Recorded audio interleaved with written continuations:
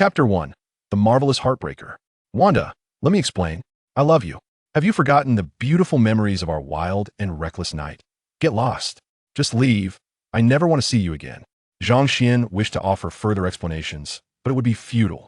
At that moment, Wanda resembled a wounded lioness, fierce yet unable to move. As Zhang Xian stepped out of the room, he was met with Natasha's sardonic remarks. Oh dear, if I hadn't returned from my business trip, would you have aspired to become a master of time management, darling? Natasha closed the distance between them. The cushion pressed against Zhang Xian, yet he stood rigid, not daring to move. Feeling the cold blade beneath him, no man would dare to act. A single misstep could lead to eternal regret. Darling, you must remain calm. One slip of your hand could have your happiness for the rest of your life. Oh, even now, you remain so defiant. Today is far from over, and you're already contemplating your future. Zhang Xian forced a strained smile. Men must possess a certain backbone. One cannot live off soft meals forever. Natasha's smile vanished as she coldly pressed the blade against his thigh, sending Zhang Xian into survival mode. You have two choices. First, let us part ways, and we shall owe nothing to one another.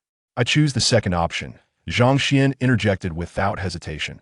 Inside the room, Wanda, upon hearing this, threw something at the door in frustration. Zhang Xian, you scoundrel. Choosing her over me? If she chooses option 1, wouldn't that allow us to be together? Zhang Xian thought, how easy it is for you to say, without even a joyful blade. How can you cut? After cutting, would you have me play the role of an inept husband? Hearing Wanda's outburst, Natasha chuckled. Very well, since you have chosen option 2, I shall take my leave. Zhang Xian, wait, what? You know my heart. I cannot bear children. I cannot offer you a complete marriage. Therefore, I can only wish you happiness. Cherish this girl. She must be furious, having encountered a scoundrel like you for the first time. At this moment, Natasha's eyes glistened with unshed tears, turning to leave. Don't you feel pain as well? This is our first love too. Zhang Xian grasped Natasha's hand. You understand. So I wish you happiness. Tears brimmed at the corners of Natasha's eyes. After all, she was merely a 19-year-old girl. What man could witness such a youthful, tender Natasha without feeling a pang of sorrow? With a determined expression, Zhang Xian seemed to make a decision that could cost countless lives. Today, none of you shall leave. My dear, how could I allow you to depart? Natasha struggled to break free from Zhang Xian's embrace, but given her physique, it was impossible to escape the grip of a man like him. He pulled Natasha into his arms and kicked the door open. Wanda had initially thought this scoundrel had come to comfort her, only to find him bringing the main character along. Fuming, Wanda grabbed a nearby pillow and hurled it at Zhang Xian. Zhang Xian did not flinch, smirking as he declared, Today, no one will leave this room alive. Ha ha ha. After a night with Zhang Xian, both Natasha and Wanda had reached their limits, and they ultimately swore loyalty to Stan Lee. Far away in the 616 universe, the old man observed the passing herd of black and white cows, feeling as if he were being trampled. What is this sensation? Quite peculiar. My dears, let's wear this outfit tonight. Oh, you're insufferable. Just because I'm a bit older, you make me wear this black and white pattern. I look good in it, not like you. Tonight, I bought the same outfit as Captain America. The old man grinned mischievously. Then tonight, I shall dress as Bucky Barnes. Still daring to roll your eyes at me? You two won't be escaping this door tonight. The two nodded, drowsy yet compliant. Ding, ding, ding. The phone rang, and Zhang Xian picked up Natasha's call. Having endured torture, Natasha was unfit to answer the phone. Black trust issues and a social personality. This note must belong to that black egg. Hello? Zhang Xian answered with a Chinese greeting. A Huaxiao person? What have you done to Natasha? The voice on the other end was agitated. Upon recognition, Zhang Xian realized it was Nick Fury. I am your wild father, the useless one your mother disdains. Natasha is mine. If you continue to harass her, prepare to face the whip. Sabi na fabishi. Zhang Xian spoke in Chinese except for the last phrase, hanging up and blocking the number to prevent any further interruptions. At this moment, Nick Fury seethed with rage. He understood none of the Chinese, but the last phrase was clear. He, Nick Fury, director of the Strategic Homeland Intervention, Enforcement, and Logistics Division, had been insulted. Hill, find me an agent who speaks Chinese. I need a translation. Hearing Fury's voice, Hill rubbed her ears in discomfort. She began searching for a Chinese-speaking agent, but could not find one. The paranoid director had purged all Chinese-speaking personnel to comply with the president's wishes, leaving the division devoid of such agents. Having never noticed this before, she realized the necessity of recruiting agents fluent in Chinese. Hydra. How delightful. Another pawn in place. Suddenly, Hill recalled seeing an intern's list that included a resume mentioning proficiency in Chinese. She found the intern's resume and made the call. As Zhang Xian prepared a hearty meal for 2 inmates. He heard his phone ring and answered immediately. Hello. Upon hearing this unique greeting, Hill knew she had found the right person. Agent Zhang Xian, please report to headquarters immediately. There is a new mission. Without a moment's hesitation, Zhang Xian refused. I decline. Today is my day off, and I am currently with my girlfriend. You know what I mean? He even gave a playful pat on his backside, producing a crisp sound. Hill sighed in exasperation. All right, tomorrow at 9, come to my office. Absolutely, my beautiful, kind-hearted, wise, and understanding Director Hill. Although Hill didn't understand the praise, she appreciated it. She had indeed heard that some Huaxia delicacies were quite exquisite. Zhang Xian set his phone aside and placed dishes of stir-fried beef, spiced eggplant, and cauliflower with meat on the table. Then he served warm porridge to the two. Feeding them mouthfuls one by one, despite their injuries, they instinctively consumed a fair amount, with Wanda, who was more severely hurt, attempting to snatch food, but being stopped by Zhang Xian, who personally fed her some sticky porridge. With some leisure time, Zhang Xian embraced Wanda on one side and Natasha on the other, lying on the dry bed, and began to check the system. Daily check-in system. Today's check-in complete. Strength 1. Zhang Xian opened the system panel to review his various attributes. Host. Zhang Xian. Skills. None. ***. Physical condition. Steel body. ***. Weapons. Tactical scope. Lockhead version. Infinite bullet. Desert Eagle. Items. None. Strength. 20. Speed. 12. Spirit. 15. Normal maximum value is 10.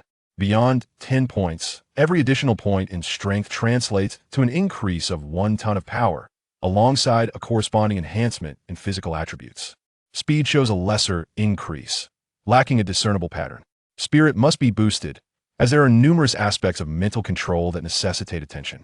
I'm off to sleep. I shall indulge in my preferred activities before slumber until the break of dawn the following day.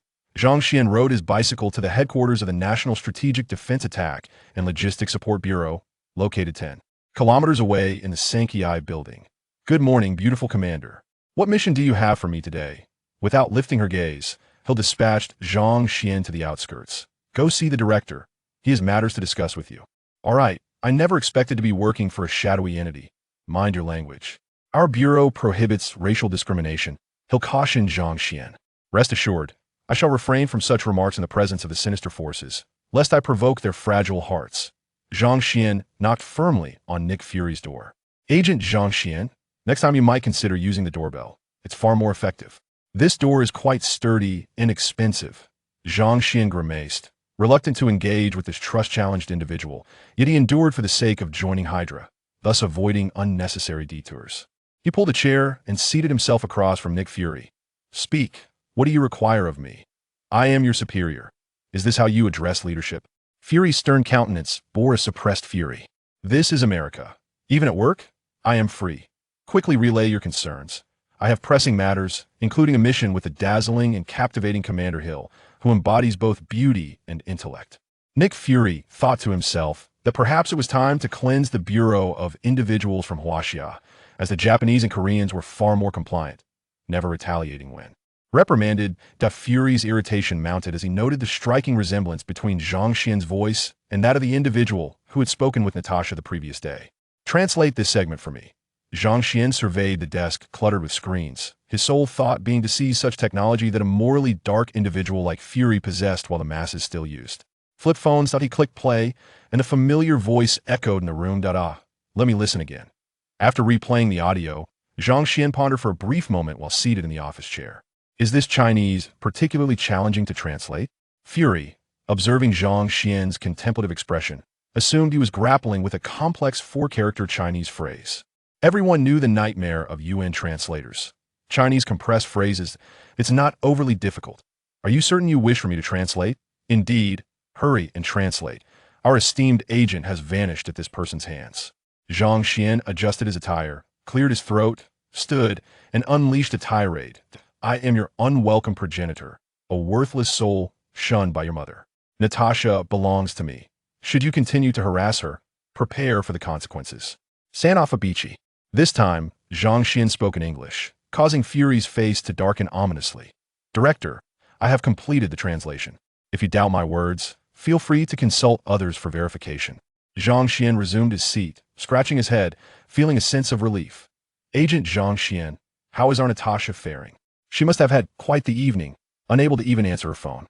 Zhang Xian chuckled. Ah, Director, you speak the truth. How could I possibly engage in gaming with Agent Natasha, a paragon of beauty, alongside other stunning women? Fury's expression twisted with jealousy. Agent Zhang Xian, it is regrettable that your performance during your internship has proven inadequate. You may now gather your belongings. Zhang Xian stood, turned, and departed, his figure disappearing at the threshold. Fury rubbed his forehead, then noticed a head popping back into view at the door. Even if you beg, I shall not.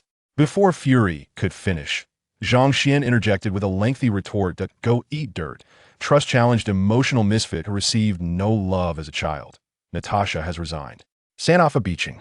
Zhang Xian's parting words were accompanied by a cheeky gesture, leaving the scoundrel to relish his misfortune. Chapter 2. The haunted residue, effect ***. Zhang Xian dashed out of the Sankei building. As anticipated, Fury did not pursue him.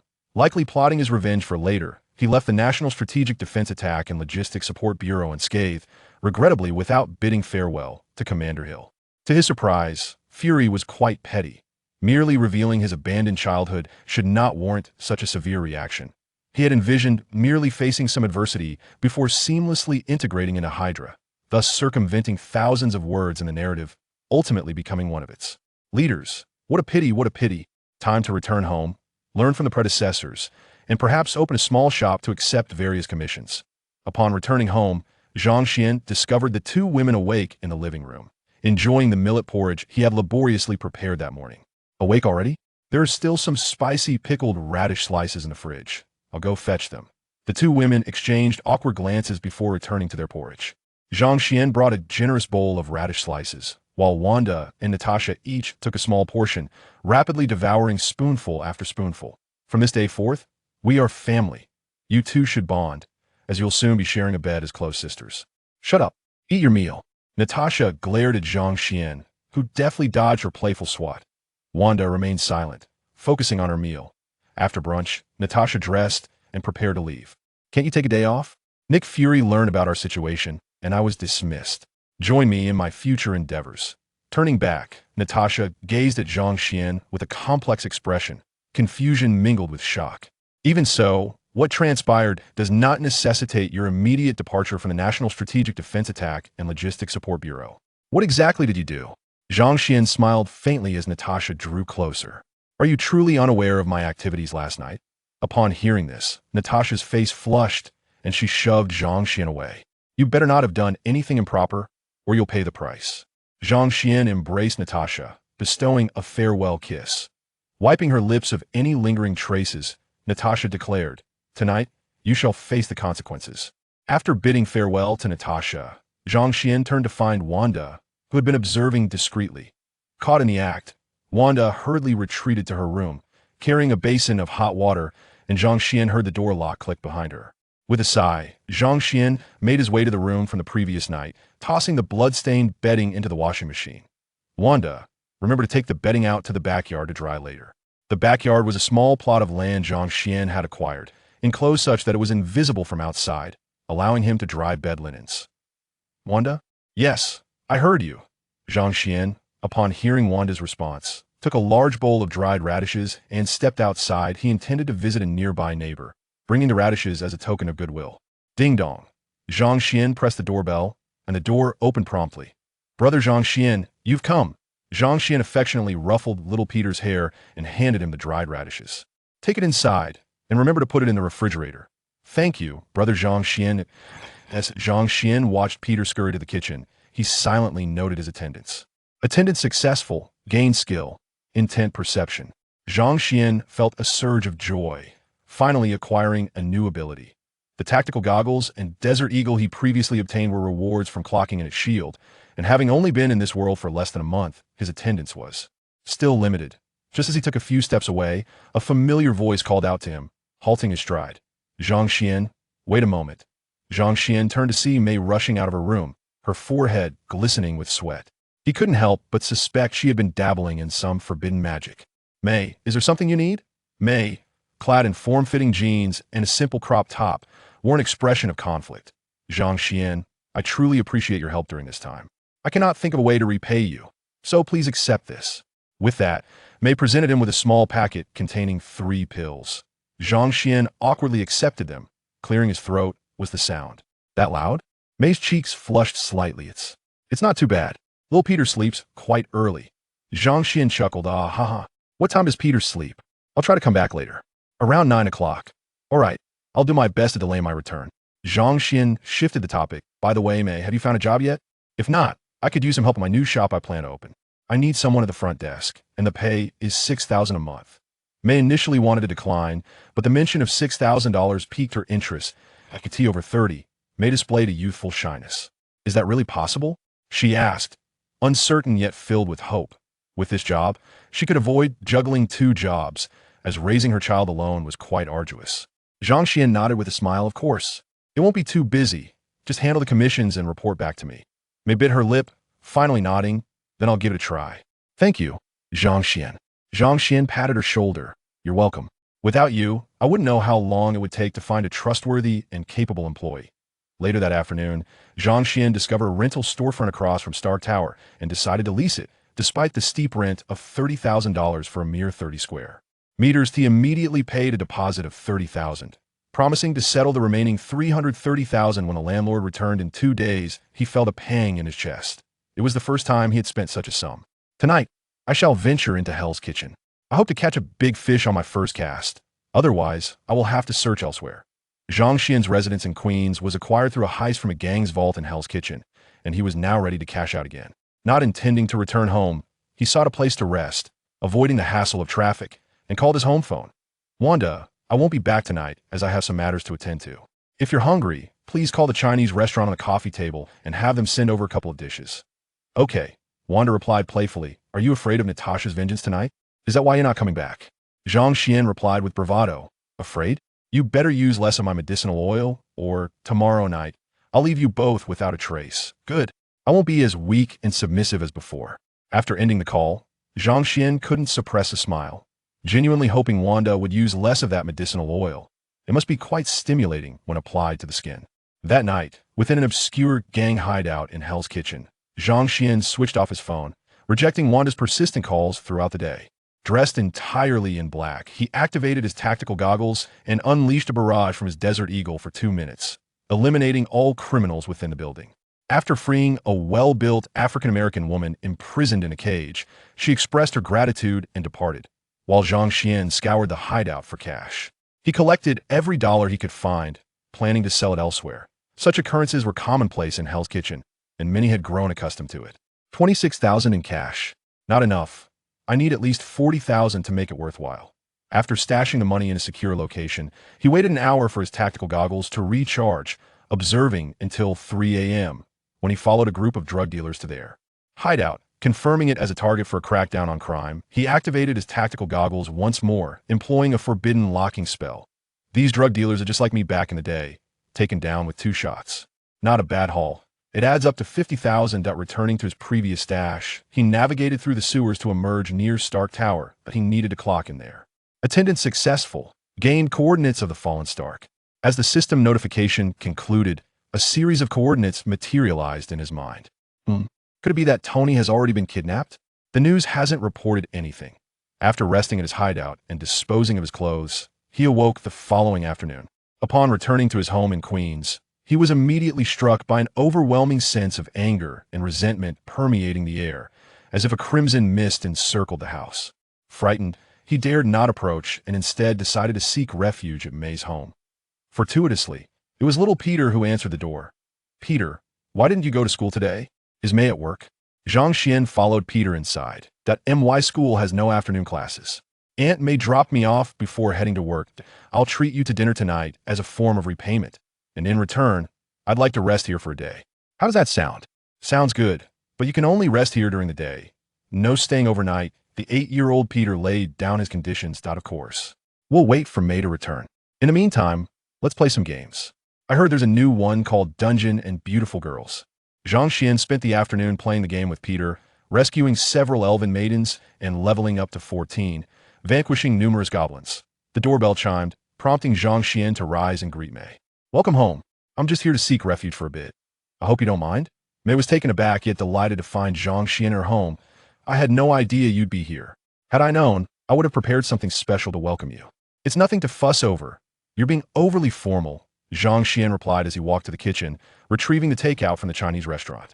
Let's have these for dinner. If you'd like some lettuce, I can stir-fry it for you, that's too. Mei began to speak, but was interrupted by Zhang Xian. Do not mention it. It is merely a meal. You can treat me next time, she said with a dismissive wave. Mei tucked her hair behind her ear and inquired, Zhang Xian, what do you mean by seeking refuge? Is it due to the crimson mist surrounding your home? Zhang Xian was taken aback. Crimson mist? Mei, you have seen the red mist as well? Mei nodded affirmatively. There is a delicate wisp of red mist lingering around your house. Were you unaware? Mei, you and little Peter should eat first. I need to step out for a moment. Zhang Xian hurriedly dashed outside before Mei could stop him with her questions. However, just as he exited, Zhang Xian returned. Mei, that dish is a cold appetizer. It doesn't require heating. Also, he leaned in close to Mei's ear and whispered, make sure little Peter goes to bed early tonight. There are some complications on my end. With that, he bolted out like the wind, leaving Mei feeling flustered by his sudden departure. Mayani, what did Brother Zhang Xian say to you? Little Peter, noticing their hushed conversation, was curious to know. Peter, Brother Zhang Xian has something to attend to tonight. Let's eat without him, and we shall express our gratitude to him later, Mei replied. At that moment, Zhang Xian stood outside his door, staring at the mist with trepidation. I previously thought the black and red hues were merely a manifestation of my unique perception of resentment. I had no idea it was chaotic magic. Should I go in, or should I refrain? If I enter, I might be torn to shreds by Wanda, though only my clothes would suffer. Fine, I must face it sooner or later. The sooner I confront it, the quicker it will be over. Let's just do it. The female lead returns to the past, and the male lead enjoys himself. After all, I am the one who benefits. Chapter 3. The Cost of Recklessness. As Zhang Xian opened the door slightly, it was suddenly thrust wide open by an unseen force, slamming against the wall with a resounding crash. Zhang Xian felt a powerful force nudging him inside, yet he managed to keep his footing. He swallowed hard, closed his eyes, and took a deep breath. Upon reopening his eyes, his gaze was resolute. Turn. Run. At this moment, running was the only sensible choice. It was evident that Wanda was in a furious rage, likely seeking refuge in the Middle East while also attempting to rescue Tony. Stark. He could return once Wanda had calmed down. By then, it would merely be a minor grievance. If he entered now, that grievance would escalate significantly.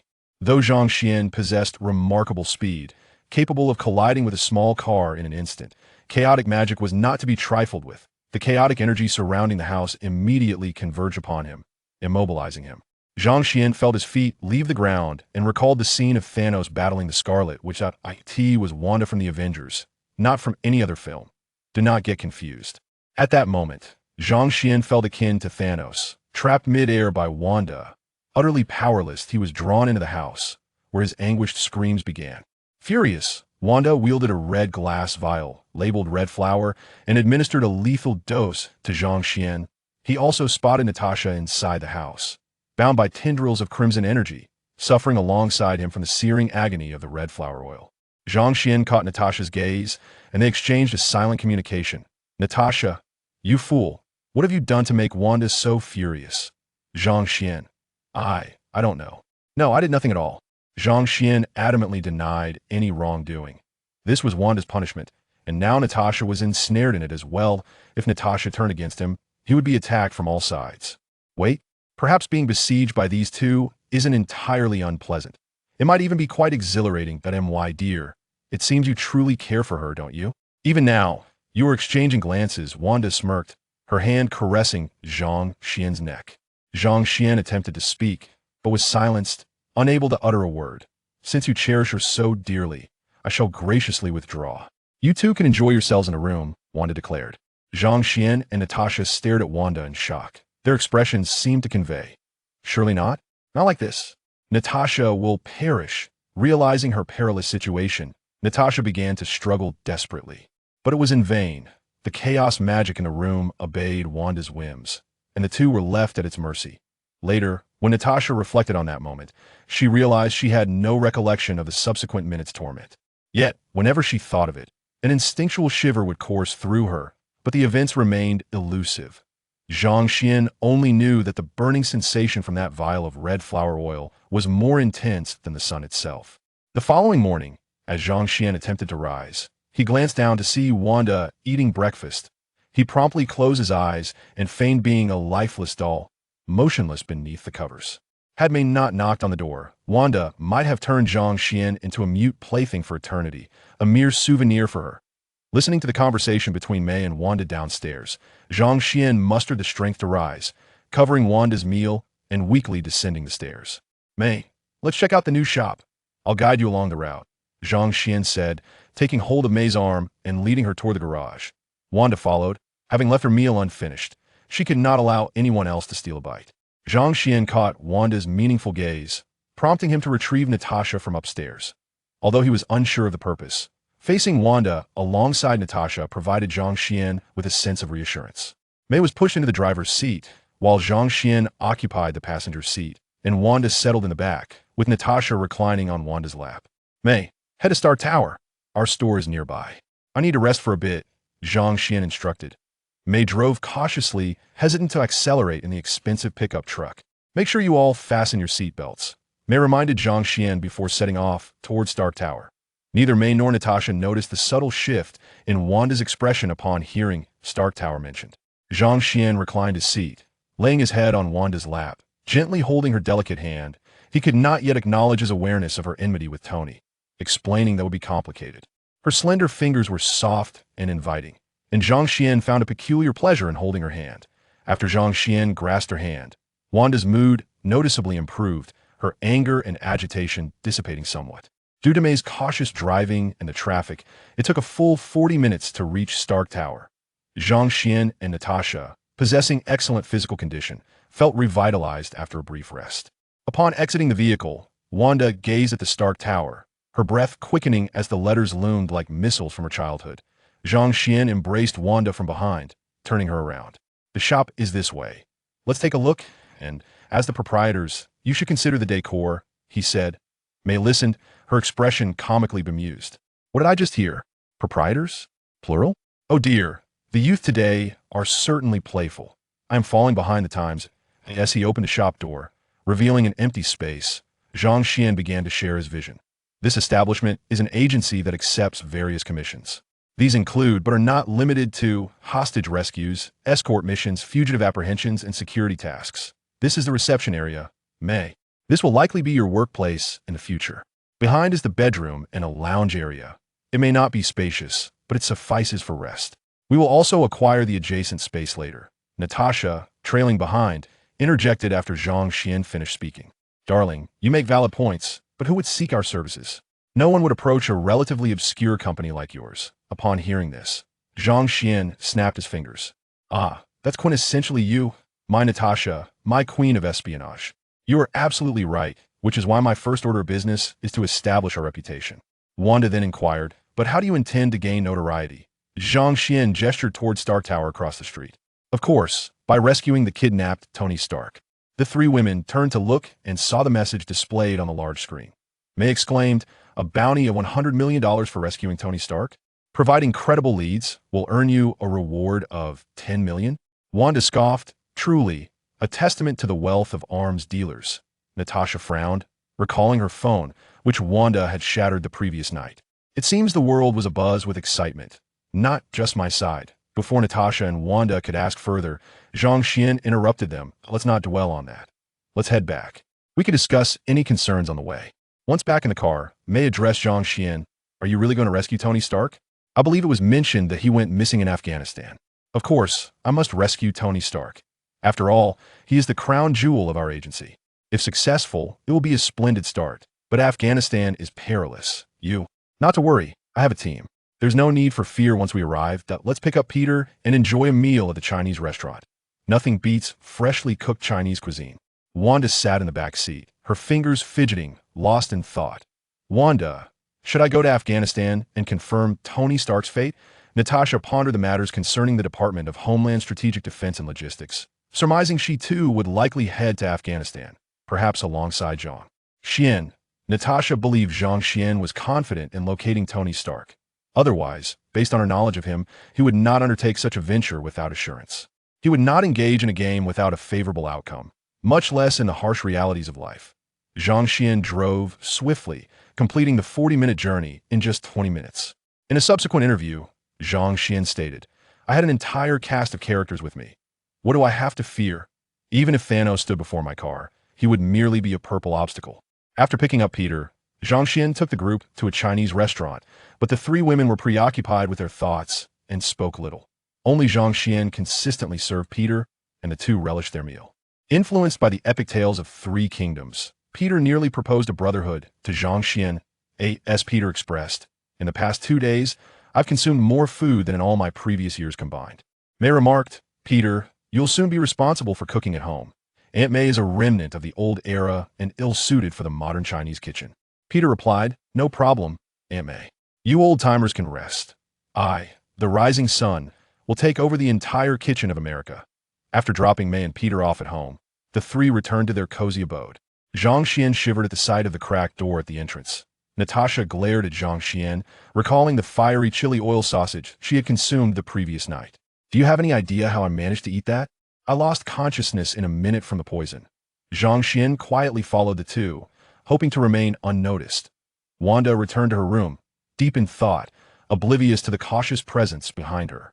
Natasha swiftly seized Zhang Xian's ear, seeking retribution for the fiery chili oil ordeal from the previous night. Caught off guard, Zhang Xian was led to the sofa by his ear. "Speak quickly, what did you do? Why does Wanda possess such strange abilities? And what was that? That red vial? What was it?" With his ear in her grasp, Zhang Xian had no choice but to tell the truth. Upon hearing his explanation, Natasha felt utterly entangled in the situation, suffering an undeserved calamity. She wished she hadn't returned the previous day. "I intend to take Wanda to the Department of Homeland Strategic Defense and Logistics for a checkup. The energy within her is too dangerous and powerful. We cannot allow Wanda to remain unchecked. It could endanger her." Zhang Xian fixed a deadpan stare on Natasha. "Why not send me to the Department of Homeland Strategic Defense and Logistics for dissection? I too possess strength beyond the norm." Natasha recalled a recent incident, realizing that Zhang Xian had restrained her when she tried to break free. Given her strength, it fell amiss. "Xian, why are you so strong? And how powerful are you?" Zhang Xian raised an eyebrow and countered, "And why are you so strong? Most men do not possess your strength, that I have injected certain substances to enhance my physical capabilities." "What about you?" Natasha candidly shared the reason behind her strength, her gaze filled with concern for Zhang Xian, yearning for a reassuring answer. Chapter 4. Leisurely vacation time. Zhang Xian gently kissed Natasha, who was concerned for him, and said, "I have not injected any substances. However, within me lies a reservoir of energy that I can gradually absorb to become stronger. Observe." Natasha looked on in disbelief as Zhang Xian effortlessly crushed the bedside table with his bare hands. Blushing, she quietly leaned in to whisper a question into his ear. Upon hearing it, Zhang Xian chuckled with pride. "Fear not, my abilities are extraordinary. There may be some effect, but it ultimately relies on talent. Even if not everything can be harnessed, you remain my beloved wife, and I shall find a way to cure you. However, as I mentioned, it will require some time." Natasha, brimming with excitement, responded, "Zhang Xian, if you can transform me into a complete woman, even if you wish to seek other wives, I would willingly assist you in pursuing them." Zhang Xian smiled confidently. "That is certainly achievable, though it will indeed take a few years."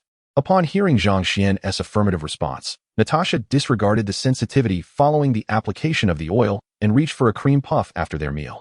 Zhang Xian, although tempted himself, stopped her and pointed towards Wanda's room. "Wanda seems a bit off today. I should check on her." Natasha rolled her eyes. "This is your doing. Deceiving Wanda into using the oil for swelling." Zhang Xian playfully swatted Natasha's shapely backside. "It's not that. It's just that after mentioning Stark Tower, Wanda's emotions became unstable, a bit frantic and filled with resentment." Natasha furrowed her brow. "I was curious and looked into Wanda's background today. I found no evidence of any grievances between her, her brother, and Stark Industries."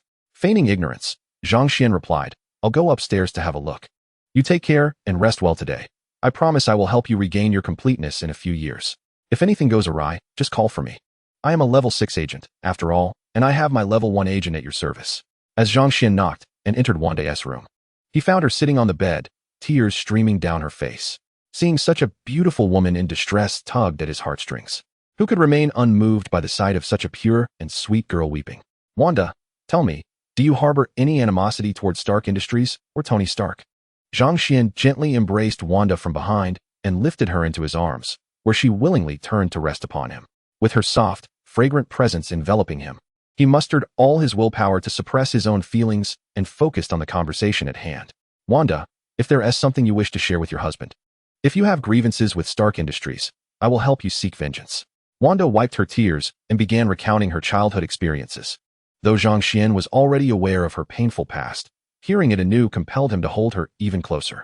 Wanda, let us go to Afghanistan and rescue Tony Stark. Wanda, initially tearful, paused upon hearing Zhang Xian's words, a faint red glow enveloping her. Wanda, wait for me to finish, he urged. Upon hearing Zhang Xian's voice, Wanda quelled her temper and nestled back against his chest. You say, if I am dissatisfied, I shall, she mumbled, her face pressed against Zhang Xian. Though her words did not hinder her from exploiting his vulnerabilities.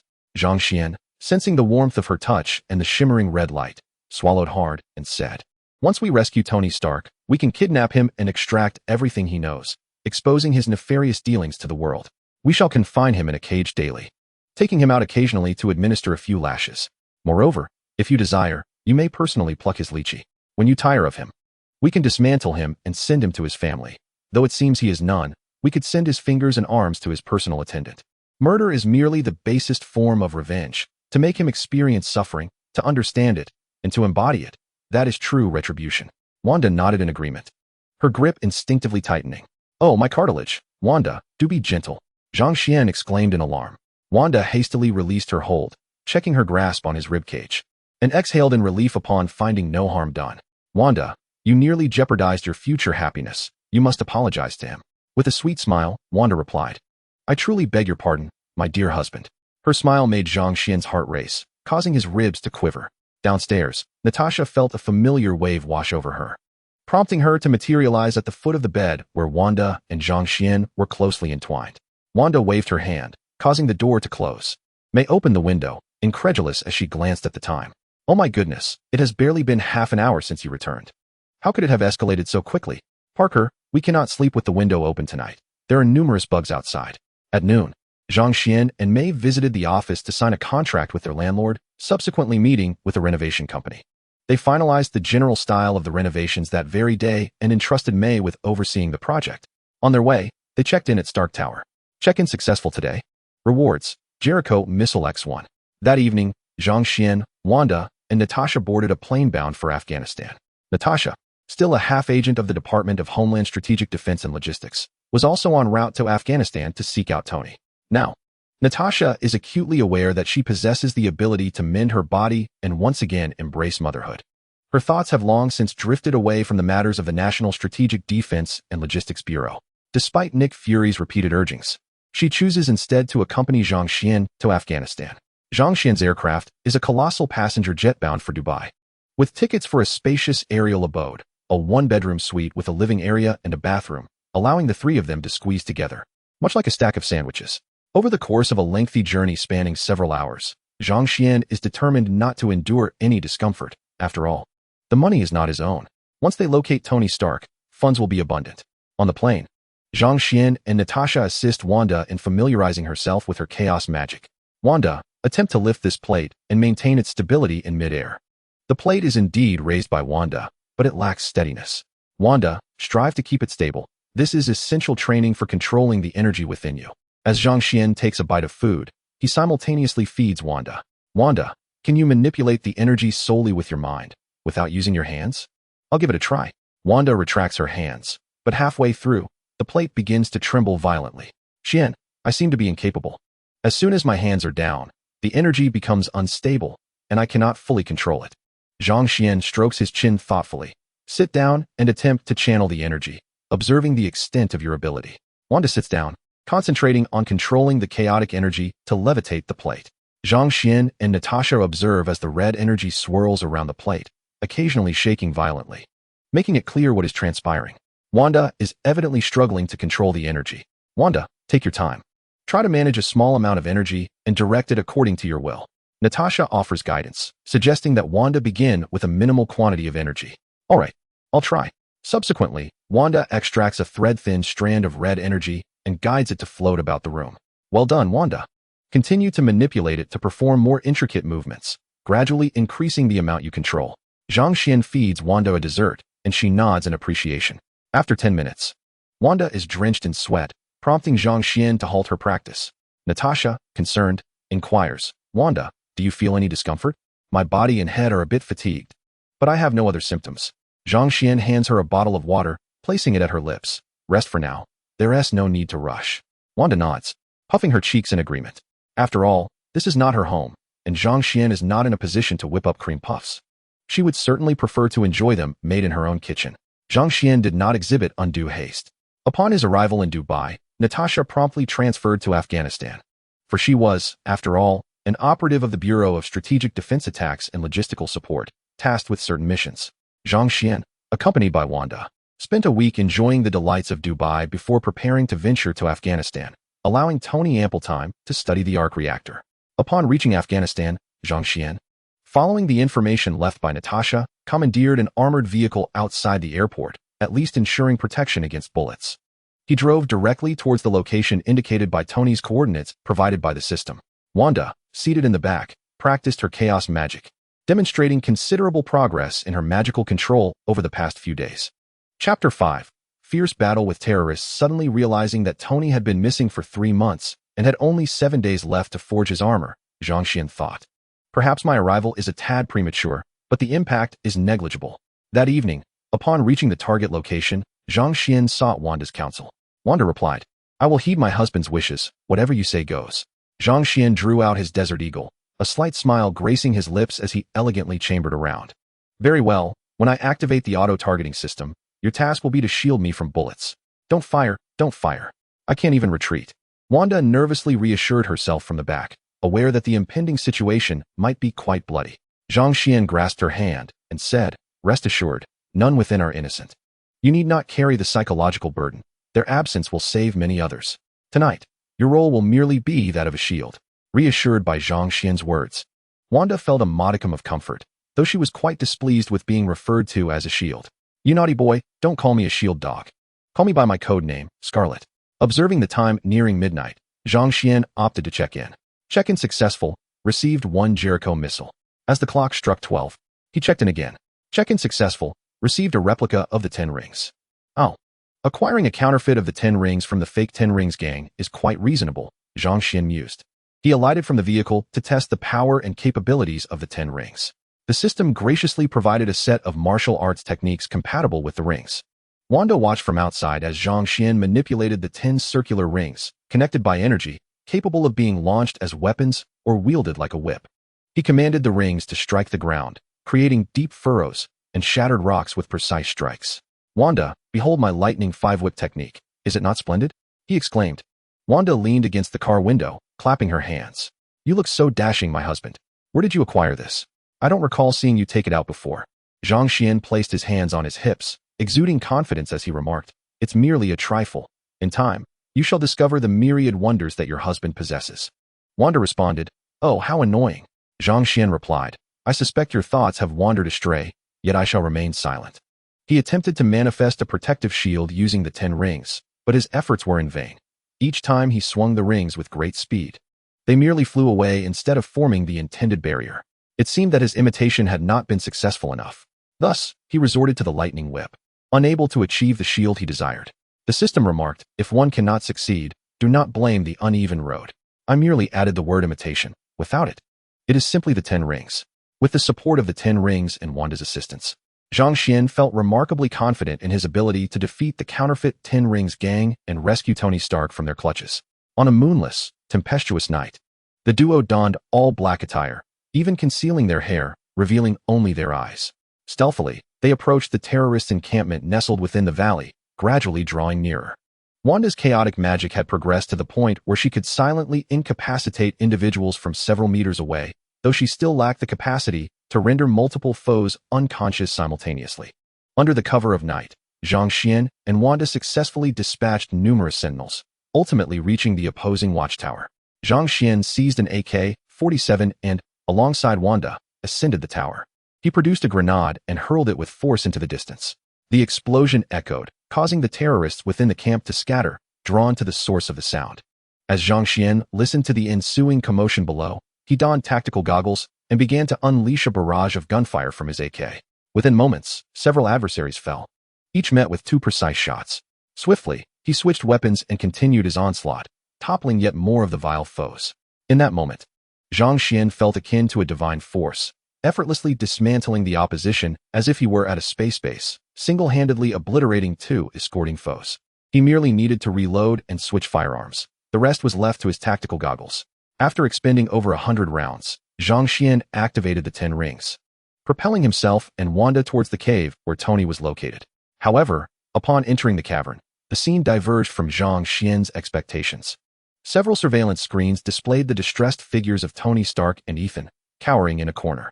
Meanwhile, 3 terrorists in the monitoring room raised their weapons, preparing to fire upon Zhang Xian. With a wave of her chaotic magic, Wanda sent the assailants hurtling away. Zhang Xian seized the hard drive containing the surveillance footage, a rare recording of the beggar version of Tony Stark. Wanda conjured a shield of chaotic magic, several centimeters thick, relying solely on her numerical prowess.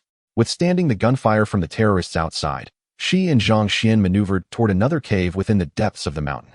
Zhang Xian unleashed the 10-ring probe, confirming the absence of others within, and the 2 entered. With his arm encased in the 10-ring, Zhang Xian forcefully smashed open the imposing iron door that held Tony captive. The gunfire outside the cave ceased, as they realized they could no longer strike at those within. Preparing for a direct assault, Zhang Xian approached a corner of the room and beheld Tony, held hostage by Ethan. Upon seeing Zhang Xian's eastern visage, Ethan momentarily faltered. Tony, however, showed no restraint. I am deeply grateful to you, my friend. From this moment onward, you need only to relish the pleasures of life. This is your reward for saving Tony Stark. Had Wanda not been by Zhang Xian's side, he might have genuinely acquiesced to Tony's words. He gently squeezed Wanda's small hand, signaling her to play along, ensuring the safe extraction of Tony Stark before addressing subsequent matters. Wanda consented, yet found herself unable to face Tony, opting instead to guard the cave entrance.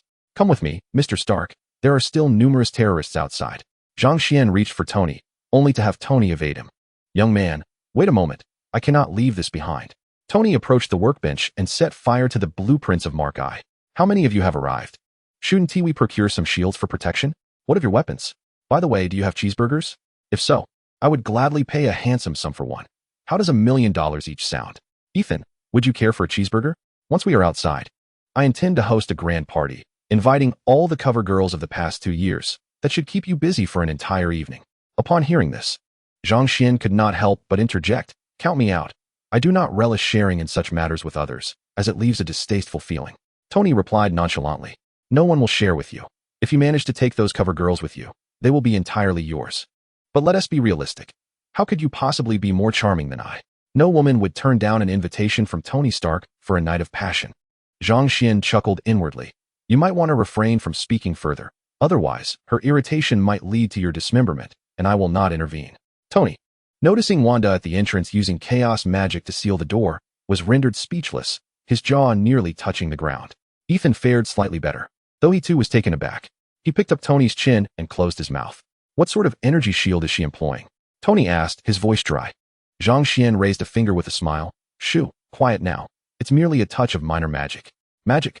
You dare speak of magic in the presence of a great scientist? Watch as I unmask your tricks. Tony began to step forward to investigate. But upon meeting Wanda's gaze, he wisely retreated his foot. Tony found himself once again ensnared by Wanda's murderous gaze, rendering him silent. As Wanda's shield advanced, it triggered several concealed grenades. A scarlet energy enveloped the 4 and propelled them toward the vehicle. Outside, the terrorists, witnessing the figures soaring through the air, began to empty their magazines, with 2 RPGs launched in their direction. The first missile struck the 4, yet was thwarted by Wanda's chaotic magic. The second rocket was obliterated midair by Zhang Xian using his 10 rings. Zhang Xian swiftly unleashed a barrage of 10 rings, dismantling the RPG and heavy machine gun. Inside the base, the bald leader observed the unfolding scene and commanded, prepare to launch missiles. They must be exterminated. Having already soared a kilometer, Zhang Xian noticed the adjusting missiles behind him and grinned wickedly. Wanda, touchdown. I am about to deliver a grand spectacle. Obliging. Wanda descended and released the chaotic energy that surrounded them, gasping for breath. Zhang Xian retrieved a Jericho missile from the system, effortlessly maneuvering the rudimentary control panel to lock onto the terrorist space. Without hesitation, he pressed the launch button, and the missile shot forth in an instant. The entire sequence transpired in less than 10 seconds. Tony stared in astonishment at Zhang Xian's display of skill, momentarily dumbfounded, and began to introspect. Why are my creations appearing in the Middle East, and in such numbers? Are they being secretly sold by the US military? But that cannot be. The Jericho missiles were just sold, so how does Zhang Xian possess one? Where did he conjure this missile from? Was it from a fictional pocket dimension? Or is it truly magic, a magical pocket? Zhang Xian disregarded Tony's mental tumult, turning instead to embrace Wanda. It was only when the shockwave from the Jericho missile reached Tony's face that he snapped out of his reverie. Fortunately, Ethan tackled Tony, preventing him from being thrown off balance by the blast, which could have left him bruised. As the dust settled, Zhang Xian surveyed the valley he had flattened, a satisfied smile gracing his lips. Indeed, Tony Stark, your weaponry is remarkably effective. We must depart swiftly. Zhang Xian and Wanda occupied the front seats, while Ethan and Tony settled in the back. As Tony was ushered into the vehicle, he remained preoccupied with thoughts of how Zhang Xian could conjure weapons from thin air, and why his latest designs appeared in this locale. After a lengthy journey, they finally arrived at the airport in Afghanistan. Natasha had arranged everything. Now she simply needed to incapacitate Tony and Ethan, wrap them in body bags, and transport them back to the United States. Throughout the trip, Tony felt as though he might suffocate, yet the palpable aura of menace emanating from Wanda compelled him to maintain his silence. Upon arriving at the airport, Tony finally exhaled with relief, having returned to his familiar territory. Chapter 6. Stuffing Tony into a black bag. At long last, Wanda's departure allowed Tony to begin his incessant chatter. Friend, what is your name? Soon, you shall be one of the wealthiest individuals in the world. Yet I remain unaware of your name. By the way, is that your girlfriend? She appears rather displeased, perhaps even a tad irate. If she is indeed your girlfriend, how will you navigate your future? Our party requires only men. I shall arrange for her to indulge in unlimited shopping at various malls. Seeing the smile at the corner of Zhang Xian's mouth, Tony assumed he was questioning his ability to host a party. I assure you, this party will be the most exhilarating you have ever encountered. Ethan, why do you look at me like that? Rest assured, I will certainly include you. Ethan, covering his face, lamented, Tony, behind you. What behind Tony began to turn but was ensnared by Wanda's chaotic magic, plunging him into a deep slumber filled with nightmarish visions. Ethan, ever sensible, raised his hands, vowing, I promise, I will not utter a single sound. Since leaving the cave, Ethan had foreseen that Tony's situation would not be favorable. Observing the girl's expression, which was clearly directed at Tony, he refrained from speaking to him during their journey, fearing he might incur an undeserved calamity. Take care, Tony. Ethan voluntarily assisted Zhang Xian in placing Tony into the body bag before climbing in himself, lying quietly. Sensing no murderous intent from Zhang Xian and Wanda, Ethan cooperated without hesitation. He felt himself being lifted onto a stretcher, presumably being transported with Tony to a designated room. Lying there, his body numb, Ethan eventually discerned movement and quietly surveyed his surroundings, though his observations yielded little. The area resembled an Afghan airport, filled with aircraft. Once again loaded into a vehicle, Ethan heard a familiar voice. Wanda, take me to my refuge in the outskirts. There is a basement. As you wish. Finally, the bag was unzipped, and Ethan was greeted by abundant sunlight. Thank you very much, but could you kindly inform me where this is? Zhang Xian replied with a smile. Welcome to the Twisting Waist Inn, my private sanctuary. Now, please disembark. Zhang Xian, grasping Tony's feet through the bag, proceeded toward the house. Noticing a step behind, Ethan, concerned that Tony might injure himself, lifted the bags and to elevate Tony's head off the ground. They made their way to the basement, where Zhang Xian unzipped the bag, allowing Wanda to awaken Tony from his slumber. Zhang Xian gazed at the magic currently wielded by Wanda, reflecting, indeed, the power of vengeance is formidable. Just a few days ago, she was unfamiliar with these spells, and now she has mastered them all. Ethan nodded in agreement, recalling the chronic poison he had infused into the substances of those terrorists. Regrettably, he would not witness the day the poison took effect. Wanda unleashed a surge of crimson chaotic energy at Tony's temple, causing his limbs to twitch while he muttered incoherently. Ethan inhaled sharply, unable to fathom the sheer terror that had gripped the usually composed Tony, prompting such an intense reaction. No, Dad, Mom, run quickly. Tony repeatedly urged them to escape, his words tumbling forth in urgency. Wanda rose and nestled against Zhang Xian. Darling, I am weary today. I wish to rest for a while. You go to the car first. I shall join you shortly, Zhang Xian replied, tenderly stroking Wanda's head. She nodded in acquiescence, and Zhang Xian carried her outside, where she obediently awaited in the vehicle. He descended into the basement, bringing with him some packaged snacks and 2 small bottles of water. You shall endure this ordeal alongside him for a time. I will do my utmost to assist you. Wanda harbored a deep-seated animosity towards this brilliant genius. Zhang Xian patted Ethan's shoulder, casting his gaze upon the still writhing Tony. Wake up, come to your senses. Gently, Zhang Xian nudged Tony with his foot, inadvertently activating the camera. Suddenly, Tony's eyes flew open, and his hand reached for Zhang Xian's thigh, but the quick-thinking Zhang Xian evaded him. Mom, run. Dad has lost his mind. He wants to feed you excrement. After shouting, Tony fixated on the plain gray ceiling, staring vacantly for half a minute. Ethan, you haven't become a plaything for the hulking brute. How wonderful. Was I just dreaming? Ugh. Tony began to retch, though his stomach was empty after hours without sustenance. Ethan supported Tony, inquiring with concern, Tony, were you dreaming? What did you dream about? The moment Ethan posed the question, it seemed to trigger a memory in Tony, intensifying his retching. Zhang Xian recorded the scene, the camera nearly pressed against Tony's face. After a prolonged bout of retching, Tony weakly collapsed back onto the ground, gasping for breath. Now that you're awake, perhaps you should eat something. You were quite loquacious before. Why the sudden silence? Zhang Xian said with a broad smile, which only fueled Tony's frustration. Who are you really? Why did you save me only to treat me this way? What is your true intention? Zhang Xian smiled mysteriously and replied, I am the one who will save you. That girl is the one who will redeem you. Just remember, in due time, I will ensure your survival outside. Do not speak too much in her presence. You both should rest and refrain from contemplating escape. This area is not safe. If those burly fellows discover 2 adorable treasures in the basement, I cannot guarantee what may transpire. Understand that those redneck brutes will not care whether you are Tony Stark. They will certainly come for you later to claim a bounty.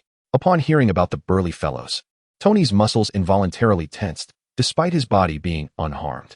Without a backward glance, Zhang Xian departed, leaving Ethan and Tony in the basement. As the cold, unyielding iron door closed, a chill settled in Tony's heart. Tony, what have you been dreaming about? You keep muttering strange things, Ethan inquired. Tony interrupted. Do not ask, Ethan. Those are visions that will take a lifetime to heal. Allow me a moment of respite. I shall refrain, then. Here, have something to eat. This is the dinner prepared for us by that person. It is quite ample, so please, have a bit. Seeing that Tony was reluctant to discuss his dreams, Ethan offered him a chocolate baguette. Ugh, quickly take it away, Ethan. I cannot stomach this any longer. I have had enough. Very well. Here, try this instead. Ethan handed him a sugar-free Chinese bun, thinking, surely this cannot trigger any peculiar switches. Indeed, it proved to be harmless, and the two spent the night in the dungeon. Zhang Xian returned to the car, where Wanda silently clung to his arm. Though it slightly hindered his driving, it was not overly problematic. Upon arriving back in their room, Wanda lay on the bed, resting her head against Zhang Xian's chest. Xian, I owe you for those ideas. Otherwise, I would only have seen the news of Tony Stark's demise without witnessing his suffering. Zhang Xian patted Wanda's shoulder. We must remain discreet during this period, taking our time. When you grow weary of the game, we shall deal with Tony Stark and avenge my in-laws. Yes, Xian, I feel a bit tired now. Do as you wish. I too shall sleep. You cannot be alone. Wanda twisted on Zhang Xian's chest, causing him some discomfort. After Wanda uttered her final words, she slipped into slumber. Only then did Zhang Xian remember to check in. Check-in successful, speed 1. The following content may be awkward. A new chapter is suggested. The next day, after rising, Zhang Xian and Wanda proceeded to the office across from Stark Tower. May had arrived at her designated spot early and began knitting a sweater. May, who taught you to knit? It's not an easy skill to master. Upon seeing Zhang Xian return, she stepped forward to embrace him. Zhang Xian secretly compared their skills and found Wanda to be superior. You finally returned. I was genuinely worried about your safety. The situation in Afghanistan has become perilous, and I feared you might not make it back. Observing May's concern for him, Zhang Xian felt reassured in his choice of employee. There haven't been any recent orders, right? I'm not yet ready to accept these minor tasks. May frowned and, speaking from experience, advised, Zhang Xian, you mustn't think that way. We need to be grounded. No company rises to prominence overnight or suddenly receives large orders. It's all right. You needn't worry about that. Just help me keep track of those who come to place orders. I will find suitable candidates to handle them. Seeing Zhang Xian's confidence, May ceased her objections. Zhang Xian and Wanda strolled through Central Park, which was indeed splendid, although the quality of the visitors left much to be desired. Zhang Xian had begun to lose faith in the law firm. After all, those who established firms typically had clear objectives, and his endeavor, lacking immediate rewards, seemed somewhat futile. Well, I suppose it's an investment for little Peter. I wonder if May will have any need for this, though Wanda alone might not suffice. If it were just Wanda, she might not be able to manage the following day. Who could he turn to? Hand in hand, Zhang Xian and Wanda arrived at the renowned Midtown High School. Zhang Xian pointed it out, and Wanda, intrigued, followed him inside. Perhaps due to their youthful appearances, the security personnel did not stop them. Upon entering the campus, Zhang Xian witnessed classic school bullying. A group had gathered, and Fleischer was tormenting Gordon. Just then, our Spider-Man appeared, rejecting Fleischer's request for a photograph. Observing the scene, Zhang Xian squeezed Wanda's small hand, then released it and rushed forward a few steps. Before a fist could land on Spider-Man's face, he successfully intercepted the swinging Eugene. Little one, violence is futile. Behaving like this will only lead to bang bang. Zhang Xian mimicked a gun gesture. Imagine being taken down by a weakling in a deserted place. Wouldn't that be shameful? Shut up with your preaching. Eugene attempted to retaliate. But Zhang Xian had no intention of granting him that opportunity. He firmly grasped Eugene's arm, causing him to collapse to the ground in pain. So, do you still wish to hear my lecture? All right, I'm listening. Just let go of me. Zhang Xian released his grip, and Fleischer rubbed his arm, gasping for breath. At that moment, Zhang Xian heard a melodious female voice behind him and turned to look. Zhang Xian could only remark that she was still maturing, with a promising future ahead. Her appearance resembled that of a character from a film, 7 parts akin to the original, while the remaining 3 parts were enhanced by the imagination, making her even more beautiful and perfect, reminiscent of a comic version of Gwen. Apologies, classmate. For the trouble Fleischer has caused, I shall give him a proper lesson, Gwen said, bowing in apology and pulling Fleischer along with her. Initially reluctant, Fleischer acquiesced after Gwen lectured him, lowering his defiant head. That's more like it. Next time you venture out, be discreet, otherwise, the object of your bullying might retaliate with a Glock from home. Wouldn't that be unfortunate? Zhang Xian patted Fleischer's shoulder, noting his compliance. I see you can be obedient. Stick with me. I'm about to open a burger joint, and I shall name it Fleischer. Impossible. I want to become a police officer. And I still have school to attend. How could I possibly join you in running a lousy burger shop? Fleischer shot a glance at Gwen. Are you becoming a police officer to follow in the footsteps of your abusive father? Or perhaps for this little sister? Let me tell you, I like her too. Everyone does, but she does not return your affections. Fleischer retorted. How do you know my father often hits me? Zhang Xian waved his hand dismissively. That is of no consequence. Chapter 7. The unexpected reminder of Tony. Zhang Xian prattled meaningless lines, unsure of what he was saying. Perhaps that is the nature of humanity. Not every word spoken carries a purpose. If every utterance were laden with intention, one might be deemed overly eager for self-improvement. Even casual conversations with minor characters could indicate a burdened soul, yet with Fleischer, he felt free to be frivolous. Indeed, Fleischer was incensed, and Zhang Xian confirmed that Fleischer, much like the character in the comic, had a father prone to domestic violence. With reddened eyes, Fleischer disregarded Gwen's presence, forgetting that he was outmatched. Zhang Xian seized Fleischer's incoming punch and twisted it forcefully, causing Fleischer to spin around, albeit relieving the tension in his arm. Zhang Xian followed with a knee thrust, prompting Fleischer to expel the contents of his stomach. Zhang Xian gazed at the unspeakable mess staining his pants, suppressing his frustration. After all, he had brought this upon himself. The events unfolded too swiftly for Gwen, who merely gasped as Fleischer vomited onto his own trousers. She attempted to intervene, only to be restrained by Wanda. Don't worry. Just wait and watch. But Gwen began to protest, yet Wanda silenced her with a finger to her lips, rendering her speechless. Gwen, Wanda gently stroked Gwen's head, assuring her that everything would be fine soon and urging her not to be anxious. Despite the crowd surrounding them, most were engrossed in watching the antics of Flays, leaving Wanda and Gwen unnoticed. However, Spider-Man, being an exception, observed Gwen, who was momentarily silenced by a gentle tap on her lips. Initially, he thought it was an act, but the more he watched, the less it seemed so. Can I start working at my Flay's burger joint now? Flays, with vomit smeared across his face, could not articulate a response and merely nodded vigorously. All right. Report for duty this summer. The address is across the street from Stark Tower. Look for a small black office and tell them I sent you. Flays expelled some of the vomit through his nose, replying, Okay. But, big brother, who are you? No, wait, what is your name? I should know that, right? My name is Zhang Xian. Repeat after me. Zhang, pronounced Zhang, and Xian, pronounced Xian. Zhang, Xian, Zhang, Zhang. Correct. Xian. Finally, Flays, his head adorned with bumps, Managed to pronounce Zhang Xian correctly. Now, go buy me a pair of trousers, a bottle of water, and some loose-fitting pants in size 180. Otherwise, the tight ones will be quite uncomfortable for you. Zhang Xian handed Flays $200. Flays was puzzled by the mention of a second brother, but he chose not to dwell on it and hurried off to a nearby roadside shop and clothing store. As the crowd dispersed upon seeing the school bully Flays leave, Wanda took a seat beside Zhang Xian, maintaining a respectful distance.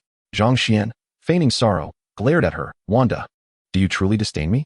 Before she could respond, Gwen squatted down and began cleaning the pant legs of Zhang Xian. After a bottle of mineral water, the mess was nearly gone. Then, Gwen, with a pleading expression, gestured at her sealed lips, hoping Wanda would release her from the enchantment. Wanda reached out and tapped Gwen's lips once more, allowing them to finally part. Gwen inhaled deeply, realizing that breathing through her mouth was indeed far more comfortable than through her nose. You are quite the mischievous one, Zhang Xian remarked, playfully brushing Wanda's nose before turning to the still distant Spider-Man.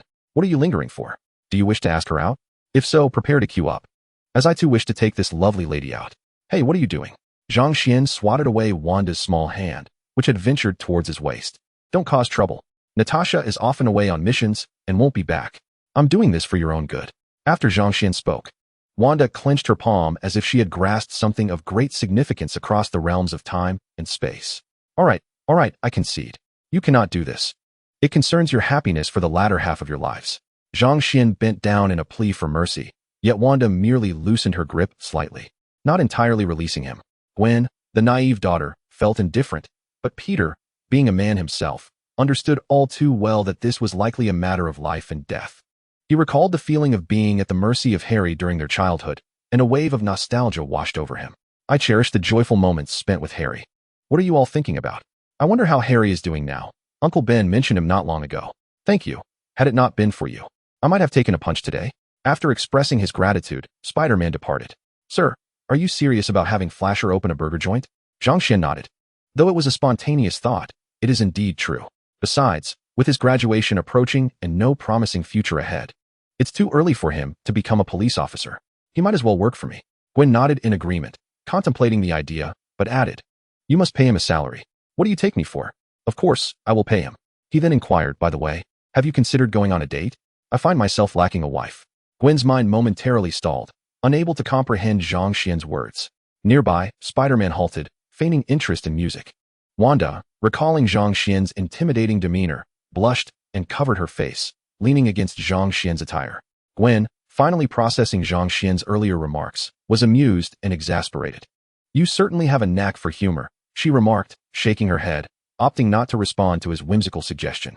At that moment, Flasher returned, holding a pair of shorts and a bottle of water. Zhang Xian took the shorts, patted Flasher on the shoulder, and praised, Well done, your speed is commendable. He promptly changed out of his pants, washed his calves, and donned the new shorts. Once dressed, Zhang Xian resumed his carefree demeanor. However, Gwen, who had observed everything, felt steam rising from her head. How can you change your pants in front of a lady? Zhang Xian, unfazed, replied. When I go to the beach, I wear those kinds of shorts, and no woman has ever complained. He then jested, So? Are you planning to wear more than 2 pieces of clothing when you go to the beach? At the mention of Gwen's swimwear, both Flasher and Spider-Man's eyes sparkled with interest. Zhang Xian playfully tapped Flasher on the head. Brother, are you also eager to see women's swimwear? Perhaps you should check your CoverGirl magazines. He tossed a water bottle, accurately hitting Spider-Man on the head, yet Spider-Man remained, quietly observing the unfolding scene. Gwen, look into my eyes and tell me, what will you wear to the beach in the future? Gwen blushed and finally managed to utter, It's not the same. Upon hearing that, Zhang Xian initially thought she meant what's the matter. Fortunately, it was merely a diluted version of what's the matter, expressed as it's not the same. This phrase, often employed by the enchanting yet elusive goddess, was used playfully with her friend and reserved when addressing her boyfriend. When pressed for further explanation, Gwen was left speechless, resorting to the retort, It's not the same. Zhang Xian continued to inquire, In what way is it different? It's merely a layer of fabric. A swimsuit can be displayed, yet lingerie cannot. As a conservative, Gwen found herself at a loss for words. Zhang Xian chose to remain silent. Frice, after graduation and during the break, you shall come work for me, and I will ensure you receive your salary. Understood, boss. For those like Frice, possessing such an attitude, if you manage to best him, you will essentially become his leader.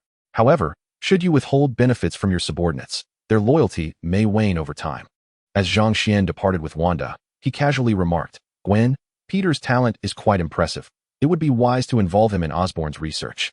As the sun dipped below the horizon, the affectionate silhouettes of Zhang Xian and Wanda elongated in the fading light.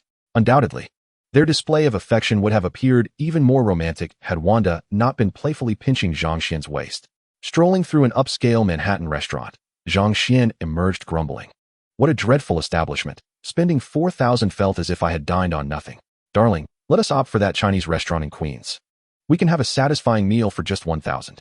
Indeed, let us go, but remember not to order rice. The abalone will suffice for a hearty meal."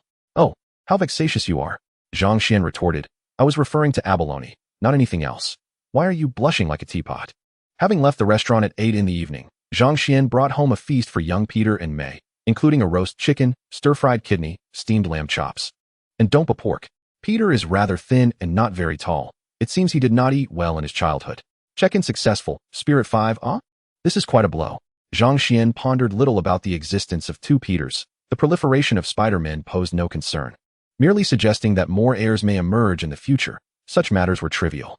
After indulging in a satisfying meal, Zhang Xian felt disinclined to contemplate further, opting instead to return home and enjoy a delightful slumber with Wanda, where no problems could intrude upon their dreams. Upon awakening the next morning, while enjoying the breakfast he had ordered, he caught sight of the news on television and had a sudden epiphany. Today, the Stark Group's board of directors has decided to appoint Obadiah Stane as the interim CEO, filling the position of Mr. Tony Stark. It appears that the board of directors oversees the CEO, who in turn manages the president. However, in the realm of female-oriented narratives, the president is often the board's head, which is distinct in this context. The board holds the ultimate authority. Tony was not only the largest shareholder of Stark Industries, but also the CEO appointed by the board, overseeing the entire company. Although it was Pepper who managed the operations, Tony was merely the figurehead. "Wanda, I need to step out for a moment. Tony Stark may succumb if he goes without water for too long." "I'll go too," Wanda pouted, expressing her desire to join. Zhang Xian lifted Wanda, began dressing her, and then carried her towards the car. "Zhang Xian, what is wrong with Wanda?" Upon hearing the voice behind him, Zhang Xian immediately recognized it. "May, good morning." "Wanda is fine. She is just a bit tired." Zhang Xian playfully patted Wanda on her perky backside, urging her to speak quickly lest May feel compelled to call for help. "May, I'm all right, just a little fatigued." May smiled awkwardly, recalling the noises from their house last night, during which she had borrowed the restroom several times.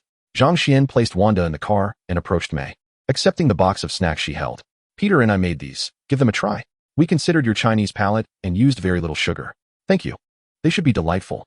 Zhang Xian opened the box and sampled a piece, finding it quite tasty. "You should both avoid eating out too much. The sugar intake in America is excessive and detrimental to health. In the future, I will cook more with Parker. He has quite the talent for it." These cookies were primarily his creation. Wanda languidly rested her head against the car window, observing the warm exchange between Zhang Xian and May, feeling a twinge of jealousy. "May, would you like to come over tonight to help ease the solitude?" Wanda's suggestion caused Zhang Xian, who was munching on a cookie, to swallow hard. And May's smile froze in place. "It can be quite lonely alone, so it's fine to visit occasionally." Wanda mischievously raised her eyebrows at May. "I'll take my leave now and bring you some treats next time." May approached the car, playfully pinching Wanda's soft, fair cheek. "You mischievous girl, stop talking nonsense. Don't say such things in the future." Wanda stroked May's hand resting on her face, saying, "If I can't resist, I'll come over tonight for a visit. I'm truly exhausted."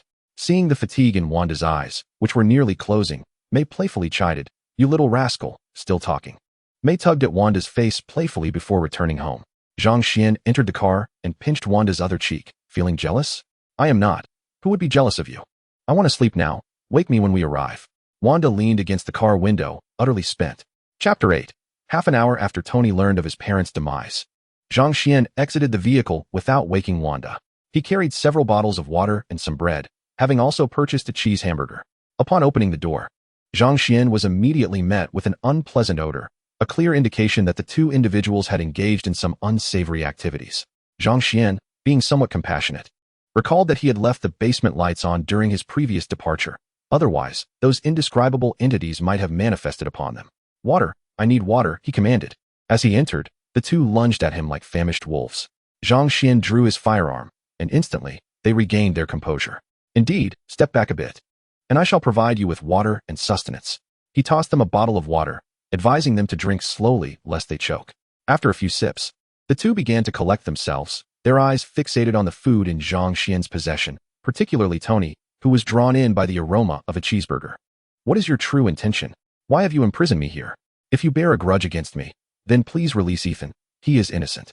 Zhang Xian stroked his chin, acknowledging that Ethan was indeed ensnared by Tony's actions, yet there were currently no other accommodations for him. So they would have to endure some hardship together for the time being. Then, if that is the case, might you divulge the nature of your animosity towards me?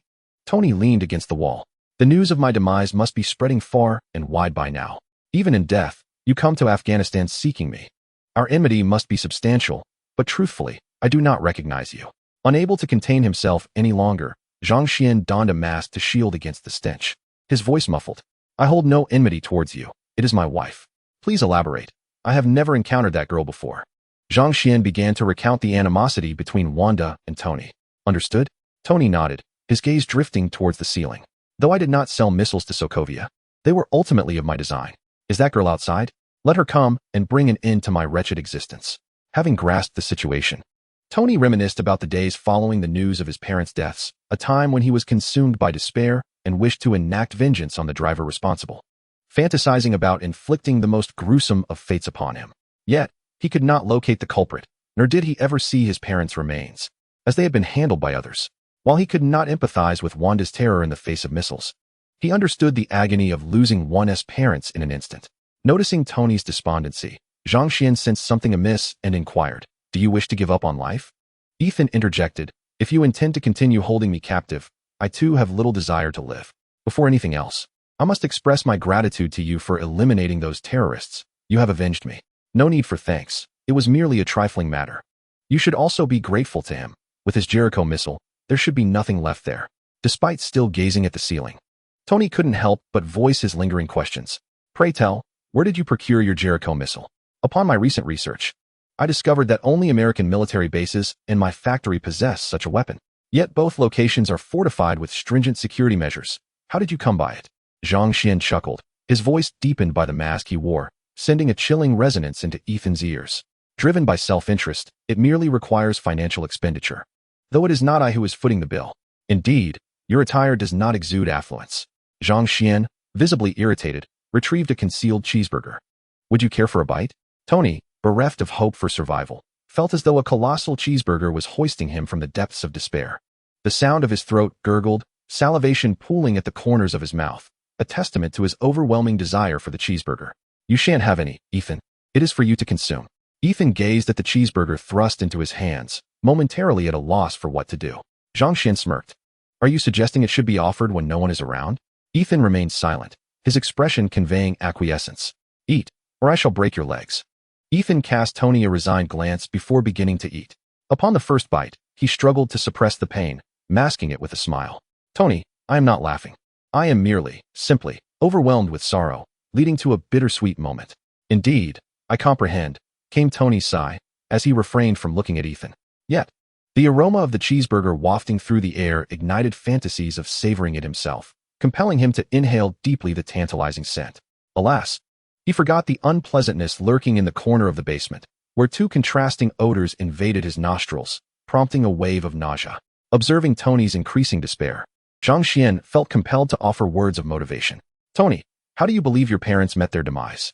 Tony answered bluntly, a car accident. What else could it be? So, you have never witnessed their remains. How then can you be so certain of the cause of their death? At this, Tony's gaze sharpened, his posture straightening as he regarded Zhang Xian intently. What do you mean by that? Are you implying there is more to the story of my parents' death? I have scrutinized all the surveillance footage and records. They unequivocally indicate a car accident led to their demise. Upon my return, I was left with nothing but a cold urn of ashes. Allow me to reveal the truth. A man personally choked the life out of your parents, and the forces behind him fabricated the scene using their power, with video evidence still sealed within their base. Zhang Xian spoke with an alluring tone. Do you wish to know the contents of the recording? Tony, his gaze profound and shadowed, yearned to uncover the truth behind his parents' demise. He would doubt the veracity of Zhang Xian's words, striving to discern the reality for himself. Allow me to recount the tragic events surrounding your parents' deaths, he began. On December 16, 1991, at precisely 7:01 p.m., your father was driving when he was intercepted by the Winter Soldier, crashing into a lamppost. Subsequently, your father emerged from the vehicle, seeking aid, only to be struck fatally on the head by the Winter Soldier's mechanical arm. Afterward, the Winter Soldier returned your father to the car and approached your mother, whereupon he suffocated her. Ultimately, the Winter Soldier shattered the roadside surveillance footage before departing. Tony remained surprisingly composed, turning to Zhang Xian and asking, I shall inquire once more, is your account truthful? Zhang Xian non-committally nodded. And who is this Winter Soldier you speak of? Why did they murder my parents? Zhang Xian pondered briefly. I recall that your father had uncovered something alarming, prompting Hydra to dispatch the Winter Soldier. The specifics elude me. How is it that you have witnessed this recording and possess such intricate knowledge of these events? Zhang Xian smiled faintly, placing his hand upon the iron door and applying pressure. The heavy door emitted a tearing sound, reminiscent of metal warping. Given my formidable strength, it is only reasonable that I would be privy to certain secrets, wouldn't you agree? Ethan gazed at the partially deformed door, his eyes widening in astonishment. A flicker of shock crossed Tony's expression, soon overshadowed by anger and contemplation. For Zhang Xian's words could indeed bear the weight of truth.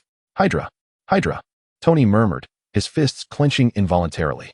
Shouldn't they have been eradicated by the noble and righteous Captain America? Why then, decades later, did they extinguish my father's life? Zhang Xian elucidated, because Hydra is a Hydra. For every head severed, 2 more shall emerge. Furthermore, the Strategic Homeland Intervention, Enforcement and Logistics Division absorbed numerous Hydra scientists post-war. Thus, could you perhaps use an abbreviation for this Strategic Homeland Intervention, Enforcement and Logistics Division? Tony interjected. Zhang Xian replied with a shrug. Let us refer to it as S.H.I.E.L.D.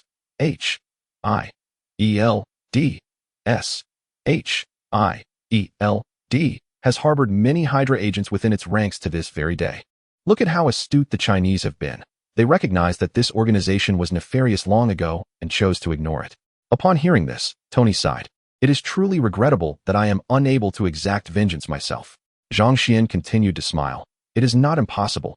You might consider persuading Wanda to release you. Tony leaned against the wall, a bitter smile gracing his lips. Although he did not personally take the lives of her parents, their demise ultimately stemmed from his actions, much like his own desire to eliminate the Winter Soldier. Zhang Xian remarked, what if the Winter Soldier had no intention of killing your parents? Tony raised his head slightly. Puzzled. What do you mean? Does he have some sort of justification, akin to characters in novels who are compelled to act? Zhang Xian shook his head. No, the Winter Soldier lacks consciousness. Thus, he has no motives of his own. His actions are merely dictated by the puppeteers controlling him. Tony struggled to grasp the concept. Could you elucidate that further?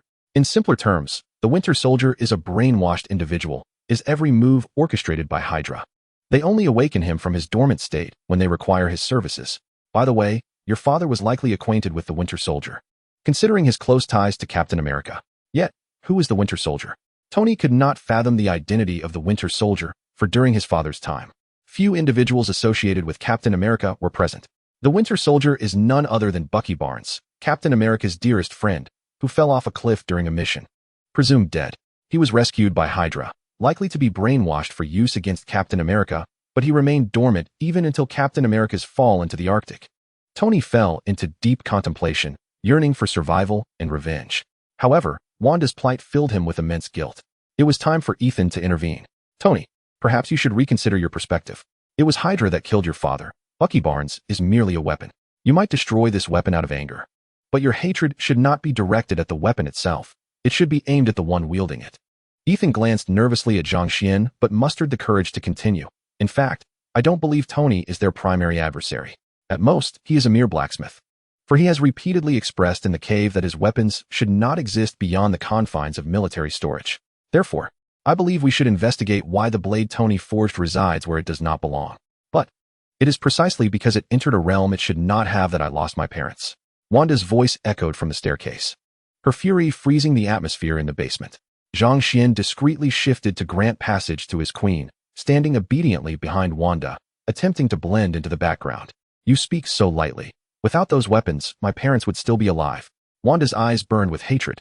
No, even in the absence of those weapons, others will inevitably descend upon your homeland. Who do you suppose is responsible for the sale of those arms? Wanda listened to Ethan's inquiry without responding, shaking her head in denial. I do not care. If he is the manufacturer of these weapons, then he must bear the consequences. With a flick of her right hand, chaos magic lifted Tony into the air. Ethan adjusted his glasses, a melancholic expression clouding his face as he spoke. My homeland has also been ravaged. Missiles produced by Stark lie upon that soil, and it is entirely possible that my wife and children perished beneath those very missiles. Yet, I cannot blame Tony. For such an act would be futile.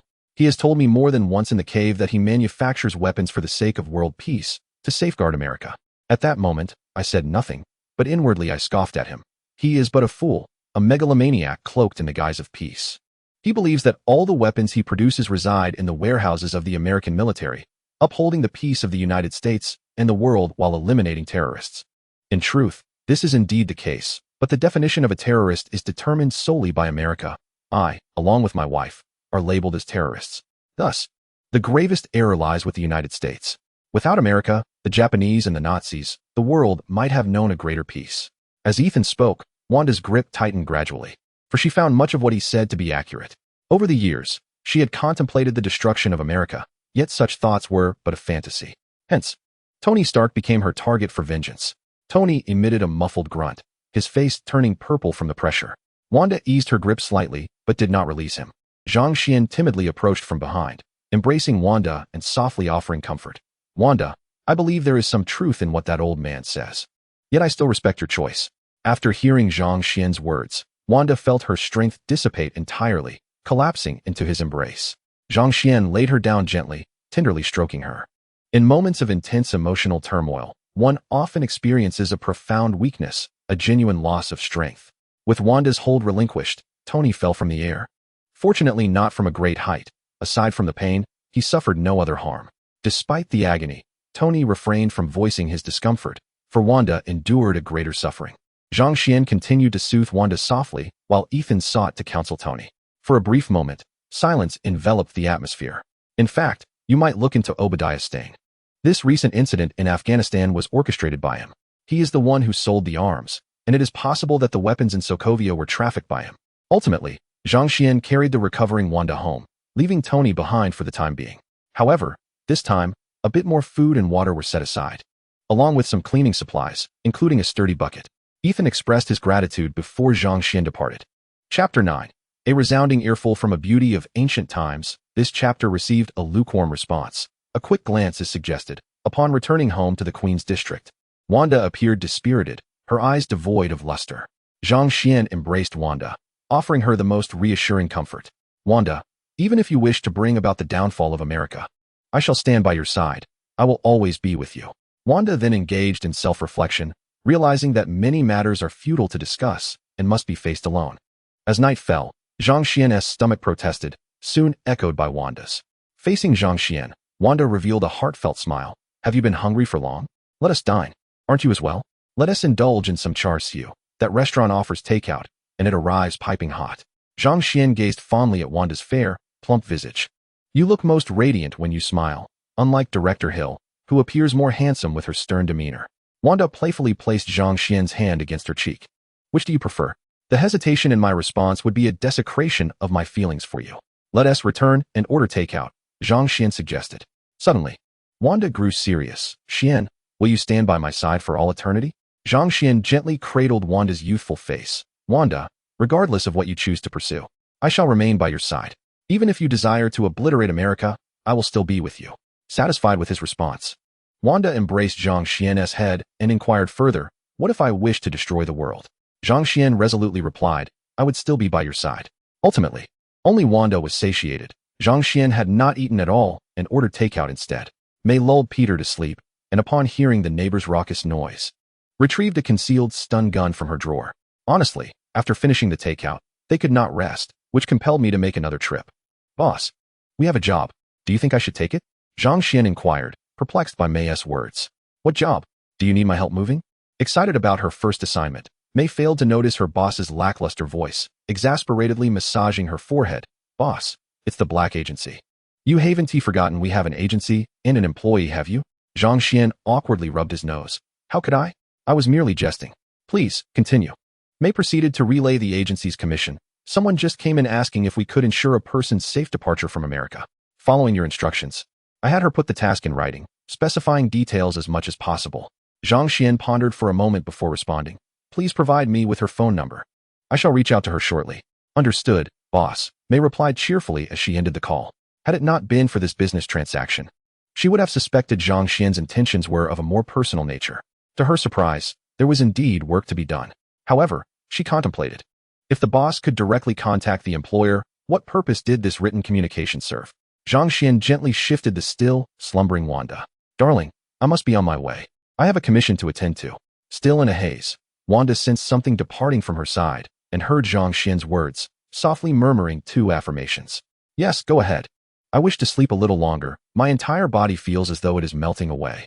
Safe travels, he replied, departing from the comforts of his gentle abode, ready to pursue his endeavors. Hello? Are you the one tasked with escorting someone out of the United States? A feeble voice emanated from the other end of the line. It is I. Do you possess a means to facilitate their departure from the country? Certainly, but I must first assess the location. The price varies depending on the destination and the number of individuals involved. Just one person, a man. He is in New York. Zhang Xian inquired further. Is it merely a matter of leaving the United States, or is there a specific destination in mind? Anywhere is acceptable, though it would be preferable to be far from the United States. Zhang Xian contemplated this and reiterated. Our front desk has made it clear that we do not accept commissions from individuals engaged in criminal or unethical activities. Otherwise, we will be compelled to take decisive action. Rest assured, there is no issue. He has been wrongfully accused, and I am his friend. Please send me the location. I wish to meet him first before devising a plan. Very well. A minute later, Zhang Xian received the address and set off toward his destination. The location was not far, albeit somewhat secluded. Following the instructions in the text, Zhang Xian knocked in a rhythmic pattern at the door. The door swung open, and the occupant quickly scanned the exterior before hastily pulling Zhang Xian inside. You are the one who will help me leave the United States, correct? What is our next step? Ignoring his question, Zhang Xian asked, Are you Robert Bruce Banner? The meek Banner and the muscular Banner are certainly distinct personas. Thus one must set aside preconceived notions. Dr. Banner, the mild-mannered individual, paused in surprise, then regarded Zhang Xian with suspicion. Do you know me? Are you here to apprehend me? No, I advise against that. It would be quite perilous, and you could get hurt. True to his character. Even when suspecting Zhang Xian's intentions, Banner chose diplomacy first, attempting to dissuade confrontation before resorting to more drastic measures. Remain calm. I am indeed here to escort you out of the United States. The one who contacted me should be your girlfriend, Betty, correct? Rest assured, I am not affiliated with General Ross. Zhang Xian extended his hand, wishing to shake hands with Dr. Banner in a gesture of goodwill. After a moment's hesitation, Banner reached out and clasped Zhang Xian's hand. The system activated. Today, I successfully clocked in and acquired the transformation skill, Red Hulk. Zhang Xian remarked, Nice. A powerful trump card indeed. It seems that establishing an agency has brought the plot right to my doorstep. It appears that the little black agency cannot be closed after all. With a smile of satisfaction, Zhang Xian noticed Dr. Banner's puzzled expression, still tinged with caution. How did you come to know my identity? Such matters should be highly confidential. It's not a significant issue. A little inquiry can reveal much, Zhang Xian replied nonchalantly. However, I didn't expect to be involved in this. Rest assured, taking you out is a trivial matter. Dr. Banner, still uneasy, settled down. I need to go to a place where I can find some calm. The fewer people, the better. Zhang Xian stroked his chin, contemplating a suitable location. I know just the place. It might be a quiet and cool spot. Dr. Banner inquired, Where? Zhang Xian's lips curled into a comical grin. 177A, Black Street. Dr. Banner, uncertain, asked, The Black Street in downtown New York? Zhang Xian nodded affirmatively. Absolutely not.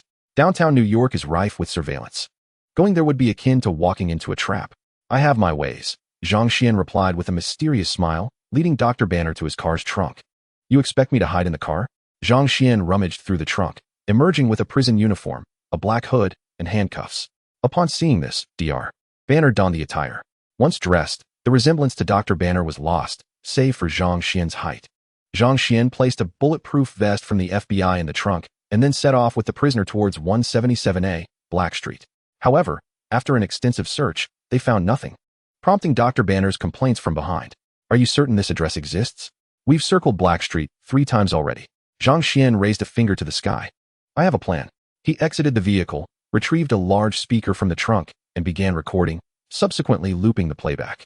177A, Black Street, Miss Ancient One. You have a package awaiting your signature. Zhang Xian drove slowly along the street with the speaker blaring. Suddenly, a loud slap echoed. Ow! Dr. Banner leaned over, curiously examining Zhang Xian's face, which bore a red handprint. Did someone just slap you? He asked, having witnessed a fair hand appear through an opening, striking Zhang Xian's face. Zhang Xian turned off the speaker. It seems the stunning Miss Ancient One is displeased. However, do not worry, I have another plan. Zhang Xian did not return directly, but instead sought refuge in a safe house on the outskirts. He took some water and food upon alighting from the vehicle. Wait a moment, I shall place some items below, he instructed. After arranging the belongings, he ascended and noticed that Dr. Banner appeared unperturbed, which he did not find concerning. I will prepare some necessities and then escort you out of the United States, he said. Dr. Banner timidly inquired, how shall we leave the United States? Zhang Xian refrained from answering and dialed Natasha.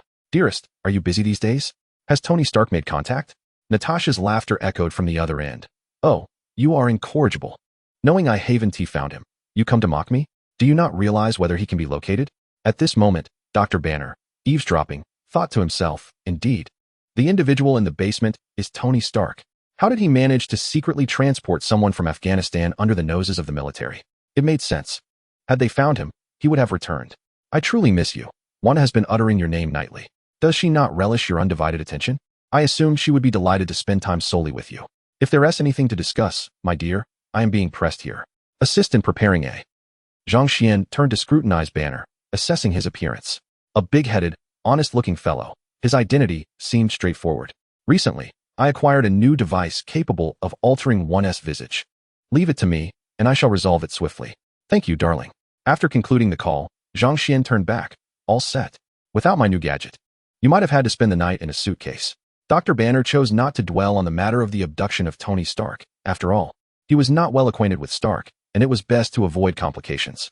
His sole desire was to escape this country under General Ross's watch. Is that device truly capable of altering one's appearance?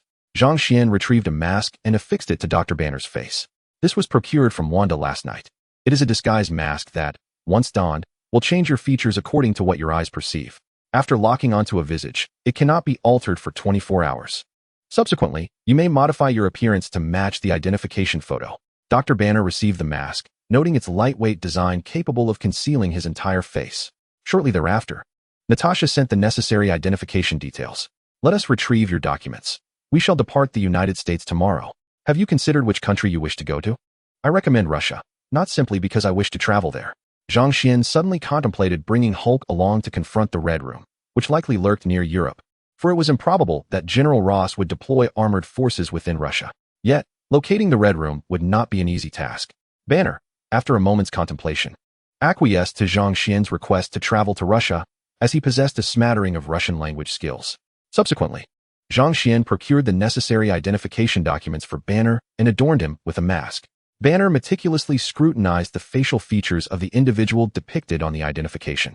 The mask transformed in tandem with his gaze, ultimately aligning with the visage in the photo.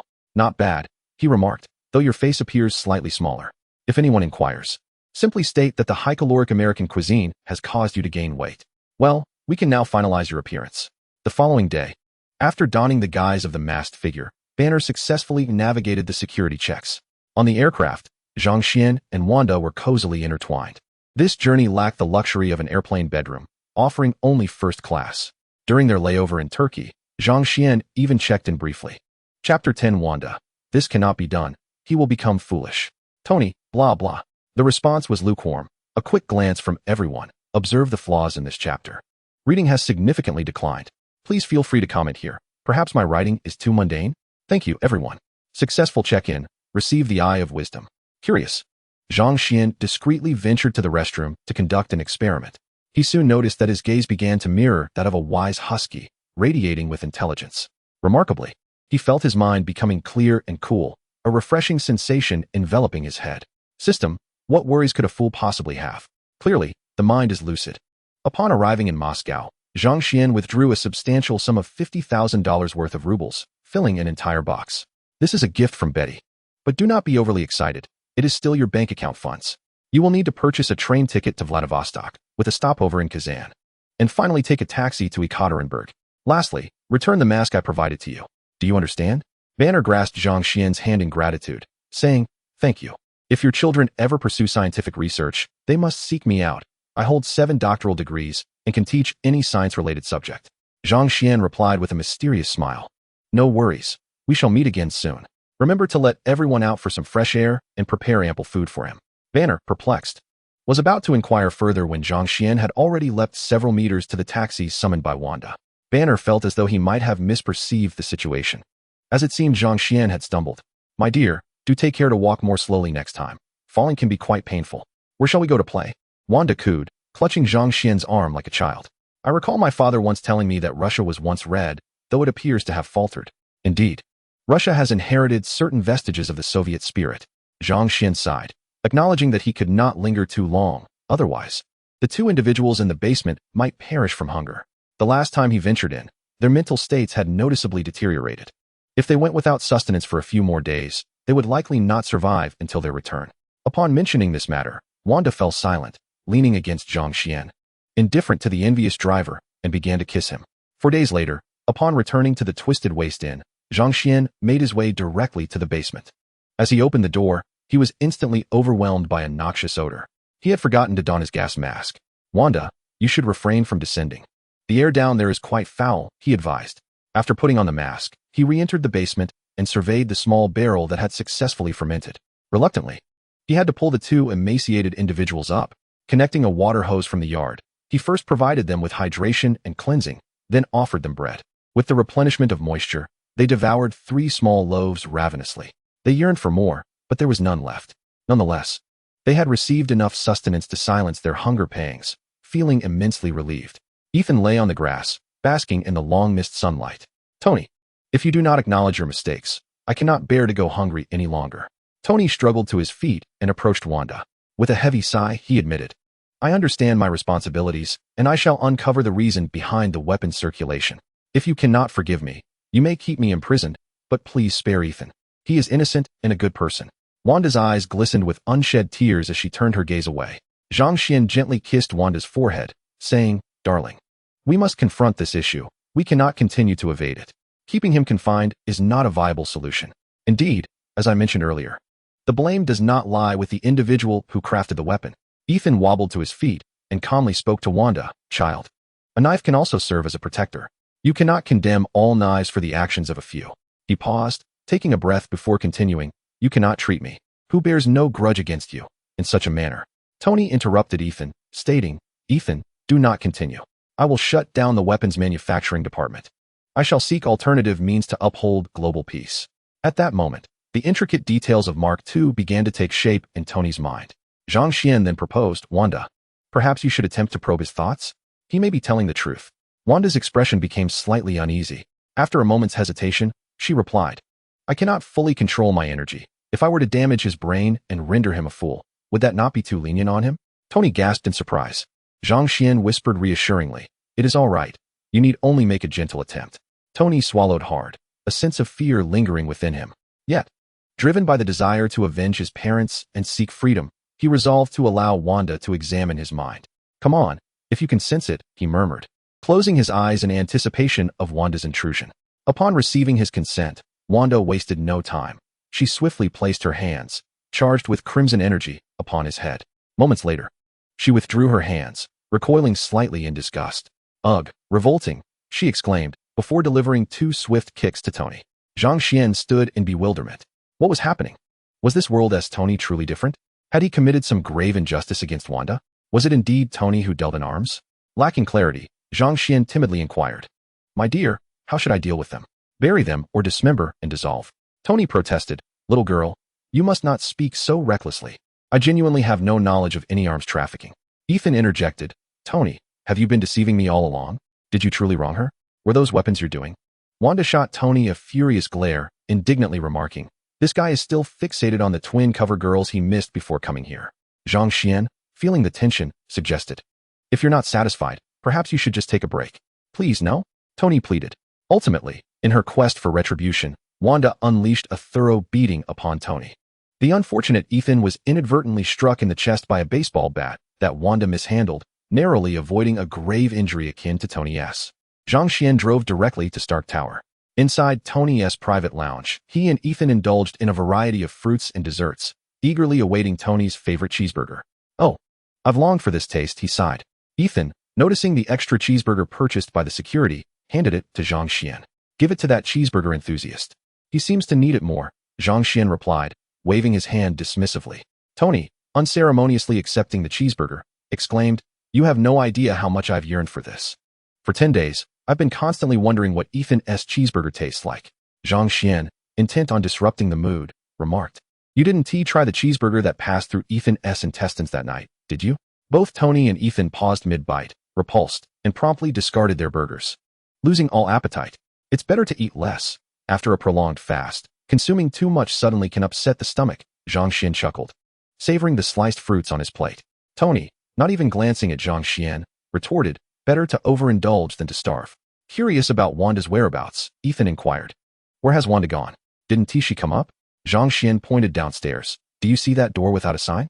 That is my office, where Wanda has gone to rest. Though she may not wish to harm you anymore, she also prefers not to encounter you." The door swung open, revealing Pepper Potts. She rushed to Tony's side, and, upon seeing his battered face, her eyes filled with tears. Before she could express her concern, Zhang Xian interjected, "Hold your sentiments for now. Prepare for a rescue fee of $100 million and a ransom of $900 million. While I am not fond of money, it is necessary at this juncture. One day, I shall declare to the world that I abstain from beef, and the visage on the dollar will be replaced with mine." Pepper gasped, "$1 billion. Pepper, give it to him. It is my debt to her." Pepper seized upon the crucial word, "her." "Calm down, Pepper. There are many stories behind this. For now, I need you to organize a press conference. I have significant announcements to make." Tony skillfully redirected the conversation back to his agenda. "No, Tony, you require a doctor. Your condition is quite poor." "Nonsense. I am splendid. Just inhaling your fragrance makes me feel remarkably well. Be a good girl and go." But Pepper attempted to protest, only to be silenced by Tony. "This is an order. Quickly prepare for the press conference." He effectively stifled her objections, sending her off to make arrangements. Nevertheless, Pepper managed to summon a doctor for a brief examination of Tony. An hour later, the press conference was ready downstairs. Tony changed into a fresh outfit and sauntered down. Zhang Xian and Ethan observed from a distance as Tony approached the podium. The journalists below eagerly awaited on his every word. Yet they restrained themselves from asking questions before the designated time. Tony, visibly bruised and limping, elicited curiosity among the reporters for more sensational updates. However, some unruly colleagues had already stepped outside, prompting the others to maintain decorum. As Tony reached the center of the podium, he paused momentarily before settling at the front. "Please, take your seats. This way, I can see you, and you can see me. There is no need for such formality." The journalists complied, crouching down. Save for one who actually sat, Eddie Brock. Observing everyone else crouching, Eddie contemplated whether to rise. "Don't worry, you can remain seated. There's no need to stand," Tony encouraged. Gesturing to Eddie, "You're doing well. I'll allow you to ask an extra question later." Eddie, pleased, raised his camera towards Tony, expressing his gratitude. "Thank you very much." Chapter 11. Closing the weapons manufacturing division, Tony sat down and took a bite of his burger, attempting to steady his emotions. "In Afghanistan, I witnessed the slaughter of the youth, and I narrowly escaped death myself, thanks to a remarkably skilled physician. The very weapons I had manufactured to protect them were the instruments of their demise. I realized I had unwittingly become a part of a system that evades accountability." At this juncture, Tony rose and approached the podium. It was there that my perspective broadened. I discovered that my contributions to the world could transcend mere explosions. Thus, effective immediately, I shall terminate the weapons manufacturing division of Stark International. The journalists stood up, eager for further revelations, until I had determined the company's future trajectory, one aligned with the greater good of the world. Tony was escorted off the stage by his bodyguards, accompanied by Pepper and Zhang Xian, to his personal chamber on the top floor. Inside, Pepper was overwhelmed with phone calls, while Tony retreated to the lab to pursue his latest research. "Ethan, come help me. I require an assistant." Zhang Xian stood by, observing Tony and Ethan busily engaged, occasionally aiding the clumsy assistant with various tasks. Indeed, the assistant was a good soul, expressing gratitude to Zhang Xian with affectionate nudges. "Zhang Xian, cease your teasing of my robot. He is male. That cheeky fellow. Could you not create a beautiful female robot akin to those in anime? You are among the most unsuccessful scientists I have encountered. If you can find a scientist more accomplished than me, I will craft a beautiful female robot for you." Upon hearing this, Zhang Xian approached Tony's side. "Are you challenging me?" Tony, with a smug grin, replied, "If that is how you choose to interpret it, so be it. I accept your challenge. If you lose, you shall provide me with one. No, 3 beautiful female robots, complete with after-sales updates." Tony inquired about Zhang Xian's conditions. "And if you lose?" "Me lose?" Zhang Xian pointed to himself, exuding confidence, entirely unconvinced of his potential defeat. "If I lose, I promise not to confine you to the basement for a year. Tony was momentarily engulfed by unsettling memories, yet he seemed at a loss for words.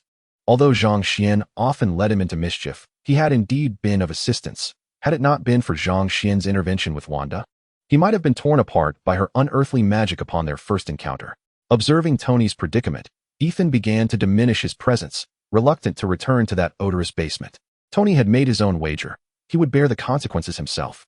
I will thoroughly investigate Wanda's situation to uncover who sold the weapons. After hearing Zhang Xian's words, he waved his small hand dismissively. The latest intelligence indicates that the shareholders led by Obadiah should be investigated. One inquiry reveals a web of silence, with none remaining untainted. Furthermore, regarding your recent kidnapping in the Middle East, it was orchestrated by Obadiah to eliminate you, while the terrorists, seeking to preserve your life for missile production, intervened. Otherwise, you would have perished long ago, and I would not have had the opportunity to orchestrate a second abduction. Tony, taken aback, found Zhang Xian's insights noteworthy, yet maintained a baseline of vigilance, resolving to conduct his own investigation as suggested. Jarvis, meticulously scrutinize my shareholders and Obadiah, he commanded. Zhang Xian added, Obadiah's computer contains records and photographs of his dealings with the 10 rings. You haven't investigated these individuals for over a decade. They have undoubtedly lowered their guard. It is imperative to keep Obadiah calm. Otherwise, in a fit of rage, he could simply send someone to eliminate you, achieving the same result, with the only difference being the potential need for additional funds to cover up the aftermath. Tony remained silent, preoccupied with more pressing matters. He needed to create something that would ensure his survival, completely replacing the device on his chest. With ample materials and Ethan's assistance, that very night, Tony hastily assembled 2 complete arc reactors, ensuring a more stable energy supply. Both Zhang Xian and Ethan tested them, but their hands proved too large for the task, ultimately calling upon Pepper to assist Tony with the replacement. Oh my gosh, Tony, what's wrong? Are you okay? Pepper exclaimed, observing Tony struggling to breathe as she disconnected the electromagnet. It's nothing. I might just die in a few minutes, Tony jested. What should I do now? It's fine. You just need to connect this inside, and you'll be good to go. Pepper suppressed her disgust at the viscous substance as she successfully connected Tony's new power source. Outside, Zhang Xian watched the interaction and turned to Ethan, inquiring, Ethan, can't you assist Tony with the battery replacement? Ethan adjusted his glasses and replied, I could, but I prefer not to. I believe she is more suited for the task. I also have no desire to delve back into a man's body, so, Tony, Obadiah has arrived. Would you like to meet him? Pepper said as she ascended the stairs, glancing at Zhang Xian and Ethan, who were studying Tony's wound.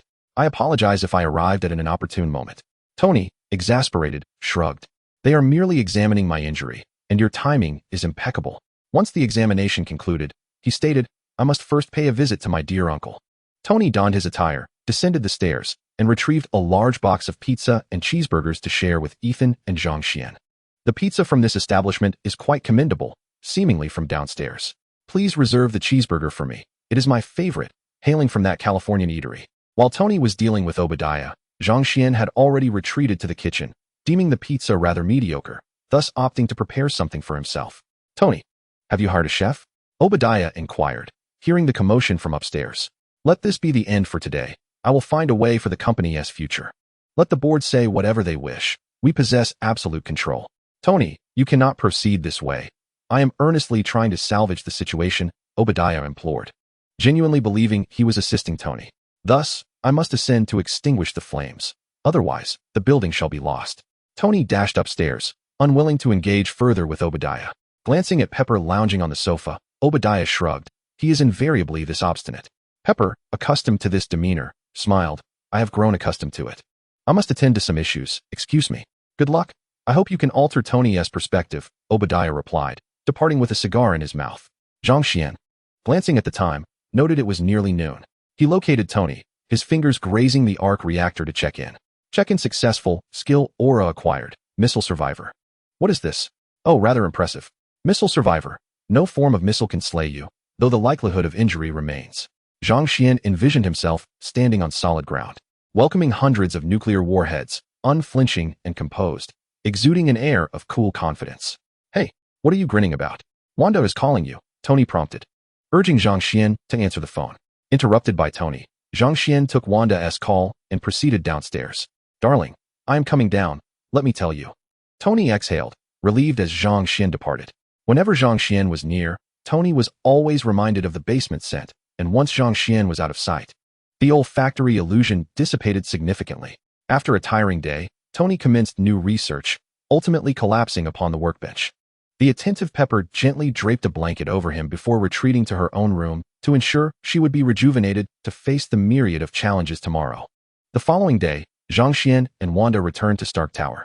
After conversing with Wanda, Zhang Xian was surprised to learn she intended to accompany him. With the events of yesterday, Zhang Xian had acquired direct access to Stark Tower. They arrived promptly at Tony's research lab, where Tony had already commenced his studies. With Ethan standing nearby, savoring a warm cup of coffee, Zhang Xian inhaled the rich aroma of the coffee, remarking, "This is splendid coffee." Ethan smiled and gestured towards the coffee machine, asking, "Would you like me to brew you a cup?" Zhang Xian waved his hand in refusal, replying, "No, thank you. I merely enjoy the aroma of coffee, but I do not wish to drink it." "Wanda, would you care for a cup?" "No. I am not accustomed to drinking it either," Wanda declined. "I will fetch some hot water." "Good idea. I shall see if there are any tea leaves," Zhang Xian said, directly inquiring of Jarvis. "Jarvis, are there any tea leaves here at Tony's, particularly from Huaxia?" Jarvis's holographic projection pointed to a liquor cabinet. "Indeed, sir. They are located in that cabinet, acquired by Mr. Stark during his pursuits to win the affections of a fair lady at an auction." Zhang Xian retrieved the tea leaves and then went to the kitchen to fetch a large basin, proceeding to steep a generous amount of tea. Drink it hot, and when it cools, add some fruit to create a fruit tea. Ethan, observing Zhang Xian's extravagant method of tea preparation, widened his eyes, wishing to attempt a similar approach with coffee. Having completed the design of the mark armor, Tony turned around, witnessing Zhang Xian's basin of tea, perplexed and lacking respect. "Who on earth drinks tea this way? Are you intending to bathe in the tea? Does Tony Stark truly care about such trivialities? By the way, when will your ransom of $100 million and $900 million in gratitude be deposited?" Tony frowned. "Isn't it $100 million for the rescue and $900 million for the ransom?" Zhang Xian replied, "Roughly, it all amounts to $1 billion. Chapter 12. The disappearance of Obadiah. Zhang Xian handed a bank card to Wanda, containing the freshly deposited sum of $1 billion. Wanda gently pushed the card away, stating, "You keep it. I have no particular desires for such wealth." Zhang Xian jested, "Are you not afraid I might abscond with the money? Would you?" Wanda's eyes brimmed with tender inquiry. "I certainly would not. $1 billion pales in comparison to you," Zhang Xian responded without hesitation. Then, Wanda leaned closer and playfully licked his face. "What could possibly make you abandon me?" A typical man would avoid such a topic, offering various assurances. Yet Zhang Xian was different, embracing a candid approach. He began to ponder, contemplating a lively engagement, for a love devoid of genuine affection is bound to falter. As Zhang Xian mused, Wanda's expression darkened, and just before her frustration erupted, Zhang Xian had an epiphany. "What could make me forsake you?" he gasped dramatically. "Would undoubtedly be two 18-year-old versions of you." Wanda responded, "You truly dare to say such things? As if one of me and Natasha is not enough. You desire two of me?" Wanda's smile was devoid of any impurities, solely reflecting her desire to eliminate Zhang Xian. Ethan chuckled, observing the reckless bravado of the young man. "You are quite daring, Zhang Xian. I am exceedingly courageous." In the afternoon, Tony stepped out and activated the holographic projection.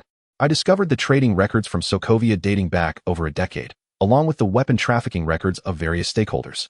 The holographic display flickered with videos and images of arms deals, accompanied by scenes of weaponry explosions, including dismembered human fragments. Wanda and Ethan, having long resided in war-torn regions, felt little discomfort, and Tony, having previewed the material, was also unfazed. Zhang Xian frequently ventured into Hell's Kitchen to borrow money, so he was accustomed to such sights. The sound emanating from the room could only belong to the newly arrived Pepper, rarely exposed to such gruesome fragments. Pepper retched, prompting Tony to escort her away. Shortly thereafter, Tony returned. "Although the arms trafficking was conducted without my authorization, it indeed transpired under my company's banner. Thus, I extend my apologies to you and your brother once more." Tony solemnly conveyed to Wanda. Wanda offered no response to his apology, her tone flat as she inquired, "Who sold arms to my homeland?" Tony gestured, and several sets of video images arranged themselves on the holographic projection, revealing Obadiah and a stakeholder. Zhang Xian embraced Wanda, seeking to stabilize her emotions. Should her chaotic magic inadvertently erupt, it could endanger Ethan and Pepper. Fortunately, Wanda maintained a steady grip on her chaotic powers. "Soon, we shall eliminate Obadiah and those stakeholders." Bestowing a gentle kiss upon Wanda's forehead, he turned to Tony and stated, "Tony, compile a list of your stakeholders with criminal records." I shall assist you in eradicating the pests within your company. Tony, stubbornly intent on resolving the matter himself, retorted, no, I can handle these individuals on my own. Zhang Xian replied, exasperated, if you manage it solo, how shall I receive my reward? Hurry, provide me with that list upon their demise. Remember to transfer their assets to Wanda and me. Under Wanda's scrutinizing gaze, Tony waved his hand, transferring the data onto a USB drive, thereby acquiescing to Zhang Xian's request. Wanda's voice, edged with iciness, declared, you cannot protect Obadiah, so it is best you refrain from intervening. Having obtained the USB drive, they departed. Back home, Zhang Xian accessed the USB, containing detailed information on Obadiah, though it proved of limited assistance for the assassination plan. Wanda, we must engage in specialized training. Wanda, tucking a stray lock of hair behind her ear, asked, what specific training should I undertake? Wait for my return, Zhang Xian replied. Departing to procure a multitude of small animals. You shall practice exerting your will to control them, so that we may effortlessly deal with Obadiah. For the next 3 days, Wanda diligently practiced chaos magic, while Zhang Xian was equally occupied, honing his proficiency with various firearms. Despite the presence of a tactical scope with auto-aim, he recognized the need to improve the fluidity of reloading and switching weapons. Moreover, the tactical scope had a cooldown period. What if enemies approached while it was inactive? Thus, refining his accuracy remained imperative. After tiring of shooting, Zhang Xian settled down to inspect his attributes within the system. Daily check-in system. Today's check-in complete. Strength 1. Zhang Xian opened the system panel to review his various statistics.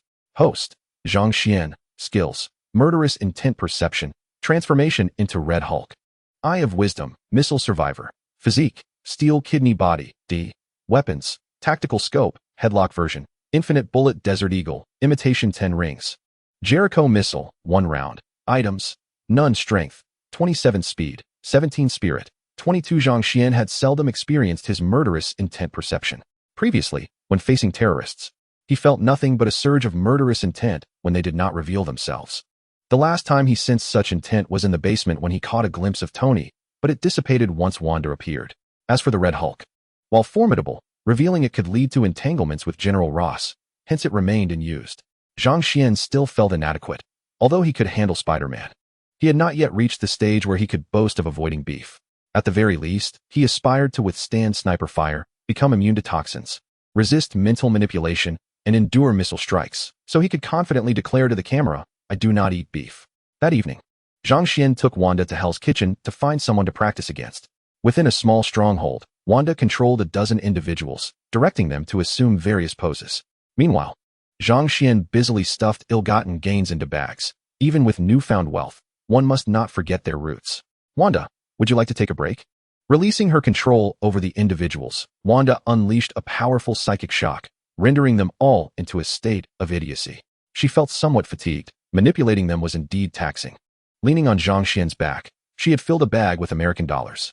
Not bad at all. Revenge is not urgent these days. Let us familiarize ourselves a bit longer. And when the time comes, we shall storm Obadiah's home and let him taste despair. All right, I'll follow my husband's lead, but dear, next time could we avoid the sewers? It's so foul. Wanda could not endure the stench of the sewer and donned a gas mask. Zhang Xian also put on a gas mask and jumped into the sewer. Once I grow stronger, we can disregard those lurking rats and travel the main roads. Wanda leapt into the sewer, deftly caught by Zhang Xian. With an explosive burst of speed, Zhang Xian swiftly navigated through the underground passage. Tony, our stocks are on the verge of collapse. You must accompany me to confront the board members, he asserted. Obadiah, I shan't repeat myself. If they are unwilling to cooperate, I can purchase their shares, Tony retorted, revealing a growing rift between them. At that moment, Tony truly wished to inquire of Zhang Xian why Obadiah continued to vex him. After a brief altercation, Tony returned to the laboratory, while Obadiah lounged in the living room, puffing on a cigar. Pepper observed Obadiah with an expression of unease. After all, this man had attempted to kill Tony, and she found it difficult to face such a ruthless individual. Consequently, she stealthily slipped into Tony's laboratory. Tony, since we possess incriminating evidence against Obadiah, why not apprehend him directly? She questioned. Zhang Xian and Wanda intend to handle him personally. Yet it has been a week without action. I shall inquire shortly. Jarvis, let us continue the experiment. Adjust the output power to 1, as may second be excessive. Later that night, within Obadiah's villa, he was preparing to indulge in the company of an unknown 18-year-old model when he was startled by commotion from downstairs. Suddenly, the door burst open, and his bodyguards restrained him, binding him tightly. "You lunatics! I am your employer. Do you wish to forfeit your wages? Let me go, you scoundrels!" In a humiliating turn of events, Obadiah found himself gagged with the stockings of his young companion, but his mouth was too large for them to suffice. The model, assessing her own attire, realized nothing would adequately fill his mouth and ultimately resorted to using Obadiah's own socks. Wanda entered the room, followed closely by Zhang Xian. With a swift motion, Zhang Xian crushed the surveillance hard drive handed to him by the security personnel. Wanda commanded the guards to escort Obadiah to a vehicle, which soon sped away from the heavily monitored luxury estate. Upon reaching a secluded rural road, Wanda knocked the driver unconscious, and Zhang Xian ushered Obadiah into a vehicle he had procured. After a lengthy detour, they arrived at the basement where Tony was imprisoned. Zhang Xian donned a gas mask and unceremoniously tossed Obadiah into the unkempt underground chamber. Though Obadiah's mouth was obstructed, his nose remained free. His hands and feet were bound, and layers of tape sealed his lips, rendering any effort to expel the stockings futile. "Wanda, hand me the alcohol spray from the vehicle for disinfection," Zhang Xian requested. Wanda, with the spray in hand, meticulously disinfected Zhang Xian from every angle, unable to fathom the horrors that awaited below. After a moment, she resolved never to descend into that darkness again. "Let him remain here to reflect on the sins of his life," Zhang Xian declared. In the dimly lit basement, Obadiah could only squirm incessantly, attempting to perceive his surroundings. However, misfortune befell him as he encountered a small red barrel, its unmentionable contents spilling all over him. The larvae within the barrel promptly crawled over his entire body. The following day, major news outlets reported on Obadiah's disappearance. Yet, specific details were shrouded in secrecy. Zhang Xian caught a glimpse of that familiar Mediterranean in the scant footage broadcasted. Beep, beep, beep. Zhang Xian picked up the phone, noting the contact, the genius scientist. "Tony Stark, did you invade my phone and alter your own contact label?" Tony, unfazed by Zhang Xian's inquiries, replied, "I merely exploited a backdoor left by the phone manufacturer. By the way, are you involved in Obadiah's situation? Is he that bald, hefty fellow? What has happened to him?" Zhang Xian feigned ignorance. "Don't play coy with me. The call is encrypted. Take me to see him. I have some questions, a final farewell of sorts." Tony's tone bore a hint of melancholy. "All right, tonight, at that basement. I will wait for you there." Just as Zhang Xian was about to hang up, Tony's urgent voice rang out. Wait, I don't even know where that basement is." Zhang Xian chuckled. "Is there a place you cannot find? Come to my house tonight. I will take you down memory lane." Chapter 13. Preparing to bottom fish stocks. Tony arrived outside Zhang Xian's home in his flashy sports car, drawing considerable attention. After a brief exchange with Wanda, Zhang Xian descended to meet him. "Next time, refrain from driving such an ostentatious vehicle. It serves no purpose." Zhang Xian glanced at Tony's supercar, envious. "Just leave the car here. Ride with me. Now, I must see where that place is, having trapped me for so long. I have been longing to revisit that basement." Once inside the car, Tony recalled something. "Have you cleaned that place since the last time?" Zhang Xian felt a wave of nausea and replied, "I wouldn't clean such a place. I might as well spend money to excavate a new one. However, if you miss it and want to stay for a couple of days, you could create a cleaning robot to tidy it up. Come on. Even if the room were cleaned, I wouldn't want the robot. I'll just observe from the entrance." Tony shuddered at the memory of the pig manure he had seen as a child on his father's farm. Upon arrival, Zhang Xian opened the door to Tony's car. "Get out. You'll see how to open the door." Tony looked at Zhang Xian in disbelief. Zhang Xian, with an expression of indifference, averted his gaze, ignoring him. "Fine. I'll open the door myself. Where are the gas masks and disposable rubber gloves?" "In the trunk." Tony donned his mask and gloves, resolutely stepping into the basement. However, it was not long before he returned. Zhang Xian, glancing at his watch in bewilderment, noted that only a minute had elapsed. "Did you two part ways so swiftly?" Tony replied. There was no response down there. "Are you certain Obadiah is inside?" Zhang Xian affirmed. "He is undoubtedly within. I personally disposed of him and ensured he was thoroughly disinfected. He shouldn't have escaped, not that you could either." But there was no response, Tony countered. "He should have been calling for help upon hearing my voice." Zhang Xian nonchalantly suggested. Perhaps the stench was so overwhelming that it incapacitated him. "Open the door and take a look. He might have been rescued by someone formidable." This time, Tony's absence was noticeably extended. Could that fool have fainted from the odor? Zhang Xian mused, donning his mask and gloves as he prepared to retrieve Tony. As he descended the stairs, he spotted Tony standing at the already ajar basement door. "Hey, what are you doing? Where's Obadiah? Has he vanished?" Upon hearing Zhang Xian's voice, Tony turned on the light, illuminating the scene within. "Good heavens! How did this fellow die? His face is turning purple." "Suffocated," Tony elaborated. A purple complexion typically indicates death by asphyxiation. I suspect his mouth was obstructed, causing his vomit to accumulate and ultimately block his nasal passages. He must have perished shortly after being brought in. Let us go, then. You can reminisce about your fond uncle in your dreams. Perhaps the two of you could even engage in a scuffle. Tony glanced at Obadiah, whose face was smeared with vomit, before shutting the door and departing. Isn't this the route to Manhattan? Shouldn't we return to your place to retrieve my car? In the vehicle, Tony observed the vaguely familiar roadside architecture and posed a deep existential question to Zhang Xian, fearing he might never see his car again. Zhang Xian turned to Tony with a sly smile. The car in my garage is undoubtedly mine. It has nothing to do with you. Tony lamented the likely fate of his Pagani. Upon arrival at the company, Zhang Xian inquired, Ethan, to what stage has your toy research progressed? Entering the laboratory, he noted the disassembled parts laid out on the table. It seems you haven't assembled it yet. You may require a robust pilot to assist with the test drive. Tony strolled in with snacks. You might want to reconsider that. If you get injured, Wanda will have my head. Scanning the room for Pepper, Zhang Xian remarked. By the way, where has Pepper gone? I need her assistance with something. Pepper should be addressing the decline in stock prices resulting from Obadiah's disappearance.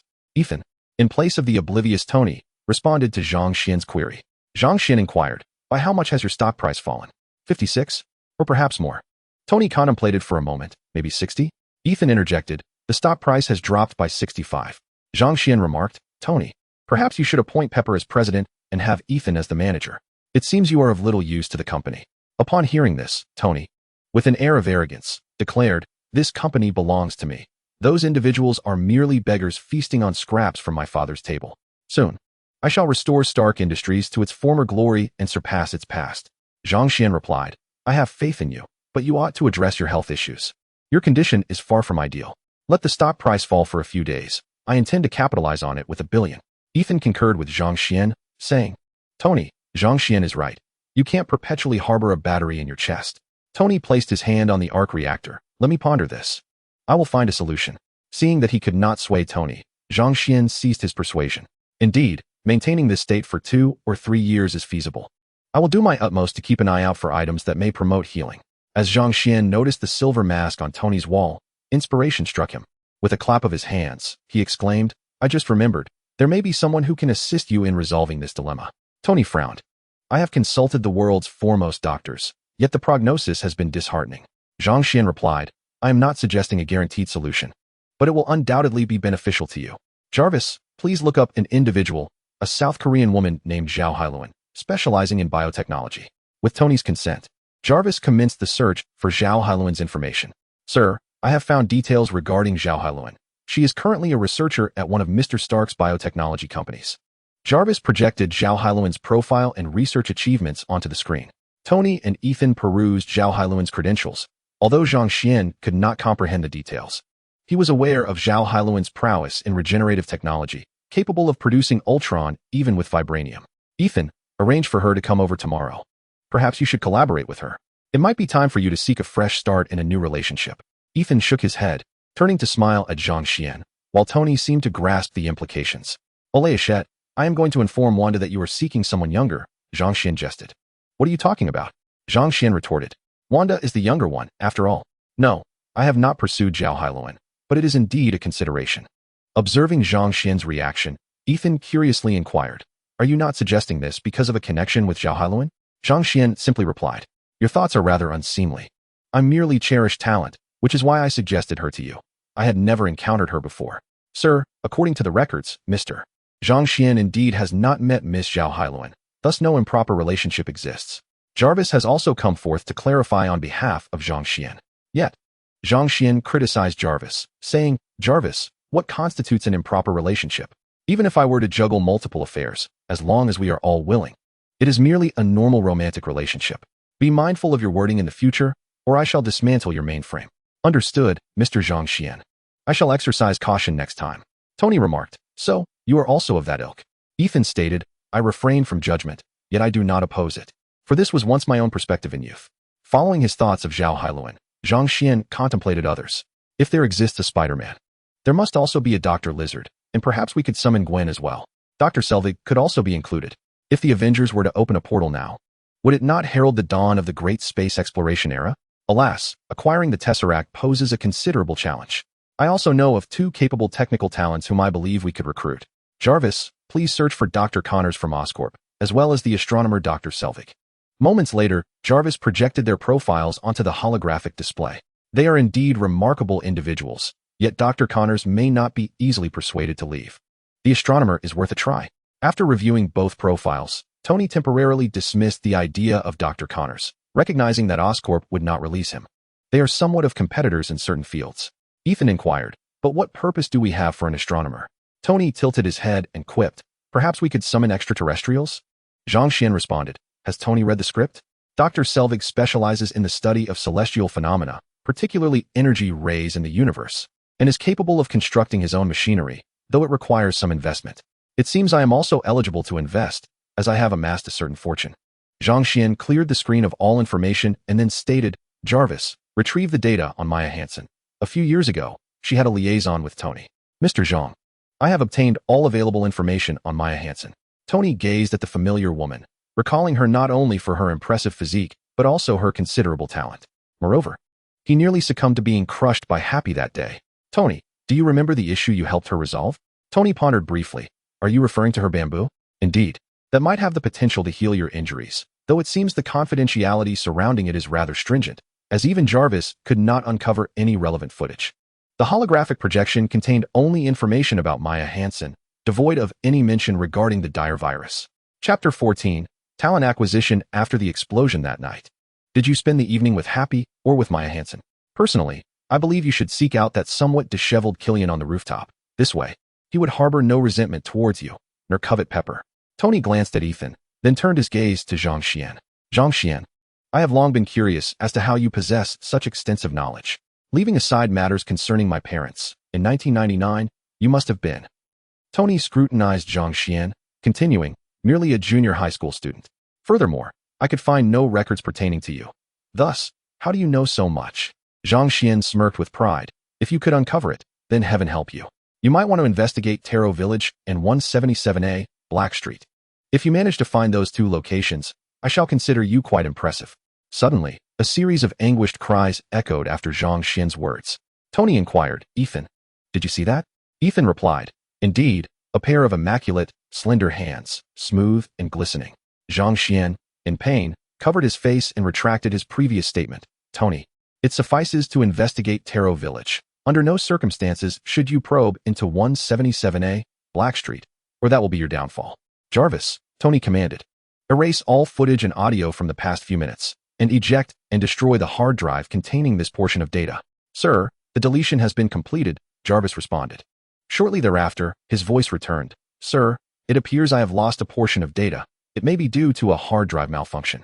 Not to worry, Jarvis. That was my doing. Certain matters must remain undisclosed. After conferring with Jarvis, Tony resumed his inquiry with Zhang Xian. Might you now elucidate how you possess such knowledge? Zhang Xian rubbed his cheeks, now bearing 2 crimson marks, as Jarvis kindly provided an ice pack wrapped in a towel. It is merely a trivial method of peering into the past, hardly worth mentioning. Besides, Zhang Xian fabricated a small lie, akin to a person who gains weight merely from drinking water, speaking without hesitation. If you wish to avoid a slap, refrain from asking. Tony and Ethan obediently fell silent, no longer pressing the matter. The following day, upon Zhang Xian's return, he was met with the sight of the 2, their faces bruised and battered, leaving him in considerable confusion. Zhang Xian took out his phone, his face etched with concern as he documented the injuries of the 2. What on earth were you 2 doing? He exclaimed. I can understand Tony getting beaten up, but Ethan, how did you end up in the same predicament? Ethan set down the device crafted by Tony last night, which was designed to expedite their recovery, and stammered in response. We didn't do much, just strolled around the streets and, acted heroically? Tony interjected, exactly. We rescued a little girl who was being harassed by some thugs, but then they called for reinforcements. Outnumbered, we ended up pinned to the ground and beaten. Zhang Xian was skeptical of Tony's account, yet he feigned belief, saying, perhaps next time you should bring Happy along. Tony shut his eyes in anguish, lost in memories of the previous night. Unable to quell his curiosity, he had disguised himself and Ethan, ultimately scouring Blake Street 3 times without locating 177A. Eventually, he summoned Jarvis's drone and scanning vehicle, coordinating land and air efforts to flush out a group from 177A. What ensued was a one-sided assault, and in that moment, Tony deeply regretted not bringing the unfinished Mark II suit. One of the assailants left a parting remark. This is a warning from the Ancient One. Let us hope there won't be a next time. Tony, unable to resist a quip, retorted, you certainly don't resemble sorcerers. Where do you find sorcerers with such bulky muscles?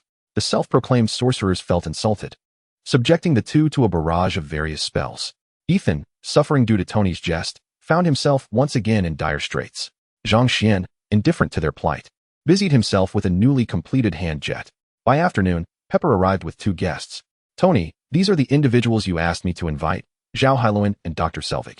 Tony maintained a casual demeanor, stating, ladies, this is your introducer. He will discuss matters with you while I attend to some business. He called upstairs, Zhang Xian. Come down to greet the guests. Once he arrives, I shall take my leave. Tony beckoned Pepper, agreeing to handle company matters for an hour. Hello, both of you. It's a pleasure to meet you. I am interested in investing in your research. Do you have any questions? Dr. Selvig was the first to voice his concern. I insist that my research remains my intellectual property. I do not wish to be like Dr. Connors, conducting research solely for the company. Zhang Xian nodded in agreement. That is perfectly reasonable. Dr. Connors is indeed unfortunate, striving to heal his own severed limb. I hope he finds success. However, upon hearing Zhang Xian's hesitation, Dr. Selvig felt that today's investment was likely doomed, as such individuals typically imposed stringent conditions. However, even if you depart, the technologies researched during your tenure must be shared with the company. As a condition of your departure, I shall not prohibit you from pursuing related research. Furthermore, should the company undertake further exploration of the technology, you cannot impede such endeavors.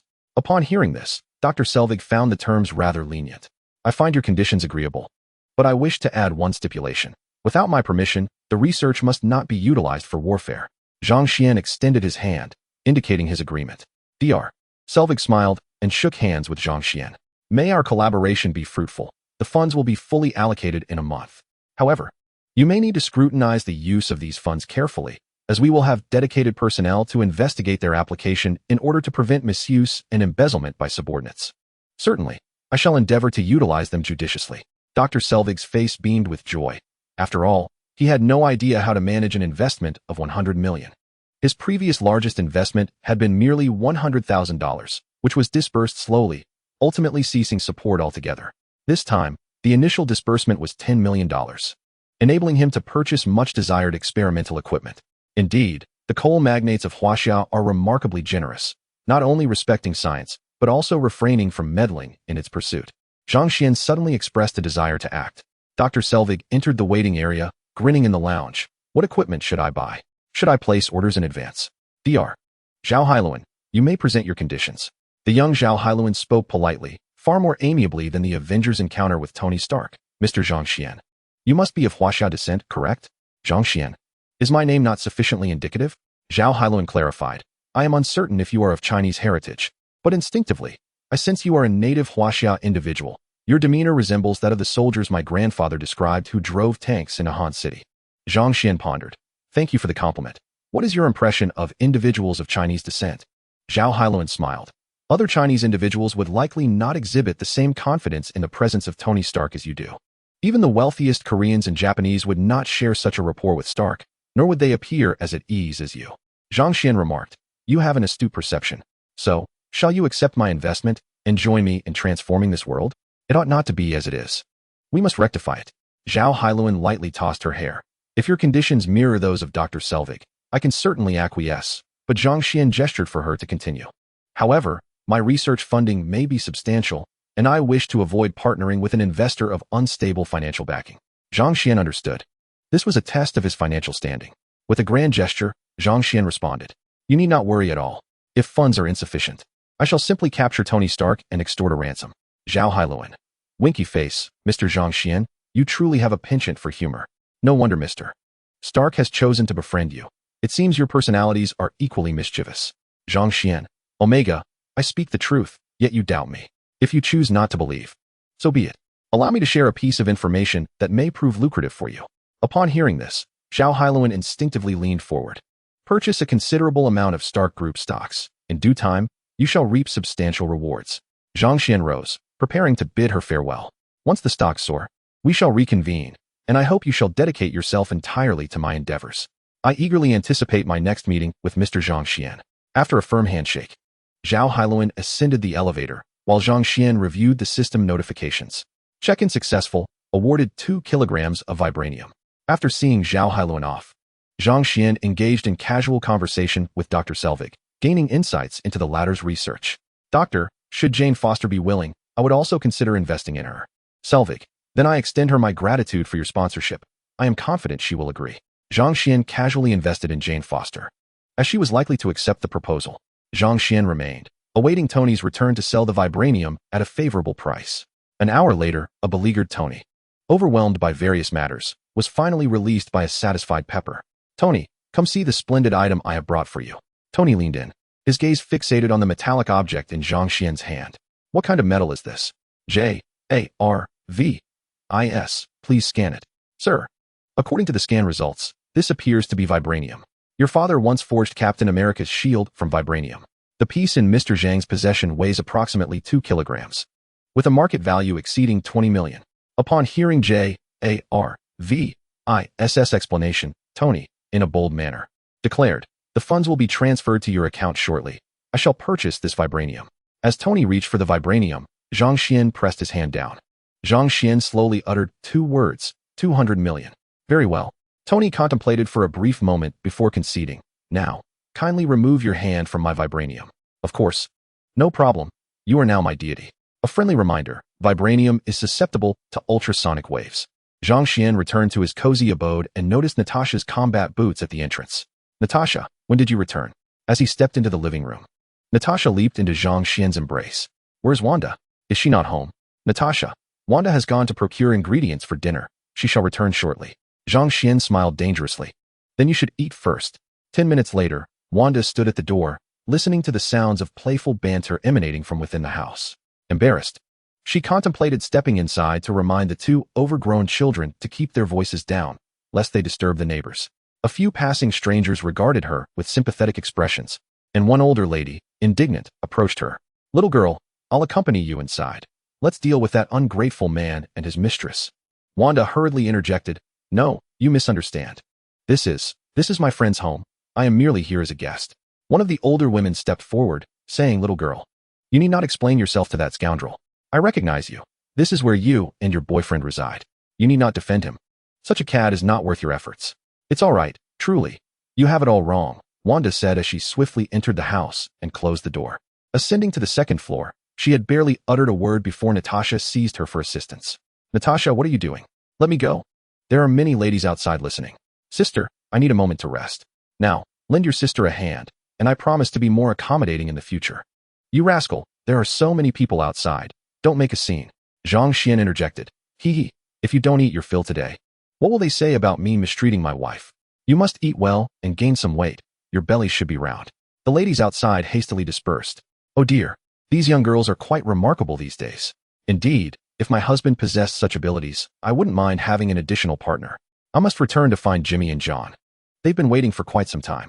May remarked, it's all the boss's fault for not inviting me to dinner. Humph, I won't be going to work this afternoon. Chapter 15. I am Iron Man. A month later.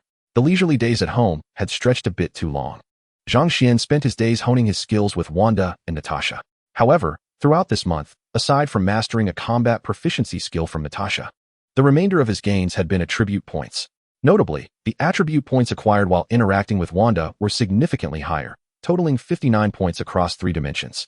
Daily check-in system. Today's check-in complete. Strength 1. Zhang Xian opened the system panel to review his various statistics. Host, Zhang Xian. Skills, killing intent perception, transformation into Red Hulk. Eye of Wisdom, missile survivor, combat proficiency, physique, steel kidney body, D. Weapons, tactical sight, lock version, infinite bullet desert eagle, replica 10 rings. Jericho missile, 1 round. Items, none. Strength, 57, 372057, speed, 33, 171633, spirit, 45, 222345. Tomorrow. Zhang Xian's purpose for venturing out is to attend a press conference hosted by Tony's company in California. Since his return to the coastal mansion in California, the commotion he has stirred has been increasingly pronounced. Particularly in the Middle East, Tony has made frequent trips back, and reporters have captured video footage of Iron Man flying in and out of his villa. However, the moment it was uploaded, it was swiftly deleted by SHIELD, followed by the apprehension of the individuals responsible. Zhang Xian believes that this time, Tony must acknowledge his identity as Iron Man. In the original narrative, it was the incident involving Obadiah that prompted Tony to hold a press conference. However, here, it is Tony's destruction of military F-22 jets in the Middle East, a reaction to their use of weapons he previously sold to bomb civilians. In a fit of rage, he obliterated the aircraft, leaving no pilots behind, and even demolished a small armory at a temporary base. He has also collaborated with Zhang Xian on 2 operations in New York.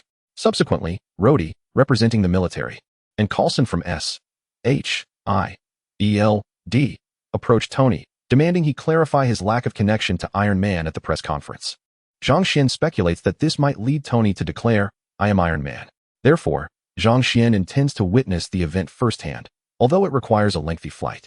Such a significant moment is worth experiencing in person. "Wanda, I'm heading out. If you don't wish to cook, just order from that takeout place. Off you go. I'm exhausted and need to sleep." Wanda turned over, curling up with the blanket. Zhang Xian dared not linger in his gaze, or he would miss his flight. Silly Wanda. Before boarding the plane, Zhang Xian called May. "May, how do you feel about the company today? Are you adjusting well?" On the other end, May's subdued voice came through. "Zhang Xian, you never mentioned I would be responsible for the entire cleanliness of Stark Tower. Didn't you say I was coming to be a cleaner? Why do they want me to be the supervisor of the cleaning department?" Zhang Xian chuckled. "May, it's merely managing a few custodians. The pay isn't substantial, and they just needed someone, so Pepper arranged it. The salary is even higher than what you gave me. 7,000 a month, plus bonuses. I don't think I can handle this job." Zhang Xian reassured her. "May, it's just cleaning. You need to tidy up like you did at the office. I have to board the plane now." He ended the call, and May slumped dejectedly onto the table. "Knock knock. Come in." Hearing a knock, May straightened her posture, striving to maintain a serious expression. A young male employee handed her some documents. "Supervisor, this is the workflow outline from Miss Pepper for you. You may review it." "All right, thank you.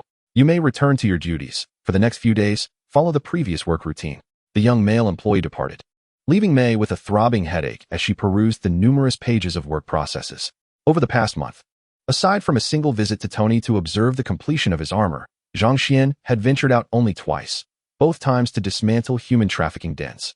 Since these were assignments commissioned to the agency, the vicinity had since been plagued by individuals surveilling their activities. In a bid to ensure May's safety, Zhang Xian was compelled to temporarily close the agency and secured her a position at Stark Tower. Given May's meticulous and tidy nature, Zhang Xian arranged for her to join the cleaning department, though to his surprise, Pepper appointed her as one of the supervisors, overseeing the floors in close proximity to Zhang Xian's office. At Stark Industries in California, Zhang Xian inquired, "Pepper, where is Tony?" He spotted Pepper, but not Tony. "JARVIS. Please escort Zhang Xian to our esteemed hero," Pepper replied, glancing at Zhang Xian before resuming her tasks. "Mr. Zhang, please follow me." JARVIS instructed, illuminating the path ahead. Following JARVIS, Zhang Xian arrived at a lounge, where he found Rhodey engaged in conversation with Tony. "Rhodey, allow me to introduce you to Zhang Xian," Tony began. However, Zhang Xian interjected, "No need for introductions, Colonel. I am already acquainted with him." Rhodey chuckled, "It's not Colonel, it's Lieutenant Colonel. A full Colonel may be a decade away." Zhang Xian replied, "No need for that. With Tony and my assistance, you'll achieve the rank of Colonel in just 2 years." After a handshake, he added, "Please continue your discussion. I am merely a bystander." Rhodey glanced at Tony, hesitating to speak. Tony, unfazed, remarked, "Rhodey, there's no need for secrecy. The affairs of your military are no longer hidden. The world is nearly aware." Rhodey wore a resigned expression. "Indeed, just as the world knows you are Iron Man. We still need to hold a press conference to clarify matters." Tony, exasperated, produced a speech draft given to him by a Mediterranean operative. "Rhodey, what is this Coulson Mediterranean organization? Do you really have to take orders from him?" According to the film's narrative, Tony was unaware of this organization. Rhodey sighed again. "They are quite enigmatic, yet possess considerable authority. Although we are not afraid of them, our superiors have instructed us not to involve ourselves in their affairs, claiming it is to avoid unnecessary complications." The Department of Homeland Strategic Defense, Attack and Logistics Support was established in, well, I do not know that. Location coordinates, 38 and 53 feet 33 inches. 78, 77s 3 feet 38 inches. 91. The current director, Nick Fury, colloquially known as Black Egg, succeeded Alexander Pierce. Under his command are several exceptional agents, among whom is the Mediterranean, alongside the stunning Level 9 agent, Agent Hill, Hawkeye Clint Barton, and the Black Widow, Natasha Romanoff, who appears to be a Level 7 agent.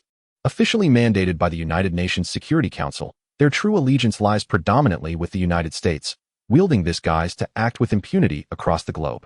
Fury frequently espouses the mantra of maintaining world peace, yet the turmoil often stems from the very actions of the United States itself, such as the chaos wrought by General Ross that resulted in the Hulk, among other incidents. Tony and Rhodey gazed at Zhang Xian in disbelief. Tony remarked, "Is your understanding of this organization rather profound?" Rhodey inquired, "How do you possess such intricate knowledge?" Zhang Xian replied nonchalantly, "I was one of their agents. But I resigned after a heated confrontation with the Black Egg. Moreover, my wife is the Black Widow, Natasha." Tony, astonished, responded, Go. Rhodey, with an inquisitive expression, urged, "Do share the secrets you know. I am most intrigued." However, Tony interjected, requesting Rhodey to wait a moment, as he incredulously asked Zhang Xian, "You claim your wife is the Black Widow, but what is your relationship with Wanda?" Zhang Xian confidently asserted, "Wanda is also my wife." "Is there a legal stipulation against having two wives?" Tony retorted emphatically, "The law prohibits multiple wives." Rhodey added, "Having two wives constitutes bigamy, which is a criminal offense." Zhang Xian cleared his throat, conceding that this might indeed be the case, though he questioned its relevance to him. Tony, perplexed, turned to Rhodey. "I recall that in China, a monogamous marriage system is also practiced." Rhodey, covering his face, confirmed, "Indeed, and there are also bride prices involved." He was genuinely baffled by Zhang Xian's audacity to make such claims. Without waiting for further inquiries, Zhang Xian continued, "I can simply marry without registering, can I?" Tony, in a fit of indignation, questioned, "But how can you justify that to both of them?" Zhang Xian proudly straightened his posture, asserting, "The three of us share a harmonious relationship. I even overheard them discussing whether to find another sister to help share the burden, praising my vigor and strength." Had Wanda not objected, Natasha might have even orchestrated a four-player mahjong game. Tony was left speechless, while Rhodey looked on in astonishment. The absurdity of the situation left Tony exasperated. Although he had his fair share of headline-making romantic interests, they were merely fleeting encounters, unlike Zhang Xian's peculiar circumstances. Rhodey, on the other hand, regarded him with envy, aware that not everyone possesses such extraordinary luck. At last, the two individuals humbly sought counsel. Yet both distanced themselves from Zhang Xian, their countenances darkened. What does it mean to move Wanda's heart with sincerity, and what constitutes a condition that Natasha cannot refuse? With grim expressions, Tony and Rhodey departed for the press conference. Upon observing the two somber figures, the journalist's eyes lit up with intrigue. The rift between Colonel Rhodey and Tony Stark, was it a moral decline, coercion from the military, or a steadfast resolve from Stark? The once brothers turned adversaries. What transpired behind closed doors? Moreover, a quick-witted journalist captured a fleeting glimpse of Zhang Xian before the door shut in the lounge. The enigmatic figure reemerges, precipitating the schism between Tony and Rhodey. Rhodey stepped forward to clarify the intent of the press conference, leading to Tony's turn to take the stage. "Now may Mr. Stark come forth to announce the prepared statement. He will not entertain questions today. Thank you." Tony ascended the podium, inhaling deeply before uttering a few words. His voice resonated throughout the venue, addressing the recent speculations surrounding the Iron Armor incident. "It has been quite a while since we last convened." Tony retrieved what seemed to be a rehearsed script from his suit pocket. "I suppose I shall read from the script." Laughter erupted from the audience, evidently amused by Tony's antics, which were quintessentially in line with his persona. Tony cleared his throat twice. "Some have speculated that I am entangled in the geopolitical tensions of the Middle East and human trafficking in New York." "Excuse me, Mr. Stark," interrupted his former bedfellow, the esteemed journalist Christine, casting doubt. "Surely you do not expect us to believe that the bodyguard who pilfered your armor just happened to be in the Middle East dispensing justice, coincidentally present at a human trafficking site, fortuitously subduing all the traffickers, and then serendipitously returned to its original position while passing by your home?" The situation was indeed intricate. However, questioning the authorities was one matter, while insinuating that I, a superhero battling evil, was quite another. Tony's expression grew increasingly awkward as he yearned to impress. Yet Pepper and Rhodey would not allow it. Upon hearing Tony declare himself a superhero, Christine's face broke into a triumphant smile. "I never claimed you were a superhero." "Oh, really? Well, that is splendid," Tony replied, taken aback by his own candidness. For Pepper's sake, he felt compelled to clarify. "Let us strive to discard the implausible, fanciful, and far-fetched speculations." Taking another deep breath, he suppressed the urge to boast. I am not cut out for the superhero life. I possess numerous flaws, including, but not limited to, being handsome, wealthy, and intelligent, while having made many mistakes. Christine interjected with a smile, but everything you do is the right thing. Tony instinctively responded, prompting Christine to exhibit a more triumphant expression. Though only a single evening had passed, she had managed to grasp Tony's incessant chatter. Rod could no longer bear it and whispered in Tony's ear, urging him to stick to the script. Yeah, okay, Tony readily acquiesced. As he raised the note and surveyed the audience below, after much hesitation, he could no longer contain himself. He must impress. With a tight-lipped resolve, he blurted out, I am Iron Man. The reporters below erupted in excitement. Any hesitation akin to that of their counterparts in other publications would be deemed a disservice to their profession. The rapid clicking of camera shutters resonated like thunder, drowning out Rod's caution against posing questions, as everyone clamored for the inside scoop. Observing this, a smirk crept onto Tony's face. Delightful. I revel in showing off.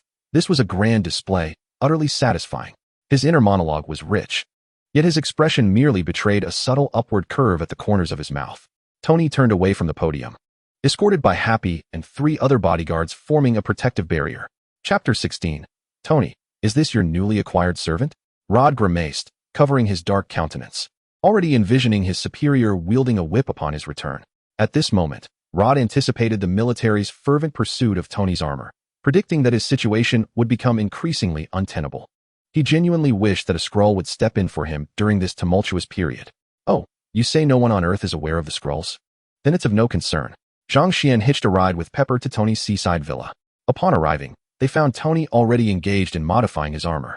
Originally, Rod lacked the clearance to enter the underground laboratory, but now that his identity had been disclosed, there was no reason for Tony to conceal his lab from him any longer.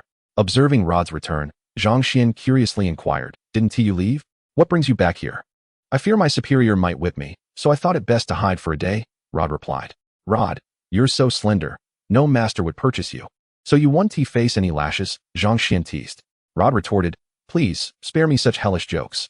This marked Rod's first close encounter with the Iron Man suit, and he could hardly suppress the grin spreading across his face. Even Zhang Xian, who had seen it before, wore a similar expression. Indeed, men often share a singular fascination for the unexperienced. Tony's voice drifted from behind them, casually sipping his coffee. Ethan, next time, just prepare me some iced coffee. The hot kind is far less efficient. Tony lamented that the hot coffee prepared by Ethan was not as smooth to drink as iced coffee.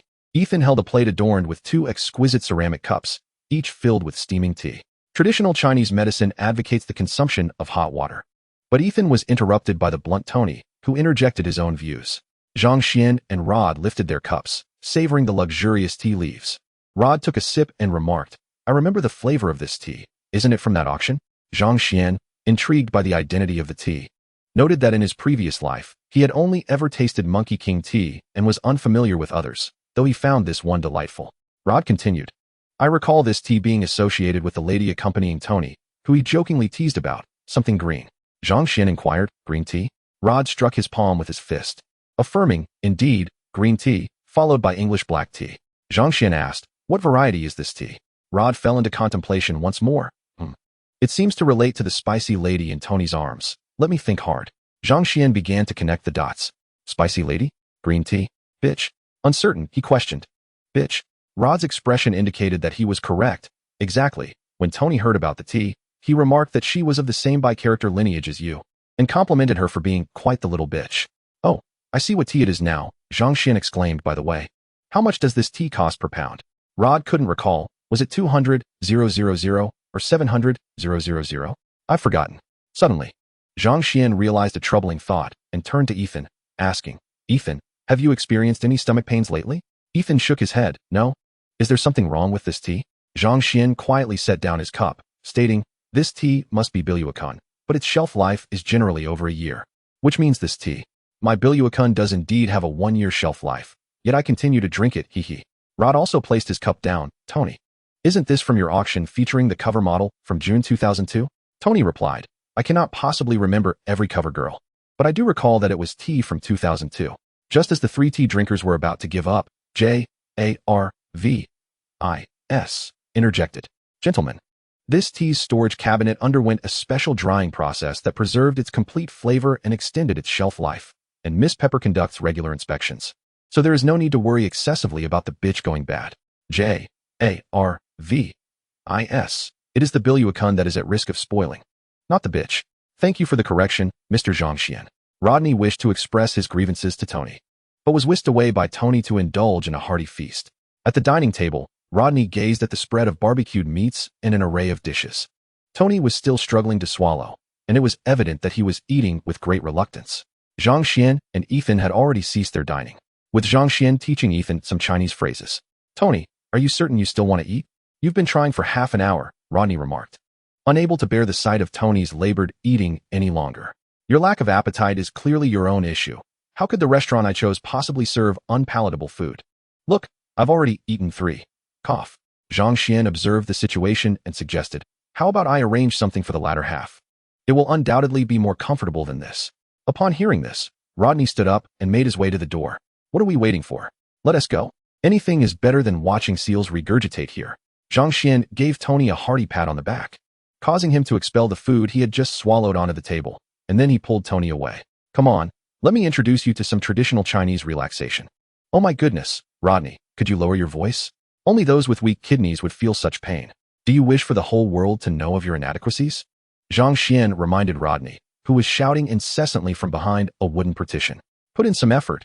Exert yourself more. Haven't you eaten? The massage master, observing Rodney's frothing mouth, began to apply pressure to his legs. Tony, after just a few moments of massage, succumbed to the pain, having worked tirelessly for over a decade. The master commented, pathetic. Far weaker than those watching on the screen. Ethan, from the very beginning, had not permitted the master to exert too much force, thus enjoying a comfortable experience. Zhangxian, self-assured in his abilities as the emperor of the old bath, found the situation quite manageable, especially as his strength and physical condition had been improving since his arrival in this realm. He summoned 2 masters and even requested the use of wooden sticks. Tony? Rodney? After a prolonged silence, Zhangxian called out, Sir, Mr. Tony has lost consciousness, replied the master attending to Tony. This little black monkey is utterly pathetic. His mouth is even weaker than that of a stick. At least the stick continued to speak while fainting. The master attending to Rodney labeled him as equally feeble. Indeed, the stick's mouth is quite tough. Master, how about the Indians? Are they tough? Upon uttering this, Zhangxian found his mouth covered by the master, as if he had stumbled upon an unspeakable truth. Zhangxian protested, Master, you haven't washed your hands. Even though it's my own feet, I still mind. The master, realizing his overzealousness, produced an alcohol swab for Zhangxian. After wiping his mouth, Zhangxian listened as the master explained the earlier incident. Young man, our Chinese foot massage establishments do not cater to individuals from India. Zhangxian harbored a suspicion. Is it because of toxicity? The experienced master sighed deeply. Last year, someone attended to an Indian customer, resulting in a trifecta of fungal, bacterial, and viral infections. Ultimately, they were taken away by an organization with an exceptionally long name. Along with that Indian, allow me to confide in you, the master whispered conspiratorially, lowering his voice considerably. I heard that the 2 were taken to some virus research center, where they conducted studies on new viruses. After treating the foot massage master, they released him, and he emerged looking gaunt. Zhangxian exclaimed, Is this a fabrication? How could it be untrue? Let me tell you, old Han, focus on the massage. The master intended to say more, but was silenced by the admonitions of his peers. Zhangxian resolved to locate this virus research center. It must be destroyed. No, all virus research centers across the United States must be obliterated. After an exhausting foot massage late into the night, the 4 of them felt a slight weakness in their legs. However, it was not mere fatigue. Rather, it was the sensation of comfort following the massage, which rendered their previously pampered souls ill-equipped for the rigors of labor. The 4 ambled into Tony's living room, oblivious to the lurking malevolent forces in the shadows. Welcome home. Gentlemen, came the greeting. Jarvis, why are the lights off? Zhangxian inquired. I apologize, sir, my control system. Jarvis had not completed his response before the connection was abruptly severed. I am Iron Man. Do you truly believe you are? A familiar voice emerged from the darkened windowsill. Upon hearing it, Zhangxian feigned a careless gesture, drawing his firearm and aiming it at the head of the dark figure. Tony, is that your $10 slave? Since when can a slave enter their master's abode? Upon uttering this, Zhangxian was met with Rod's disapproval. Zhangxian, mind your words, or I shall wield the hardest jade stick to jab your souls, Rod warned, brandishing a handgun of his own. Tony Stark, do you think you are the only? Duck, get down. I don't wish to repeat myself, Tony interrupted, urging Zhang Xian to see if he recognized the figure. Intentionally interrupting the dark figure, Zhang Xian activated a portable flashlight, illuminating the shadowy visage. Unfortunately, it was merely a dark head. Had it been a different hue, it undoubtedly would have inflicted harm upon Zhang Xian and his companions. Is this how you treat your former? Bang! Zhang Xian fired his weapon, leaving no opportunity for the figure to respond. Yet astonishingly, Nick Fury evaded the shot, though he had utilized a diluted enhancement serum. Dodging Zhang Xian's aim at the moment of trigger pull was child's play for him. Mark my words, Zhang Xian. It is I, Nick Fury, your former superior. Apologies. But your reflective head obscures your dark visage. Tony was startled by the sudden gunfire from Zhang Xian, while Rhodes retracted the firearm he had poised to fire, engaging the safety catch to prevent an accidental discharge. Tony remarked, Zhang Xian, your head doesn't even reflect light. You're doing this on purpose. You'll owe me for the glass in my house. It was custom-made. Rhodes inquired of Zhang Xian. Is this the so-called director of the Homeland Security Bureau you mentioned? It's the Bureau of Strategic Homeland Intervention, Enforcement, and Logistics Division, which we have since renamed to S.H.I.E.L.D., or the Strategic Homeland Intervention, Enforcement, and Logistics Division. Zhang Xian dragged Ethan to the kitchen, wishing to distance himself from this trust-deficient individual who seemed to harbor delusions of persecution. The recent gunfire had irritated him. Zhang Xian feared that Nick Fury might be a Skrull in disguise. The green blood that would seep from his leg could reveal the Skrull's existence, and the timing was not right. Should radical Skrulls learn of this, he and Tony would find themselves in a precarious situation against a ship full of Skrulls. Therefore, he preferred not to expose the Skrull matter too soon, needing to develop further before decisively addressing the Skrull issue. Zhang Xian retrieved a chilled fruit tea and settled onto the sofa, listening as Nick Fury spoke cryptically to Tony. Tony, also seated on the sofa, directed a question at this seemingly inexpensive intruder who had evaded J.A.R.V.I.S.S. surveillance. You are the director of S.H.I.E.L.D.? Nick Fury did not respond directly to Tony, opting instead to deliver the monologue he had meticulously crafted over the past half hour. Tony Stark, do you believe you are the only superhero in this world? You have become a part of a greater universe. Though you remain unaware of it, Tony languidly seized the fruit tea from Ethan's grasp. State your purpose, he demanded. Nick Fury replied, I am here to discuss the Avengers. Tony gestured around the room. Go on. We are all ears. Nick Fury feigned aloofness, stating, they are not yet authorized to know these matters. In Chapter 17, The Fatal Roulette, can Nick Fury afford to play? Or is he a Skrull? The combat description is somewhat lacking. A quick glance will suffice. Zhang Xian set down the fruit tea, the base of the cup meeting the table with a sound, signaling his displeasure. What do you mean, Fury? Shall we engage in a test of strength?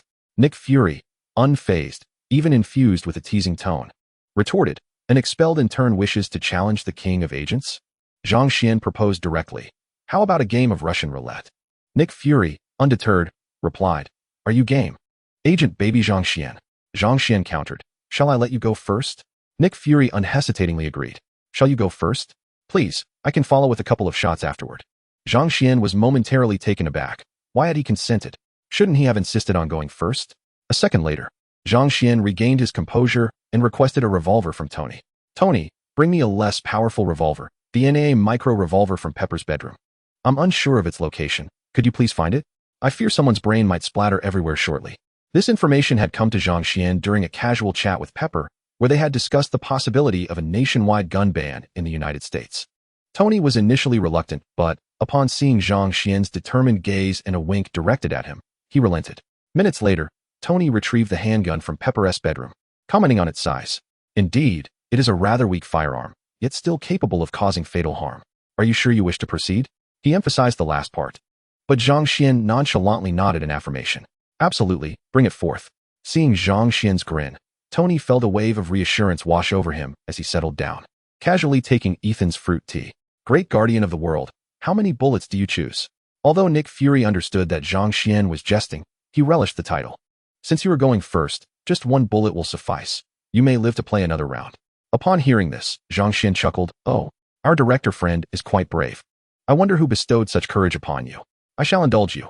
I'll take out one bullet. He extracted a single bullet, leaving 4 remaining. Nick Fury retorted, Does taking out one bullet mean you intend to fire just once? Are you truly seeking your demise? Have you considered the consequences? Natasha might be quite heartbroken. Zhang Xian confidently dismissed the concern. Proceed. Natasha will not lose her husband, but she may indeed lose a deceitful employer. Seeing this, Nick Fury ceased his persuasion. Then, you may go first. Zhang Xian spun the revolver, directing the muzzle towards his head, maintaining a distance of 20 centimeters, slightly angling it away from the temple. Despite his absolute confidence, he deliberately avoided the temple region. As the cylinder halted, Zhang Xian fired without granting anyone a moment to react. Bang! Tony, who had anticipated some scheme from Zhang Xian, dropped the fruit tea from his hands in shock. Before his exclamation could escape, a scream erupted from Nick Fury. What the? Nick Fury clutched his hand, which had suffered a significant abrasion from the bullet, casting a glance at Zhang Xian, who had been struck in the head. The three individuals seated on the sofa sprang to their feet, rushing to inspect Zhang Xian's injury. Apart from a slight patch of hair that had been scraped away, only a red mark remained where the bullet had grazed Zhang Xian's scalp. The three of them regarded him as if he were a monster. You are not human, Tony surmised, arriving at a singular conclusion.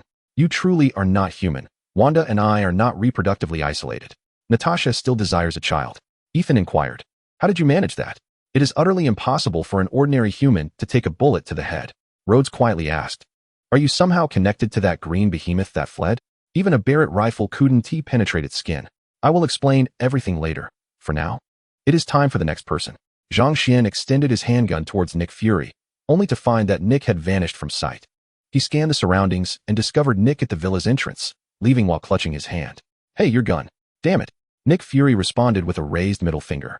Zhang Xian promptly emptied the magazine. 4 shots, 3 bullets fired, 1 chamber left empty. Ah, bastard. Damn it. However, being mere small caliber bullets, Nick Fury's enhanced physique managed to withstand the impact from 30 meters away, though rolling on the ground in pain was unavoidable. JARVIS. Secure the doors. Now, my friend, we shall delve into your secrets. Zhang Xian gestured dismissively and settled onto the sofa. There is no need for research. It is merely a super soldier serum developed by your father in collaboration with Dr. Ekins, albeit my version is enhanced.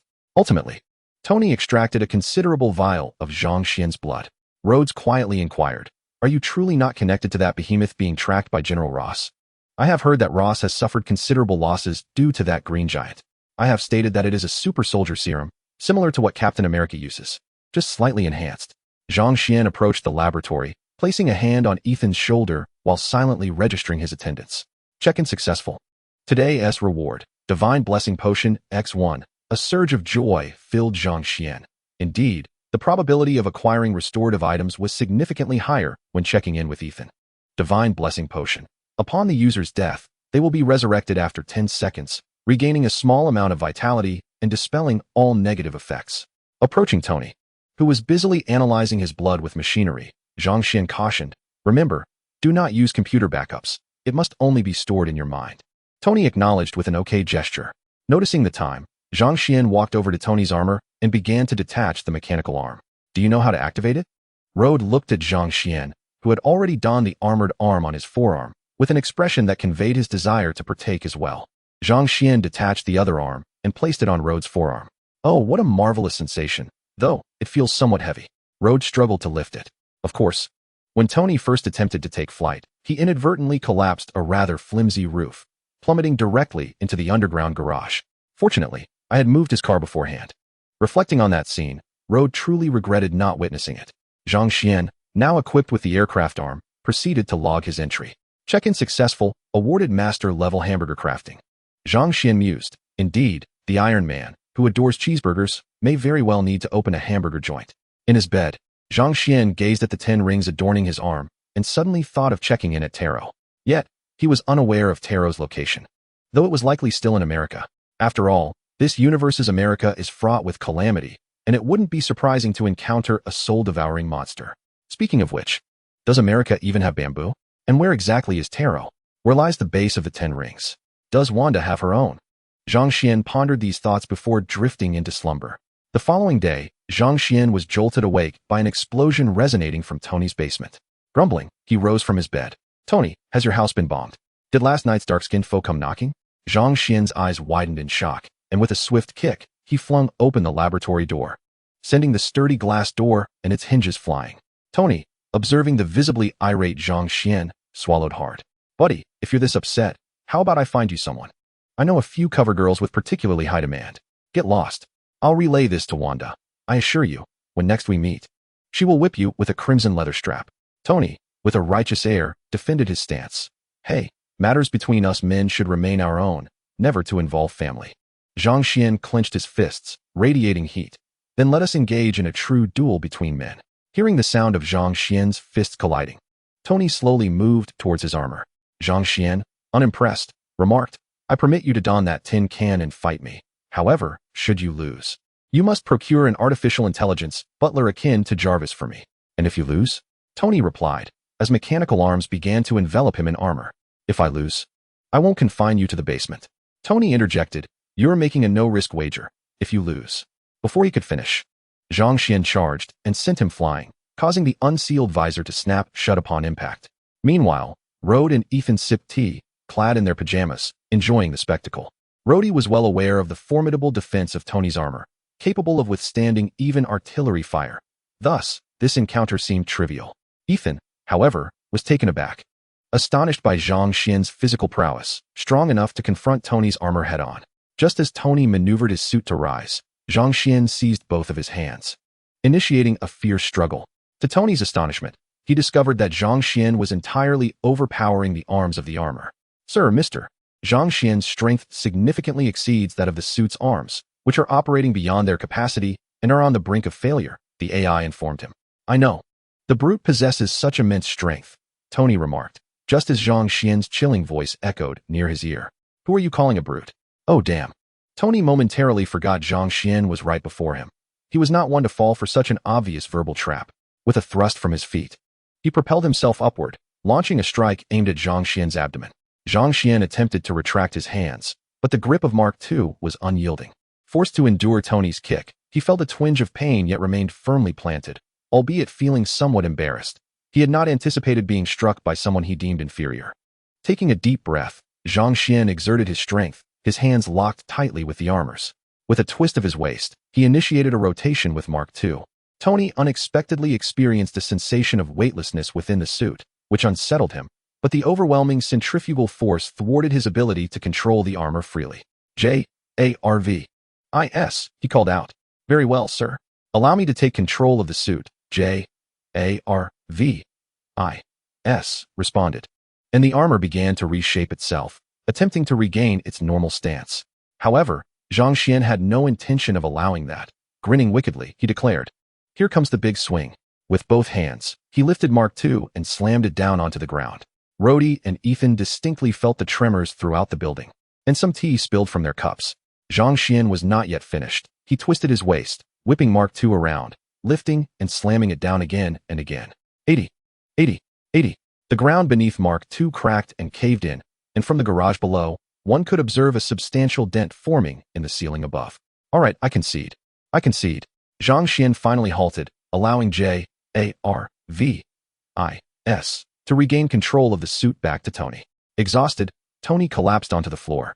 The recent spins and forceful swings had caused his stomach to churn, prompting him to breathe deeply. The faceplate of Mark II popped open, and Tony began to reflect on the losses incurred during this encounter. Zhang Xian kindly assisted Tony back to the mechanical arms in the laboratory, which commenced disassembling the armor. Zhang, the armor on my thigh is stuck. Could you lend me a hand? Tony's voice was weak, akin to someone feeling queasy from a car ride. Zhang Xian exerted a slight force to pry open the slightly deformed leg armor of the battle suit, gently assisting Tony onto the sofa. He could not resist the urge to mock, weakling Tony. Is that all your battle suit can manage? What about vibranium? Did you not utilize it?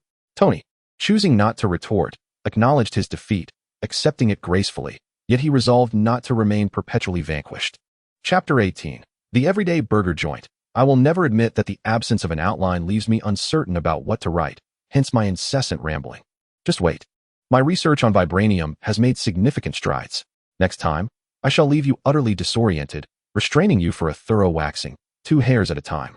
Tony had already devised a plan to create a more formidable and robust battle suit, one that would utterly overpower Zhang Xian, ultimately plucking him of his remaining hairs. Zhang Xian scoffed. Even while I sleep, I'm larger than your so-called perfected version. That contraption of yours is laughable. Whether it remains functional after today is debatable. Tony remained silent, lost in his thoughts, contemplating the initial design of a counter-suit against Zhang Xian. Remember to prepare the artificial intelligence for me. Otherwise, I might just send your little head flying. Zhang Xian's brazen words and expression reminiscent of a certain white-haired individual, only solidified Tony's determination to develop the mighty finger artifact. That evening, Zhang Xian returned to New York, while Tony was not in a hurry to fulfill the wager regarding the 3 robotic maids. Now, he aimed to establish a burger joint, assigning Flays to manage it, an opportunity for a villain to find new employment. Furthermore, this version of Flays was rather pleasant, having shown concern after Uncle Ben's passing.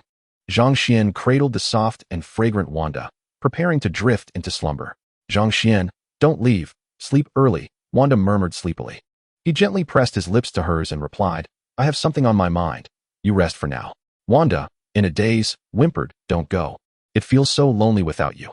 With that, Zhang Xian donned his attire and asked Jarvis to assist in locating the home of Spider-Man. Sir, the location information for Peter Parker's residence has been sent to your phone. Is there anything else I can assist you with? Thank you, Jarvis. I will have Tony upgrade your CPU, he replied. I greatly appreciate it. Zhang Xian reached the approximate location and observed the residence of the Spider-Man family within the townhouse. He installed the small cameras acquired from Tony on the tree, positioning them to overlook the Spider-Man's bedroom and home. Jarvis, please monitor this area for me. If Spider-Man storms out, notify me immediately. Certainly, sir.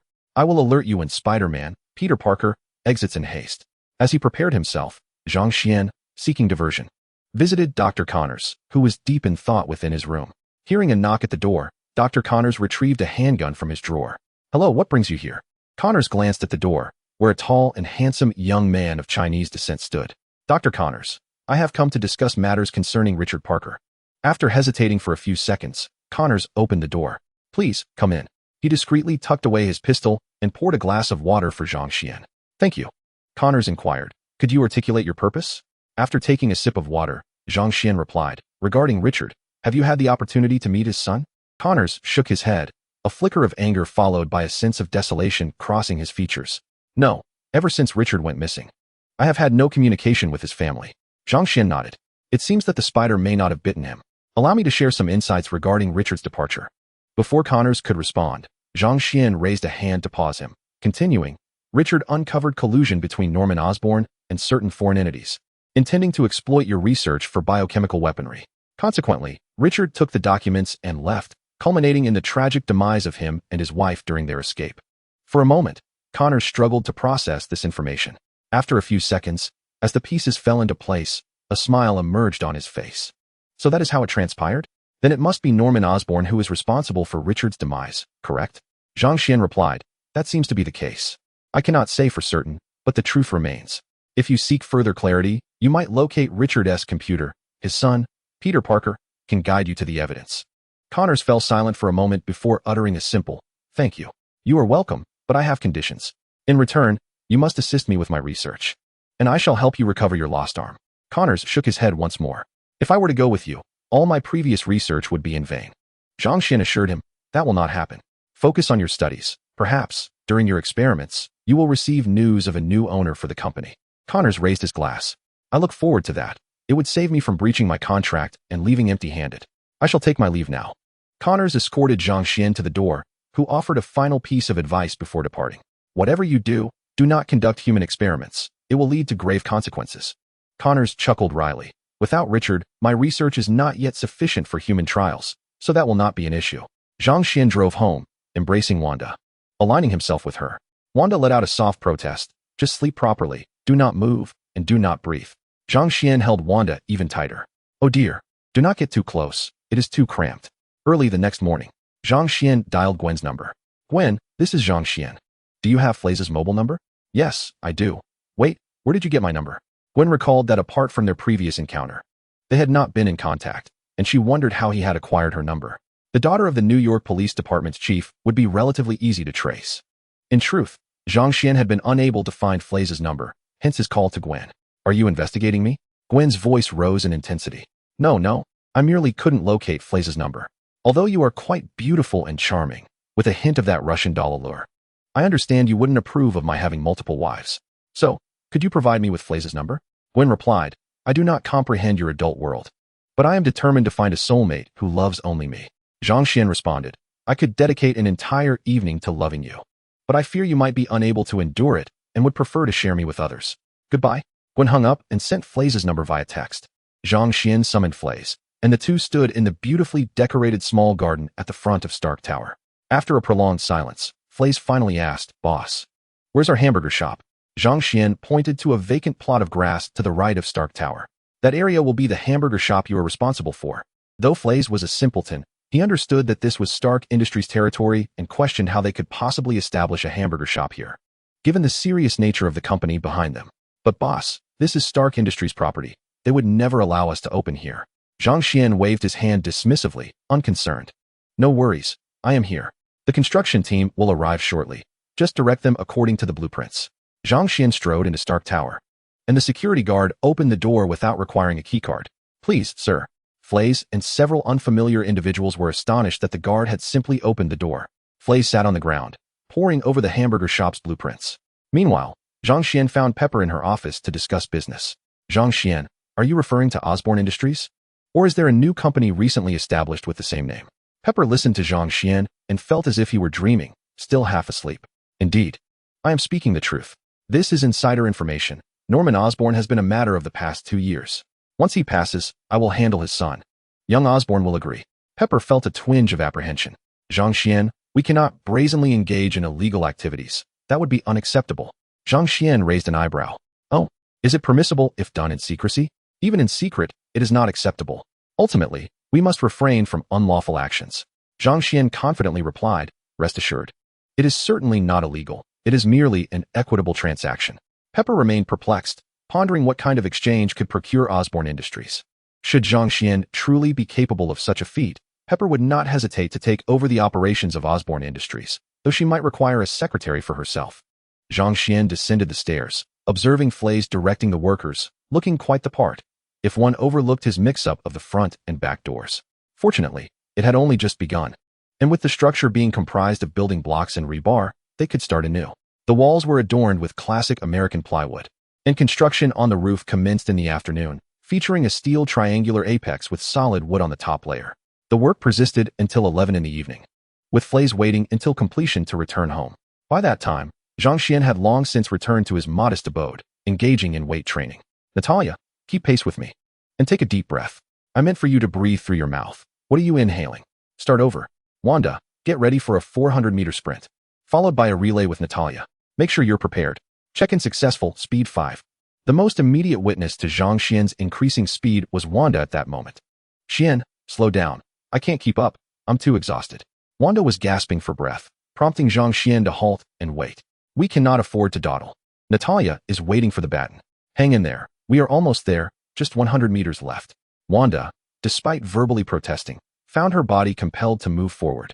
Stumbling yet persevering, she continued to run. "You can do it. Keep going," Zhang Xian encouraged. Wanda finally collapsed 10 meters ahead of Natalia. Zhang Xian seized the baton and forcibly pulled Wanda across the finish line. The baton ultimately reached Natalia, who, though equally fatigued, steeled herself for the final sprint, determined to outpace Zhang Xian this time. 2 days later, Zhang Xian visited the hamburger joint. Despite numerous setbacks, it was now operational under the pressure of financial investment. He began instructing Flays in a hands-on manner. Flays had brought along Gwen, who in turn invited Felicia and Missy Callum back, the bespectacled girl from the Spider-Man basketball court. Hence, their invitation served the purpose of a tasting. The bread was sliced open and filled with chopped meat. There were green peppers for those patrons who enjoyed them, so be sure to include them for those customers. "Now, have you learned how to make a Chinese-style hamburger?" Gwen, Missy, and Felicia followed Zhang Xian as he relished the freshly made meat sandwiches, each raising their thumbs in approval. However, Fliss appeared rather awkward, hesitating to voice his thoughts. Zhang Xian turned to Fliss and inquired, "Fliss, why aren't you eating?" "Boss, I. Fliss stammered, glancing occasionally at the 3 women who were enjoying their meal. "If you have something to say, just say it. Why are you staring? There's no one over there for you," Zhang Xian remarked. With that encouragement, Fliss decided to speak up, saying, "Boss, you can't treat us like fools. This is a meat sandwich, something I often enjoy. But where is the cold skin? I prefer it with sesame sauce." Gwen, Missy, and Felicia exchanged bewildered glances, perplexed by Fliss's comment. "Fool, are you referring to us? Are we being called fools by someone who struggles academically?" they thought, momentarily pausing with their sandwiches. Did the boss not say this is a Chinese hamburger? Why does Fliss refer to it as a meat-something sandwich? Zhang Xian, equally surprised that someone recognized the meat sandwich and knew about cold skin, coughed lightly, feeling a bit guilty under the scrutinizing gaze of the 3 women. Ahem. It is indeed a meat sandwich, but it can also be referred to as a Chinese hamburger. It is merely one of the dishes in our establishment. Fliss's eyes brightened. Is there cold skin, boss? I haven't had it in days. Gwen then asked Fliss, what other delicious foods do you often eat that are as tasty as the meat sandwich? Fliss confidently replied, of course, whenever I have the time. I go to Chinatown to savor such delicacies. Felicia, feeling a bit miffed, retorted, then why have you never invited us to join you? Fliss shot back. You diligent students are not my kind of people. When others hear about going to Chinatown, they often show disinterest. Over the years, I've enjoyed the culinary delights alone. Besides, there are several beautiful daughters of restaurant owners there. I often go just to see them. Unfortunately, last year I turned 18, and the daughter of my favorite char siu restaurant got married, and I missed out on a lifetime of free char siu due to love. Chapter 19, Love? How many bowls of char siu is love worth? At this moment, Missy, who had been silent, commented on Fliss's notion of love. What you truly adore must be char siu, not the owneress daughter. Gwen displayed her disdain, reflecting on the shallow perspective of love. Fliss countered, love? What is love worth in terms of char siu? Felicia, undeterred by the conversation on love, inquired about the taste of the char siu. What does char siu taste like? Is it truly more delicious than this? Fliss found himself torn between deciding which was more delectable, the meat sandwich or the char siu. After a moment of hesitation, he continued, there is no distinction between high and low. Each flavor is unique, and I appreciate them all. Missy interjected, what a typical cad's response. To desire everything is indeed a sign of greed. Gwen looked at Zhang Xian, wholeheartedly agreeing. Indeed, men are unreliable, always wanting to have it all. Zhang Xian replied, well, the strong always yearn to propagate their lineage. Currently, both of my wives have been quietly discussing whether to find me another partner. Is anyone interested?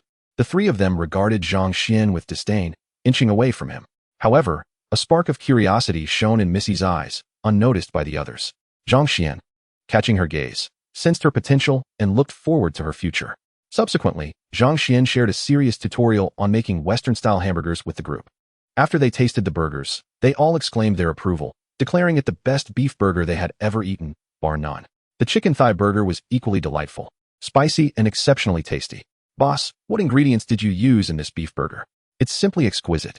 Someone exclaimed. Your pork chop burger is bound to be a bestseller. After sampling the hamburgers, Zhang Xian began to teach them a few simple dishes. For this chicken cutlet, fry it until golden. Then brush it with sauce and sprinkle with chili powder and cumin. Zhang Xian selected dishes that he personally enjoyed, ensuring they were relatively simple to prepare, as he feared they might struggle with more complex recipes. The method for crafting the beef patties and the chicken thigh burger was straightforward, though it required pre-preparation of ingredients. The bread for the meat sandwich was delivered daily from a noodle shop in Chinatown, and the braising sauce was replenished every few days by a seasoned chef from the same area. As for the traditional chicken cutlet, it was a mindless task. That's all for now. If you have reliable friends, they are welcome here as well. Ding dong. The doorbell rang, indicating a visitor had arrived, even though they were not yet open for business. Frice, please check who it is. If it's a customer, kindly inform them that we are not yet open. Frice stepped outside, with Gwen anxiously following him. We are not open yet. Please leave. Frice began, but was interrupted by a gentle push from Gwen. She bowed apologetically. I'm sorry, he doesn't speak much. We are not officially open yet. It's all right. I'm friends with your boss. I came to see him. Is he still here? Upon hearing the voice, Zhang Xian instantly recognized who it was. May, what brings you down here? During my midday respite, Miss Pepper conversed with me, saying she would come down to see what was happening below. As I descended, I detected a delightful aroma wafting through the air. What delectable dish are you preparing? May I place an order? I inquired. Certainly. Please wait a moment, Zhang Xian replied as he retreated to the kitchen. A minute later, he emerged with a sumptuous beef burger. I'm currently teaching this silly lad how to make burgers. There are a few more in the queue. You can take some upstairs for Pepper, he added, gently patting Fry's shoulder, who immediately donned a mask of discomfort. You ineffectual fellow. Go to the back and practice frying the patties. Fry obediently retreated to hone his skills, while the other three ladies clandestinely absorbed the techniques, aspiring to prepare these delights for their families upon returning home. Please, take a seat. I shall fetch you some water, Zhang Xian said, engaging in light banter with May as the others continued to bring out the finished burgers. Ultimately, May returned to Stark Tower, bearing a collection of over a dozen burgers. The following day, Tony gazed at the burgers Pepper had brought from New York, enticed by their alluring fragrance. Unable to resist, he unwrapped one and began to indulge. Upon discovering it was not a cheeseburger, he couldn't help but scoff. Well, I suppose I can manage. However, his initial prejudice vanished with the first bite. prompting him to hastily make his way to Pepper's room. Pepper, where did you procure this burger?" he exclaimed, only to be met with the sight of her hurriedly dressing. "Oh my gosh, please put on some clothes. I will return shortly," he added, momentarily stunned by her state. Meanwhile, Ethan, who had constructed a small abode in Tony's yard and was devising a nefarious plan, momentarily halted his work upon hearing Pepper's scream. Realizing it emanated from Tony, he resumed his calculations, reflecting, to be young again. Once dressed, Pepper approached Tony, her expression a blend of indignation, shyness, weariness, and a hint of anticipation.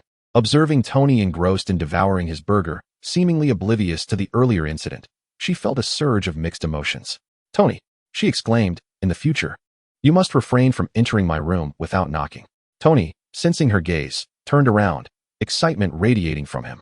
"Pepper, please tell me where this burger is from. I must acquire this establishment," he implored. Pepper, however, turned away, choosing silence. "Pepper, I must admit my fault in the previous matter. I sincerely apologize and assure you it shall not happen again. I will always knock before entering," he promised, noticing her expression soften at his words, though she maintained her aloof demeanor. "Tony, you must understand that I only desire your respect. Our relationship is that of employer and employee, and I wish to keep it within those boundaries." Tony readily agreed, assuring, "No problem. From now on, we shall maintain a boss-secretary relationship. I will certainly not infringe upon your privacy. So, could you kindly inform me where this hamburger joint is located?" Pepper felt a mixture of joy and discontent, truly wishing that Tony's yearning was directed towards her rather than merely a hamburger. Upon entering her room, she resisted, yet he paid her no heed. With a forceful tug, she struggled again, but to no avail. Eventually, she ceased her resistance, though he was already weary. The stark reality was that Tony's craving for a hamburger overshadowed her state of undress. Covering her face, Pepper replied, "It's the hamburger shop downstairs in New York." Tony exclaimed, "How was I unaware of such a delectable hamburger establishment right beneath my feet? I should acquire it and have them prepare hamburgers for me daily." However, Pepper's subsequent words doused his enthusiasm like cold water.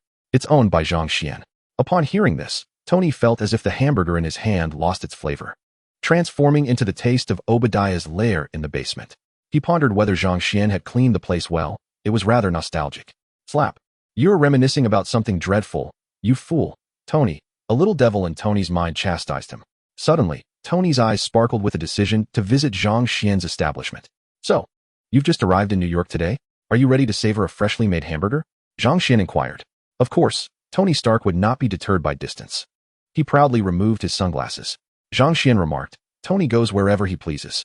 He firmly resisted Tony's extravagant antics merely to satiate his appetite, unless, of course, he could also procure an Iron Man suit. "By the way, have you received Obadiah's inheritance? Is my share confirmed? How about I sell you my shares? I can assist you in dealing with a few troublesome shareholders afterward." Although Tony held some reservations, the prospect of achieving a controlling interest of over 50 in his shares rendered him tacitly agreeable. Zhang Xian then presented Tony with a burger, slightly charred by Flay's cooking. Recently, Wanda had been quite cheerful and had even reached out to Ethan several times. If necessary, perhaps Ethan could come to New York, after all. Undertaking significant endeavors required stepping out. Ethan was no recluse. He couldn't grasp the world's affairs confined to his home. Prompted by Zhang Xian's reminder, Tony recalled how Ethan frequently made phone calls in his room, sometimes animated, other times sorrowful or resolute.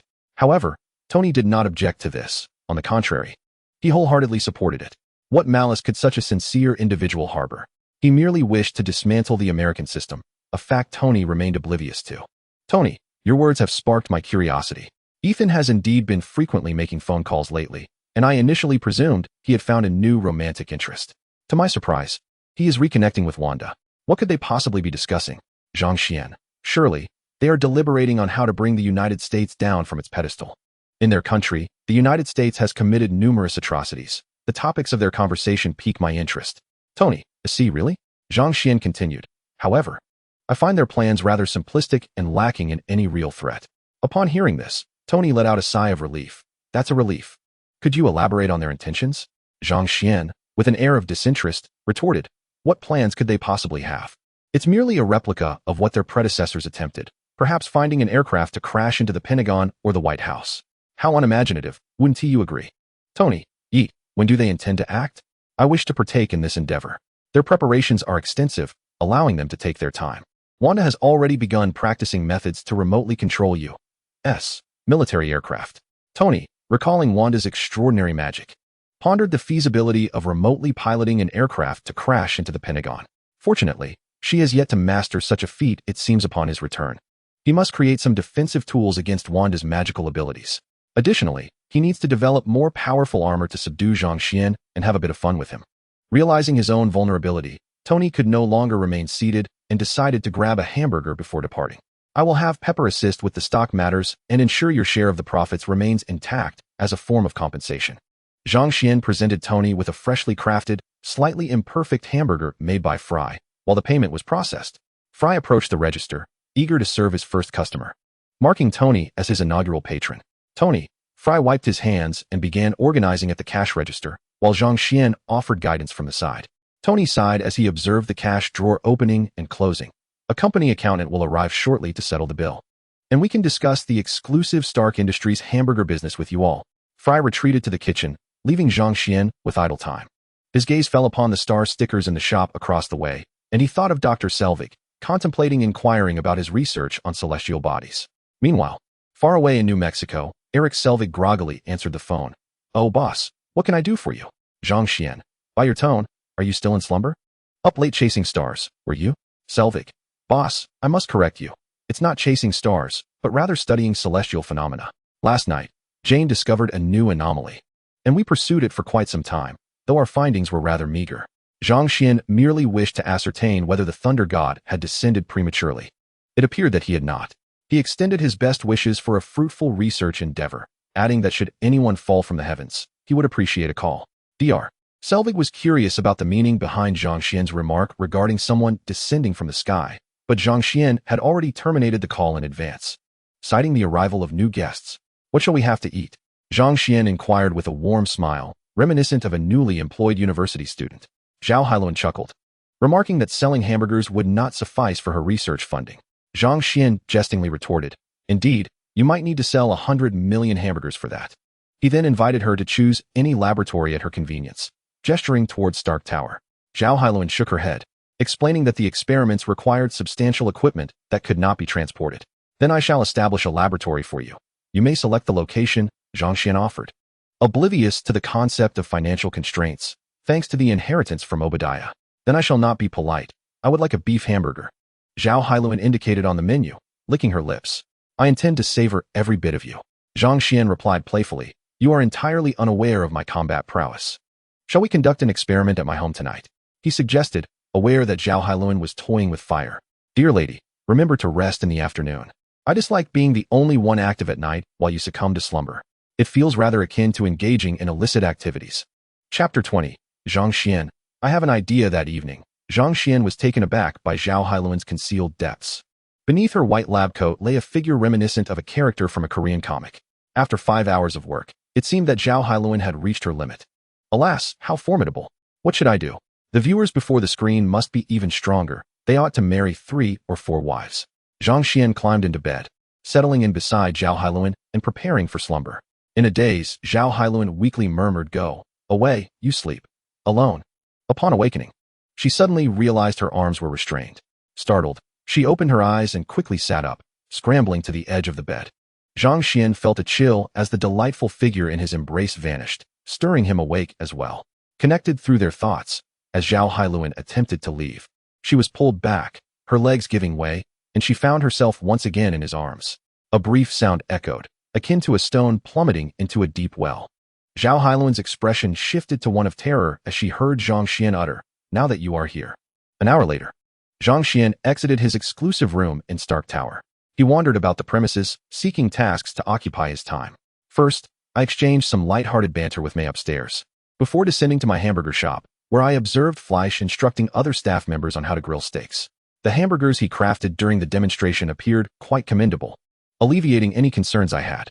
The classic chicken fillets and meat-filled buns were simple enough. They merely required the handling of meat, frying, and applying sauce, without the need for them to start from raw ingredients. I was compensating them with a monthly salary of 2,000, in addition to sharing 50 of the net profits.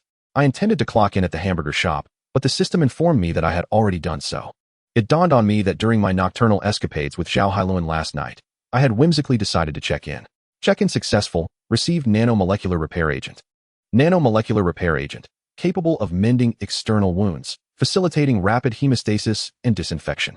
The nanorepair liquid contains components that promote wound healing, enabling swift restoration and regeneration. I had unexpectedly acquired such a substance. Should I present it to Zhao Hailuan for her research? Perhaps it could advance the development of nanotechnology. I took a hamburger crafted by my staff and returned to Stark Tower. Upon entering my bedroom, I found Zhao Hailuan still slumbering. I summoned 2 members of the cleaning department to change the sheets. Observing Zhao Hailuan, who remained undisturbed even during the sheet change, I considered my own activities but ultimately decided against it. It was her first experience with such matters. She deserved to rest. Instead, I examined the nanomolecular repair agent. I applied it delicately to her tender skin. "Hey, what are you doing?" "This is for wounds only." I replied, "I'm merely curious if it can reduce swelling." "This system is filled with nonsense." "System? It's effective. Look, the swelling has significantly diminished." Indeed, as I observed, the wound's redness had subsided under the nano agent's influence, and the surrounding temperature had decreased. I sprayed a bit more on Zhao Hailuan's back to alleviate her muscle fatigue. Noticing that 94 of the repair liquid remained, I decided to leave it with her for further exploration, hoping she might discover some innovative technology. Suddenly, a series of knocks echoed through the room, prompting me to open the door. "May?" I was taken aback to see her. "Am I not allowed to visit?" "As the supervisor of the cleaning department, it's only fitting that I inspect my territory, don't you think?" May's tone had a hint of sass, which I found amusing. I gently poked her soft, plump belly and teased, "Feeling a bit jealous?" May brushed off Zhang Xian's hand and stepped inside, eager to discover the enchanting beauty that had caused both women in the villa to be absent the previous night. Upon entering the bedroom, she was greeted by the sight of Zhao Hailuan, adorned in primitive attire. The comfortable temperature ensured that, despite her unrefined appearance, she was not cold. May instinctively adjusted her own posture, comparing her weight to that of Zhao. "Not much different," she mused. Zhang Xian chuckled, sigh, hee. May responded, "No worries. Now that you've glimpsed my secret, you too shall become part of it." "What are you doing?" Zhang Xian inquired. "Shut it."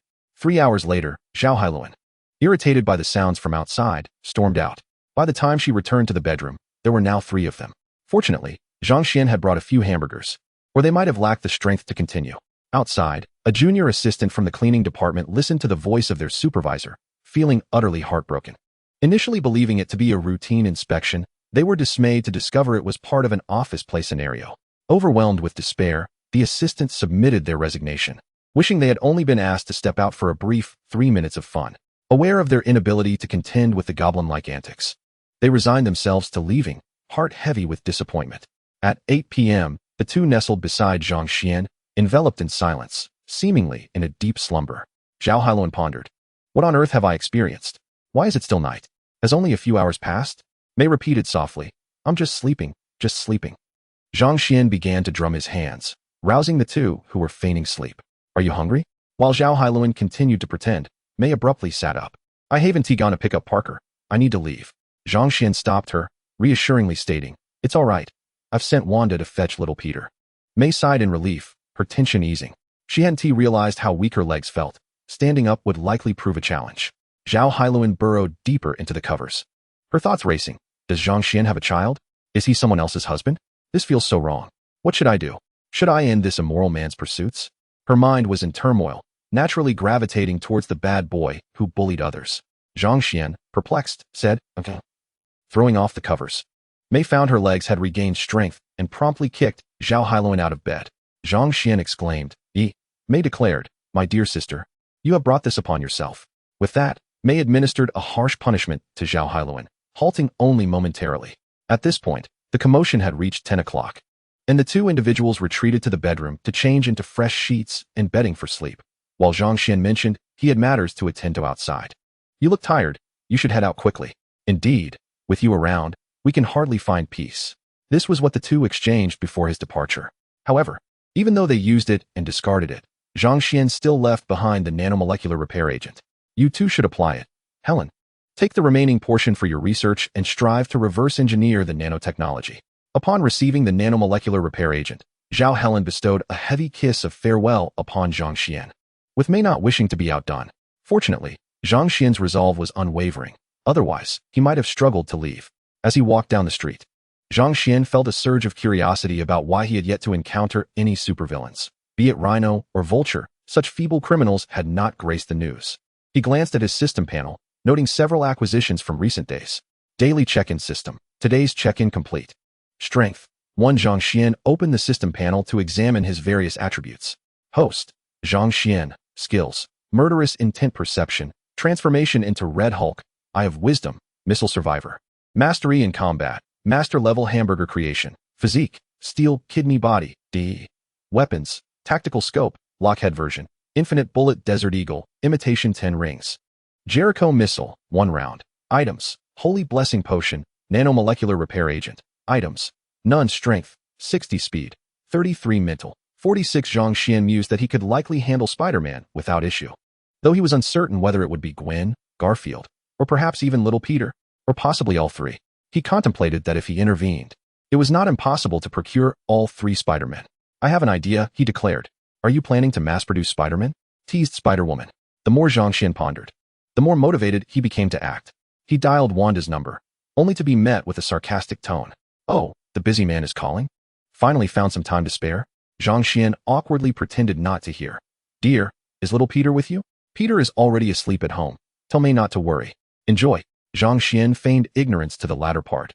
Wanda, bring Peter over here. I have significant matters to attend to that require his assistance. Wanda, taken aback, inquired. Are you certain you're referring to little Peter? Zhang Xian affirmed. Absolutely. Don't worry. Just bring him over and remember to hypnotize him. Seeing Zhang Xian's insistence, Wanda reluctantly agreed. All right, I'll come find you. Zhang Xian remarked. No need. I'll come to pick you up. We still need to fetch a few others. Natasha expressed her desire to accompany them. Wanda abruptly ended the call, leaving Zhang Xian in a state of disbelief, feeling as though he had been outmaneuvered by his own wife. He swiftly drove back home, honking the horn as he arrived. From the upper floor, a flurry of hurried breaths ensued. Upon seeing the flushed faces of the 2 women, Zhang Xian confirmed his suspicions. He had indeed been outdone by his own wife. After picking up little Peter, Wanda cast a spell of slumber, and the boy remained blissfully unaware. Darling, where are we headed? Natasha's tone faltered for an inexplicable moment. Zhang Xian replied, we are going to fetch someone. Just a heads up, the person we are picking up is a man. Upon hearing this, Wanda withdrew her hands from her pockets, and Natasha mirrored her actions. Shortly thereafter, Zhang Xian arrived at the doorstep of Garfield Spider's residence. Wanda, take control of the individuals inside and summon that young man from upstairs.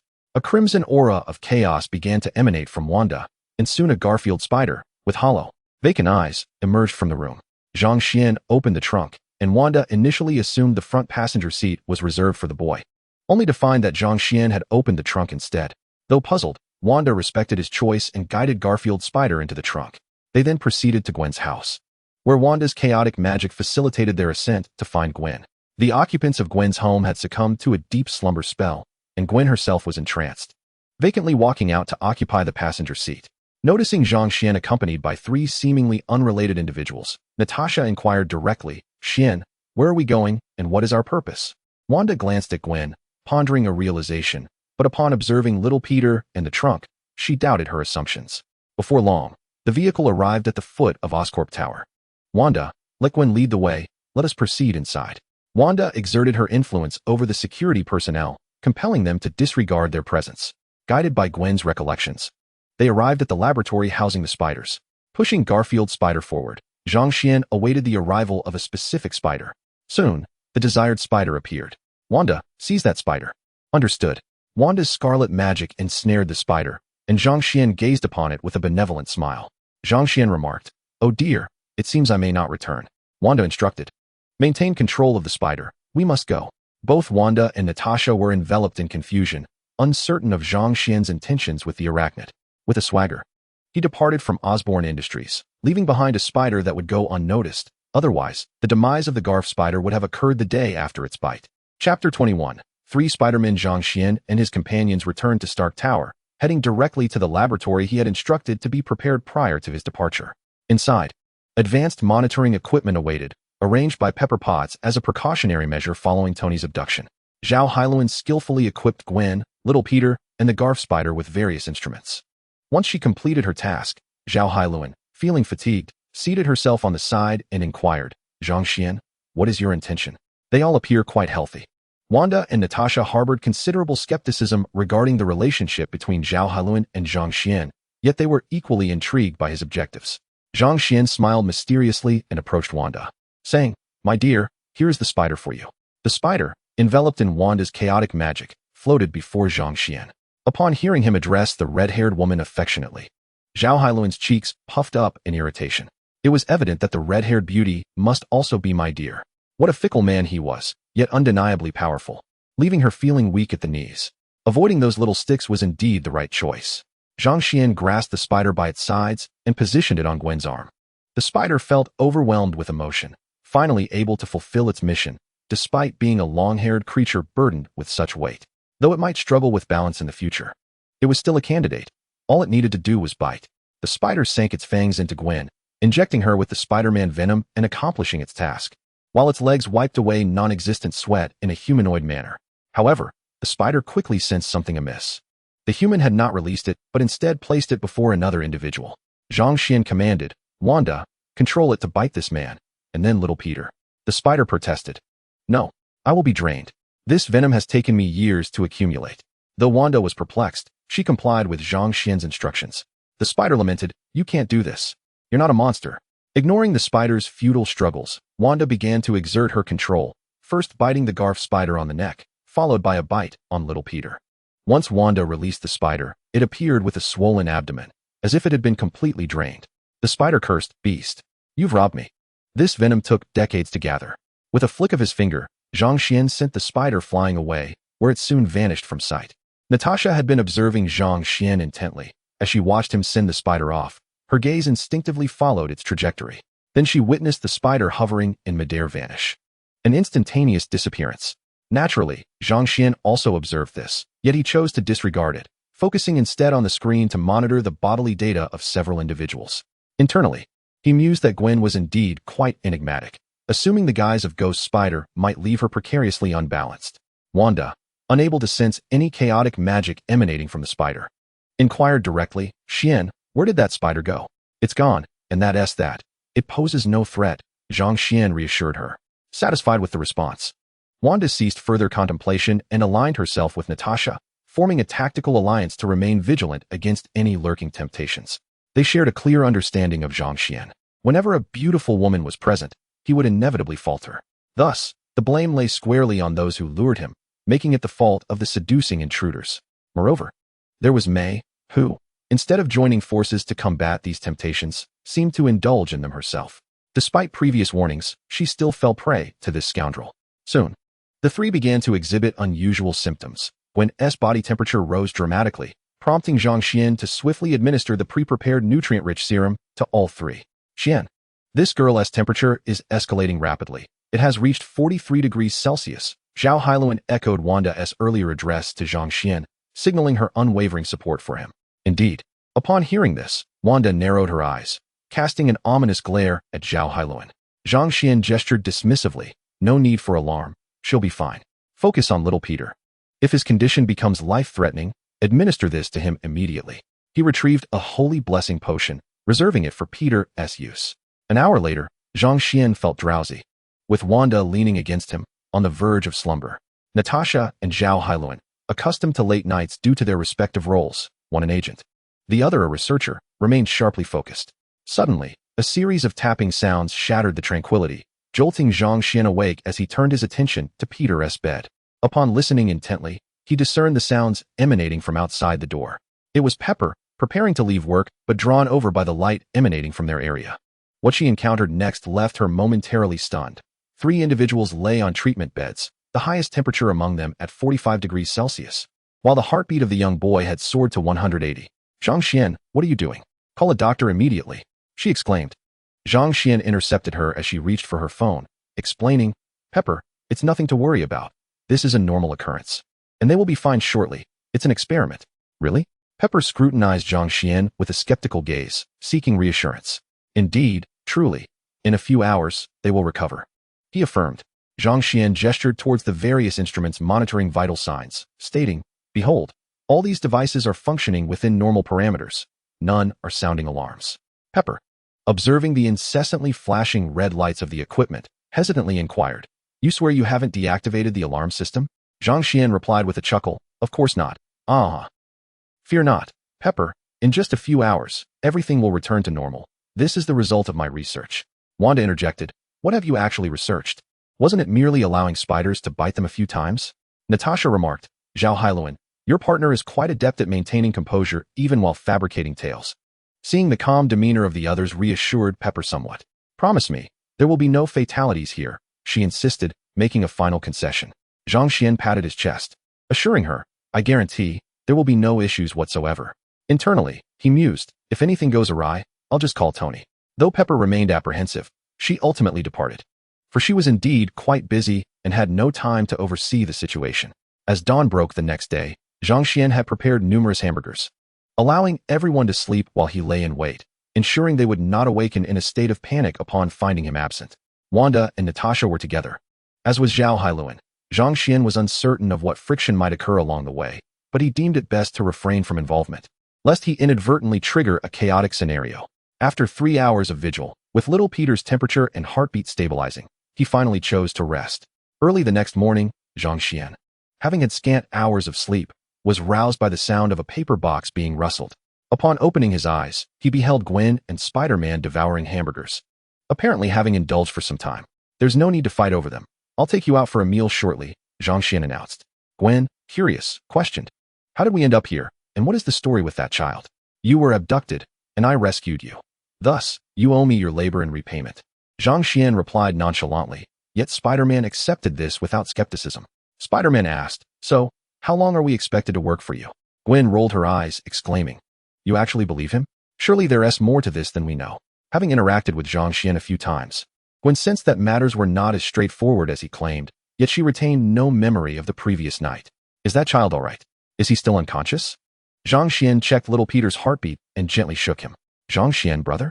See, he's awake, Zhang Xian proclaimed, lifting little Peter and placing him before a mountain of hamburger boxes, locating one that remained uneaten. Please, indulge yourself. You must be quite famished. Upon Zhang Xian's gentle reminder, young Peter indeed felt the pangs of hunger and promptly began to feast. 10 minutes later, the trio made their way to the restroom, expelling the remnants of indigestible food before once again feeling the gnawing urge to eat. Zhang Xian led them downstairs to a hamburger establishment. Throughout the journey, their hunger was so intense that they could hardly contain the urge to run, yet Zhang Xian insisted they refrain from such haste.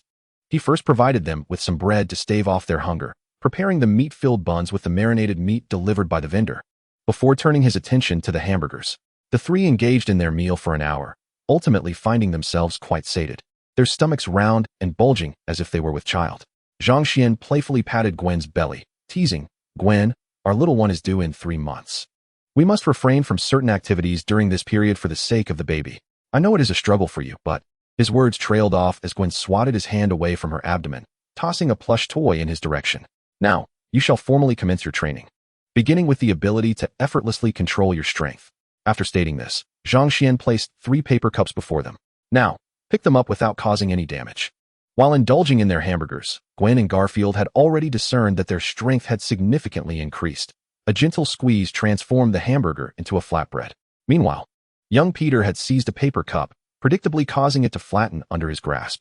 The 2 adults fared slightly better, yet they too faced similar challenges. The trio continued this exercise until the arrival of Flays. Upon entering and seeing the scattered paper cups, Flays was about to express his ire when he recognized the familiar figures within. Boss, have we been robbed?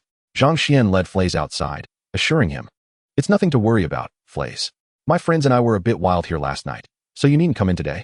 Flays, visibly annoyed, questioned Zhang Xian, boss. You threw a party without me?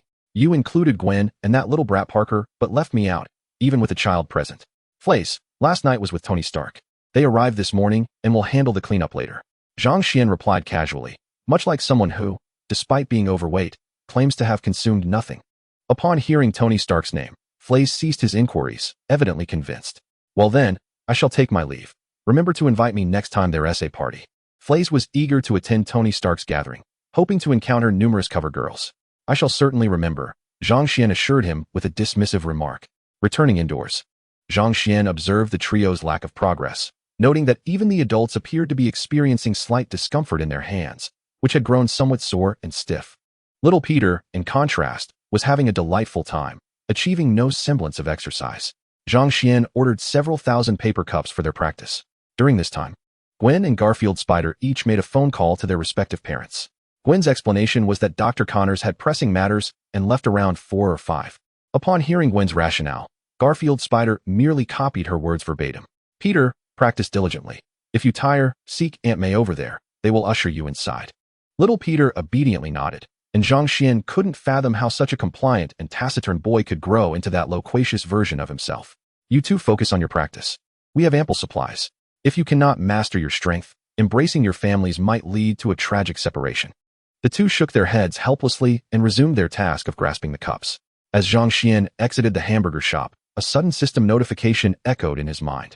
Congratulations, host, for cultivating 2 Spider-Men. Reward, bioelectric adhesion ability, strength 20, agility 10, spirit 5. With a smirk, Zhang Xian re-entered the hamburger shop, and under the astonished gazes of the 3, he affectionately patted Gwen's head before departing. Gwen, Garfield Spider, you seem quite close. Little Peter, Omega, there's no helping it. Brother Zhang Xian is simply captivating. Aunt May often calls out for Brother Zhang Xian in the evening, wishing he would come soon. Unfortunately, Aunt May only speaks of her feelings, but never confesses to him. Gwen blushed, having uncovered a secret about May.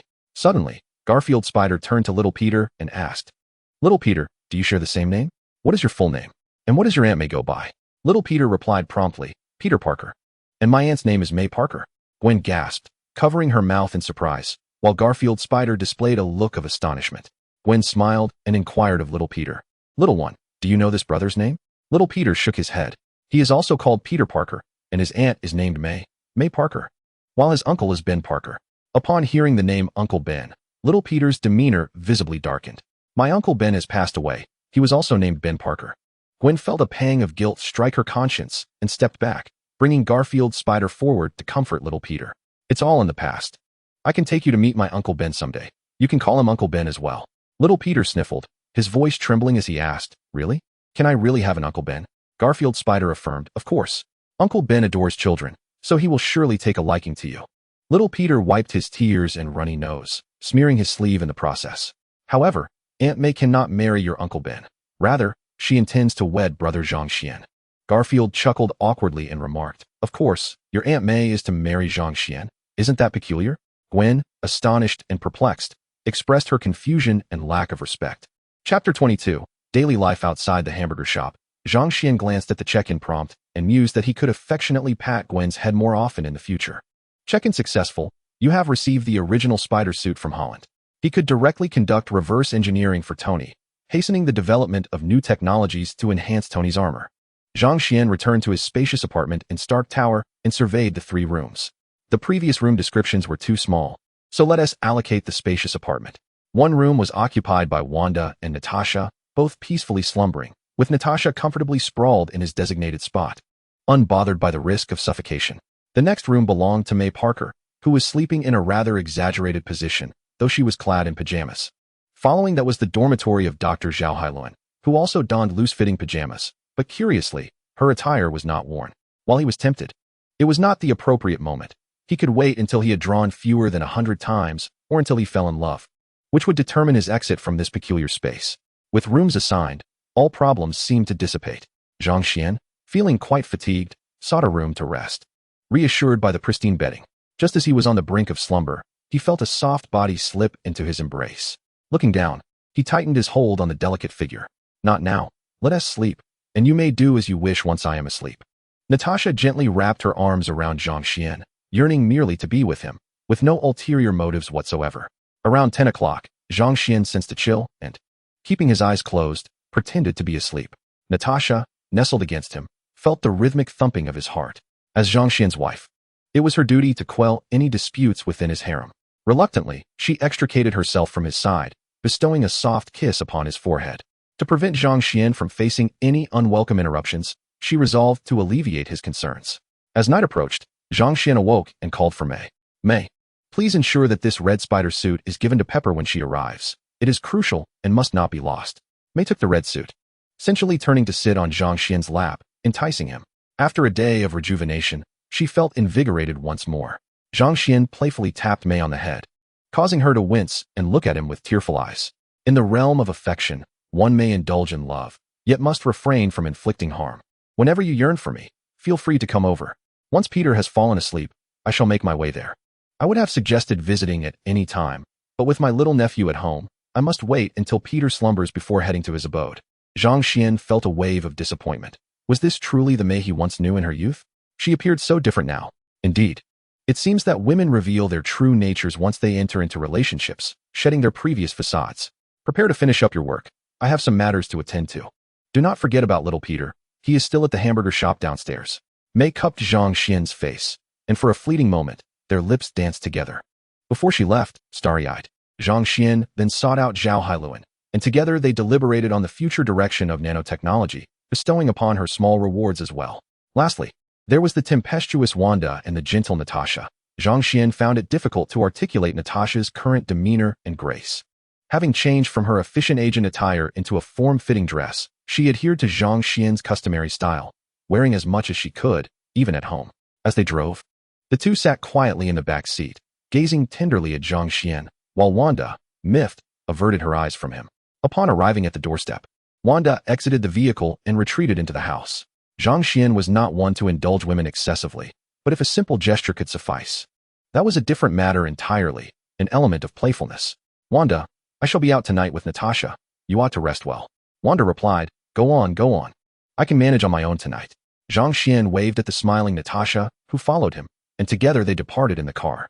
Inside the house, Wanda employed her chaos magic to sense her surroundings, confirming that the two had indeed left, which led her to vent her frustrations upon her pillow.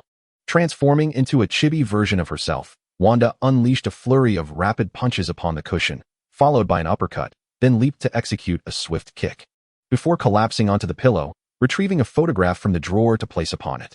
After a good 10 minutes of fuming, Wanda succumbed to slumber, still harboring her ire towards Zhang Xian. Meanwhile, Zhang Xian and Natasha parked their car in a nearby grove, returning to their residence 2 hours later. Ensuring to park at a distance to avoid awakening Wanda, they stealthily opened Wanda's door, only to find her sprawled upon the pillow adorned with Zhang Xian's photograph, sound asleep. Zhang Xian felt his cheeks flush at the sight. Despite their frequent escapades together, it was the first time he had witnessed Wanda in such a vulnerable state. Where have you two placed the equipment photo? I have yet to see it, Zhang Xian inquired. Natasha's face turned crimson, surprised that Wanda had fallen asleep so readily without putting things away first. Beneath the wardrobe in the room, who would have thought that this little girl would take out a photograph at such a moment? It is truly perplexing that she did not put it away. Zhang Xian contemplated capturing the moment with a photograph, yet the thought of the inherent dangers of the internet caused him to abandon the idea, resigning himself to etching the beauty of life into his memory. Accompanied by Natasha, he approached Wanda, emitting an eerie cackle. Embrace my wrath, malevolent crimson dragon, Wanda exclaimed. Cursed hero, behold the ferocious roar of this wicked dragon. Rawr. Zhang Xian retorted, Milk dragon, behold my blade. The two engaged in a whimsical reenactment of the classic hero versus dragon narrative. In the end, Natasha too donned the mantle of the Dark Lord, receiving Wanda's plea for assistance. Ultimately, they transformed into the hero riding the dragon, battling the crimson-haired sorceress. One may venture into the comics dedicated section for further viewing. As dawn broke, Natasha rose and answered a call from her unscrupulous superior, promptly hanging up and rolling over to Zhang Xian. Darling, I must embark on a mission. Zhang Xian held her back gently. Go on, but do take care. Should any issues arise, do not hesitate to call me. Natasha stretched her lithe form, invigorated, donned her attire, and prepared to fulfill her duty. Wanda interjected, You cannot proceed like this. Merely igniting a flame does not extinguish the fire. Natasha smiled. Yet you seem to enjoy it. If it becomes too much, I can always summon Mei. Wanda, sulking, muttered, You are incorrigible. Zhang Xian, languidly reclining in bed with Wanda, engaged in leisurely activities such as strolling, running, and cycling. While pleasant, there lingered a hint of monotony, though Zhang Xian could be quite mischievous at times. Such antics required inspiration, and today was devoid of such creativity. Fortunately, at 6 in the evening, he received a message from Gwen. Wanda. Gwen mentioned she has something to discuss. Would you like to join her? Upon hearing this, Wanda felt inclined to go. Perhaps it meant she could escape the evening's drudgery. This frequent reliance on Zhang Xian was growing, and she found herself yearning to be by his side daily. Thus, she resolved to step out of her comfort zone, starting with venturing out tonight. When shall we go? Now or later? Zhang Xian responded. Gwen said 8 o'clock at the burger joint. After hearing this, Wanda decided she would first have a bite to eat. Darling, I shall have a quick meal.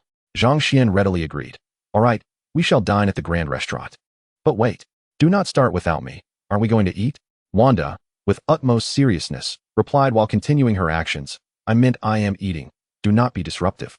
I am unwrapping my food. Zhang Xian mused. So, I have become the meal then.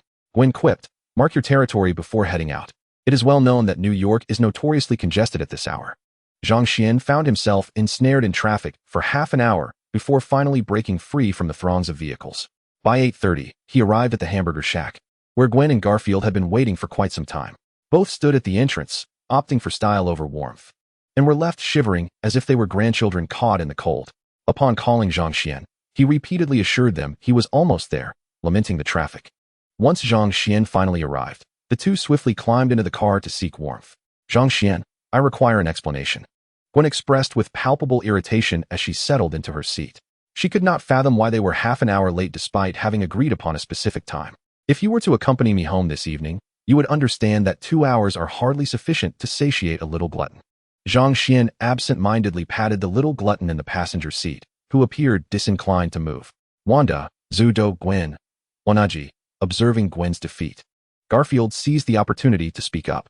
Mr. Zhang, we ventured out today to inquire about the peculiar circumstances surrounding our condition. What has transpired that has left us? Like this? Garfield pressed his palm against the car door, effortlessly pushing it open and then retracting it, seemingly without the use of his hands, as if it were magnetically drawn to him.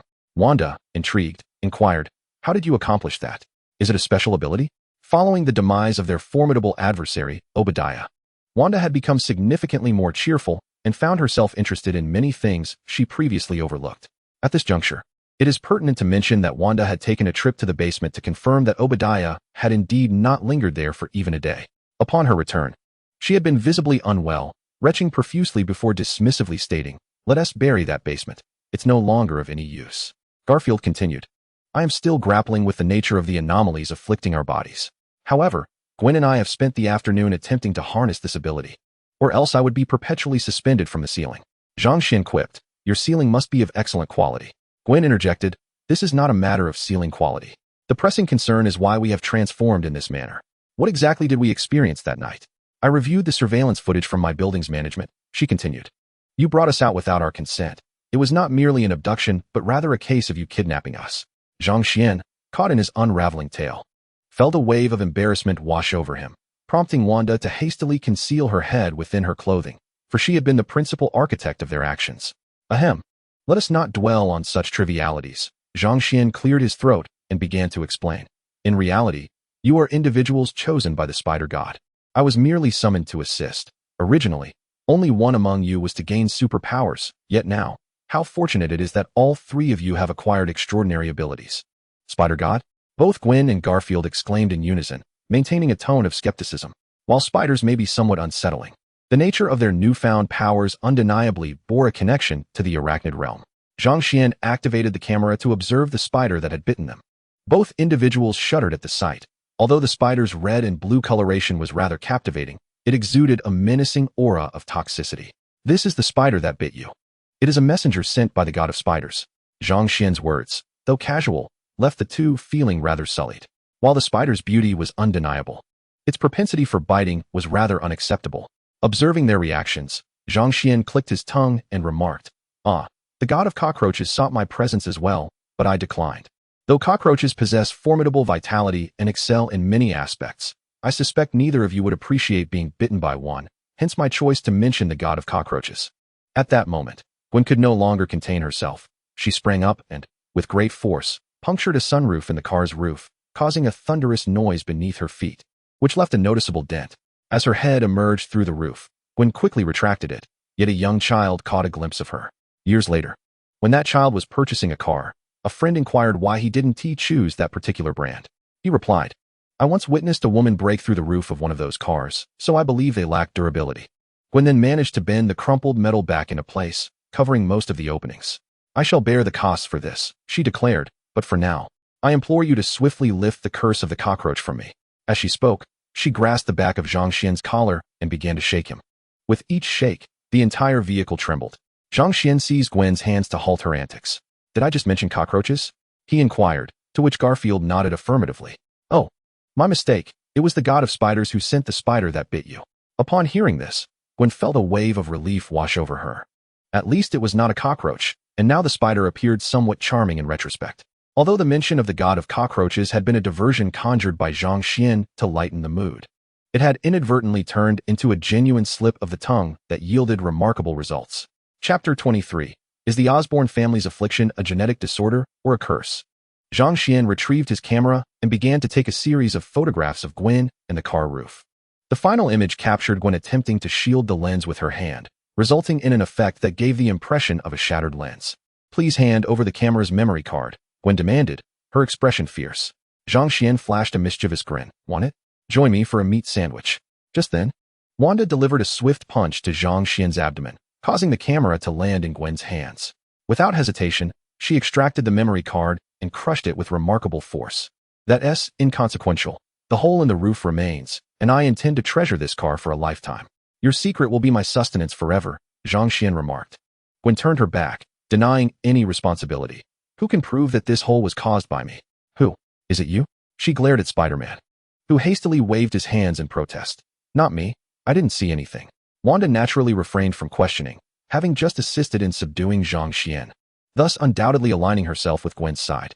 "Mr. Zhang, could you elaborate on this spider? I am most curious, for I believe it relates to my father's research." Zhang Xian, puzzled, inquired, "Hasn't Dr. Connors sought you out?" Peter shook his head. "No, the last time I encountered Professor Connors was at the Osborn Industries lab." Gwen interjected. "He was impersonating someone else, and the unfortunate individual who was replaced was subsequently expelled by security, though the matter was later clarified. However, Dr. Connors managed to suppress the incident, so few are aware." Spider-Man scratched his head. "I only did that for the sake of research. It was unavoidable." Zhang Xian began recounting the story of his father and Osborn. "So it was Mr. Norman, Harry's father, who caused my father's demise." Peter could scarcely believe that it was the father of his closest friend who had taken his father's life. "That seems to be the case. But you may wish to verify it yourself. After all, not everything seen by the eyes is true." Zhang Xian was careful not to state it definitively, leaving room for potential twists. "Moreover, it is best to maintain your relationship with Harry, for he is entirely oblivious to these matters. If you are not in haste for revenge, you might wait. Norman Osborn is likely to meet his end soon due to their family's hereditary affliction, which has surfaced in these past 2 years. Indeed, the essence of Spider-Man is one of kindness." Upon hearing this, Spider-Man did not inquire about revenge, but instead grew concerned for his friend Harry. "Sir, does that mean Harry also suffers from a hereditary illness?" Zhang Xian nodded. "Certainly. With hereditary conditions, occasional tremors can be a precursor. You might want to check on Harry, who is far across the ocean." Spider-Man fell into deep contemplation. Harry was both the son of the man responsible for his father's death and his dearest friend, creating a profound inner conflict. Yet the virtuous Peter Parker would not be consumed by hatred. He would rise to save his friend, justifying it with the belief that Harry is innocent. However, according to Zhang Xian's perspective, how could a capitalist and his offspring be deemed innocent? Harry is innocent. He is unaware of these matters. I cannot project my hatred onto him. Upon discovering the true cause of his father's death, Spider-Man wept, ultimately finding self-reconciliation regarding Harry's plight. He resolved to save Harry Osborn because he was his friend. Yet, this revelation did not affect Zhang Xian, for as he observed Wanda's bashful expression, thoughts of magic and curses traversed his mind. Is there truly a curse associated with the hereditary affliction of the Osborn family? Although the film attributes the creation of the Green Goblin to the treatment of genetic disorders, it is not entirely implausible that a curse may play a role.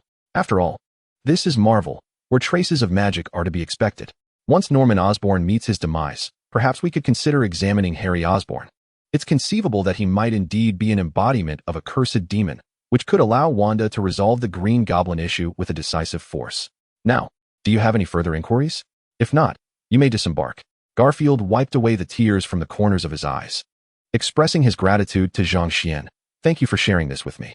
Should you require assistance in the future, do not hesitate to reach out. I shall do my utmost to be of help."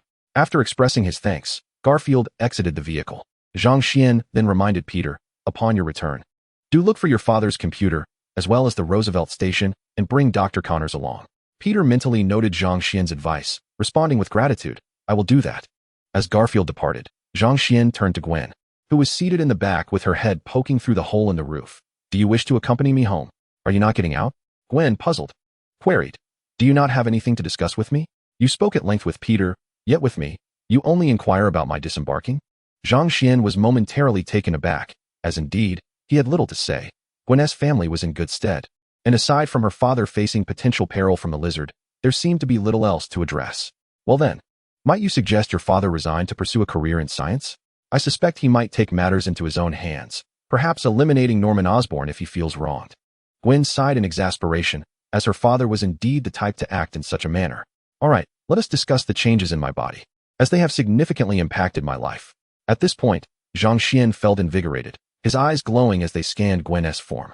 He then furrowed his brow, uncertainly inquiring, Gwen, has your bust diminished? Gwen retorted, get lost. Zhang Xian took a light punch to the chest from Gwen, and he also fell victim to a surprise attack from Wanda, striking his thigh.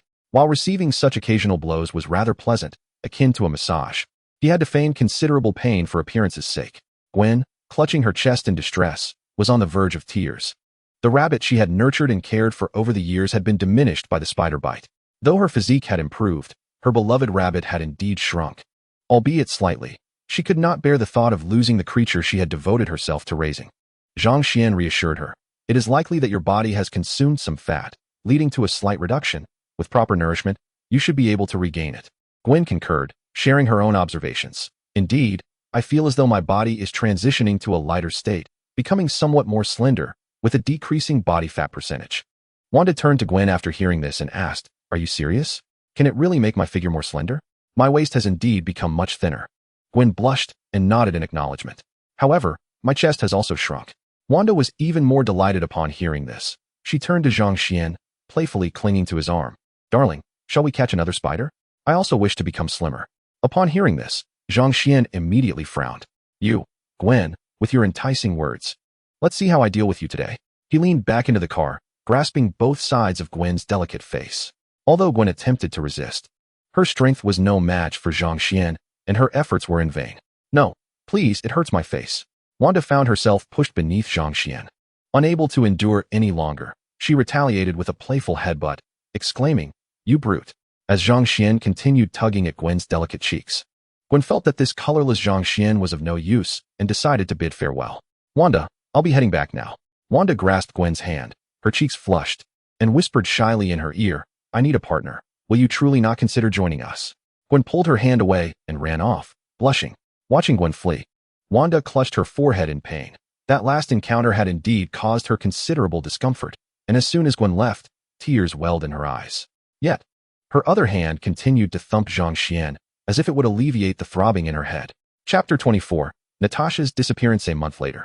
The tranquil routine was disrupted by the arrival of an unexpected visitor. Zhang Xian opened the door to find a woman outside. Though she was somewhat attractive, she did not align with Zhang Xian's aesthetic preferences. He favored sweet and adorable beauties, particularly those who were petite. The woman outside embodied a classic American femme fatale, dressed in a black gown that concealed most of her figure, exuding a slightly mature allure. Nevertheless, Zhang Xian was open to the experience, albeit with a precautionary health check. May I ask if you are Mr. Zhang Xian? Yes, that's me. And you are? Good day, sir. We have a package for you. Please accept it. Zhang Xian assumed it was a delivery from Dr. Banner. However, upon checking the sender's name, he immediately sensed trouble. He forcefully discarded the package and swiftly confronted the woman before him. The woman attempted to brush off Zhang Xian's grasp, but her efforts were utterly futile. Reacting quickly, she leveraged Zhang Xian's arm to roll away, creating distance between them, and drew a handgun from the small of her back. Zhang Xian exhibited an unwavering demeanor, unfazed by the model of the firearm, which remained within his threshold of tolerance. In the fleeting moments it took to absorb 2 gunshots, he seized the woman's hand, akin to a teacher subduing a misbehaving child. The woman fought with all her might, brandishing a dagger at her arm, the spikes on her shoes, and a knife concealed between her legs, yet none proved effective. Her hands were constrained at her lower back, rendering her movements futile. Even her extensive yoga repertoire could not liberate her under Zhang Xian's grip. Wanda soon discerned commotion from downstairs, her gaze landing on Zhang Xian restraining a woman.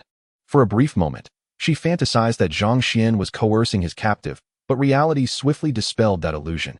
He was merely acting in self-defense.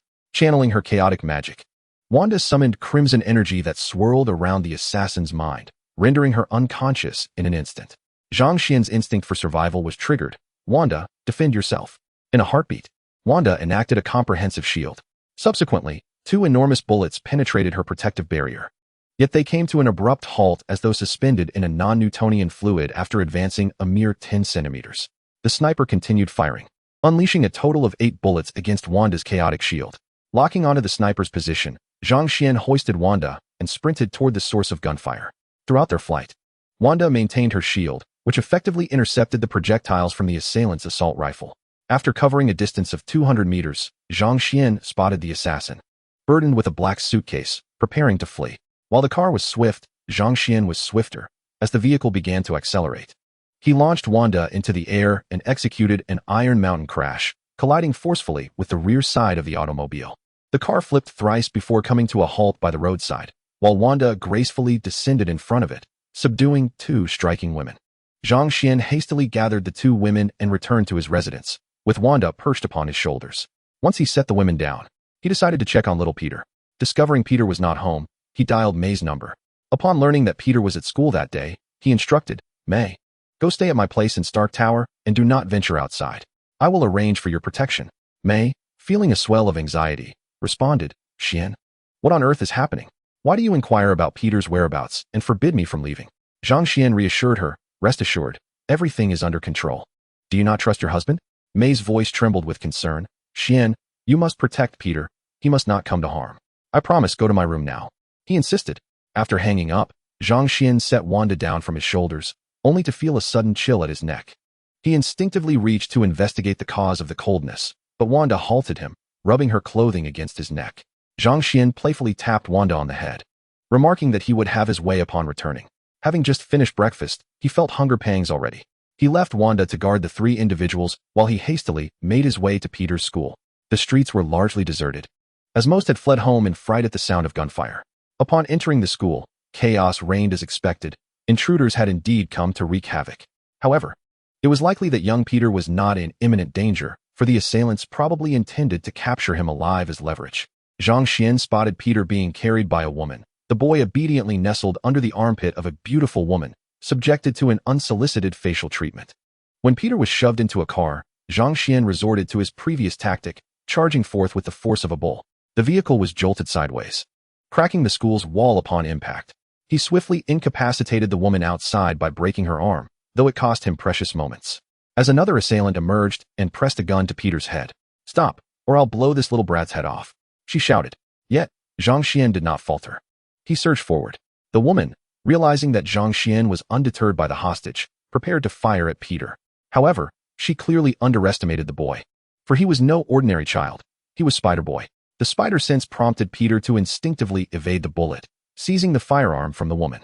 Zhang Xian closed the distance, delivering a swift horizontal strike that shattered the woman's arms, rendering her incapacitated and causing her to collapse in agony. Zhang Xian sandwiched the 2 women, with Peter caught between one of their facial treatments, a rather indulgent reward from Zhang Xian. Peter quipped, "If you could have placed me between the 20-something, I would have been more grateful. This one looks at least 50. Upon returning home, the 5 of them were gathered together, and Wanda swiftly rendered 2 of the newcomers unconscious. Zhang Xian exhaled in relief as he stacked the 5 individuals neatly in the back of the pickup, covering them with a tarp. He then dialed Natasha. Wanda listened anxiously to the incessant ringing, worried for her beloved substitute and sisterly companion. Still no answer? Zhang Xian sighed and pocketed his phone, preparing to interrogate the captured individuals. Wanda spoke up. "I've already inquired. They're from an organization called the Red Room, aiming to capture you and me. Beyond that, they know nothing else." Zhang Xian scratched his head, recalling that the original narrative made no mention of specific details regarding the Red Room, which had been in constant flux. It seemed the only option was to seek out Melina, though his whereabouts remained a mystery. That left him with no choice but to approach the Red Guardian. Yet he was imprisoned in Russia, a daunting prospect. Wanda gently patted Zhang Xian's back, offering him a measure of comfort. "Xian, if there's anything you need to share, we can figure it out together." Little Peter also chimed in. "Brother Zhang Xian, you can talk to me. I am quite clever and can assist you." Zhang Xian ruffled little Peter's hair playfully, disheveling it further. "First, let us go meet May, and then we will devise a plan. Wanda, please fetch us 2 sets of clothing. We shall be away for a few days. I need to make a phone call to arrange for someone to handle the situation." Zhang Xian contemplated calling Tony. "Hey, have you found a scientist even more formidable than myself?" As soon as the call connected, Tony's sardonic voice, accompanied by the sound of welding, came through. "I require support. I am facing an issue here. Later, I will disclose to you the location of a Hydra base. Deal? Will you come here, or shall I come to you?" Upon hearing the mention of Hydra, Tony readily agreed. nothing could deter him from seeking vengeance. He casually opened an investigation into Hydra, but found little valuable information. They were exceedingly adept at concealing themselves. Tony also looked into the last appearance of the rogue entity at his home, an organization known as S.H.I.E.L.D. Although there were some dubious actions, they all seemed to benefit their organization. Bring a few suits of Iron Man armor with you. I require heavy firepower. Wanda and I also need to be equipped, as this adversary has numerous aircraft. Give me a day. Crafting your suits will require some time. After concluding the call, Zhang Xian, along with the packed Wanda and little Peter, made their way to Stark Tower. May embraced Peter, her worry evident as she gently patted him here and there. Aunt May, I'm fine. There's no need to fret. Zhang Xian stepped forward to express his apologies to May. I'm sorry, May. It must be our fault that Peter is in danger. May threw herself into Zhang Xian's arms, seeking a modicum of comfort. Little Peter quipped, Joker JPG. You used to call me baby, but now the new replaces the old, calling me Parker. May's voice trembled. Xian, I do not wish to dwell on your matters, but you must ensure Peter's safety. Confronted with such a thoughtful May, Zhang Xian assured her, I will absolutely guarantee your safety. For the next few days, you two should rest here peacefully. I will handle this predicament. With Zhang Xian's assurance, May felt considerably relieved and took Peter to have a meal, insisting on feeding him despite his claims of having eaten lunch already, for she believed children must eat well to grow tall. Zhang Xian instructed JARVIS to commence an investigation into the Red Guardian, Alexei. They discovered the prison where he was held, subsequently locating Melina based on Alexei's information, and finally tracing it to Dracov's Red Room. The following night, Tony's suits descended upon the Stark Tower's helipad, and Zhang Xian immediately spotted the armor crafted for Wanda. It was unmistakable. Its distinctive features were too prominent to overlook. I am ready to depart at any moment. Zhang Xian, wait a moment, Wanda. As he approached the mech, it opened automatically. Young Peter stood behind him, his eyes sparkling with wonder. No man could resist a mech, especially not a child. If anything, children are even more enamored by them. Brother Zhang Xian, can I take a look inside? Zhang Xian ruffled Peter's hair, saying, yours is over there. He pointed to a large battle armor, which, under Jarvis's control, shifted aside to reveal the smaller mech. Tony remarked, little one, this is specially crafted for you. Feel free to explore, but do refrain from engaging in any perilous activities or flying.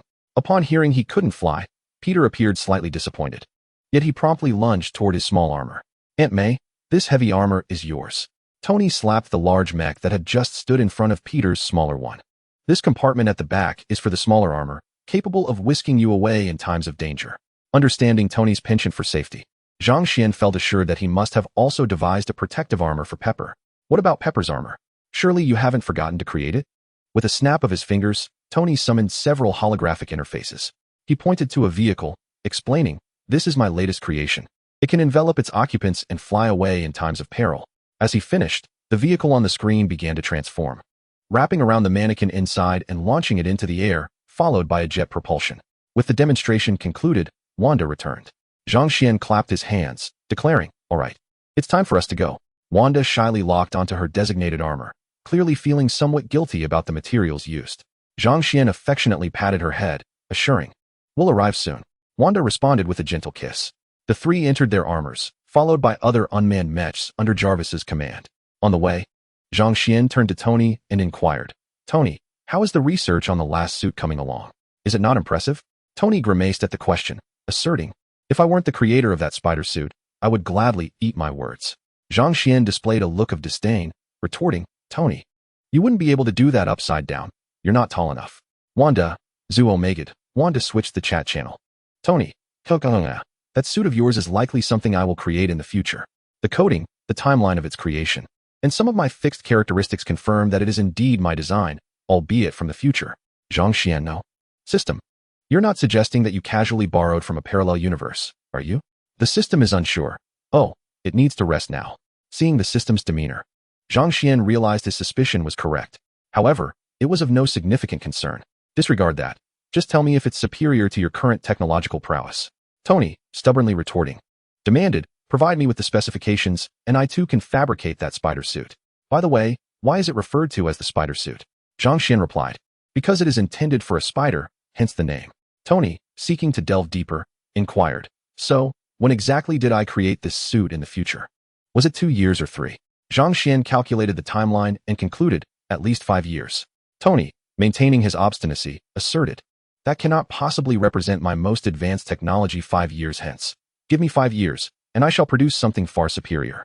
Zhang Xian interjected, "That is irrelevant. The question is whether it benefits you now. I find this rather comfortable cushion I am resting on resembles that suit quite closely." Tony conceded, "It is beneficial, yet it has merely advanced my progress by 6, no, 3 months. Zhang Xian, wishing to disengage, decided to rest. "Jarvis, assist me in controlling the armor.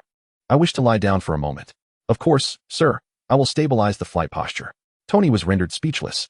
"But 3 hours will soon come to pass. Can't you endure this?" Zhang Xian cast a sidelong glance at Tony, though he was unseen. "In our homeland, we do not fly prone, for only mounts do so. We envision soaring atop our steeds.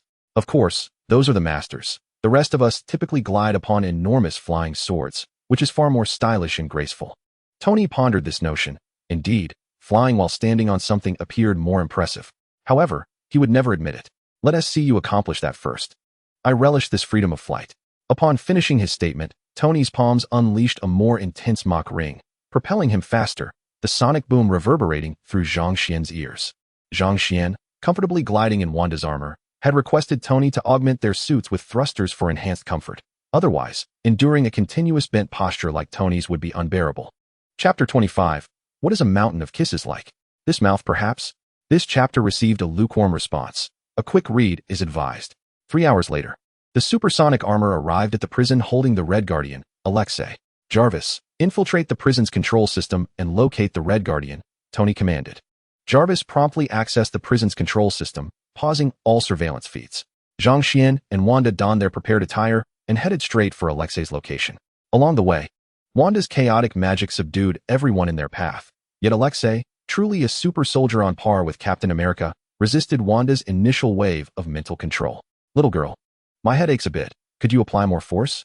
You can increase it further." Wanda, eschewing trivialities, intensified her output of power, causing the Crimson Sentinel's eyes to glaze over. Zhang Xian remarked, "Wanda, you won't inadvertently render him a simpleton, will you?" To which Wanda replied, "Not at all. His mental fortitude is formidable, though it pales in comparison to yours." Seated in Zhang Xian's embrace, she deftly maneuvered through the chaos of magic, while a hefty figure trailed behind, ensnared in red energy. Upon hearing a resounding thud from behind, Zhang Xian cautioned, "Wanda, be gentle. We wouldn't want to knock him senseless. Let's ponder our next steps at home." Wanda pinched a small tuft of flesh on Zhang Xian's chest, and despite his robust physique, he could not entirely withstand such a localized assault. Upon returning to the snowy expanse, 2 battle armors enveloped Alexei, whisking him away. They paused in a somewhat warmer locale on the outskirts of St. Petersburg, described as warmer only in contrast to the previous frigid prison temperature of -40 degrees. This new place still lingered at a biting -30. Such conditions were typical for Russia in November. Wanda roused Alexei, who was ejected from the armor and collapsed into the snow. The sudden chill jolted him awake, prompting him to adopt a combat stance. However, upon observing the multitude of armors surrounding him, he felt a twinge of dismay. He recognized these as the American Iron Man from his prison television, leading him to conclude that this Iron Man had come to eliminate him, a rival to Captain America, as a form of retaliation against the Soviet Union, or, as it might now be termed, Russia.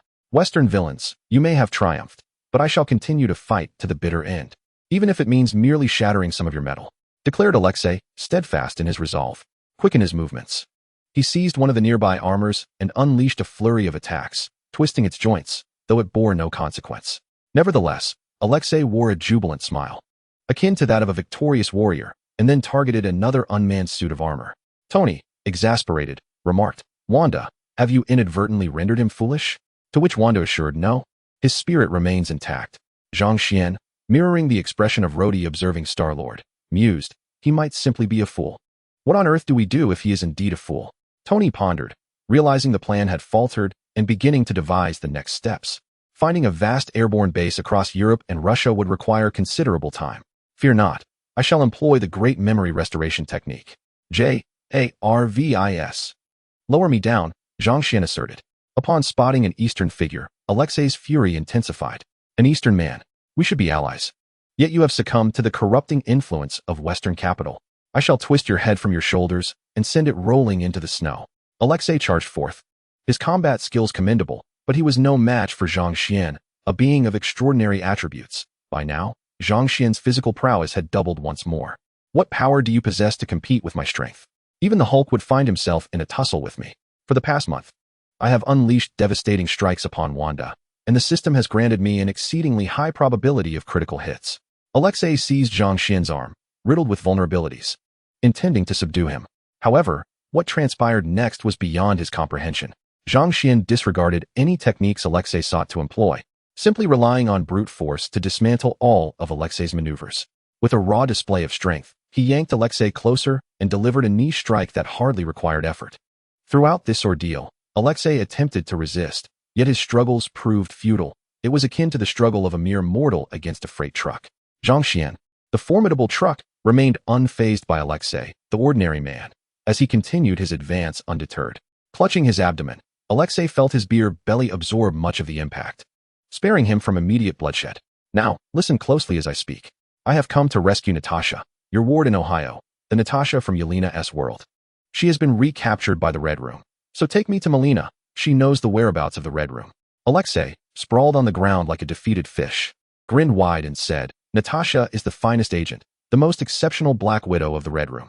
You dare claim she has been captured? Zhang Xian was at a loss for words, realizing that Alexei was utterly oblivious to how the Red Room trained Natasha. Do you understand how the Red Room conducts its training? Alexei maintained his derisive smile. The Red Room is the premier institution for agent training. Having provided the Soviet Union with countless intelligence, everything it does is for the sake of peace. Zhang Xian held his head in disbelief, convinced that Alexei had been brainwashed. How else could he hold the Red Room in such high esteem? However, Alexei's next words took a turn. General Dreykov, my friend, grants me glory. Yet he sent me to Ohio to undertake that monotonous mission. I could have been more renowned than Captain America, but instead, I was forced into that absurd infiltration plan.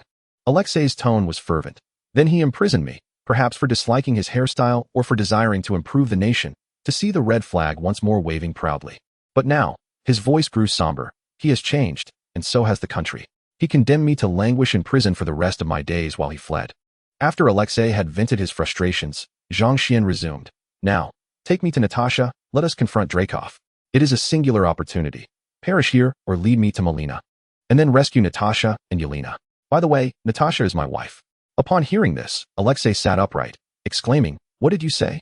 Zhang Xian extended his hand and insisted, Now, answer me. Will you go to save Natasha, or will you choose to perish in this icy expanse? Alexei reached out, and Zhang Xian pulled him up. That is your mode of transport. Be sure to don it quickly. Zhang Xian indicated towards the deformed battle armor on the ground, twisted by Alexei. Ultimately, Alexei donned the armor, though it was not without its flaws. There were gaps where the joints leaked air and a noticeable opening in the chest region. Jarvis cautioned, Sir, if this gentleman flies in such a state, it may pose certain risks to his health. Zhang Xian waved dismissively, It's fine. His physical resilience is considerable. This minor issue is not a concern. Alexei, lead the way, Zhang Xian instructed. As Alexei fumbled with the armor, a map of St. Petersburg materialized before him, and he pointed to a specific location. It's roughly here. Once we arrive, I can guide you further. Half an hour later, Zhang Xian inquired, Alexei, can you find it? Tony interjected, I believe even hundreds of drones would get lost in this area. A lucid Alexei scratched his head. The thick snow blanketing the ground was indeed beautiful, yet it rendered navigation nearly impossible. Let us ascend a bit higher. I recall a deep pit nearby that has been mined, along with two small hills that resemble kissing lovers. As the trio took flight, they glanced back at Alexei, who was still on the ground. What are you doing? They asked. Alexei replied, You go ahead. I need to give my body a good knock. It's frozen. Zhang Xian and Wanda set off in search of the deep pit and the kissing hills. Tony quipped, Be gentle when you knock. If you fall, we'll have to take you to the hospital. Alexei exerted a bit of force, breaking off an icicle and casually tossing it to the ground. My dear, I've found the kissing hill. Wanda exclaimed, her armor's sensors locking onto a hill that indeed appeared to be kissing, transmitting the image to the others. Tony remarked, A marvel of the world, this kiss. Zhang Xian added, A masterpiece of nature. It truly deserves to be developed into a scenic spot, a pilgrimage site for enthusiasts of unique formations. Upon seeing the site, Alexei laughed heartily. Aha, we've found it. Let us fly 2 kilometers north, and we shall arrive shortly. Soon, the group landed beside a small cabin blanketed in snow. Alexei strode in confidently, calling out Melina. Inside, Melina was utterly unprepared for an intrusion. Her security measures had not been triggered. However, upon recognizing Alexei, she felt a wave of relief. though her heart soon raced again with apprehension. As he observed several armored figures trailing behind Alexei, he inquired, "Alexei, when did you start associating with those American scoundrels?" Alexei promptly clarified, "No, I merely collaborate with them. We are heading to the Red House to rescue Natasha. This is her husband." Melina, wearing a look of disbelief, retorted, "What are you joking about? When did Natasha get married? I have not heard a word of it." Alexei asserted confidently, "I have seen photographs of that lad with Natasha. There is no mistake." Melina pressed her forehead, exclaiming, "You fool, you have been deceived. They are the very ones here to capture Natasha." Without a hint of doubt regarding Melina's words, Alexei acted swiftly, propelling Zhang Xian's armor out of the room. "Melina, run. I will hold them off." As Melina turned to flee, Zhang Xian's voice boomed through the speakers. "Natasha, your husband has been struck by your father. If you do not come out now, I shall return to discipline you as your father." "Alexei, stop!" Natasha's voice echoed from within the room. However, Alexei, having been separated from Natasha since childhood, could not recognize her voice. It was only when Melina commanded, "Alexei, stop," that he turned to observe the person standing beside Melina, realizing that it was indeed Natasha. "Oh, little Natasha, I have longed to see you. Why do you wear such a sorrowful expression? Are you not happy to see your father?" Natasha brushed aside Alexei's hand, coldly replying, "No father would abandon his daughter, sending her to the Red House." Alexei countered, "Hey, the Red House has made you the most exceptional agent. A master of assassination and infiltration. You are practically the perfect Black Widow." Natasha approached Zhang Xian, who had also descended from his armor. "Dear husband, why did you not inform your mother about me? Am I so unworthy of recognition?" Natasha lightly struck Zhang Xian's chest, asserting, "Monogamy defines a wife. Yet you have more than just me." Both Melina and Alexei were taken aback. What had they just heard? Their daughter was the one playing the role of the mistress? Alexei rushed forward to separate the two, but Natasha pushed him away. "Please do not interfere in our affairs. I am unable to bear children. Thus I permit my man to have others besides me." Alexei, in disbelief, glanced at Melina, who remained silent, as she too could not conceive and had not sought another man since then. Alone and at a loss, Alexei implored, "Natasha, you cannot do this. He is a fickle man, and the one beside him is his mistress. You cannot live with someone like that." Natasha had yet to attain the emotional stability following the Civil War, making it difficult for her to maintain composure in the face of her incapable father, who had abandoned her and her sister. Wanda remained silent, burdened by the thought that if her father were aware of her association with a rather unremarkable husband, he would surely react similarly. Natasha's expression was frigid. "The nature of my companions is none of your concern. Much like the torment I endured within the Red Room is irrelevant to you." Alexei, undeterred by Natasha's tone, continued to persuade her, "Natasha, I am aware of your animosity towards me, yet it is precisely that which renders you the epitome of the Black Widow." Natasha wiped away a tear from the corner of her eye, her voice tinged with a nasal quality. "Indeed, the most exceptional agent, yet not a flawless individual. It was there that I lost my ability to bear children. Do you know? At that time, Yelena and I were ushered into the operating room, our hands clasped tightly together. Subsequently, we both witnessed the surgical footage of our organs being removed." Alexei turned to Melina, seeking confirmation. "Melina, is it true?" Melina offered no reply, but her evasive gaze spoke volumes. Tony shuddered at the revelation, then interjected, "Ahem, Zhang Xian, we have located Natasha. Does that not signify the completion of our mission?" Zhang Xian responded, "Currently, the Red Room houses numerous children coerced into training. If you choose to remain passive, you are welcome to depart. Wanda and I can handle the Red Room." Tony fell silent, removing his helmet and settling into another empty suit of armor. "Remember to call me when you set out. I am feeling rather fatigued." Zhang Xian tapped on Wanda's armor visor, and Jarvis released her. "Darling, take Natasha below. I have matters to discuss with Melina." Alexei attempted to voice his thoughts, but Melina pinched his lips shut, rendering him speechless. He glared, but Melina paid him no mind, instead leading Zhang Xian into an adjoining room. Alexei harbored a complex sentiment towards this woman, who had feigned a marital relationship with him for 3 years.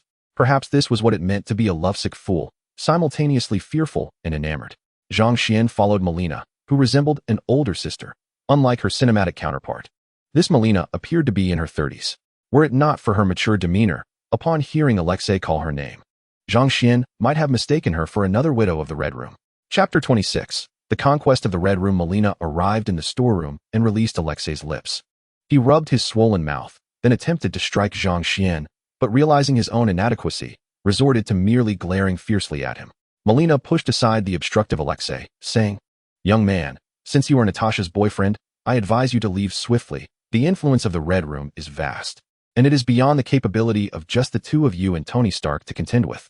Zhang Xian scoffed disdainfully, remarking that the greatest challenge posed by the Red Room was locating him. If you can guide me to him, destroying it would merely take a matter of minutes. Melina shook her head, her eyes betraying a sense of dread. No, you fail to comprehend the Red Room. If you venture there, you will undoubtedly be captured. Dracov's methods are extraordinarily terrifying. Zhang Xian seized a nearby iron crowbar. What does the Red Room possess? An army of female assassins? He bent the sturdy crowbar in half, further questioning whether it was merely the controlling red mist that held sway over people's minds. While Melina was astonished by Zhang Xian's strength, she remained unconvinced of his ability to triumph over Dracov. You do not understand Dracov. He is exceedingly cautious and suspicious. You stand no chance against him. Zhang Xian, uninterested in her warnings, declared, in that case, just wait and see. I will take control of the Red Room. Ignoring Melina's palpable fear of Dracov, he resolved to have her lead them to the Red Room's flight base when the time was right. Finding Melina unyielding in her attempts to dissuade him, she sought out Natasha, hoping to persuade her to flee. Had Natasha possessed experience as a member of the Avengers, Melina might have considered a direct assault on the Red Room.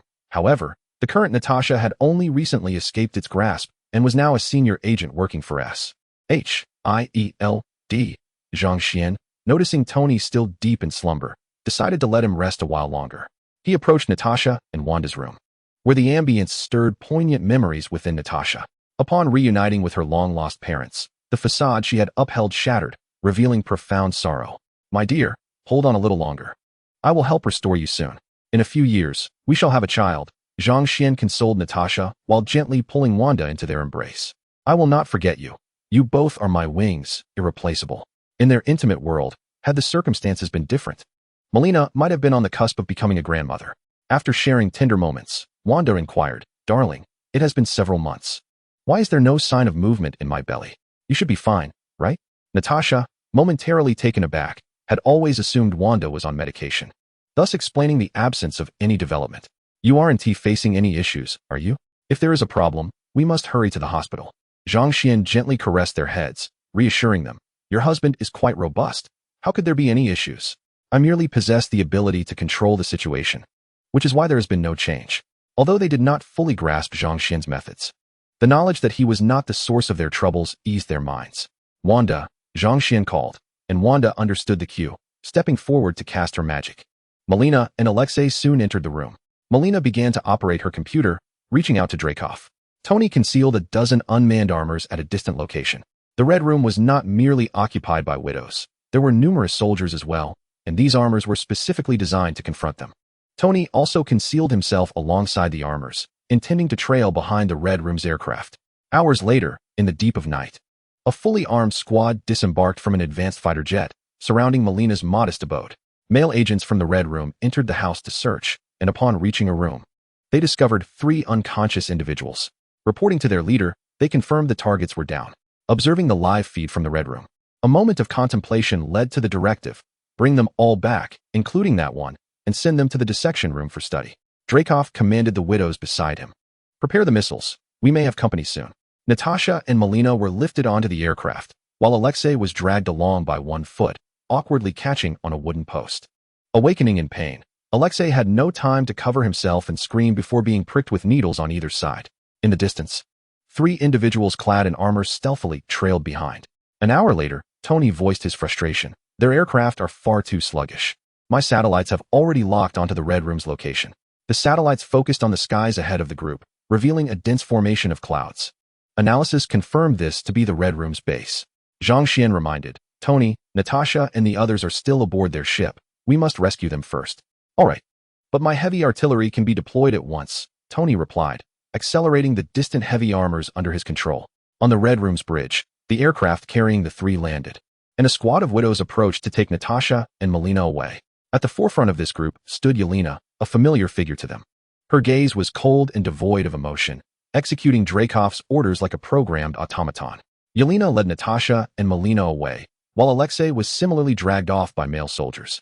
Outside the Red Room, a voice interrupted, Sir, we are locked onto by missiles. Jarvis's warning echoed through the communication channel. Let the impulsive boy launch the heat flares and smoke bombs, Tony commanded, and a crimson armor surged forward. racing toward the Red Room while releasing a barrage of heat flares along the way. Zhang Xian yearned to test his missile survival skills, but to spare Wanda any worry. He resolved to postpone his experiments for another time. The three successfully evaded the initial wave of missile fire. However, they were soon confronted by over a dozen Red Room fighter jets. The aircraft unleashed a barrage of large-caliber cannon fire, which, though unable to penetrate the armor's defenses, would nonetheless affect speed and balance. Yet soon, these obstacles were no longer a concern. Jarvis, the demolition genius, is ready for action. An armored suit surged forward, then split into independent propulsion devices that hurtled towards the enemy aircraft. Some of the unsuspecting planes were ensnared by the fragmented pieces of the demolition genius, succumbing to destruction themselves. Dreykov anticipated a formidable adversary, yet he never expected it to be Tony Stark. With a manual targeting system, he ordered a detonation around him. Following the command, dozens of Widow operatives controlled modified missile launchers, aiming directly at Tony. "Sir, incoming missiles, the heat flares have failed." "Damn, these guys have more stock than I do." Tony observed the swarm of missiles encircling him, unable to maintain his composure. "Zhang Xian, retreat, I'll handle this."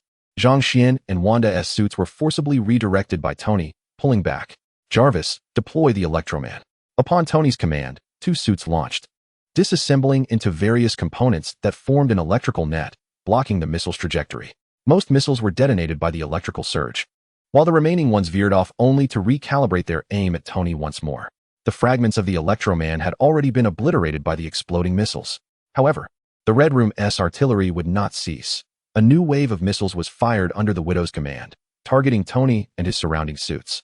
Zhang Xian and Wanda watched from a distance, with Zhang Xian even contemplating a snack, for no man could resist the spectacle of missiles exploding or being obliterated.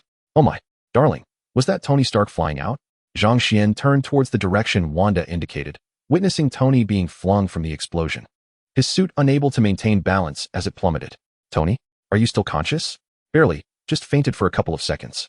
"Don't these people have to pay for their missiles? How can there still be more?" As Tony spoke, another barrage of missiles was launched from the Red Room, causing his eyelid to twitch. "Jarvis, it's time for the trump card." "Sir, the laser enthusiast is ready." "Fire. Let them witness the genius of my weaponry." The crimson suit surged forth, charging directly into the missile swarm. Just before the two forces collided, fissures opened on the laser enthusiast, revealing numerous gun barrels. Dreykov, observing through the missile's viewfinder, wore a mocking smile. "A genius inventor?" "Hardly." Before Dreykov could finish his taunt, the derided gun barrels unleashed slender crimson laser beams, extending several meters. The suit spun the laser, advancing forward, shredding countless missiles and triggering a cascade of explosions.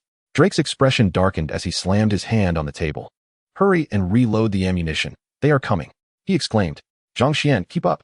Having neutralized the most formidable missile threat, the armored suit soared through the air, entering the Red Room before the missiles were fully reloaded. "Tony, let us first locate Natasha before regrouping with you. Do not forget to seal the internal and external circuits of the suit. Go now. I wish to examine this spacecraft. It defies the very laws of physics." The trio paid little heed to the soldiers targeting them, instead propelling themselves toward their designated location. Along the way, numerous individuals fired their weapons or attempted various forms of obstruction, but to no avail. The steel armor impervious to missiles was even less affected by mere bullets. Guided by Jarvis, Zhang Xian breached a wall, revealing the Widow squad escorting Natasha and Melina on the other side. The Widow guards immediately opened fire at the gaping hole, but their efforts were evidently futile. "Marissa, your squad is to escort them to General Dreykov. I will cover the rear," commanded the large-framed Yelena, leading the others in an attempt to slow Zhang Xian's advance. "You overestimate yourselves. If you cannot breach the defenses of an armored suit, what can you possibly use to hinder me?" Wanda, unable to restrain herself any longer, unleashed a torrent of red energy, subduing the Widows. Only Yelena remained engaged with Zhang Xian, attempting to match his strength, but she was utterly outmatched. Zhang Xian seized Yelena by her pale neck, unleashing a powerful electric current sufficient to incapacitate her. Marissa, hearing the commotion behind her, signaled her team to hold Natasha and Melina at knife point. A man's voice emanated from Marissa's form. "Zhang Xian, I believe it is time we had a conversation." With that, Dreykov pressed the sharp blade against Natasha's delicate neck, drawing a trickle of blood. Zhang Xian dismissed Dreykov with a glance toward Wanda, who understood the unspoken command. In an instant, crimson energy enveloped the four Widows, compelling them to lower their daggers and release Natasha and Melina from their restraints. Dreykov, bewildered by the turn of events, realized he had stirred a formidable trouble, as his once reliable control over the widows had faltered. Rather than unleash a futile roar of frustration at Zhang Xian, he resolved to take his daughter and flee to another hideout. The Mimic Master trailed behind him like a bodyguard. Everyone, eliminate the intruder at all costs. This was Dracov's final command to the widows before he made his way to his special escape pod. Inside the escape pod, Dracov activated the self-destruct system of the Red Room. However, instead of the anticipated alert tone, he was greeted by a rather mocking voice often heard in the news. "Good day, sir. It seems you have pressed quite the consequential button. Are you now planning to descend?" Suddenly, Dracov heard a knock on his aircraft, and the cabin door swung open to reveal a suit of iron armor, from which many missiles emerged, targeting both him and the Taskmaster. With a resigned sigh, Dracov adjusted his attire, exuding an air of elegance akin to that of a gentleman. The Taskmaster, lacking any command from Dracov, silently followed in his wake. The iron suit flanked Dracov on either side, escorting him back to the control room he had just vacated. "Welcome back.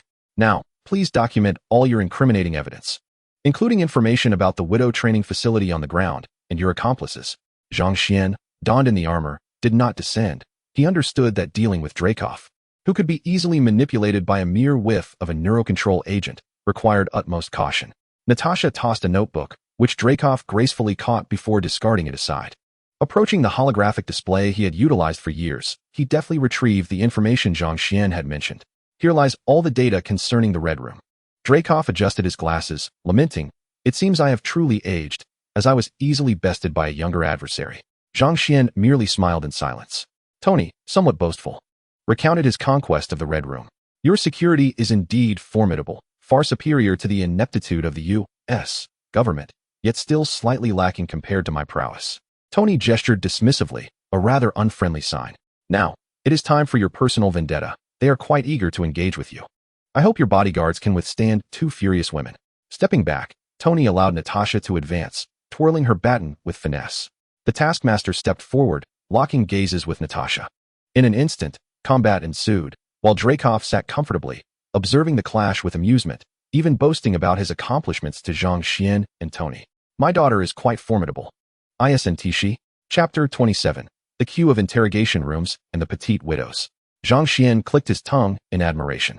The Taskmaster was indeed impressive, as Natasha struggled under the pressure, having already endured several blows. Zhang Xian privately compared. Her baton was not as thick as his, resulting in insufficient striking power. Ultimately, however, Natasha was unable to overcome the Taskmaster, who delivered a powerful kick to her chest, sending her flying backward. Zhang Xian skillfully caught Natasha, tenderly rubbing the area she had been struck. Had he not known that the Taskmaster was female, he might have been tempted to unleash a miraculous display of strength and crush her skull. "Wanda, induce her into unconsciousness." With a flick of her wrist, Wanda unleashed a surge of chaotic energy, which the Mimic Master narrowly evaded, intent on retaliating against Wanda. However, the chaotic energy veered back and struck the Mimic Master squarely in the back, causing him to collapse instantly. Dracov, witnessing this spectacle, erupted into laughter, clapping his hands in delight. "What a remarkable display! Is this magic?" Zhang Xian, beaming with confidence, replied, "You shall discover its nature firsthand." Wanda deftly manipulated the chaotic energy, enveloping Dracov in its tendrils. He marveled at the extraordinary power coursing through him, a truly wondrous ability. Yet, as he uttered these words, his expression dulled, and his eyes glazed over. He turned, beginning to inscribe information not contained within the Red Room database. In the ensuing moments, Natasha and Melina ventured forth to liberate the remaining widows from their control. With Wanda accompanying them, Zhang Xian felt assured that no peril would arise. Meanwhile, Zhang Xian engaged in discussions with Tony regarding the subsequent handling of the Red Room. Given the enormity of the organization and the multitude of widows, releasing them all at once could incite chaos. Zhang Xian sought to maintain the Red Room's status quo temporarily, intending to utilize those widows infiltrating various nations to eradicate certain threats. Despite Tony's objections, Zhang Xian assured him that he would notify him upon uncovering Hydra's whereabouts, leading Tony to reluctantly consent, even offering to provide technical support. Soon, merely over 100 female widows remained in the Red Room, the soldiers having been designated as accomplices. Their skulls shattered. Upon Melina's return to the control room and her sighting of Dracov, she trembled slightly, the deep-seated fear still lingering within her. Dracov stood there expressionless, motionless, evoking dread in the widows. Zhang Xian, grinning, playfully kicked Dracov, sending him sprawling before the widows. He is yours now, with but one stipulation. He must not perish. Many sisters await. The widow's eyes blazed with fury as they escorted Dreykov to the designated interrogation room. Melina was among the first to enter, with dozens more queuing behind her. Tony observed the scene with a smirk, remarking, he certainly possesses a charisma that draws hundreds of young women to queue for him. Zhang Xian patted Tony on the shoulder, quipping, you've certainly had more than 100 cover girls in your bed, haven't you? Tony glanced around, noticing several underage widows in the line. With a grimace, he retorted, but I would never allow underage girls to queue for my bed. At this juncture, Tony felt a twinge of concern, stating, Zhang Xian, many of the training organizations are located in other countries. We must act swiftly. Zhang Xian inquired, how many bases does the Red Room possess? Tony replied, 16. There are 687 surviving girls. As for those who have perished, Tony was unable to continue, prompting Zhang Xian to approach and inspect. His gaze turned perilous. Death. 2586. I shall visit the interrogation room. Tony replied, I will accompany you. Upon exiting the interrogation room, both Zhang Xian and Tony felt a refreshing release, alleviating the tension that had built up within them. Tony dispatched orders for all the girls to be brought forth, and subsequently commanded the obliteration of those bases. Should any be located within the city, he would personally attend to them. Tony busily operated his devices, noting that one might need to traverse 12 countries. Zhang Xian paused momentarily, suggesting that they should have all the information returned, and upon disembarking from the plane, they would face their reckoning. That evening, spirits were low, leading everyone to retire early. However, the interrogation room remained bustling, with the widows waiting outside as the numbers approached. Zhang Xian extricated his arms from the four imposing figures and stepped outside for a brief respite, wandering around the red building. Yelena, this is your second time in line. Do try to restrain your aggression. Yelena, currently queuing, approached Zhang Xian and pressed herself against him. Unlike the portrayal in films, Yelena was a quintessential Russian blonde, irresistibly beautiful and undeniably alluring. Zhang Xian feigned a reminder, I am your brother-in-law. You are standing rather close. Yelena grinned mischievously, but brother-in-law, you haven't distanced yourself, have you? Zhang Xian maintained a serious demeanor. I am open to all who approach. Yelena wrapped her arms around him and exclaimed, Sisters, my brother-in-law welcomes all. Surely you wish to address your deficiencies as well. Before Zhang Xian was engulfed by a throng of widows, he shouted, Minors are not permitted. This elicited sighs from many young widows who yearned to seize their futures, but they were swiftly captured by the elder widows and discarded back into the interrogation room. Initially disheartened, the younger widows found a glimmer of hope. It wasn't so dreadful after all. Zhang Xian found himself lost in a paradise of bliss.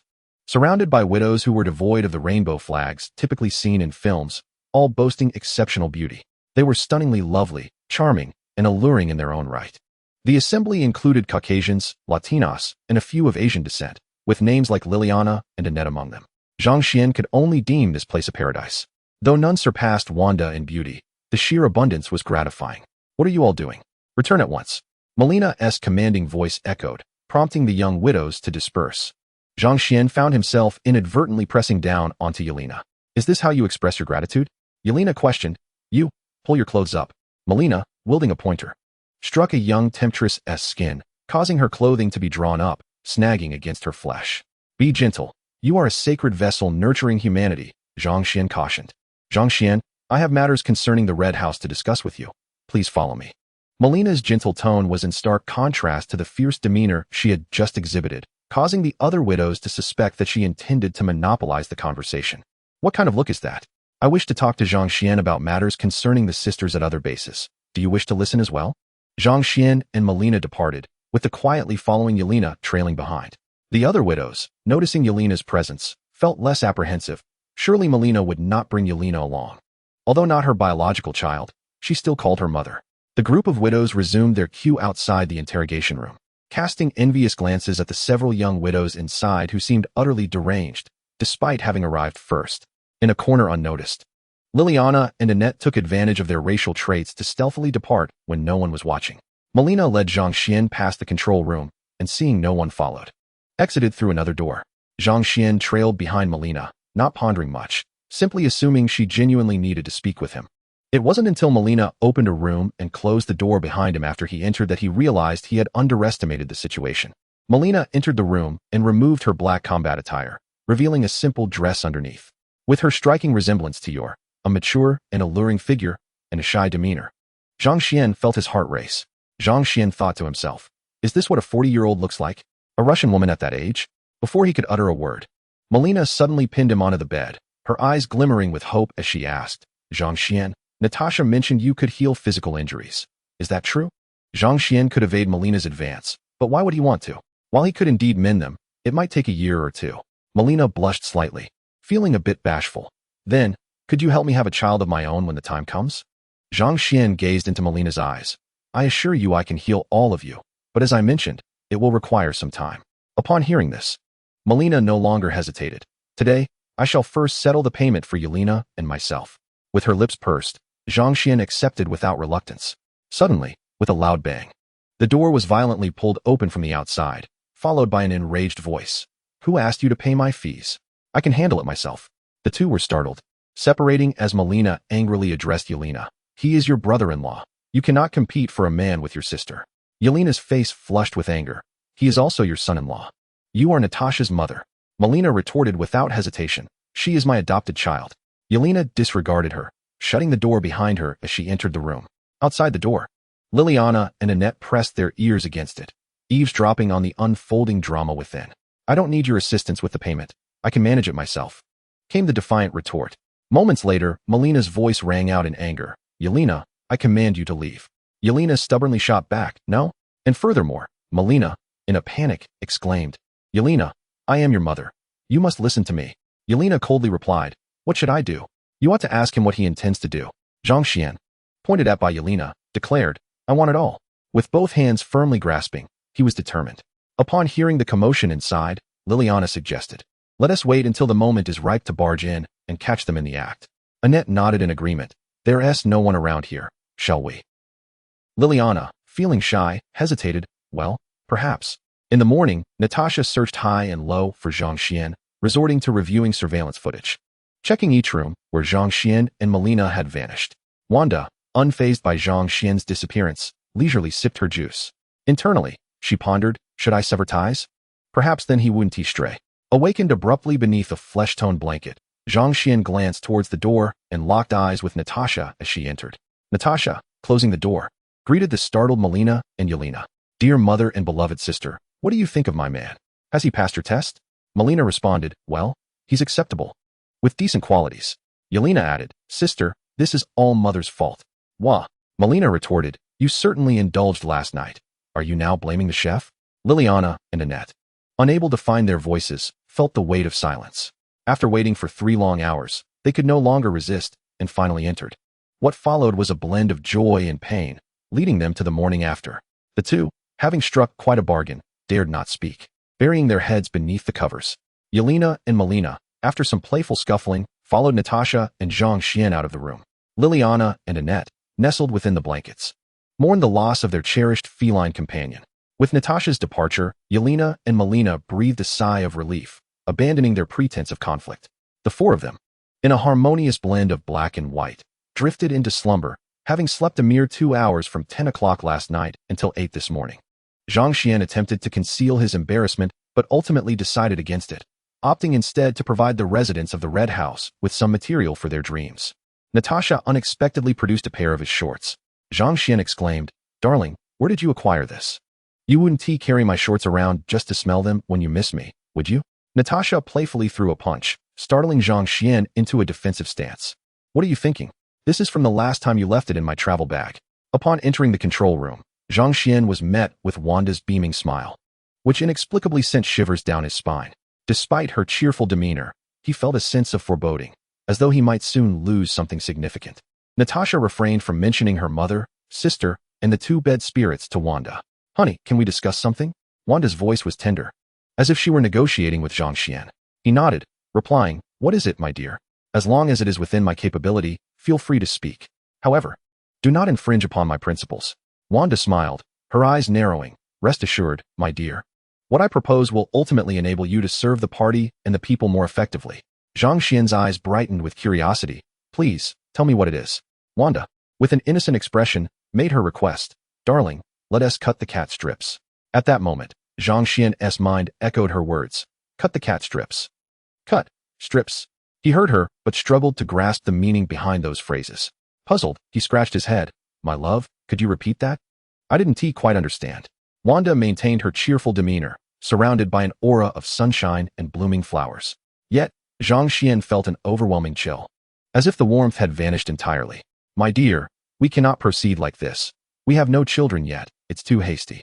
Wanda then surprised him again. It's all right, my love. Later, I will freeze the remnants within Yelena, Melina, Liliana, and Annette, and I can directly proceed with in vitro fertilization. In the midst of Wanda's smiling visage, she inexplicably produced a knife and aimed it at Zhang Xian. Natasha pushed Zhang Xian aside and embraced Wanda. Hurry. Wanda has become possessed. You must perform an exorcism quickly. Zhang Xian transformed into an exorcist, carrying Wanda and Natasha back to the previous room to conduct the exorcism ritual. It is well known that the more participants there are, the easier the exorcism becomes. Chapter 28. New Year time swiftly passed, and the spring festival of 2009 arrived.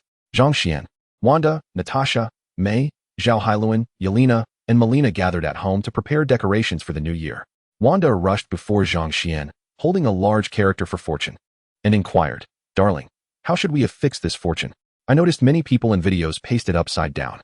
Zhang Xian took the character and gestured at the entrance of their home, explaining, the main door should display the fortune character upright to welcome blessings, while inside, it should be placed upside down, signifying that fortune has arrived at home.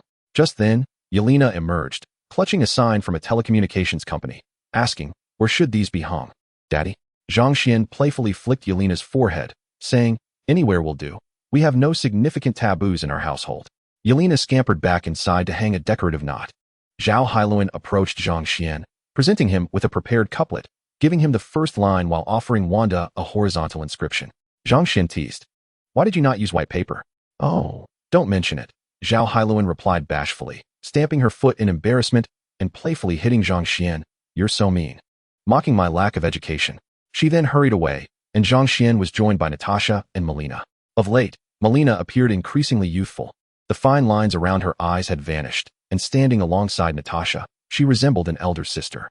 Zhang Xian felt his nourishment must be of considerable benefit, as his robust physique seemed to possess rejuvenating effects. Darling, our car is ready. Shall we head to Chinatown? Melina unabashedly addressed Zhang Xian in front of Natasha, still irked from the previous night when Natasha had claimed her reward, a treasure more precious than any cosmetics from Huazhou. Throughout the day, Melina insisted on calling Zhang Xian darling in Natasha's presence, pondering when she might no longer be outpaced, lamenting the inconvenience of not having any hidden reserves. Once we affix the couplets, we shall depart. Mei, Peter, come help with the spring couplets, Zhang Xian called out, summoning Mei while also including Peter, who had long desired to experience this tradition. Peter, spread the paste evenly, don't misalign it. Understood, Uncle Zhang Xian. Young Peter was delighted to learn of Zhang Xian and Mei's relationship, and the transition from calling him Brother Zhang Xian to Uncle Zhang Xian was seamless.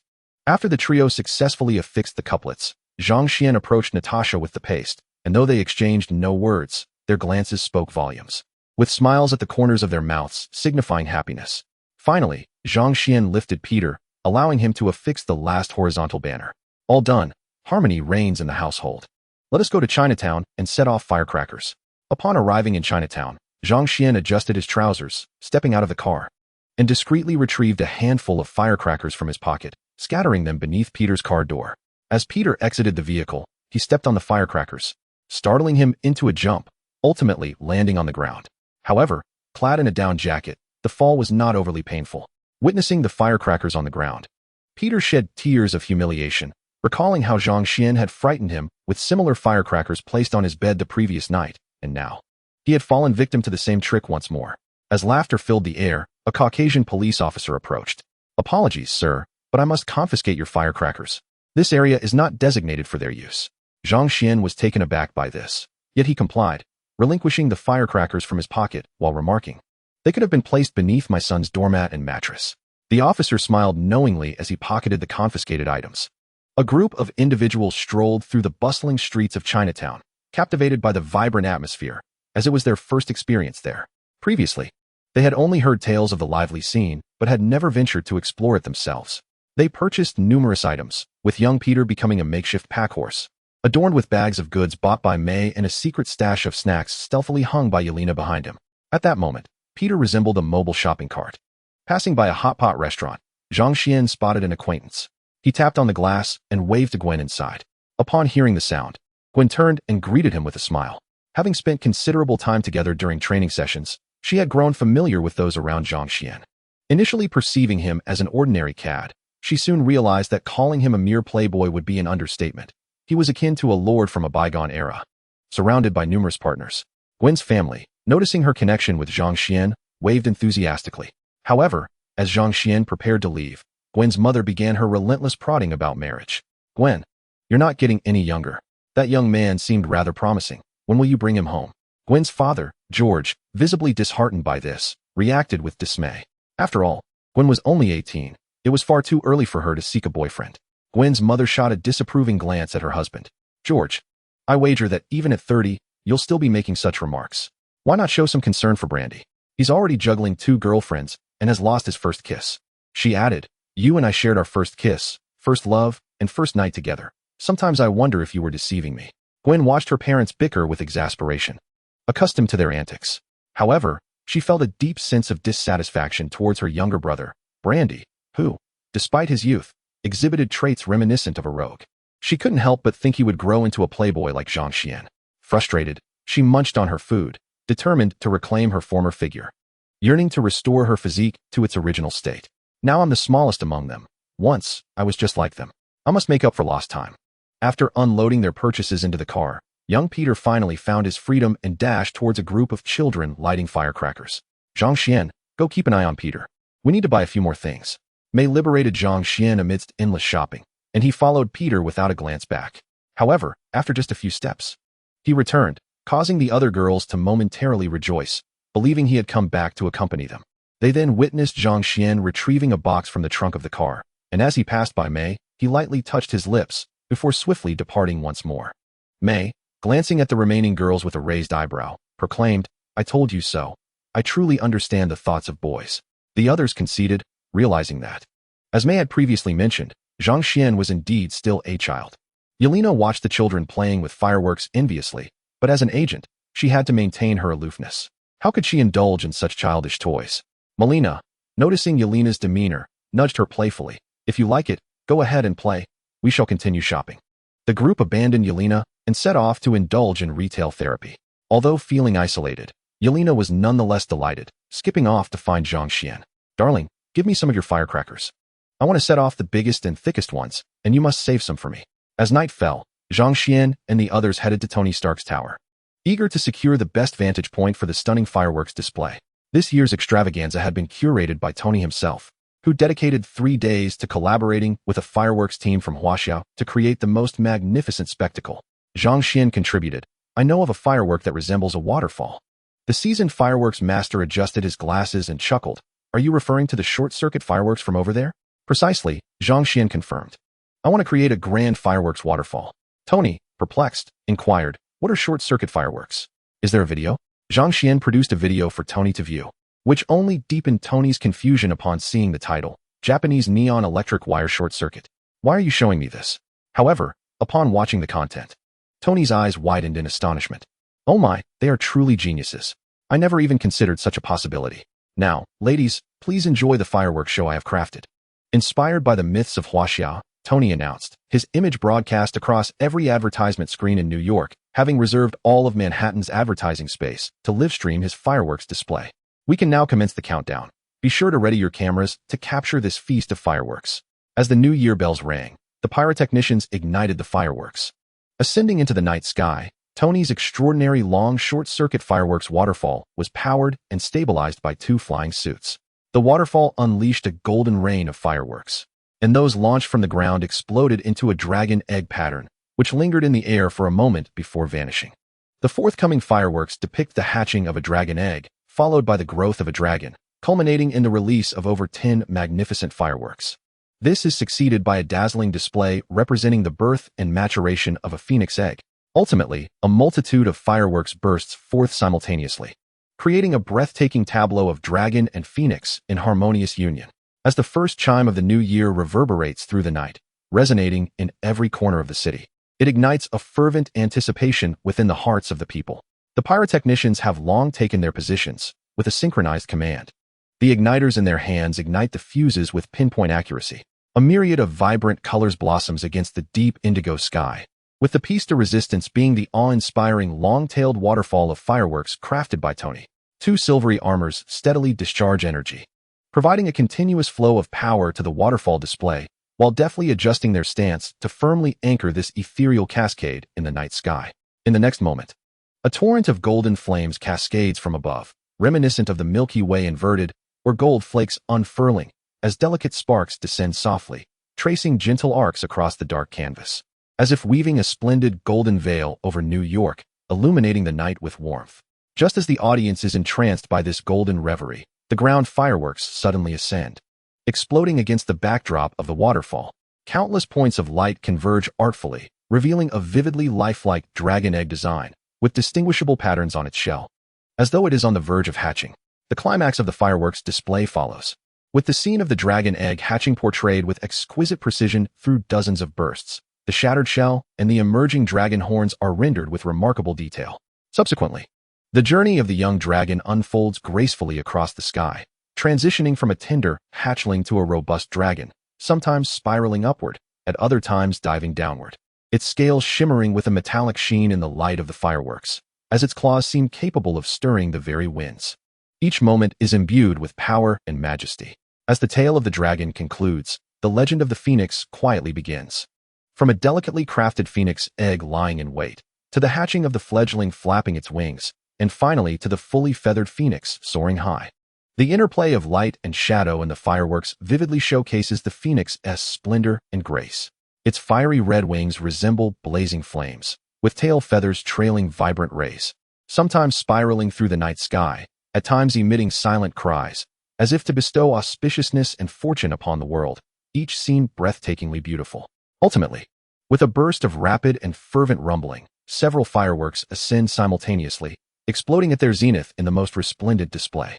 The dragon and phoenix stand in distant opposition against the sky, their grandeur and elegance contrasting harmoniously, surrounded by auspicious clouds, creating a stunningly profound tableau of the dragon and phoenix in auspicious harmony. Just when everyone believed the fireworks display had concluded, the quiet night sky is once again illuminated by a solitary firework, a charmingly naive figure in the shape of a calf. Its round body enveloped in a fluffy golden halo, exudes an air of vivacity and cuteness. The calf's front hooves securely cradle a string of vibrant red fireworks inscribed with the words "Wishing you prosperity." Ladies and gentlemen, the fireworks show has concluded this evening. Though brief, it has cost me over 10 million. Now, let us extend our gratitude to our fireworks team, and the camera turns to tonight's unsung heroes. The individuals at the fireworks display were taken by surprise at the chance to be on camera, enthusiastically waving at the drone. Subsequently, the drone passed by the rooftop where Zhang Xian was situated, capturing a moment of him raising a glass to the lens. The viewers in the live stream exhibited little reaction, except for a few astute observers who noted that the man was on the top floor of Stark Tower, prompting them to dispatch personnel to investigate Zhang Xian's background. As the fireworks show came to an end, all spectators were left in awe, even those across the ocean in Huaxia. After the spectacle, Zhang Xian anticipated that Tony might have some promotional content, yet true to his nature, Tony emphasized that the 20 million was solely for the visual splendor and the aesthetics of the explosion, devoid of any commercial intent. What did you say? Tony transformed the fireworks show into a VR experience, allowing those who purchased specific VR glasses to immerse themselves in it. Zhang Xian bid farewell to Tony, and even Wanda refrained from giving him the cold shoulder, merely choosing not to look his way. As Zhang Xian descended with Tony, he was shown Tony's latest research. This is an upgraded version of the spider suit, enhanced with vibranium after I fully grasped the original technology. You can take it back to show that, Tony.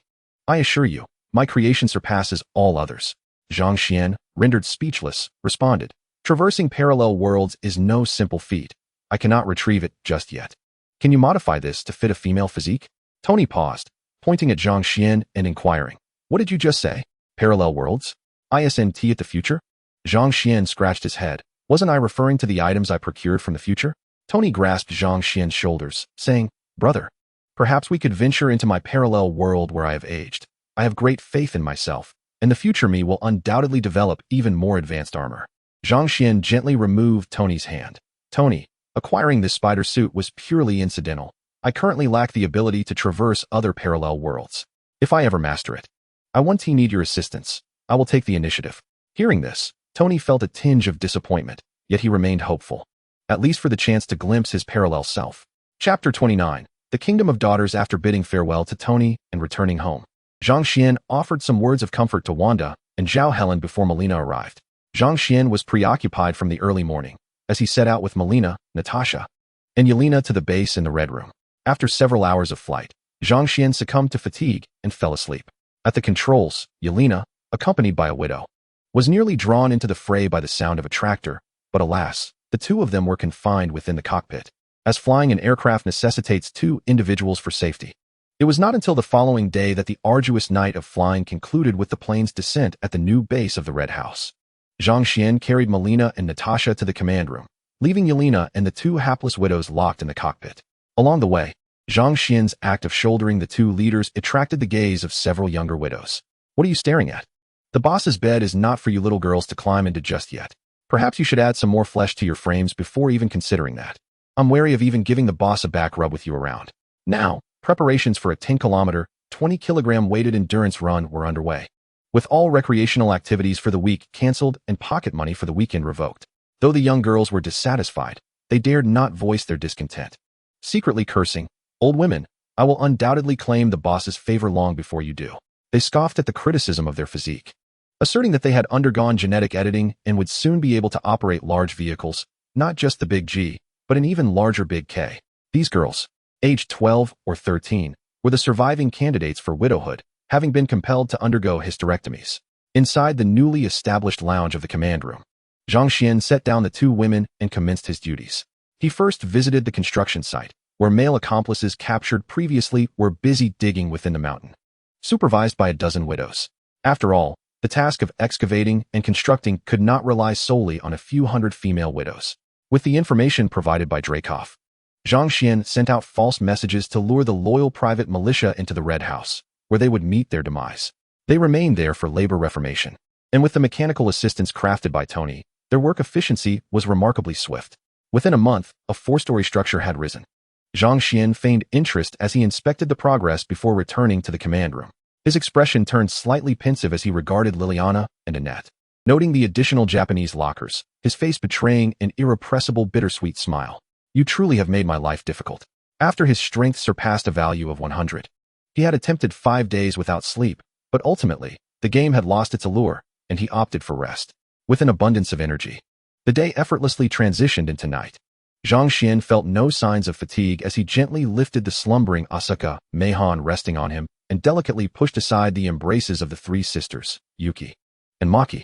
He stepped over Akiyama Ayana, and then over the classmate Hiyurisa.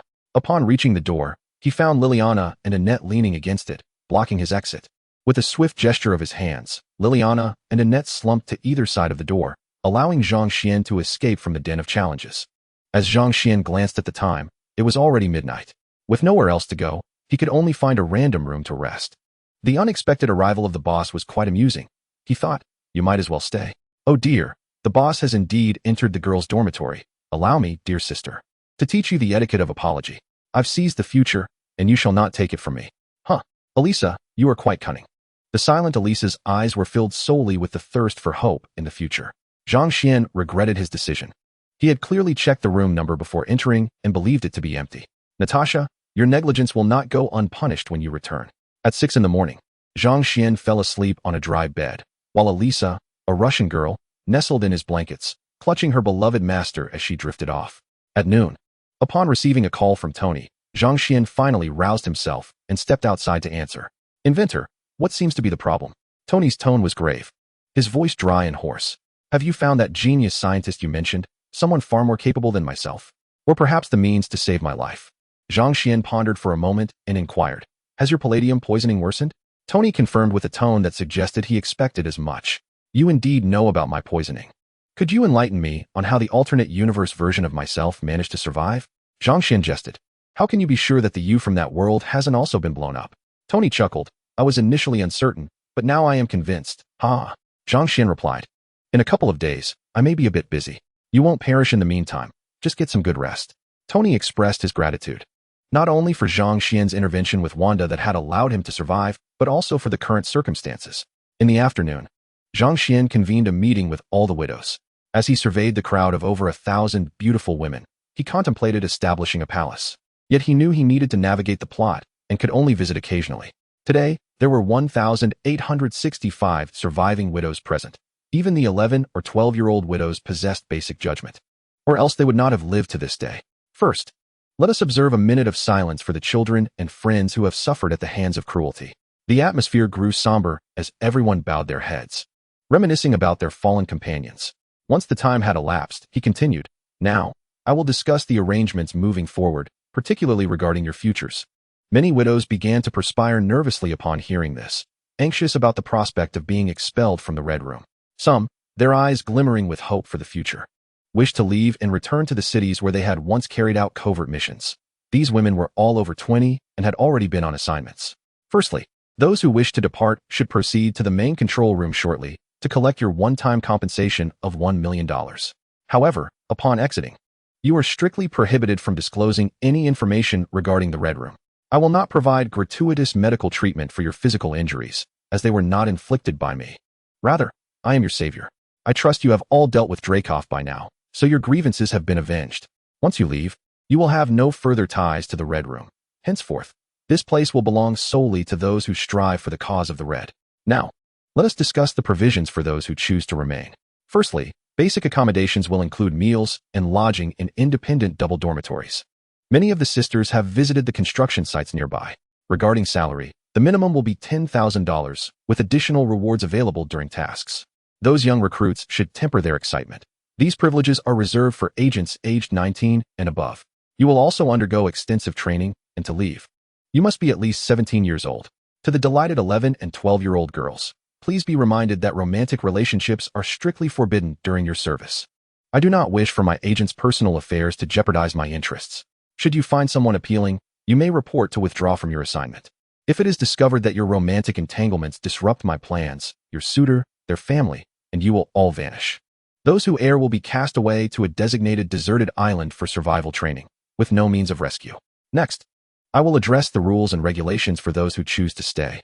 Following that, I will outline the educational plans for the younger recruits. Now, let us warmly welcome Instructor Melina to speak. Applause, please. The widows, who have been standing for an hour, applaud with a dazed expression. Melina, I will be brief and not take up too much of your time. The still naive widows appear to have found their savior. An hour later, the young widows are nearly unable to stand, while Zhang Xian watches with amusement as their legs tremble. It seems that leaders enjoy witnessing their students in such a state of exhaustion. Indeed, it is quite entertaining. Zhang Xian presses a switch, and Melina ceases her speech, emitting a cry akin to that of a distressed rabbit. The room falls silent, and the previously listless expressions transform into various comical ones. Thus, one may wonder why the rabbit is present in the Red Room. Zhang Xian takes the microphone, stating that this concludes today's session, and everyone is dismissed for the evening. Zhang Xian has finished Melina's 10-year plan for the future of the Red Room, glaring at him with fiery eyes. Tonight, I shall go to the riverside. Zhang Xian was perplexed. What was the purpose of going to the riverbank? Melina replied, to sharpen the iron pestle by the river. Zhang Xian, with a playful smirk, accepted her challenge. Oh, I have an HBR 400. Do you think I fear you? If I lose, I shall call you mother, and if you lose, you must call me father. He pushed Melina aside, flustered at the notion of being called father at such a tender age. He ventured to the control room to check on Natasha, who was currently tallying the individuals wishing to depart. So many? He mused, believing his speech would retain a considerable audience. He still needed to learn the art of oration from the unsuccessful art students. Gazing at the list of 452 women intending to leave, his heart ached for his dwindling finances.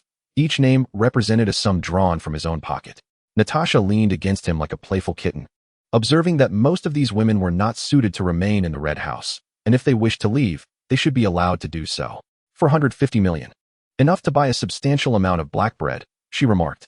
She playfully tapped Zhang Xian, who had jested about hellish humor. Many of the women were willing to forego compensation, as they had sufficient funds in their external accounts, earned from previous missions. This matter is yours to handle. I must return for a moment. Our support team has encountered some issues that require my attention, Natasha stated. Won't you stay for just one more night? Many wished to express their gratitude to the great hero, she added. Zhang Xian declined the offer, for while he had an affection for beautiful women, this was a bit overwhelming. This land of women is indeed fitting for me, yet I have unfinished business. They are my wings, and you are my feathers. Natasha smiled sweetly, It was a rare feat to draw such sentiments from a gaming enthusiast like him. Zhang Xian mused, a plethora of words she cannot comprehend, culminating in an expression of my emotions towards her. Proven effective. I recommend it to all. Did you say you failed? Ah, your spouse is neither Wanda nor Natasha. Thus, there is little to be done. As night fell, Zhang Xian found himself in the vast white training room, having subdued Natasha, Melina, Yelena, Masao Mei, Liliana, Annette, Mitsuki Yuki, Mitsuki Maki, Kakinosaka Ayana, Eagle Feather Risa, Elisa, Makeba Isha, Harino Citrus, and Suzumori Mizuki. Some were vanquished upon gym equipment, others hung from rings, while a few attempted to flee through the windows but found themselves pinned. Two sought to escape on bicycles, only for Zhang Xian to dismantle the bicycles outright. Ultimately, those who lay on the ground resigned themselves to their fate, their defeated forms bubbling with resignation. Zhang Xian's blows were merciless. Scarcely any emerged from the training room unscathed. With a gentle caress to their faces, he closed their unblinking eyes. Zhang Xian left behind a dozen bottles of safflower oil as he departed, while Natasha, carried on his back, clung tightly to him. With helpless eyes, she gazed at the unfortunate girl who was about to be subjected to the torment of the safflower oil, enduring the pain from her training in silence during the night. My dear, couldn't we let them acclimate to the menthol oil first? Jumping straight into the high difficulty of safflower oil is rather cruel, she lamented. Zhang Xian, with a satisfied smile, replied, you fail to comprehend. Wanda awakened her magic due to the safflower oil, hence I intend to let them all experience it. Besides, you did not object, did you? Natasha, with her frail hands wrapped around his waist, twisted slightly, but even the remarkably strong Zhang Xian winced in discomfort as he proceeded to conduct individual training. Zhang Xian lay down to check in and then, after a long absence, reviewed his data. Check-in successful, Agility 1, Daily Check-in System, Host, Zhang Xian, Skills, Intent Perception, Transform into Red Hulk, Eye of Wisdom, Missile Survivor, Mastery in Combat, Master Level Hamburger Crafting, Bioelectric Adhesion, Hardening, Mental Barrier, Physique, Steel Lunge Body, D, Weapons, Tactical Sight, Lockhead Edition, Infinite Bullet Desert Eagle, Imitation 10 Rings, Jericho Missile, One Shot, Spider Suit, Items, Holy Blessing Potion, Nanomolecule Repair Agent. Summon Card X2. Items. None Strength, 125 Speed, 58 Spirit, 76 Zhang Xian had tested his strength, effortlessly lifting steel rolls as a mere trifle. Yet he had not tested higher limits, deeming it unnecessary. From what he understood, very few individuals in the cinematic universe possessed greater strength than he. His speed had been measured at an impressive 158 kilometers per hour, equating to approximately 43 meters per second. Coupled with his physique, he possessed enough force to potentially fell an elephant. His mental capacity had been tested alongside Wanda. At 50 points, she could render him unconscious, but upon reaching 70 points, her influence on him became merely negligible. Noticing the addition of 2 new skills and 2 new items, Zhang Xian hastily examined the system notifications. Defeated Dracoff. Acquired skill Mental Barrier. Received 1 summon card. Successfully guided Flurkin onto the right path. Acquired skill Hardening. Received 1 summon card. Glancing at the time, he understood the context. These notifications were triggered during his training sessions with them. At that moment, he had been under the control of the little head and had overlooked the system messages. System, why was there no summon card obtained upon Obadiah's demise? Obadiah did not don the Ironmonger suit, thus he does not qualify as a villain. At most, it was an internal conflict with Tony. Zhang Xian comprehended that he could not preemptively deal with those antagonists. Mental Barrier, capable of constructing a mental defensive shield, stabilizing one's consciousness, rendering it impervious to easy manipulation. Hardening, upon activation, the entire body becomes fortified, with the degree of rigidity contingent upon the user's physical strength. The greater the rigidity, the swifter the depletion of stamina.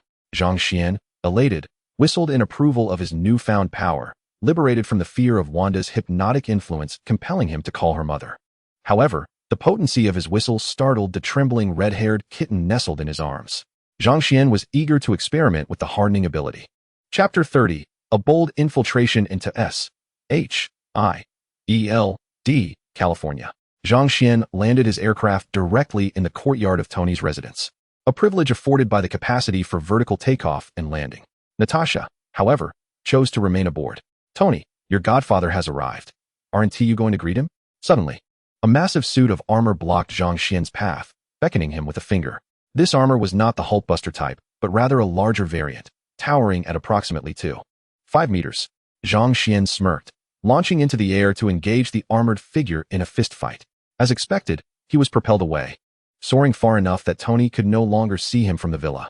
Jarvis's drone followed the trajectory of Zhang Xian's flight, conducting a distant search, and located him 300 meters offshore. Zhang Xian wiped the seawater from his face. Despite his inability to swim, he relied on sheer strength, mimicking a freestyle swimming posture to propel himself through the water. The tremendous force he generated allowed him to return to shore in a matter of strokes. Inside the villa, Tony observed Zhang Xian's rapid swimming speed, culminating in a collision with the rocky coastline. Oh my, is he going to drown out there? Tony hastily dispatched a submersible he had constructed for rescue. The drone-controlled submersible plummeted from the cliff, only to be obliterated upon impact. Tony, observing through the drone's feed, witnessed an object suddenly launch from the sea, colliding with his submersible. The vessel was shattered, and the object fell back into the water. Upon closer inspection, Tony discerned that it was indeed Zhang Xian. Jarvis, analyze Zhang Xian's velocity. This fellow is a veritable monster. Tony took a couple of sips of coffee to calm his nerves. Sir, Mr. Zhang Xian's ascent speed was approximately 300 kilometers per hour, or 82 meters per second. Tony sipped his coffee again, muttering, freak. At the cliff's edge, Zhang Xian regarded the wreckage of the unknown machinery he had just demolished, unperturbed, and gathered his strength for another leap. This time, he succeeded magnificently, landing directly on the glass of Tony's bedroom, forcefully embedding his hand into it, and thus suspending himself against the window. Sir, Mr. Zhang Xian is currently outside your bedroom. We may need to assist him. Tony was taken aback. Was Zhang Xian truly that swift? Moreover, what business did he have in Tony's bedroom? Sir, this is the video. Upon viewing it, Tony erupted with expletives. Oh, for heaven's sake, my magnificent panoramic glass. He hurried to his bedroom, but upon arrival, he found his grand sea view glass had been shattered. Zhang Xian stood within the room, shards of glass strewn across the floor, revealing a gaping hole over a meter in diameter. Noticing Tony's arrival, Zhang Xian remarked with admiration, "Your glass is indeed of remarkable quality. Ordinary glass would have shattered into smithereens by now. I could only manage to create this sizable aperture." Tony raised his head, shielding his eyes, desperately hoping he was witnessing an illusion. When he opened his eyes once more, the dismal scene remained unchanged. Jarvis, please have Pepper contact the construction crew. We need to replace the windows. Certainly, sir. I have already forwarded the video to Miss Pepper. Tony intended to escort Zhang Xian to the laboratory. Yet Zhang Xian expressed his desire to engage with the Hulk on the lawn, seizing the opportunity to vent his frustrations. Tony prepared to personally control the Hulk in a practical demonstration. Zhang Xian stripped off his shirt, revealing a physique that lacked prominent musculature. Observing Zhang Xian's body, Tony furrowed his brow and inquired, "How do you train? You possess little muscle, yet your strength is formidable?" Zhang Xian replied, "It's a gift. You'd best utilize the highest power setting." Tony chuckled heartily, his tone laced with derision. "If you wish to swim in the sea, we might need to change locations." Zhang Xian retorted, "I shall dismantle your Hulk." With that, Zhang Xian propelled himself off the ground, generating force that caused him to slip on the grass. Losing his balance, he veered off course and collided with the wall behind Tony. Tony sighed. Noon. The dust from the wall had yet to settle when Zhang Xian emerged from the haze, crashing into the towering armor. Jarvis maneuvered the armor's arm to intercept Zhang Xian's punch. Zhang Xian exclaimed, "Yeet, absolutely insane." A minute later, Tony, remotely controlling the armor from the basement, severed the connection. Looking at the disassembled robot, now reduced to parts, Zhang Xian felt a sense of exhilaration, believing his luck had run dry today. He anticipated receiving something splendid upon signing in tomorrow, already contemplating who he would sign in with. Entering Tony's laboratory, Zhang Xian was greeted by an entire wall filled with suits of armor, from Mark 1 to Mark 33. Which number did I just dismantle? Zhang Xian wondered aloud, observing that none of the suits appeared to be missing. That was the one I had just completed. It should be Mark 34, but now it's been dismantled, rendering the display unnecessary. Now, let me see your injuries. Zhang Xian, after finishing his words, proceeded to tear off Tony's shirt. Although Tony attempted to resist, Zhang Xian effortlessly ripped the garment apart. It appeared rather captivating. Those tattooed youths would likely admire such intricate black patterns. However, Tony's spirits were dampened. He had been sleepless for several days due to this predicament. Quickly, reveal your method. How did my parallel self achieve this? Zhang Xian refrained from answering directly and instead invoked their previous wager. Do you recall our bet regarding finding a scientist superior to you? Tony nodded, feeling as though he were being outmaneuvered by Zhang Xian. With a toothy grin, Zhang Xian declared, "Allow me to introduce the illustrious scientist I mentioned, a principal member of the Strategic Scientific Reserve, one of the founders of the Department of Homeland Strategic Defense and Logistics." A creator of Captain America, the architect of his indestructible shield, the founder of Stark Industries, and the husband of Maria Stark, Howard Stark, the progenitor of Tony Stark. Upon hearing the mention of the shield, Tony initially thought of his father's partner, with only a meager 10% inclination that Zhang Xian referred to his own father. It wasn't until the name Maria Stark, his mother, was uttered that he momentarily considered the possibility of his father being unfaithful. However, once Zhang Xian revealed his father's name, Tony realized with certainty that Zhang Xian was indeed speaking of Howard Stark. He slapped himself, as if to atone for his mother's honor.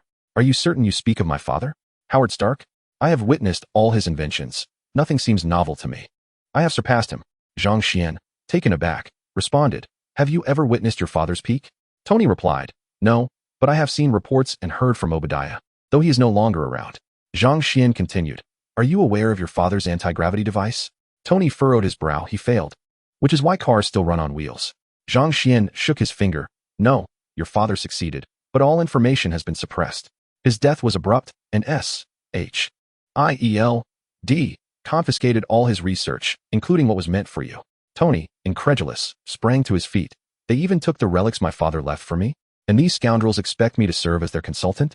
I will procure a century-old whip. The next time that blackguard appears at my home, I will strike him down." Rather than feeling pride in his father's successful invention, Tony was filled with disdain regarding S.H.I.E.L.D.'s concealment of his father's legacy. "I shall confront S.H.I.E.L.D. and reclaim my father's belongings." Zhang Xian pressed Tony back down.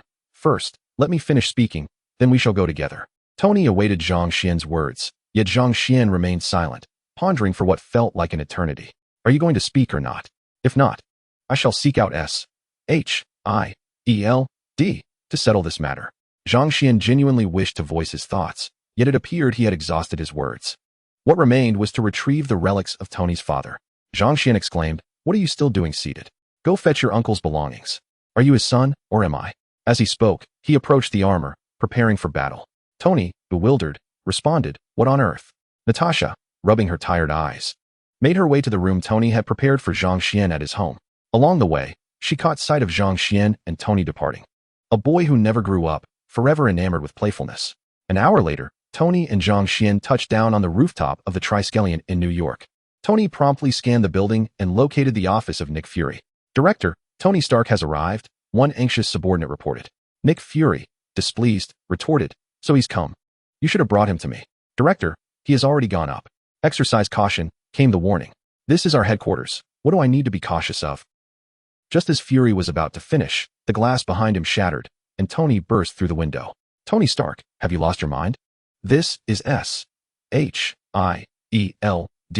operating under the authority of the United Nations Security Council. You are provoking the UN." Fury scrambled to his feet, shouting at Tony, who was clad in armor.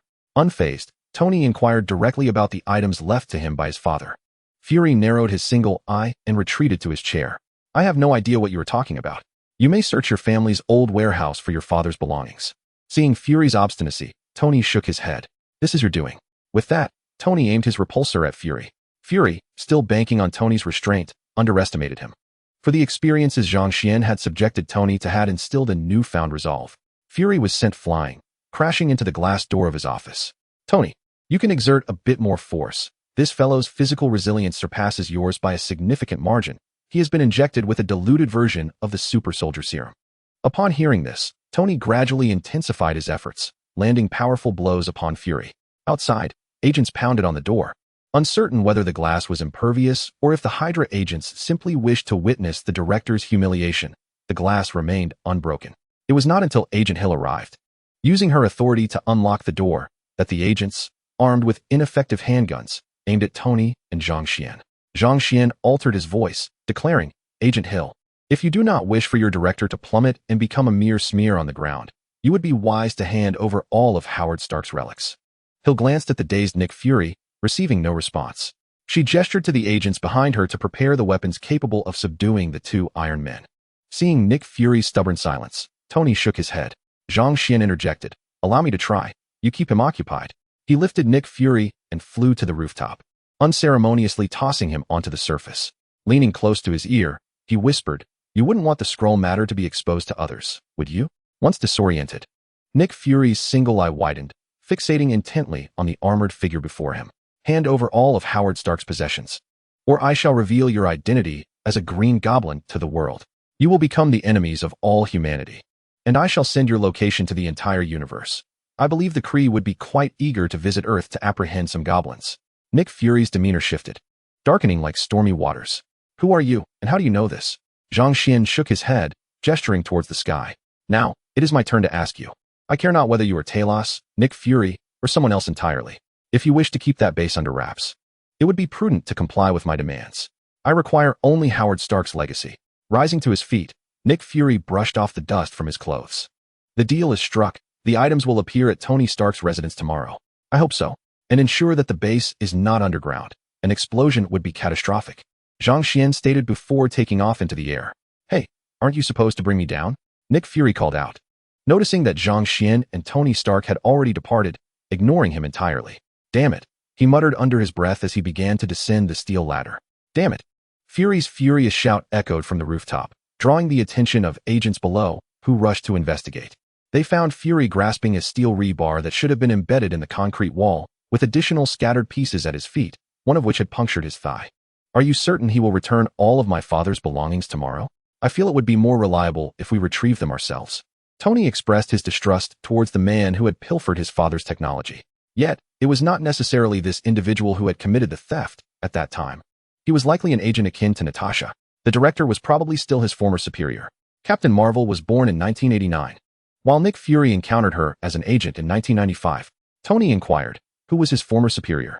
Zhang Xian replied, Alexander Pierce, now the Minister of the International Security Council. Tony began to review Pierce's profile. I must investigate him thoroughly. Zhang Xian spoke up. Notify me as soon as you find something. I would be delighted to earn a little extra. He turned to Tony. By the way, how many of those unscrupulous members in your company have you sent away? If it's not feasible, I might have to take action myself. I would be quite pleased if my share of stocks were to increase. Tony shrugged nonchalantly. What use are their meager stocks? They pale in comparison to the shares left by Obsidian. Haven't you received your dividends yet? It should amount to several billion, right? With your insights, I've managed to produce quite a number of gadgets lately. Zhang Xian's eyes lit up as he recalled the high-performance graphics card he had asked Tony to help develop. Have you completed the high-performance computer I requested? Jarvis and I have already created several games. We are just waiting for you to assist in finalizing the items on my list.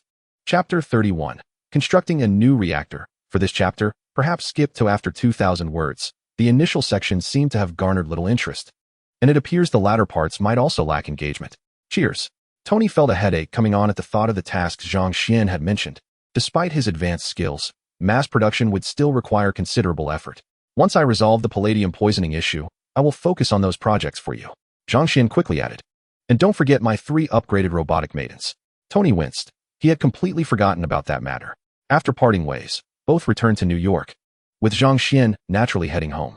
He landed at Stark Tower and casually selected one of Tony's sports cars from the garage to drive back. Damn the traffic. The chassis is getting scratched, but thank goodness it's not my car. Upon arriving at his neighborhood, the voluptuous female security guard, clad in her uniform, saluted him as she opened the door. Zhang Xian had replaced the property management of the community with his own people from the Red House, fortifying the area with heightened walls, electrified fences, and extensive surveillance. Privacy infringement? I'm sorry, but if you discover 100 pounds of flour in your home, go explain your grievances to the big man. The residents in the community had been meticulously screened, with those deemed unstable eliminated through Zhang Xian's subtle manipulations.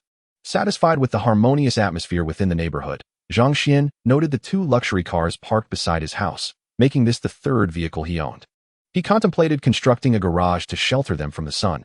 After all, that Koenigsegg had turned from red to yellow after a month of exposure. My dears, your husband has returned. It was Sunday, and Wanda had been lounging at home while May was on a day off. Young Peter was playing in the newly built Lego playhouse with his friends. Upon hearing Zhang Xian's voice, both women paused their snacking on chips. Wanda, using magic to hasten her movements, leaped onto Zhang Xian first. May, amused yet resigned, stepped forward to embrace him, albeit with Wanda nestled between them. Zhang Xian cradled Wanda's derriere with both hands, carefully assessing, and inquired with a hint of curiosity, Darling Wanda, have you perhaps gained some weight? At these words, Wanda froze in place. With a flick of her chaos magic, she pushed Zhang Xian away and, fuming, returned to the sofa to continue munching on potato chips. May stifled a giggle, leaning closer to Zhang Xian's ear. Did you know, Wanda now weighs 60 kilograms? A perfect figure of 110. With an additional 10 from her dual graphics cards. Zhang Xian exclaimed, "What? No wonder you feel so soft all over. It must be the added flesh. I suppose your food pouch has expanded too?" Mei nodded with a chuckle. Wanda remained silent. Zhang Xian teased, "Wanda, my dear wife, allow me to examine you." Mei chimed in, "I've gained some weight too." With that, she playfully bumped into him. Later that night, Zhang Xian, Wanda, and Mei each drove a sports car along the highway. "Xian, I feel I'm not driving well. Why does it always feel like you're pressing me into the seat when I step on the gas?" Wanda, in a panic, gripped the steering wheel tightly, using all her strength to keep the car from veering into the guardrail. Zhang Xian reassured her, "My dear, you must relax. Gently press the accelerator. Don't slam it down all at once." Wanda stammered, "Honey, which one is the accelerator? I forget when I get nervous." Zhang Xian sighed. "Jarvis, could you assist her?" "Of course, Mr. Zhang," came Jarvis's voice from within Wanda's car. "Miss Wanda, please relax. Remove your hands and feet from the steering wheel and accelerator." Wanda timidly replied, "Oh, okay." The vehicle began to cruise smoothly along the road, and the other drivers behind breathed a sigh of relief, finally able to drive in peace. Zhang Xian found amusement in Mei's earnest and cautious demeanor, her face contorted with concentration. "Jarvis, lend a hand to Mei as well." After parking their sports cars in Tony's private garage, the trio ventured to a bustling hamburger joint. "Fries, we'll have a meal for 3, Zhang Xian ordered.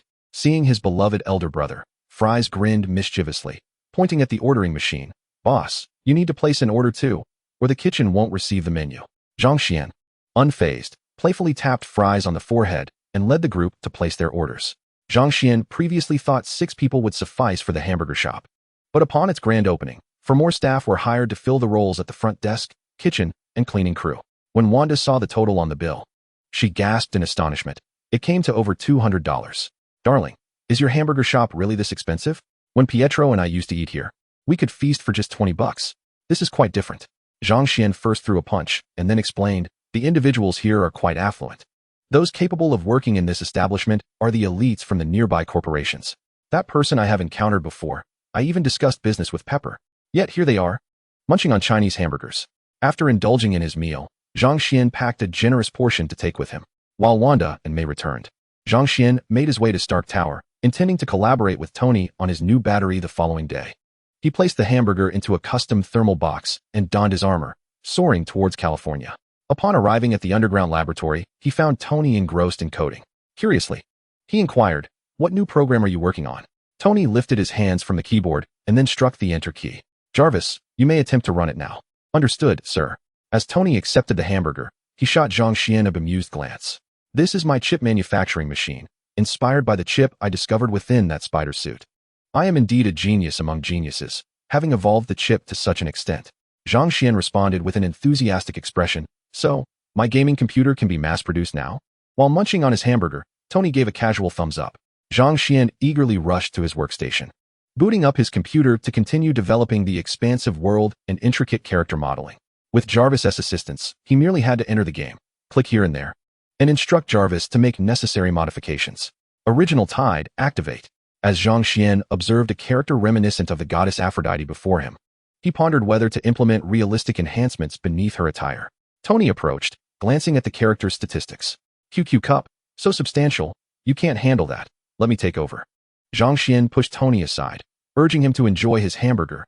"You, a rogue who can't even manage Pepper." Zhang Xian added a small tabletop to support the QQ cup, subsequently applying realistic enhancements to spare mod players from having to allocate skill points themselves.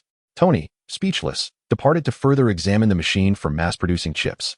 Immersed in his own world, Zhang Xian remained unaware that morning had arrived. "Mr. Zhang Xian, there is an unauthorized intrusion outside the courtyard. Should I initiate an interception?" Jarvis alerted. Observing the Quinjet in the yard, Zhang Xian understood the situation. "No worries, I'll go take a look." Stepping outside, he spotted a familiar figure. "Nick, could it be that the century-old whip Tony purchased yesterday is intended for your welcome?" Nick Fury's expression darkened slightly. "You always say the same few lines. Can't you show some originality?" Zhang Xian spread his hands, revealing a smug expression. "But isn't it quite useful?" Nick Fury replied, "I wish I were darker. Then no one would see my black face. Everything is right here. Would you like to call the genius to take a look?" Zhang Xian cast a glance at the items piled against the wall. Apart from the videotapes, the rest were trivial objects. What about the blue glowing cubes and the anti-gravity device research? Surely, they cannot all be contained within the videotapes? After a moment's pause, Nick Fury's expression returned to normal, yet darkened again at the mention of the blue glowing cubes. Although those items were the legacy of Howard, they belonged to S.H.I.E.L.D. All of Howard's relics were here. Fury discreetly signaled the pilot behind him to close the hatch, as he wished to avoid further conversation with Zhang Xian, feeling that S.H.I.E.L.D. had no secrets left to unveil before him. Observing Fury's intent to terminate the call, Zhang Xian remarked, "If you discover the old popsicle, do remember to call me. I am quite eager." Nick Fury squinted, puzzled by Zhang Xian's words, which bore the flavor of dark humor. Yet he acknowledged the merit in the suggestion. Upon returning last time, he had discussed the underground base's refuge system with engineers, realizing they had overlooked potential escape routes in the event of total destruction of the base. Thus, he intended to investigate matters pertaining to the old popsicle.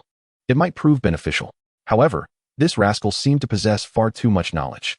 Where did he acquire such intelligence? Could there be a mole? Further investigation was warranted. The newly recruited Chinese personnel needed to be marginalized. Jimmy Chin lamented, "I just started my job.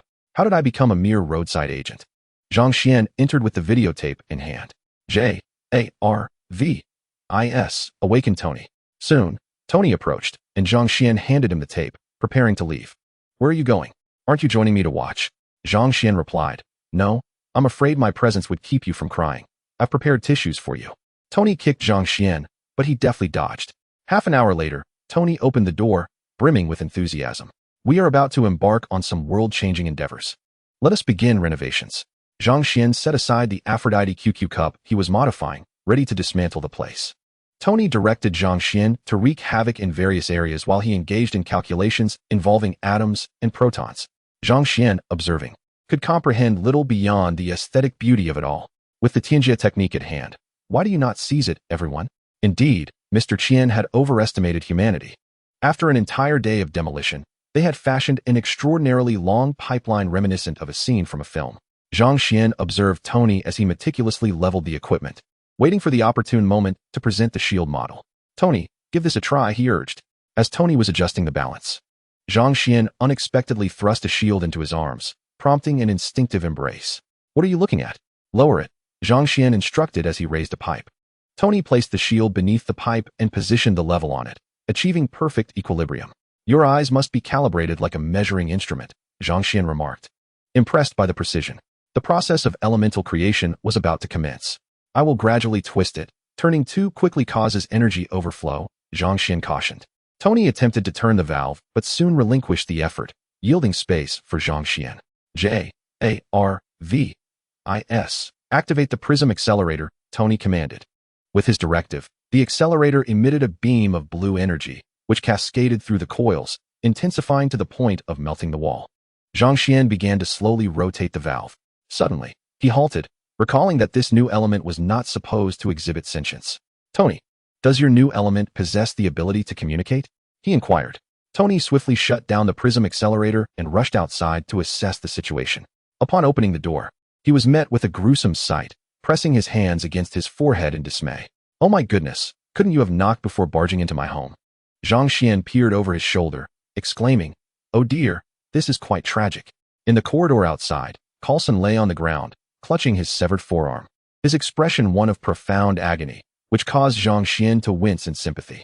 "Let me apply pressure to staunch the bleeding," Zhang Xian offered, kneeling down to grasp the upper portion of Coulson's severed arm. The bleeding indeed ceased, but Coulson's expression grew more pained due to Zhang Xian's firm grip. Summoning all his strength, Coulson managed to call for his team outside. "Bring the medical kit." He gasped, his voice strained. Observing this, the nearby soldiers instinctively reached for their weapons but quickly realized it was a misunderstanding. Their former colleague was merely assisting their superior with first aid. "Where's the medical kit?" "The tourniquet?" "Hurry, stop the bleeding," the team urged, springing into action. They produced a large tourniquet and secured it around Coulson's severed arm, followed by a plastic bag filled with blood, which could be transfused back into his body. After expressing their gratitude, the team cleaned up the scene before departing. Tony secured the downstairs, preventing any further intrusions. Fortunately for Coulson, he had only lost an arm. Others may not have been so fortunate. "Continue.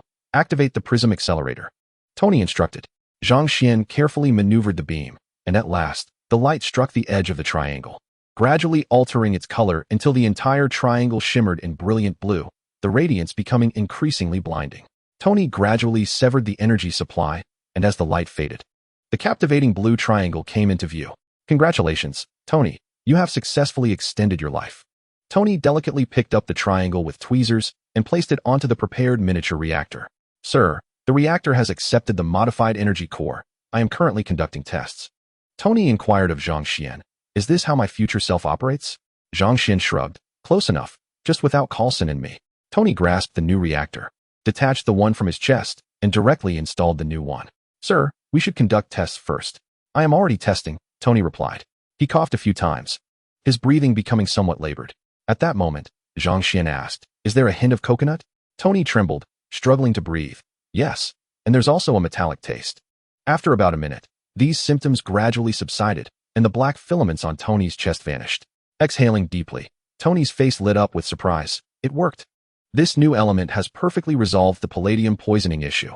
As for the residual palladium in my body, a bit of vegetable juice should suffice. Zhang Xian, grinning, approached Tony from behind and patted him on the shoulder.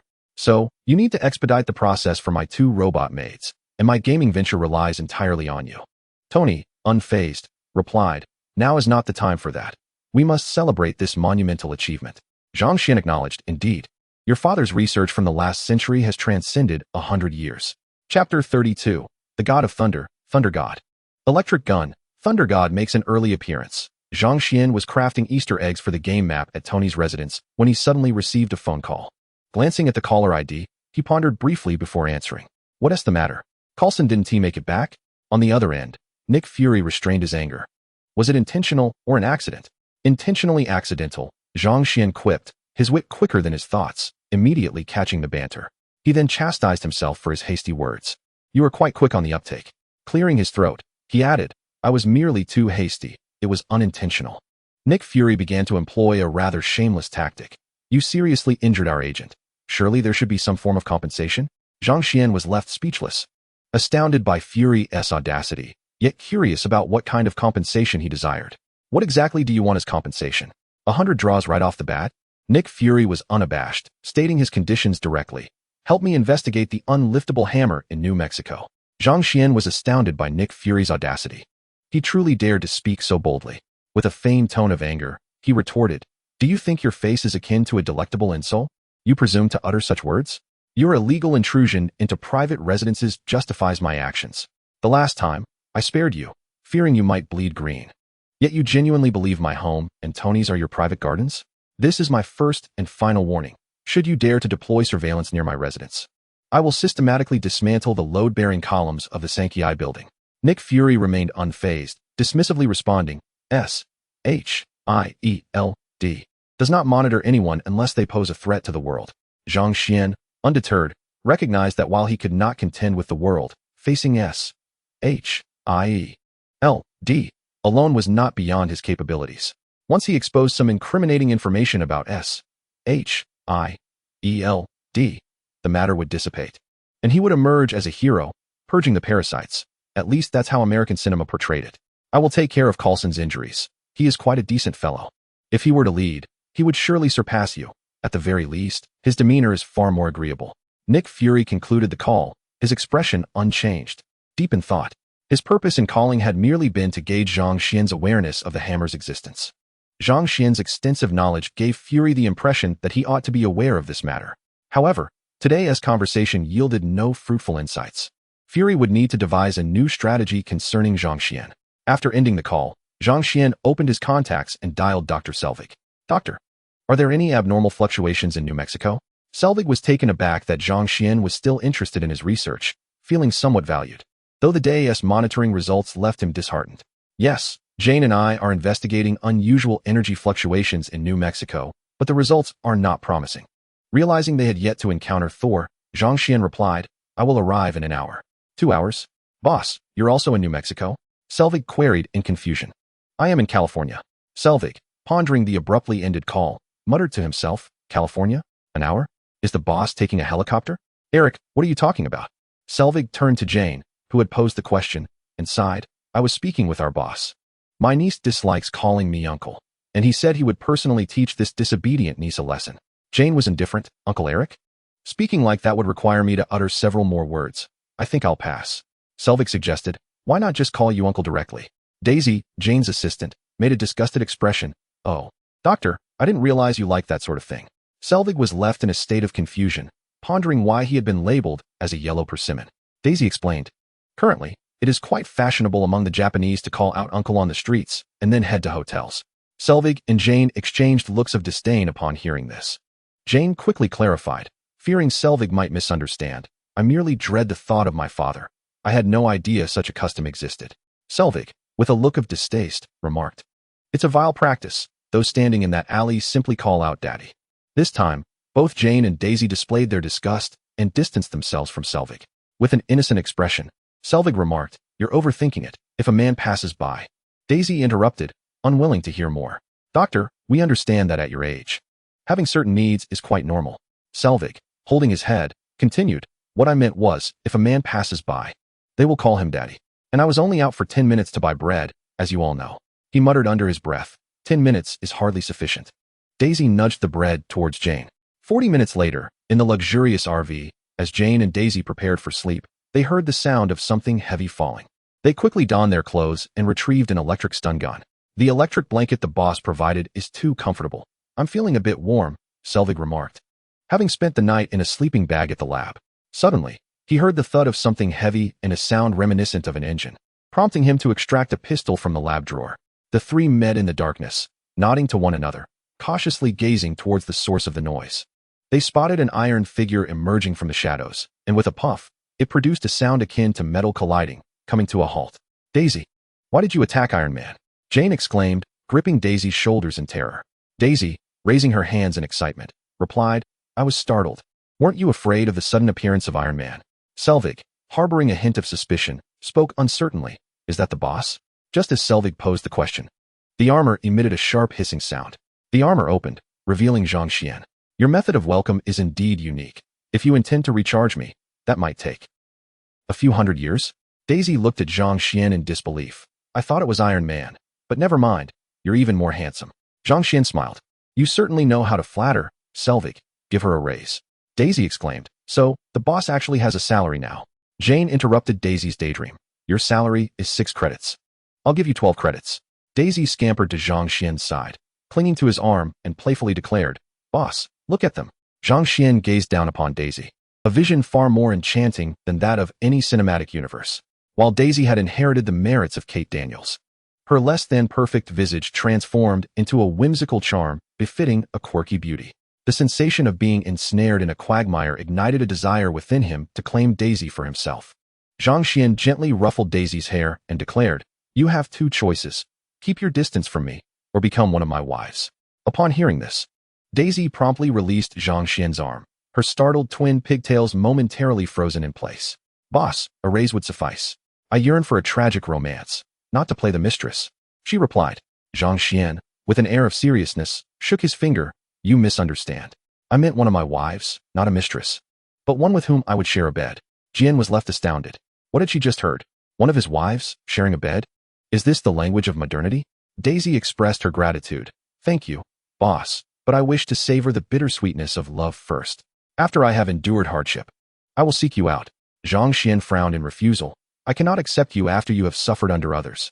I am a traditional man, and wish for my wife to embody tradition. Jian interjected. What a traditional notion. Daisy reconsidered. Then after I have weathered the trials of society, may I reserve a place with you? Zhang Xian readily agreed. As long as you remain a traditional girl, it shall be no problem. Forcing himself to redirect his gaze, Zhang Xian entered the laboratory filled with an array of homemade instruments. Doctor, is there no experiment tonight? He inquired.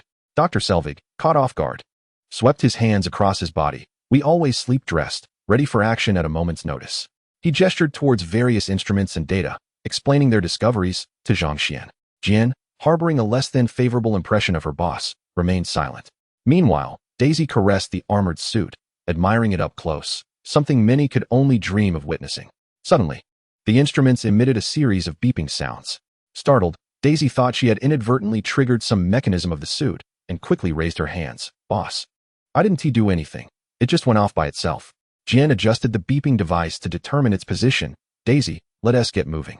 Realizing the noise did not originate from the armor, Daisy sighed in relief and took her seat in the driver's position. The trio swiftly gathered their equipment and boarded the vehicle. Jin occupied the front passenger seat, leaning out with her hands clutching the beeping instrument and a camera. The RV was spacious. Zhang Xian stood between Daisy and Jin, while Dr. Selvig positioned himself at the rear, adjusting other instruments and recording additional data. Zhang Xian pointed towards the right side of the sky and said, "Do you not see over there?" The trio followed his gesture and beheld a vast expanse of auroras in the heavens. "Daisy, I see," Selvig exclaimed, addressing Jin. "Did you not mention the auroras were faint? Is this not preferable? We can observe so much more." Jin, with a radiant smile, began examining the data from various instruments, activating the modified infrared detector atop the vehicle. Zhang Xian opened the sunroof and gazed skyward.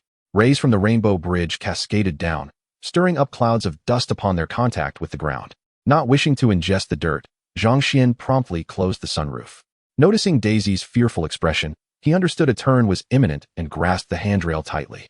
Jin, incensed by Daisy's sudden maneuver, scolded, "What are you doing? Turn back immediately and reach for the steering wheel." Daisy retorted vehemently, "I refuse to risk my life for 12 credits."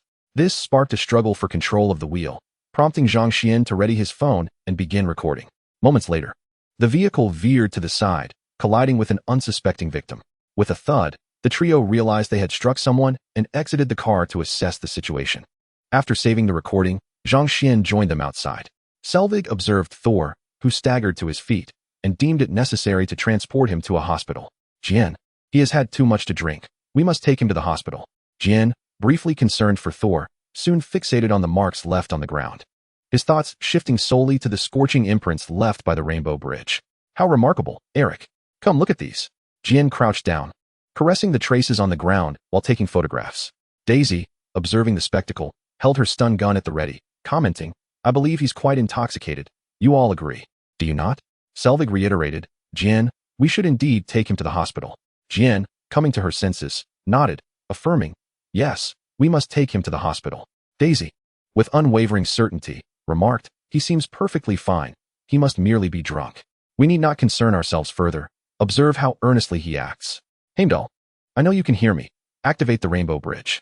Thor, still under the impression that his father was jesting, wished to return to Asgard. Receiving no response from Heimdall, he turned to the others present. With an air of arrogance, Thor declared, "Who are you? Which realm is this?" "Alfheim, Nornheim." Jin, not lifting her gaze, instructed Selvig, "You take him to the hospital, I will remain." Selvig found himself exceedingly troubled by such a headstrong niece. "Answer me, mortals," Thor bellowed, seeking to intimidate the mere mortals before him. This tactic had proven effective against individuals from other realms, particularly when wielding his mighty hammer. "Mortals, where is my hammer?" Daisy brandished a stun gun, aiming it at Thor with displeasure. "We are in New Mexico. Your hammer should be impaled on someone else's nails. How dare you threaten me with such a trifling weapon? I am Thor the—" A crack echoed as Daisy unleashed her stun gun. Thor's body convulsed, enduring for merely 2.5 seconds before succumbing to the true power of the Thunder God's stun gun, collapsing to the ground, incapacitated. Zhang Xian captured this spectacle with his camera, envisioning using it as leverage for Asgardian treasures later on. Jin Zhang gaped, observing the fallen giant, and then glancing at Daisy. Daisy turned and embraced Zhang Xian. "Boss, do you think I did the right thing? Right?" Selvig smacked his forehead, exasperated, and inquired of Zhang Xian, "Boss, could you lend a hand? I fear I, an old man, cannot lift him." Zhang Xian commended Daisy. "You acted correctly when faced with a threat. We must retaliate without hesitation." He then playfully pinched Daisy's cheek as she rubbed against his arm. Daisy was taken aback by Zhang Xian's bold gesture. Quickly covering her cheeks with her hands, her face flushing with shyness, perhaps tinged with a hint of anger, though whether it was 1 or 10 remained uncertain. Turning off the camera, Zhang Xian approached Thor, seizing his arm and effortlessly tossing him 10 meters away. "Focus on your studies. Do not mind him. His physique is robust, and such minor injuries are trivial for the god of thunder." "Thank you," Jin remarked, returning to his studies. Selvig grasped the implication in Zhang Xian's words, attempting to draw him aside for a discreet conversation, but Daisy also leaned in. "What do you want? Go and discuss those symbols with Jin," Selvig urged, wishing to keep Daisy away from matters beyond her comprehension. Daisy grinned mischievously. "Doctor, don't think you can keep secrets from me. You two must be up to something interesting." Selvig corrected Daisy's misunderstanding. "To clarify, we are discussing interesting matters, not doing them. After I finish speaking with the boss, I will leave you time to discuss interesting things with him." Chapter 33. Shattering Darkness with Thunder. Selvig attempted to pull Zhang Xian further away, but was instead held back by Zhang Xian. Doctor, there is nothing to conceal. This individual just fell from the light and is the Grand Princess of the Asgardian realm. Before Zhang Xian could elaborate, he was interrupted by Daisy's astonished exclamation, Princess? Him? That may not be certain. His pectorals are even larger than those of my college roommate. Zhang Xian made a grasping motion in the air, prompting Daisy to protect her dignity, retreating a step and falling silent. Zhang Xian continued his narrative, a pampered Grand Princess. The god of hammers was banished to the mortal realm by his father. This encapsulates the essence of the tale, though there are further intricacies that you should delve into. I shall elaborate on them tomorrow. Selvig, somewhat skeptical, crouched down to continue his research. Having witnessed his employer's formidable powers in private, he suspected that his superior would not speak frivolously. However, the extraordinary nature of the tale rendered it difficult for him to accept. Hey, Eric, you are trampling on the traces. Selvig was chided by Jane, realizing he had stepped onto the imprints on the ground, and quickly leaped away.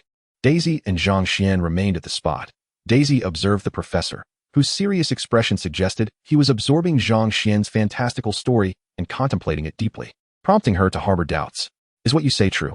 Does the professor seem to believe it? Daisy inquired incredulously, as if she had seen a ghost. Zhang Xian raised a finger, adopting a demeanor as if to say, wait while I fetch the chicken feet, and approached the unconscious Thor. Look at this, he proclaimed, seizing a stone and crushing it in his palm, producing a sound of crunching debris. Daisy gasped in astonishment, covering her mouth, and stepped closer to inspect the fragments in Zhang Xian's hand. In disbelief, she selected a stone and placed it in his palm. With a firm grip, Zhang Xian transformed the stone into gravel before her eyes. Now step back. I shall prove to you that he is indeed the god of hammers. Suddenly, Zhang Xian recalled something and added, prepare the electric shotgun. Daisy retreated 5 meters, awaiting Zhang Xian's demonstration to confirm that this god of hammers was divine and not delusional. What followed was indeed a testament to this man's divinity. Zhang Xian grasped the god of hammers by the ankle and swung him vigorously, crashing him down behind himself, creating a significant dent in the ground. Daisy was taken aback, fearing that blood might splatter upon her. I now believe he is the god of hammers, Daisy exclaimed, and he hasn't turned into mere fragments. He must have transcended into a sentient hammer. The other two, alerted by the thunderous crash, looked over to witness Zhang Xian once again wielding the god of hammers, striking the ground with equal force, creating another deep indentation. Jane gasped, oh, my poor husband. Selvig remarked, with that strength, he must surely be doomed. Loki added, indeed. That is precisely the sensation. I adore it. Subsequently, Zhang Xian continued to strike back and forth, over a dozen times, before casting Thor aside, disdainfully muttering, weak god. Jane and Selvig approached, gazing at the 2 deep craters surrounding Zhang Xian, praying that the man still lived. See, he is unscathed and has even awakened. Zhang Xian took the electric shotgun from Daisy's hands and aimed it at the upright Thor. Before Jane and Selvig could voice their indignation, they followed Zhang Xian's gaze and indeed spotted the man who had risen. Selvig exclaimed, oh my goodness, is he truly a god? Jane added, he won't rise and retaliate, will he? Daisy remarked, I believe he must have been dazed from the blow. Zhang Xian suggested, let him rest for a while. Thor, still somewhat dazed, recognized that it was that small device that had rendered him unconscious. He rolled to evade. Ice trench. The prediction was successful. The electric shock gun hit Thor's bladder with precision, and once again, the god of hammers succumbed, collapsing. Selvig, observing the struck area, recoiled slightly. You all continue your research. And when you're ready, we shall return. Zhang Xian paid no further attention to Thor, clapping his hands as he returned to the RV. Despite their annoyance at the spilled iced tea, Jane and Selvig approached to check on the man's condition.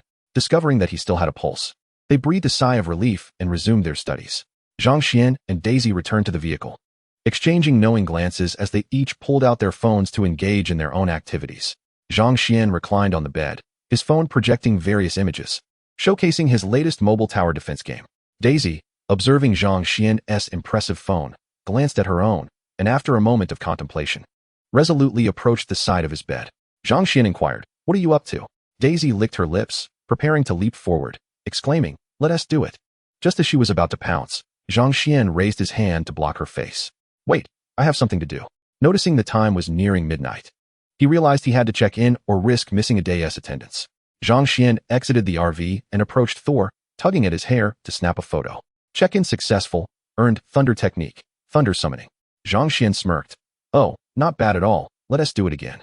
As the clock struck 12, he checked in once more at Thor's expense, this time in a pose that depicted him standing triumphantly over the god of thunder. Check-in successful. Gained the right to wield Mjölnir. Zhang Xian's smirk transformed into wild laughter as he shouted, "Darkness envelopes all. I shall be the last ray of light in the shadows. With thunder, I shall shatter the darkness." Jane and Selvig looked up at Zhang Xian, who had suddenly unleashed his dramatic proclamation, though they did not fully comprehend his words. The sheer force of his presence and resolute tone stirred an impulse within them to cheer. Inside the RV, Daisy watched the scene unfold, covering her face in despair. Unable to believe that this was the man she had chosen, flamboyantly unfaithful and hopelessly melodramatic. However, he is undeniably handsome. Is this what one might call a high-spec version of a delusional youth? Daisy's infatuation occupies her mind, leading her to contemplate blushing thoughts. At this moment, Zhang Xian is attentively listening to Queen Frigga, extending his right hand forward at a 45-degree angle, awaiting the hammer of Thor. A minute passes. 2 minutes. 3 minutes. Jian and Selvig, having disregarded Zhang Xian after a minute, continue their research. Daisy, inside the vehicle, holds a camera, capturing the moment her man succumbs to his delusions. Meanwhile, she incessantly declares, "This footage will sustain me for a lifetime." Monday brings applause. Tuesday heralds a new handbag. Wednesday. Poor Daisy, after revealing the footage, finds herself being adored from Monday to Wednesday, with no time to indulge in shopping. Ultimately, she is left weeping and pleading like a pitiful wretch. Zhang Xian desires to depart, yet feels an awkwardness in leaving in such a manner. Nevertheless, the embarrassment compels him to escape. Thus, Zhang Xian perceives himself as being ensnared and decides to confront the black egg for retribution. He leaps into action, effortlessly arriving at the door of the RV. Daisy, startled by Zhang Xian's sudden appearance in front of the camera, hastily puts down her device, wearing a nervous smile as she gazes at him. Zhang Xian, observing Daisy's peculiar grin, does not dwell on it. After all, she is merely a confidant. However, this is not an appropriate place to engage with Daisy. The RV remains a space previously occupied by Selvig and Jian, rendering it unsuitable for their interaction. 2 hours later, Daisy has drifted into slumber on the bed, while Jian and Selvig conclude their research and return to the RV. It is at this moment that Jian begins to ponder about Thor, questioning whether they should retrieve him. Hearing Jian's reminder, Zhang Xian recalls the need for a utility tool. He casually hands Selvig a rope, saying, "Just tie him to the back of the vehicle." Selvig, with a flicker of conscience, inquires, "Shouldn't we bring him up here?" Zhang Xian, lounging in the driver's seat, nonchalantly responds, "I have no objections if you wish to move him." Jian immediately concurs with Zhang Xian's suggestion, "Eric, it's fine. He will be all right." Jian's words extinguish the remnants of Selvig's conscience, transforming him into a heartless binding machine. "You are right. He will be fine," he affirms, casting a lingering glance at the pit created by Zhang Xian's forceful actions. The RV's engine roars to life, heading towards the laboratory in Old Bridge City. Meanwhile, Thor in the wasteland continues to oscillate between waking in pain and losing consciousness from blows to the head. Heimdall, observing this cycle from above, closes his eyes in anguish. This is to be his future king, and he can only avert his gaze. A slight smile at the corner of his mouth betrays his sympathy for the king. As Odin, embroiled in a fierce argument with Loki, beheld the treatment his son received from the people of Midgard, a surge of ailments beset him: heart disease, hypertension, and coronary issues. He slowly sank onto the steps, engulfed by profound disappointment in his unworthy eldest son. Grasping Loki's hand, he uttered, "My son, should Thor not return, you shall be the king of Asgard." Loki, incredulous, stared at his unconscious father, memories of Odin's dying words echoing in his mind, the corners of his mouth betraying him. "No, I must maintain composure. Laughter would be the end of me." Loki endeavored to suppress the upward curl of his lips, yet they seemed to possess a memory of their own, rebounding no matter how much he pressed them down. In the end, he summoned the guards to escort his father to his mother. Throughout this process, he kept his head lowered, fearful that the guards might catch a glimpse of the smile that threatened to emerge, provoking unwanted speculation. Ultimately, Frigga stood vigil by Odin's bedside, appointing Loki as the regent of Asgard. Seated upon the throne, one hand gripping the eternal spear, the other pressed to his lips, he pondered the reason for such a gesture. Odin's final words led him to believe he was the anointed heir to the throne. Aside from managing to suppress his smile before Frigga and Odin's bedside, he found it impossible to contain his delight once seated upon the throne. He even resorted to delivering several stinging slaps to himself, yet his lips remained persistently upward turned. Left with no choice, Loki covered his mouth with his hand to conceal his smirk. When the three warriors and Sif arrived, Loki's smile was all but extinguished. his countenance sour as he faced Thor's devoted followers. Father of the gods, we have urgent matters to report. Sif entered with the three companions, expecting to find the father of the gods, only to be met by Loki, adorned with a helmet resembling cockroach antennae. Where is Odin? Inquired Vandal, one of the warriors. Breaking the silence. With an air of calm, Loki replied, Father has entered Odin's sleep, and Mother remains by his side. Sif strode forward assertively, her tone equally brash. We must speak with her. Loki responded, Mother has vowed not to leave Father's side. Any matters can be addressed through me. With a demeanor reminiscent of a film, he spoke steadily, then shifted to a serious expression, rising from the throne. Pointing the eternal spear towards the ground, he declared arrogantly, I am now your king. Vostag, thinking himself unheard, muttered under his breath, Regent, Thor will return.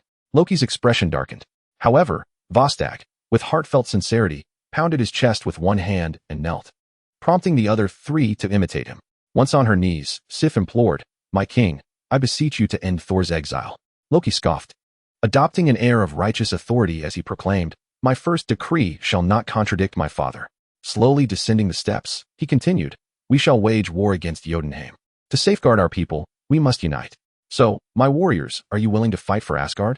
Sif discerned Loki's intent, which was to prevent Thor from returning to Asgard. Eager to retort, she was restrained by the arms of Vandal and Hogun behind her. Vandal replied with a courteous smile, Indeed, we shall fight for Asgard. Vostag attempted to interject, Your Majesty, I implore you. But Loki coldly interrupted, Enough. Depart and await orders. The four rose in fury, casting hostile glances at Loki before turning away. Loki too left the throne, preparing for his own schemes. A new king must achieve something to persuade the populace. At 10 o'clock, Selvig, wielding a stun gun, once again rendered the awakening Thor unconscious, feeling a twinge of guilt. Boss, is it truly acceptable to treat a deity in such a manner, even if he is merely the god of hammers? Selvig, having encountered many fears, was wary of provoking the wrong individual, reminiscent of his friend who studied gamma rays, now lost to silence. Zhang Xian waved dismissively, It's fine, doctor. A god is merely a powerful human. After all, how could a thunder god be subdued by a stun gun? Daisy leaned in, asking, Isn't he the god of hammers? How has he become a thunder god? Zhang Xian replied, In a few years, after he loses his sight, he will evolve into the thunder god. It is a family tradition. The group nodded, recalling Odin from Norse mythology. Selvig furrowed his brow, musing over a few words. Hammer, thunder god, blind? Piecing these together, he inquired, Boss, could this be Thor from Norse mythology? Is the hammer he mentioned Mjölnir, the thunder god's hammer? Zhang Xian nodded, affirming Selvig's deduction. The doctor is quite astute. Look at these two, still pondering what Mjölnir is. Daisy, with a hint of annoyance, nudged Zhang Xian. Who doesn't he know what Mjölnir is? It is merely the hammer wielded by the thunder god, right? Are you suggesting that this hammer truly exists? Jane chose silence to conceal her shortcomings. Zhang Xian tugged a rope, dragging Thor along while narrating tales of Norse mythology to the trio. Chapter 34, The Artificial Downpour. After Zhang Xian concluded his story, he promptly returned to California. As the local cuisine left much to be desired, he preferred to prepare his own meals. He decided to regard this period as a honeymoon phase for Jian and Thor. Upon noticing Zhang Xian's impending departure, Daisy gazed at his armor, her face betraying a bashful expression that unmistakably revealed her desires. Leaning against the armor, Zhang Xian arched an eyebrow and inquired, Would you like to try my exclusive treasure? Daisy, filled with delight, approached without hesitation and unabashedly embraced Zhang Xian. This behavior, of course, was subject to the opinions of Jian and Selvig regarding their boundaryless teammate. Indeed, Daisy playfully clung to Zhang Xian, exclaiming, Thank you, boss. You're the absolute best. While she appeared to express such sentiments, Zhang Xian inwardly scoffed. Ah, women. Their coquetry is merely a facade. Once they obtain what they desire, their true nature of unrelenting demands emerges, devoid of any pretense. The person they are before and after acquiring me is entirely different. It was only when they could no longer endure the situation that they resorted to charming him into seeking others. In order to experience the allure of such flirtatious girls, Zhang Xian found himself compelled to continuously pursue those who had never been with him. Daisy positioned herself in front of the armor, which began to envelop her limbs, back, and head, nearly suffocating her as it reached her chest plate. Boss, I can't breathe. I can't take it, she gasped. After the armor's attempt, it released Daisy. Sir, detecting difficulties in the armor's closure. Is there an issue? Jarvis's voice resonated from within the armor. Jarvis, I'm outside the armor. Jarvis conducted a new scan and replied, "Apologies, sir, and my sincerest apologies to the young lady as well. However, it is inadvisable for her to don Mr. Zhangxian's armor for high-speed flight, as it may cause injury to her chest at supersonic speeds." Daisy stepped away from the armor, inhaling deeply, and said hesitantly, "Then I suppose I'll pass. I rather cherish my pet bunny. However, if Miss Daisy merely wishes to experience the sensation of flight, that is feasible. It just cannot be fully enclosed." Upon hearing this, Daisy eagerly returned to the front of the armor, brimming with excitement. "Jarvis, what are we waiting for? Take me flying." Jarvis awaited Zhang Xian's consent. "Jarvis, let her fly for a few minutes." "Understood, sir." With Zhang Xian's approval, Jarvis enveloped Daisy's limbs and back, ensuring her comfort by not overly constraining her hips, while the chest and head remained partially unencumbered for an enhanced flying experience. Jarvis maneuvered the armor, lifting Daisy into the skies at a speed of approximately 40 meters per second. Daisy, exhilarated by her ascent, exclaimed, "Boss, look, I'm flying. I'm really flying." Zhang Xian, "All right, you've taken flight. How does it feel to soar?" Daisy, brimming with excitement, replied cheerfully, "It feels exhilarating, absolutely delightful." Zhang Xian continued, "Is it not utterly thrilling? So very comfortable?" Without hesitation, Daisy affirmed, "Indeed, it's overwhelmingly delightful and exceedingly comfortable." Jian interjected, "I can't hear you. I can't hear you." "What atrocious lines are these?" Selvig remarked. "Who is this in turn? Whose child is this? Such behavior is unbecoming." Zhang Xian addressed Jarvis, saying, "Initiate free fall. Let her enjoy herself." This was stated after silencing Daisy, and upon finishing, Zhang Xian wore an expression of utmost innocence, inviting a flood of similarly pure smiles in the comment section. Meanwhile, Daisy, witnessing her descent, joyfully cheered, "Oh ho." However, she quickly sensed something amiss. She discovered that her hands could move independently, a stark contrast to before when the armor had been in full control of her flight. "Boss, is it normal that the thrusters in my palms and back are unresponsive?" Daisy inquired within the conversation, yet received no response. In truth, Zhang Xian wished to respond, saying something along the lines of, "Daisy, I regret to inform you that the armor's power is insufficient. You have only 30 seconds to activate the backup power."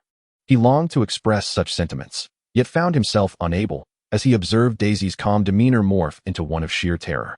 His smile nearly burst forth uncontrollably, and he bit his hand to suppress it, fearing that speaking would reveal everything. Jian, in despair, lamented, while Selvig called out to Daisy, who had not responded for a long time. As the ground drew nearer, tears began to flow uncontrollably from her eyes, even turning a pale yellow from fear. "Damn it!" In midair, Daisy faintly glimpsed Zhang Xian and his companions, who were also watching her. Zhang Xian even offered a salute, as if bidding her farewell.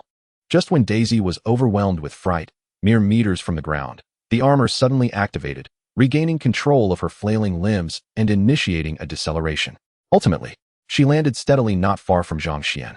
He gazed at her, a mischievous smile playing on his lips, ready to offer comfort when Jarvis alerted him, "Mr. Zhang, be cautious. Miss Daisy's tears are falling." Zhang Xian exclaimed, "Huh? Tears? Oh dear. Quick, take cover." Realizing the impending danger, the trio hastily sought refuge, with Jian and Selvig hiding beneath a balcony, while Zhang Xian scanned the surroundings but found no other hiding spots. After a moment of clarity, I glanced at Daisy and silently apologized before lifting her up. The spirit of the lifted Daisy finally caught up, and even before she opened her eyes, she felt the raindrops dampening her face. Suddenly awakened, she instinctively reached for her clothes, only to be greeted by the blazing sun. The realization of being drenched by rain swiftly reminded her of her earlier actions in the sky. Her expression morphed into one of growing terror as she struggled in midair, desperately attempting to shed her armor. Zhang Xian observed the droplets on the ground gradually disappearing and let out a sigh of relief, finally setting Daisy down. Jian and Selvig were utterly astonished by Zhang Xian's actions. This was beyond comprehension.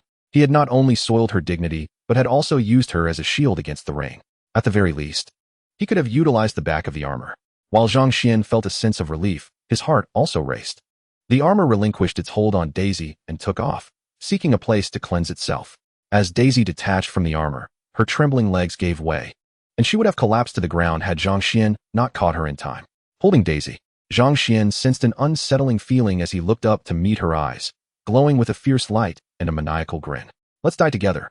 Daisy rubbed her face against Zhang Xian's, attempting to taint his pure essence. Zhang Xian struggled to resist Daisy's advances, feeling an unexpected strain despite his immense strength. Whether it was a moment of guilt or Daisy awakening some extraordinary ability remained uncertain. Ultimately, he pressed her face against his abdomen and carried her into the RV's bathroom. Half an hour later, with the sound of clattering echoing, Zhang Xian emerged from the washroom, holding a clean Daisy. Daisy, without a hint of mercy, shoved him away, sniffling as her weary legs crawled onto the bed, silently expressing her indignation. Zhang Xian lay beside her, and though she attempted to push him away, she lacked the strength, ultimately sulking and averting her gaze. Thus, Zhang Xian held Daisy in a protective embrace within the RV, seeking rest. Jin and Selvig began to examine the data they had recorded, eager to uncover clues about the 9 great kingdoms that Zhang Xian had mentioned. Eric, look at this. Selvig pointed out, there are records of changes in the stars in the sky. These stars appeared alongside the rainbow bridge Zhang Xian spoke of, and they disappeared when the energy dissipated. Upon hearing this, Selvig's mind flooded with astonishing imagery. Jin, I believe the rainbow bridge Zhang Xian mentioned may indeed be real. These appearing and vanishing bridges must be some form of spatial wormhole used for transportation. Jin nodded in agreement. Exactly. This means the rainbow bridge creates the wormhole, subsequently transporting individuals through it to reach Earth. The brilliance in Selvig's eyes grew increasingly radiant. Yet the knowledge within his mind fell short of enabling him to complete this project. I must inquire thoroughly with my supervisor to gain a deeper understanding of this field. Perhaps, in my lifetime, I might even create a spatial wormhole. Both Selvig and Jane exhibited a shared fervor. Their obsession with science was profound and fervent, which is precisely why Jane had pursued an unverified energy fluctuation for so many years. At that moment, Thor, bound, outside the door, cautiously opened his eyes, ensuring no one wielding a weapon capable of rendering him unconscious was nearby. With considerable effort, he finally freed himself from the restraints. Thor hastily sprinted towards the outskirts of the town, oblivious to Selvig's shouts trailing behind him, resolutely moving forward without glancing back. Upon realizing Thor's escape, Selvig knocked on the door of the RV, rousing Zhang Xian and Daisy from their slumber. Zhang rubbed his eyes, vaguely hearing the voice of Dr. Selvig, seemingly mentioning, Thor, what else? Running? What? Thor has fled? Zhang sat up abruptly, the sudden movement jolting Daisy awake as well. Daisy, feeling bashful, attempted to employ her signature move, the Thug's Lament Claw, against Zhang's elevated hair. However, contrary to Daisy's expectations, Zhang disregarded her antics, not only swatting her attack away but also delivering a second blow that sent her swaying. In an instant, her sense of modesty was stripped away, leaving her to cover her exposed form in the sanctity of the vehicle. Zhang opened the door, and Dr. Selvig urgently declared, the God of Thunder has escaped. We must pursue him. Zhang dismissed the concern casually, saying, it's fine. I installed a tracker on him. He won't get far. By the way, he didn't harm you. Did he? Selvig shook his head. No, he fled immediately upon breaking free. By the time we saw him, he had already covered considerable distance. As long as you are unharmed, continue your research. I will handle this matter. Zhang addressed the suit. Jarvis, how far has he run? Jarvis, taking control of the suit once more, responded in a most gentlemanly tone. Sir, the target has covered a distance of 5 kilometers. Selvig was taken aback. 5 kilometers? He only escaped 2 minutes ago. Zhang raised a hand, signaling Selvig to remain calm. In 2 minutes, he can cover 5 kilometers. Jarvis, please dispatch a small drone to follow him closely, ensuring he does not succumb to the cold. Certainly, sir. I will equip the drone with heating devices to provide immediate assistance to the target. Thank you, Jarvis. It was merely a minor incident. Zhang planned to return to California for the time being, awaiting Thor's discovery of Mjölnir. By the way, in which direction did Thor head? Zhang pondered, recalling that Mjölnir was located 50 miles west of the town. To Zhang Xian's surprise, Selvig was the first to respond, stating, to the west, as the sun is about to set over there. Zhang Xian remarked, can you really discern the correct direction from that? He then entered the vehicle, urging Daisy to dress appropriately, for he intended to pursue Thor, as establishing a rapport with him was of utmost importance. After all, he was a valuable ally. Once everyone was aboard, Zhang Xian steered the car westward. The terrain consisted of dirt roads riddled with potholes and stones, prompting Zhang Xian to drive cautiously. It took him 10 minutes to catch up with Thor, who had shifted to a slow jog. Upon hearing the sounds of the approaching vehicle, Thor glanced back and, realizing it was the same group that had previously subdued him, broke into a sprint once more. Seeing that he was unable to keep pace, Zhang Xian decided to take matters into his own hands. Doctor, you take the wheel, he instructed, handing the steering wheel over to Selvig. Me drive? What will you do? Selvig inquired. Zhang Xian flashed a confident smile. I shall pursue him myself. With that, he leapt from the vehicle. Meanwhile, Daisy, reclining in the back seat and savoring a lollipop, captured a quick photo of Zhang Xian as he stumbled and quickly regained his footing due to inertia. Not bad, she mused, satisfied with the snapshot of Zhang Xian on all fours, mouth agape. Jane, if you ever find yourself short on funds, you could leverage this photo for extra resources, though you must sell it through me. However, both of them seemed disinterested, perhaps because they had ample funding already, rendering such concerns trivial. Indeed, Zhang Xian had momentarily fallen to the ground due to the overwhelming inertia, but he swiftly regained his balance. Unaware that this fleeting moment had been captured on camera, in the future, Daisy would face penalties for mimicking that very pose. Turning back, Daisy realized Zhang Xian had vanished, and she glanced around, yet could not spot him. Jane pointed ahead, wearily stating, "He's up there." After a brief rest, Daisy's legs, which had felt weak from the fright, had nearly returned to normal. Approaching the passenger seat, she observed a figure in the distance, covered in dust, and confirmed it was indeed Zhang Xian. "What is our current speed?" she inquired. Selvig, resembling a weary elder, lamented, 80 kilometers per hour. Daisy exaggerated. "Human evolution seems to have overlooked me." Zhang Xian soon caught up with Thor, who was now panting heavily. "Hey, God of Thunder, are you still running?" Upon hearing Zhang Xian's voice, Thor executed an abrupt stop, dirt flying up around his ankles. Zhang Xian was taken aback by Thor's sudden halt and quickly braked as well, though he still ended up running over 100 meters beyond him. As Zhang Xian's right foot planted on the ground, he anticipated the solid sensation of the earth beneath him, but instead, he was met with a disorienting centrifugal force acting upon his legs. The immense inertia carried with it a centrifugal force, causing the right foot to slip on a stone, sending him sprawling. After bouncing twice upon the ground, he skidded for over 50 meters. Fortunately, only Thor witnessed this spectacle, and he lacked a camera. Chapter 35. Wielding the hammer of the thunder god, Zhang Xian hastily rose, intending to brush off the dust from his attire. However, upon realizing his garments were riddled with multiple holes, he deemed it unnecessary and tore them away. At that moment, Thor approached him, exuding the arrogance characteristic of his divine lineage. "Human, you have provoked Thor, the thunder god. Prepare to bear the wrath of the deity." With his simplistic mind, Thor, once merely incited, had forgotten the terror of being dominated by the true thunder god's electric weapon. Zhang Xian refrained from drawing out the electric gun. He aimed to seize the opportunity to deliver a decisive blow to Thor. Fearing what might transpire should Thor regain his senses and prove formidable, Zhang Xian even retrieved the 10 rings adorning his arms and beckoned Thor with a flick of his fingers. Thor, unaccustomed to such affront, charged forward without hesitation. Zhang Xian, taken aback by Thor's brutish approach, wondered if this was truly how one engaged in battle. He sidestepped Thor's straight punch, crouched slightly, and landed a fist into Thor's abdomen. Thor staggered momentarily, then attempted to seize Zhang Xian's arm to restrain his movements. In that instant, Zhang Xian discerned the myriad vulnerabilities in Thor's form. Yet he was drawn to the most glaring one.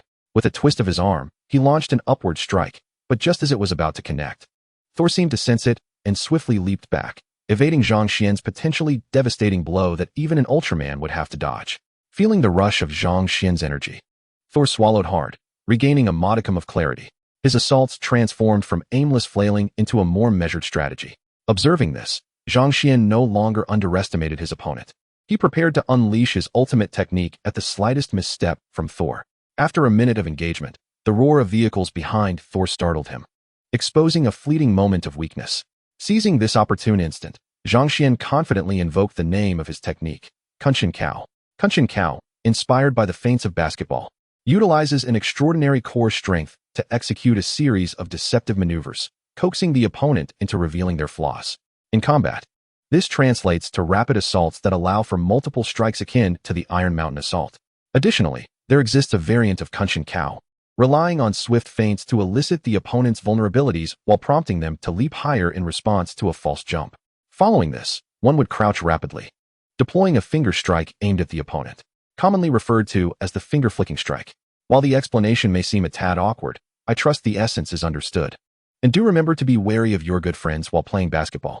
At that moment, Thor endured Zhang Xian's 5 powerful strikes, ultimately culminating in a singular force that sent him soaring several meters away.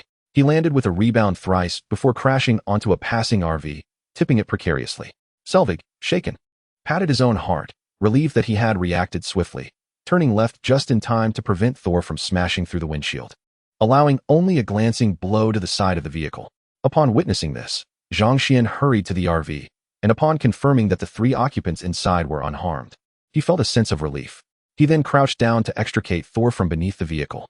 Curious to reconstruct the scene and ascertain how Thor had ended up underneath rather than on top of the RV, as one would expect. Puzzled, he decided to assist in pushing Thor to ease the burden. With a hint of exasperation at Thor's repeated unconsciousness, Zhang Xian entered the RV to check on Daisy.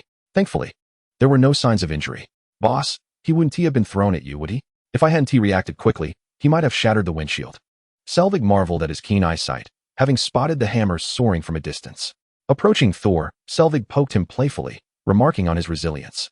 Having been flung so far yet still alive, Jane, annoyed, swatted Selvig's foot away and scrutinized Thor intently. She shushed Zhang Xian, urging the others to maintain silence. Selvig, wishing to intervene, noticed that the boss was not permitting any noise, so he pulled the boss aside. Boss, something's off with Jane, she. Selvig pondered for a moment, finally articulating. She appears entranced, her gaze reminiscent of the way I look at Lady Thunderfire, yearning for him. Zhang Xian interjected, embracing Selvig. You mean to suggest she desires him, that she is unrefined, correct? Doctor, that is a prejudice. This is merely the spark of infatuation ignited by physical attraction. Selvig paused, contemplating, and asked, is there really a distinction? At that moment, Daisy's voice chimed in from Selvig's other side. Of course there is a difference. One is a fleeting encounter, while the other is a lifetime of affection. Selvig, unable to grasp the nuances of youthful sentiments, retreated to the RV. Casting a disdainful glance at Thor as he passed by, he then occupied himself with research to pass the time. After exchanging sweet nothings with Daisy, she went to fetch a bottle of water for Zhang Xian. Zhang Xian splashed the water onto Thor's face, rousing him from his stupor. Thor wiped his face, inadvertently smearing dirt across it. Observing this, Jane released Thor with a look of disdain, ceding the conversational floor to Zhang Xian. The god of thunder? He is hardly impressive. He couldn't withstand my strike. Awakening, Thor realized he had been rendered unconscious by the young Midgardian across from him. Though his demeanor had subdued, his tongue remained defiantly unyielding. Midgardian, if my hammer were here, I could shatter every one of your teeth. At that moment, Thor was blissfully unaware that his beloved hammer had already departed from him. Zhang Xian intended to create a minotaur before him, transforming the hammer wielder into a mere extension of his own hand. I see you are nothing but a hammer god. Thor, incensed, retorted, you have gone too far, Midgardian. Shall I take you to find your hammer? Faced with Thor's bared teeth, Zhang Xian remained unfazed and instead suggested leading him to his hammer. Ignorant Midgardian. My hammer is not a primitive tool like yours, it is. Thor spoke with a hint of mockery, yet more so with pride. Eager to enlighten the oblivious Midgardian about his war hammer, only to be interrupted by Zhang Xian. It is forged from the core of a deceased star, and the handle is made from the branches of the world, correct? Upon hearing this, Thor's eyes brightened, akin to a teammate finding a cherished ally. Oh, no wonder Thor's entire family is gone. It can't be because of a cherished ally, can it? Perhaps we should try a game of triangles to see if he is adept at CS. Hey, you seem quite knowledgeable. Are you truly a native of Midgard? So, will you take me to find my hammer? Thor inquired cheerfully. Zhang Xian found amusement in fooling the simpleton and continued his charade. Of course. I have a general idea of its location. Hop in. Elated at the prospect of soon reclaiming his beloved hammer, Thor climbed into the vehicle, completely forgetting the prior electric shock. Jan took the driver's seat, and Thor naturally settled into the passenger side, much to Zhang Xian's delight. Head west. We should spot it in about 40 miles. With directions given, Zhang Xian felt no concern about failing to locate the hammer of the thunder god.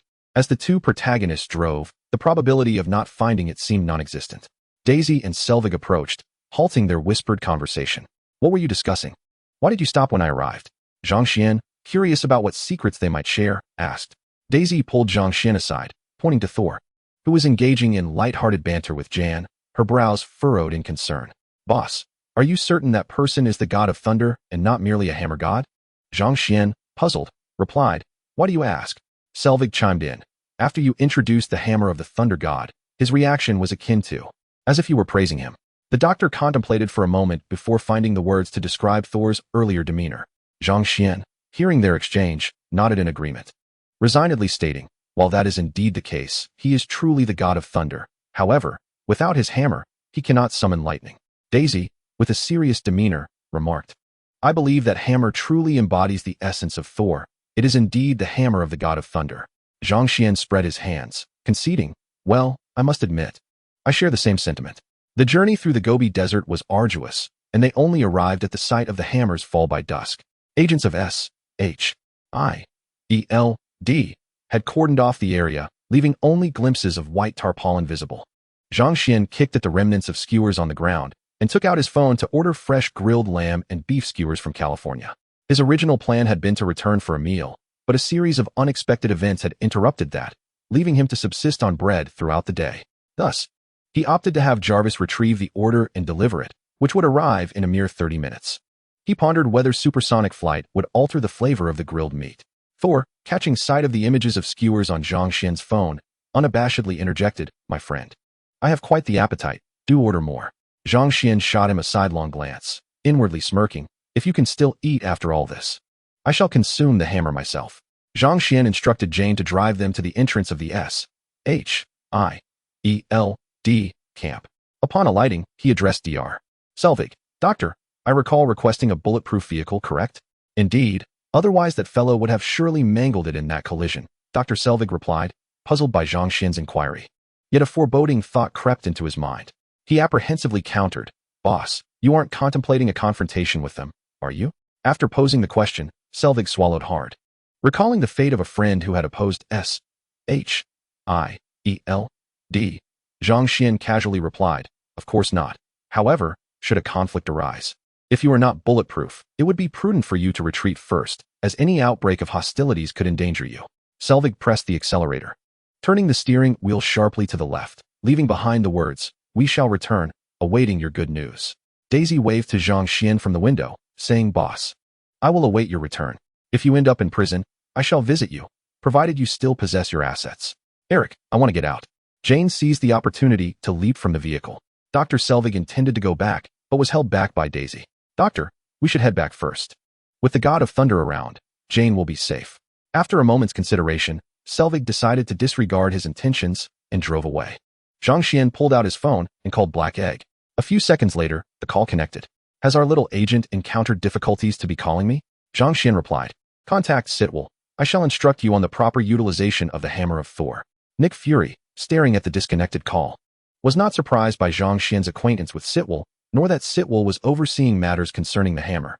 Instead, he repeated Zhang Xian's words to himself, "The Hammer of Thor? The God of Thunder?"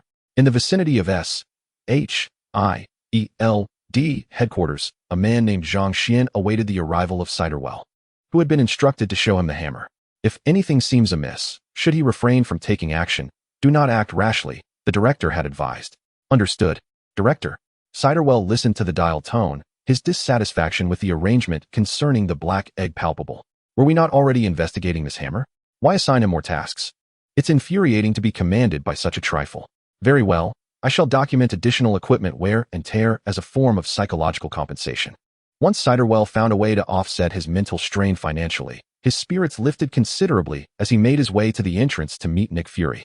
Meanwhile, Zhang Xian lay outside the temporary S.H.I.E.L.D. encampment, awaiting Ciderwell to unlock the door. "Thor, growing impatient," urged Zhang Xian. "I told you we should have stormed in. Your insistence on connections is the mark of a weakling." Zhang Xian shot Thor a withering glance, sprawled lazily on the ground. "I find it tiresome, and their weaponry far exceeds that little electric gun." Checking the time, Zhang Xian noted 3 minutes had passed. He secretly yearned to breach the premises and dispatch the lackluster S.H.I.E.L.D. agents with a series of swift punches. A prospect that would undoubtedly be exhilarating.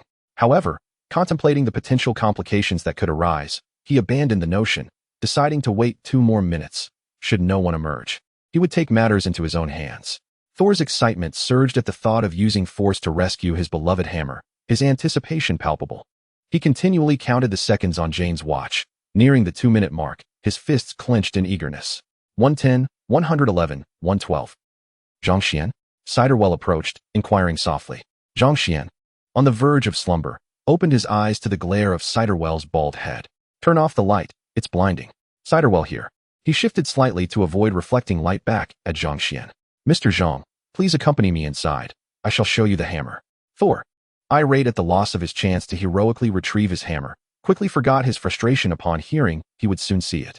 "Hurry, let us go inside. I miss my hammer dearly." Ciderwell halted Thor, adjusting his glasses as the surrounding guards aimed their weapons at both Thor and Jane. I apologize, sir, but our director only permitted Mr. Zhang to enter. You two will have to wait outside. Thor, displeased by this, retorted, Midgardian, I have tolerated enough. You not only assault me, but also obstruct my path to reclaim my hammer. I shall enter today. Zhang Xian, applying a modicum of pressure to Thor's abdomen, halted his impending reckless action, causing Thor to crouch in pain. Chapter 36. I am your uncle.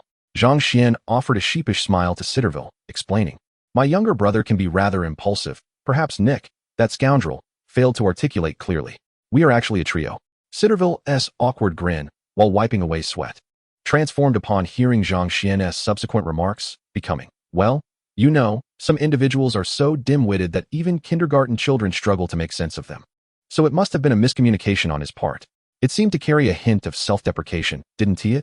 Upon hearing this, Citterville adopted a knowing expression, leading Zhang Xian inside. If you join me in criticizing the boss, we shall be good friends. Come along. Your friend appears quite amiable, albeit a tad impulsive. As Citterville led the way, he elaborated on their discoveries, discussing various rays and energies. Zhang Xian and Thor found themselves somewhat bewildered, as this was clearly Jane's area of expertise. The group arrived in a room brimming with an array of instruments, with the iconic Mjölnir prominently displayed at the center of the pit. Thor, filled with excitement, started to descend, prompting Citterville to intervene, but Zhang Xian restrained him. It's all right. He came here for this. Zhang Xian then turned to Jane, who was also eager to join. Stay here. Analyzing the data is your responsibility. However, Jane resolutely declined Zhang Xian's suggestion, stating firmly, You said we came here for this, so I must go down. While speaking, she struggled to free herself from Zhang Xian's grip. Sighing, Zhang Xian asked once more, Are you truly intent on going down there? Even at the risk of potentially fatal radiation? Let me go. I absolutely must go down. Zhang Xian, observing Jane's determination, felt a twinge of annoyance, reminiscent of her reckless attempt to seize the steering wheel from Daisy in pursuit of scientific inquiry, completely disregarding the safety of others. Relenting, he addressed Citterville. Provide her with a protective suit. The radiation from that object is quite intense. However, before the protective gear could arrive, Jane had already entered the hammer pit. Do not tamper with the equipment. It is completely normal for the energy fluctuations of Mjölnir to occur after her descent. It will stabilize shortly. Zhang Xian instructed the technician who was still attempting to troubleshoot. Just observe. Remember to start recording, for what follows will be worth documenting. The personnel below exchanged helpless glances with Zhang Xian and Citterville above, raising their hands in resignation. Should we forcibly retrieve her? Citterville inquired with amiable concern for this kindred spirit. Zhang Xian waved his hand dismissively. Respect the path of others. All decisions must be made by oneself. Even if the outcome is less than favorable, one cannot blame others. Ciderwell praised, truly, as expected of the people of Huaxia, they possess a profound culture. That person merely speaks of placing world peace on their lips. Naturally, Zhang Xian understood whom Ciderwell was referring to, and the two exchanged knowing smiles. System. Will I be affected by radiation? Cancer is truly terrifying, and I wish to avoid it, Zhang Xian inquired. No, the host constitution has essentially bid farewell to cancer. Furthermore, Mjölnir does not emit radiation. It is merely the electromagnetic interference from the lightning. Upon receiving this reassurance, Zhang Xian let out a sigh of relief, though he felt somewhat embarrassed, having initially mistaken the interference for radiation. He planned to observe Thor's performance before transforming Mjölnir into the shape of his palm. Everyone, if you have any lumps in your body, please visit the hospital. Let's all stay healthy. Thor excitedly approached his comrades, gently caressing the familiar hammerhead. Then his hand glided down to the shaft. Rubbing the handle tenderly, he expressed his heartfelt sentiments. My old comrade, we shall once again fight side by side. Thor's joy was palpable. He exerted a slight force upon Mjölnir, yet did not lift it. Furrowing his brow, Thor shook his head with a chuckle. You mischievous little rascal. I shall make it up to you. Do not cause a ruckus now. Taking a deep breath, his muscles tensed as he attempted to lift Mjölnir once more. Despite summoning all his strength, the hammer remained immovable. Thor's expression grew grim as he gripped the handle tightly, continuing to exert force, yet the result remained unchanged. The hammer did not budge. Kneeling on the ground, he let out a mournful wail toward the heavens, while the blizzard swept into the pit, and light shone down from above. Zhang Xian pressed the play button, and music began to fill the air. In this backdrop, Thor knelt, emitting a heart-wrenching cry, No. The snowflakes danced, the north wind howled, and the world appeared desolate. The song and Thor's sorrowful wails evoked a sense of pity in those who beheld the scene. My Mjölnir, a lone plum blossom, stands proud amidst the snow. Listening to the song Zhang Xian played, Ciderwell felt that the man below truly seemed to be in a dire situation. Meanwhile, Jane, in perfect synchrony, approached Thor from behind, embracing him to offer comfort. The two locked eyes, and Thor appeared to find solace in the warm embrace of the woman before him. Equipment team, what are you doing? Why is there snow leaking from the top? Ciderwell suddenly realized something was amiss. It should not be leaking snow. He questioned the responsible team through the intercom. We're not sure either. It was confirmed earlier that everything was in order. The leader of the equipment team scratched his head in frustration, perplexed as to why it was leaking despite being sealed. In the film, the roof was left open for the ambience of rain, but in the middle of winter, how could it possibly remain unsealed? The Hydra agents would certainly not endure suffering here. Zhang Xian entered the pit and gently patted Thor on the shoulder, offering words of comfort. Thor, although you are not the original master of Mjölnir, there is no need for despair. You remain the god of thunder. Thor, lost in a tender gaze with Jane, momentarily broke away, perplexed by Zhang Xian's words. What did he mean by not being the first master of the hammer? Was it possible that Mjölnir was with him solely to fulfill the tasks of its previous owner? How could that be? What do you mean? Are you suggesting that before me, there were others wielding Mjölnir? As soon as Thor voiced this thought, he dismissed it. Impossible. This hammer was given to me by my father. Mid-sentence, a realization dawned upon Thor, his expression morphing into one of knowing delight as he exclaimed. I understand now. The previous master you speak of must be my father. That is indeed correct. This hammer was entrusted to me by him, making him its first master. Zhang Xian raised his hand, shaking it to refute Thor's assertion. The original master of the hammer was a woman. If we include your father, she would be considered the second. Thor's countenance froze. What had initially been a simple second marriage now felt like a third. He turned stiffly to inquire. You cannot be serious, can you? You jest, right? Finding solace in his own reasoning, Thor erupted into laughter. Yes, you must be joking. How could a mere human know of events from 1500 years ago? I've uncovered your flaw, haven't I? He pointed a finger at Zhang Xian, wearing an expression of triumph. Zhang Xian sighed and shook his head. Thor, you must learn to accept reality. There truly was a woman before you who could wield the hammer. She was its original user. Thor, wearing a disbelieving smile, retorted, Haha, my friend. I see through your jest. What the? His expression shifted to one of shock as he gazed at Zhang Xian, who held Mjölnir. Jane felt little surprise. Zhang Xian was enigmatic. So to her, his ability to lift the hammer seemed quite normal. However, Sigtyr and the others watched intently, clearly witnessing Zhang Xian effortlessly grasping the hammer. They had seen countless onlookers fail to move it even an inch, and after their own attempts, they had all met with the same disheartening result. Now, a 1,000-ton crane was en route to assist.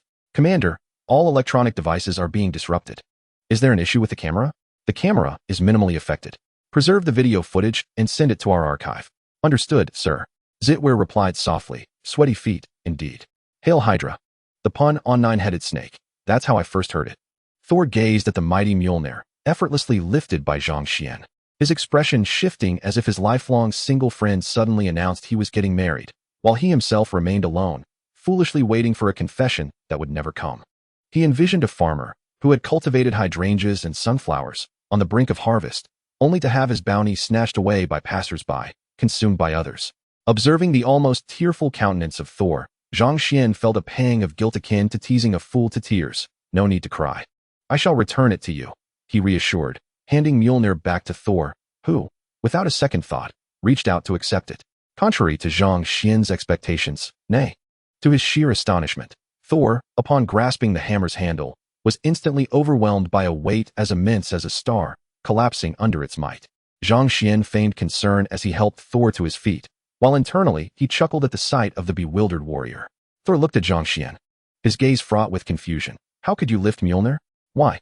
He resembled a brother unable to receive a confession, yet presented with a wedding invitation. Zhang Xian, feigning surprise, slowly replied, You've uncovered my secret. Indeed, I am your uncle. Jin, taken aback, thought, when did he realize this? How did the conversation veer here? Zhang Xian met Jin's wide-eyed stare with an understanding glance. Jin quickly grasped the situation. For the sake of his research funding, Thor, bear with it, after all. It was merely a matter of having a few more wild uncles. Thor stared incredulously at Zhang Xian, asking, Is it true? Are you really my uncle? Zhang Xian grasped Mjölnir, asserting, Indeed. I am your uncle, the brother of your father, Zhang Xian Borson. This hammer is the finest proof of my lineage, though not completely foolish. Thor detected a discrepancy and pointed at Zhang Xian's youthful visage, questioning, But uncle, why do you look so young? Zhang Xian, caught off guard by Thor's astuteness, feigned a sigh. Long ago, I vied for the throne against your father. Unable to bear the thought of my beloved brother torn apart by our struggle for power, I chose to withdraw from the contest. Thus, I exiled myself and sealed my fate. Time ceased for me, preserving my youth. Unlike your father, who grows stronger with age, I lack his formidable power. You know, Asgardians grow mightier as they age, and your father is nearing the limits of his divine strength. Thor, absorbing Zhang Xian's words, found himself believing 9 parts of the tale, while the remaining fraction was tinged with an apology for his own uncle. Uncle, these years must have been arduous for you. I truly should have sought you out sooner. The throne of Asgard should rightfully belong to you, with my brother and I following in your stead. Zhang Xian's expression was one of tenderness and melancholy. Child, you have done remarkably well. Did you not also make the same choice as I did? Arriving on Earth later? We are both the greatest of brothers. Thor, caught off guard by these words, momentarily faltered before responding awkwardly. Indeed, I too made that choice. Exiling myself to Earth for the sake of my brother. I shall keep the hammer of the Thunder God safe for you. Do not lose heart. You shall lift it once more in due time. Zhang Xian tossed the light Thunder God's hammer, and Thor gazed at it with envy, his eyes fixed on the soaring beloved. Indeed, I shall lift her again. With that, Zhang Xian departed with the hammer. Citterville, recalling the Black Director's instructions, refrained from taking action and instead pulled out another phone to make a call. Hawkeye, trembling atop a crane, released his grip on the arrow and lamented to the air. Damn it, couldn't they have installed glass all around? It's freezing. Zhang Xian faced no obstruction from S.H.I.E.L.D., relishing the convenience, hoping that Hydra would refrain from causing further trouble. Although the defenses surrounding him were quite robust, they were not entirely within Hydra's line of sight. He now believed that each of his wives should be clad in armor to ensure their safety. Jian drove the SUV that Zhang Xian had casually selected, occasionally glancing at Thor in the passenger seat, rolling her eyes in exasperation before resuming her focus on the road. Thor sat in the passenger seat, his head turned towards the Thunder God's hammer that Zhang Xian tossed back and forth. Jian remarked, "Here I am, conversing with you, and you're fixated on a hammer?" Zhang Xian reclined in the back seat, unable to endure Thor's eager gaze, and playfully placed his foot against Thor's large face. "Stop staring. No matter how much you look, you won't be able to lift it. Instead, ponder how you might become worthy of wielding the Thunder God's hammer." Thor made no complaints about Zhang Xian's foot, only expressing his attachment to the hammer. "Uncle, I do not know how to proceed. I do not understand why I cannot lift the Thunder God's hammer. Moreover, I feel there is something amiss with what you just said." Zhang Xian rolled his eyes. "Before my brother sent you down, he must have cast a spell on this hammer. Only one deemed worthy may lift it and gain the power of the Thunder God. Uncle, how can I become worthy of it?" Zhang Xian instructed. "Now, close your eyes, sit upright, and contemplate your purpose in attacking Jotunheim." Thor promptly replied, "I have no ulterior motive. I simply wish to assault Jotunheim because they have insulted Asgard." Zhang Xian shot Thor a disapproving glance. "Then tell me, why does your father not wish to attack Jotunheim? Sit upright and provide me with an answer in 5 minutes." "I can provide you with an answer right now." Thor, feeling rather aggrieved, closed his eyes and began to ponder under Zhang Xian's gaze. As Zhang Xian had anticipated, Thor was the sort of person who would fall asleep the moment he shut his eyes. Within 2 minutes, his snores echoed through the air. Chapter 37. Are you my Mjölnir? If anyone is still reading, you may skip this part, as no one is watching. Is the lack of summoned maidens the reason for the absence of interest? I fear that if there are too many maidens, you might find yourselves overwhelmed. Jian wore an expression of disdain, lamenting that with such beauty at his disposal, Thor had chosen to pursue someone utterly unworthy instead. "Boss, why are you deceiving Thor?" Jian couldn't help but question Zhang Xian's motives. A playful smile curled at the corners of Zhang Xian's lips. "I simply find it quite amusing. The look of betrayal on his face brings me a sense of joy." Jian, with a hint of disdain, replied, "Oh, boss, I didn't expect you to be this kind of person. How wicked." Zhang Xian chuckled silently, contemplating how to acquire Odin's eternal spear and the destroyer's armor, both tantalizing artifacts indeed. Upon returning to the small town of Old Bridge City, Selvig and Daisy were engrossed in their research. Selvig was examining a device, while Daisy was figuring out how to savor the delectable meat within a takeout box without actually opening it. Hearing footsteps, Daisy, feeling like a child caught by their parents in a game, nervously glanced at the books on her table.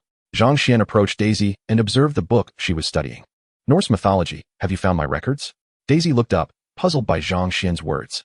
At that moment, Thor entered and clarified, "This is my uncle, Zhang Xian Bolson." Daisy, Engrossed in his research, Selvig nearly choked on Thor's words, then solemnly remarked, "Boss, I can now confirm that this individual before us is certainly not the god of thunder, nor the god of the hammer. He might simply possess a robust physique." Thor, upon hearing this, was incensed and bellowed, "Midgardian, I have tolerated you for long enough. Previously, you employed a powerful and despicable weapon to incapacitate me, and now you dare to defame me, the god of thunder from Asgard." Selvig, equally irked, retorted, "If you were truly the god of thunder, you would not have been electrocuted. Shall we put your abilities to the test against this stun gun?" As he spoke, Selvig retrieved a reloaded stun gun from his drawer. Thor instinctively leaned back, feeling slightly reassured when he noticed the old man did not make any immediate move.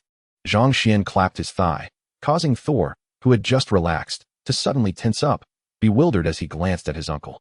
"Thor, Noon," Serwig inquired of Zhang Xian, "Boss, Odin's brother is Loki. Surely, if you're going to deceive, you should possess some level of skill. Aside from this individual, only a fool would believe that Odin's brother would bear the name Zhang Xian Bolson. Clearly, that is an Eastern name." Thor, displeased, retorted, "Foolish Midgardian. Loki is my brother. Perhaps you should consider whether you are misled by a pirated version of the Asgardian myths." Zhang Xian opened the thermal box and retrieved the roasted beef and lamb, casually mentioning a theory he had encountered in a video. "I speculate that the Norse myths on Earth are penned by Loki, who also wishes to be your uncle." Thor pondered this and realized it indeed resembled the antics one might expect from his brother. Zhang Xian deftly shifted the focus away from their conflict using the art of culinary distraction. As the hours flowed with wine, Serwig and Thor transitioned from discussions about manhood to contemplations of the future, and ultimately to the quest for life's path. In a tipsy state, Serwig even challenged Thor to a playful contest. The initial ire dissipated, giving way to a remarkably amicable rapport. Jane and Daisy bid Zhang Xian goodnight. Heading back to their caravan for rest, Zhang Xian instructed Thor to carry the inebriated Serwig and secured them a hotel room. As they ascended the stairs, Serwig continued to speak of Jane. "Lightning lad, come now. If you lose, depart from Jane by tomorrow." In the absence of Wanda and the others' influence, Zhang Xian felt an increase in his strength and resolved to confront the destroyer armor the following day, with Loki's manipulation in mind. Odin could don such a contraption to face the gods, yet it was astonishing that Thor had obliterated the film. Should Thor destroy the destroyer armor, Zhang Xian would reclaim it. He could not allow those Hydra miscreants to benefit. He intended to conduct a thorough resource regeneration experiment. "Jarvis, procure several more suits capable of storing items. We need to transport a sizable specimen back." Jarvis responded promptly, "Certainly, Mr. Zhang. Tony has mentioned that he is available for assistance with any issues you may encounter. He has been quite fatigued from researching photolithography lately. Have Tony come by tomorrow. Let him witness a performance as a means of unwinding." Jarvis replied, "Mr. Stark has indicated he will attend, and hopes the performance you speak of will be enjoyable." Zhang Xian smiled. "It will indeed be quite splendid." With some leisure time on his hands, he accessed his system to review its status. Daily check-in system. Host, Zhang Xian. Skills, killing intent perception, transformation into Red Hulk, Eye of Wisdom, missile survivor, mastery in combat, master-level hamburger creation, bioelectric adhesion, hardening, mental barrier. Thunder summoning technique. Physique, steel kidney body, D. Weapons, tactical scope, lockhead version, infinite bullet desert eagle, replica 10 rings, 1 Jericho missile, spider suit. Props, sacred blessing potion. Nanomolecular repair agent, summoning card X2. Thor's hammer authorization card. Props, none, strength, 125 speed, 59 spirit, 78. Zhang Xian pondered for a moment and decided to experiment with the summoning card. The summoning card, finally recalled, had been on his mind since he acquired it. However, he had been interrupted 3 times by various distractions, leading him to forget about it entirely. Taking out the summoning card once more, he carefully examined its details within the system. Summoning card randomly summons a character. The summoned individual will automatically recognize their master and obey their commands without causing harm. The master can instantaneously determine the fate of the summoned. Having read this, Zhang Xian felt a wave of relief and proceeded to summon. The card transformed into a magical circle upon his bed. As a humanoid silhouette materialized within the circle, Zhang Xian's hopes dwindled, for it was evidently a towering figure, over 2 meters tall, a muscular man with a pronounced physique. Zhang Xian gazed at the imposing figure on his bed, feeling a sense of revulsion towards the now sullied bedding. The bed lamented its plight, stating it had reached its limits. With that, its corners collapsed, shattering into pieces as if subjected to an explosive force. "Are you my mist?" the muscular man inquired, twisting his upper body into a display of muscle. Sensual prisoner, I present this flower as a token of my profound affection for the lovely mist. Zhang Xian, bewildered, exclaimed. What in the world am I witnessing? The sensual prisoner flexed his limbs, showcasing his physique from every angle, accentuating his muscular definition. Zhang Xian, overwhelmed, hastily issued a command to protect his crystal. From now on, do not face your front towards my back. The sensual prisoner, seemingly affected by the words, became momentarily heartbroken. Mist, do not utter such callous words. I am your staunchest support, always ready to protect your rear. Zhang Xian, in a state of distress, lamented. What have I done to deserve such a punishment? He then added, firstly, change the way you address me. Refer to me as boss or handsome would suffice. The sensual prisoner replied in a subdued tone, understood, boss. Greetings, handsome. However, I still prefer to call you master. Zhang Xian raised a hand to halt the sensual prisoner, fearing further outrageous remarks. You are not to leave this room tonight. I shall return for you tomorrow. Zhang Xian's mind was in disarray, and he resolved to change rooms to continue his summoning endeavors. It is undoubtedly the unfavorable feng shui of this room. There must have been a rather peculiar incident involving a double chin here previously. Fortunately, I did not lie down. Zhang Xian, after spending more money, reserved another room, only to encounter the same scenario, a magical array on the bed slowly rotating. Under Zhang Xian's eager gaze, a human silhouette gradually took shape, and upon witnessing this, he despondently leaned back in his chair. Does this and not possess anything related to women? First, it was a homosexual figure, and now another man. Zhang Xian felt utterly fatigued, having hoped to summon a capable older sister or a petite, legal lowly who could tiptoe. To his dismay, it was yet again a man. He resolved to return to the laboratory and sleep in his sleeping bag, for the feng shui of this and surely harbored some latent yang energy. Master, you seem quite disappointed. I sincerely apologize, but I shall exert every effort to fulfill your commands. Sebastian bowed gracefully before Zhang Xian, his white hair and beard giving him an elegant appearance. Zhang Xian's lips curled in a manner reminiscent of a boxing champion, unable to contain his feelings. It should not have been the case, yet it was not entirely impossible. Sebas, do I appear unhappy to you? My concerns lie with your future. Though Sebas was puzzled by Zhang Xian's statement, he was touched by the concern shown towards him. Thank you for your consideration, master. However, I will face any challenges head-on. Zhang Xian sighed and addressed Sebas. You have a colleague who seems a bit unusual. He possesses a slight inclination. Sebas, with a serious demeanor, assured him, Master, you can rest assured that I would never mock his appearance. Zhang Xian shook his head, a frown etched on his face. It is not a matter of physicality. Sebas furrowed his brow in confusion. Then what do you mean by inclination?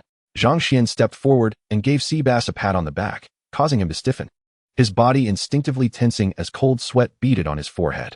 Master, are you referring to that colleague? Is it you? Zhang Xian, exasperated, retorted, Nonsense. You are the one who is inclined. Do not speak carelessly. If my wife hears you, you are finished. Upon hearing this, Sebas visibly relaxed, relieved that he need not fear the unexpected consequences of his master's whims. Observing Sebas's newfound ease, Zhang Xian placed a reassuring hand on his shoulder and said earnestly, Sebas, if this is the case, your colleague may very well make a fresh start tonight. Sebas, upon hearing Zhang Xian's words, felt a shadow cross his face as he began contemplating strategies to prevent his colleague from taking advantage of him. Sebastian, was the boss truly acting just now? It certainly didn't seem that way. He took a deep breath and said, Master, I wish to first confer with my colleague to ascertain the most effective means to prevent him from amusing himself at my expense. Zhang Xian escorted Sebastian to the chamber of the alluring prisoner. Upon opening the door, Zhang Xian wished he could pluck out his own eyes. Zhang Xian, my eyes. Sebastian, is this truly my colleague, master? Have we entered the wrong room? This is evidently a crime scene. Zhang Xian shouted, help. Someone. On the bed lay the seductive prisoner, pinned beneath a snot-nosed adolescent with tousled blonde hair, who, upon seeing the door ajar, pleaded for assistance. Help me. This pervert is going to take advantage of me. Save me.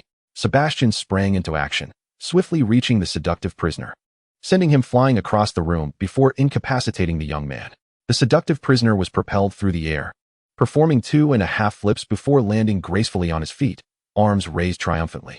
A nearby couple witnessed the spectacle, one nearly fainting. Cook, I think I just saw the whip of God. Heaven, I saw it too. It is God's affection towards me. The seductive prisoner gave a thumbs up to the pair, leaving behind a parting remark. I shall return, my favored boys. However, he needed to return immediately, for his master had commanded him to remain in this room tonight, and he was due for punishment. Inside the room, Sebastian observed the seductive prisoner entering through the window, but did not intervene, tossing the prison garb to him. Put this on. The master's eyes have been injured. The seductive prisoner gleaned vital information. The master has been hurt? I must see to him. Sebastian, blocking the much taller seductive prisoner, replied with displeasure. The master's eyes were harmed upon witnessing the whip of God. Quickly, put it away. After speaking, Sebastian closed his own eyes, acknowledging that, while it was a typical size for a wide audience, it was still too glaring for a man. No one dared to look at another in such a manner. At that moment, Zhang Xian pondered whether the hotel he was residing in was intentionally accommodating such couples, for how else could one summon the likes of the seductive prisoner? He hoped Sebastian would remain unaffected by the seductive prisoner's allure. Otherwise, he would have to send them both to the frontier. 2 minutes passed. Zhang Xian sat on a stool, while Sebastian stood beside him, and on the collapsed bed lay the sopping, yellow-haired young man, already clothed. While the seductive prisoner stood 5 meters away from Zhang Xian lowered his head, his hands interlaced at the bridge of his nose, and spoke in a low, somber tone. Are you suggesting that this individual intends to pilfer, and in an effort to reform him, you chose to envelop him with your presence, intending to sway him with your affection? The alluring prisoner stood undaunted, even puffing out his chest with pride. Indeed, I wish to touch his heart with my love. However, he is simply too charming. I couldn't resist the urge to pounce. Zhang Xian involuntarily envisioned that scene. The seductive prisoner and the golden-haired youth, an unfathomable, unthinkable image he dared not dwell upon. Since that is the case, let it be. As long as you did not seize him from the streets, it matters not. Sebastian, let us depart. Upon exiting the room, Zhang Xian spotted 2 boys awaiting the seductive prisoner's favor outside the door, and he sighed, rubbing his forehead in resignation. As Zhang Xian and Sebastian approached the staircase, they faintly heard a voice. Please, come in, dear guests. Love can encompass all, as long as you possess love. You are always welcome here. We are brimming with affection, exchanging loving blessings daily. I yearn to experience an even greater depth of love. Come in, and together we shall reform this thief, granting him a chance for redemption. Chapter 38. The arrival of Tony. Zhang Xian and Sebastian walked in silence along the quaint town's path.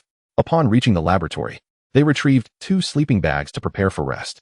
Master, leave it to me, Sebastian offered, taking the sleeping bags and employing a simple spell for purification before laying them out on the ground. Master, it is ready, Zhang Xian replied.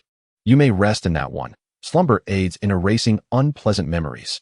Sebastian, acknowledging this with respect, replied, Thank you, Master. I indeed need to forget some disquieting visions from today. After tidying his sleeping bag, Sebastian also succumbed to slumber, both striving in their dreams to erase the remnants of the day's memories. The following day, Zhang Xian awoke to find Daisy playfully teasing him with her small feet, scratching in annoyance. The sudden ticklish sensation jolted Daisy awake, prompting her to leap up. Zhang Xian emerged from his sleeping bag, and Sebastian thoughtfully handed him a damp towel to cleanse his face. Where are Thor and Jane? Daisy lazily replied, resting on the table. They went to town for a meal. Zhang Xian inquired with curiosity, Aren't you going to join them? You're not the type to shy away from being a third wheel, are you? I suspect you relish the experience of being the light bulb. Daisy chuckled lightly. You know me well. So, care to enlighten me on why I opted not to play the light bulb for a free meal? Zhang Xian pondered for a moment before responding. You wouldn't happen to wish to share a meal with me, would you? Daisy smiled sweetly and kissed his cheek. This is for the meal. Zhang Xian gave a thumbs up to Sebastian, who was busy preparing the steak.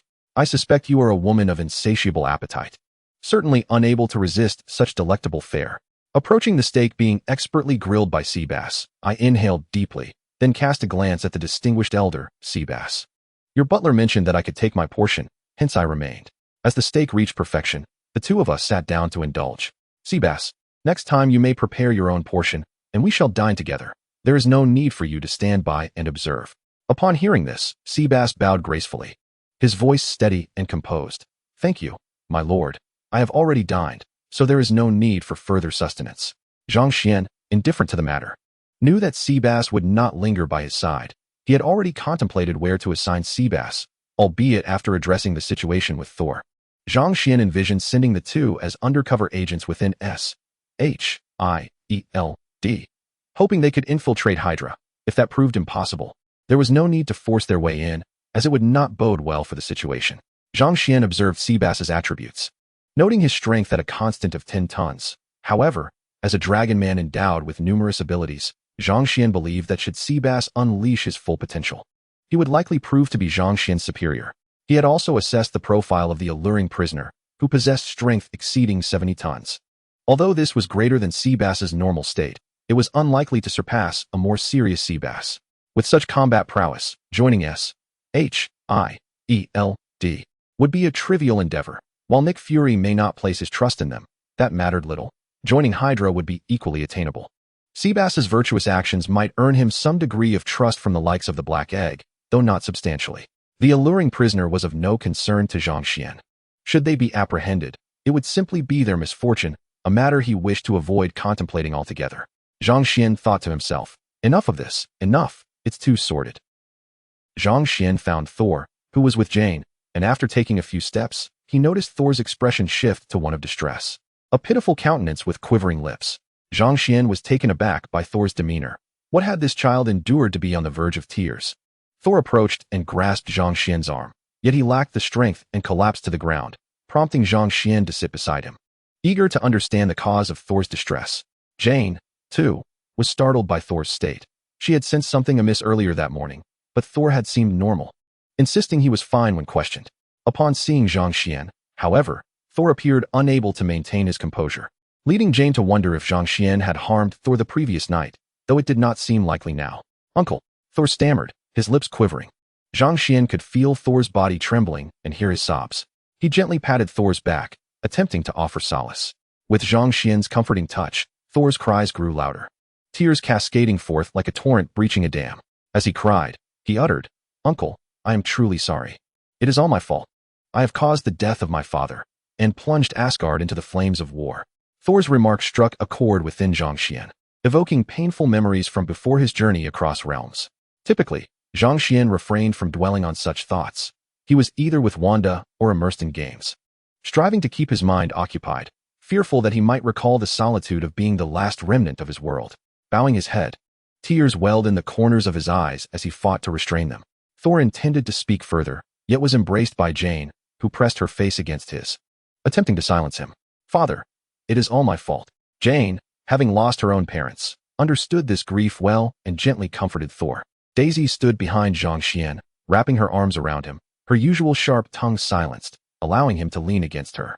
Minutes passed, and Thor's breathing gradually steadied, though he continued to cling tightly to Zhang Xian. After shedding some tears, Zhang Xian felt a slight relief, despite lingering discomfort in his stomach. The heavy atmosphere persisted until noon, as Zhang Xian quietly listened to Thor recounting his relationship with his father, while he himself reminisced about the memories from his previous life and the experiences shared with that individual. Unable to continue, "My stomach aches," skipping ahead. In the afternoon, Tony arrived, accompanied by a dozen suits of armor, and Zhang Xian stepped forward to greet him.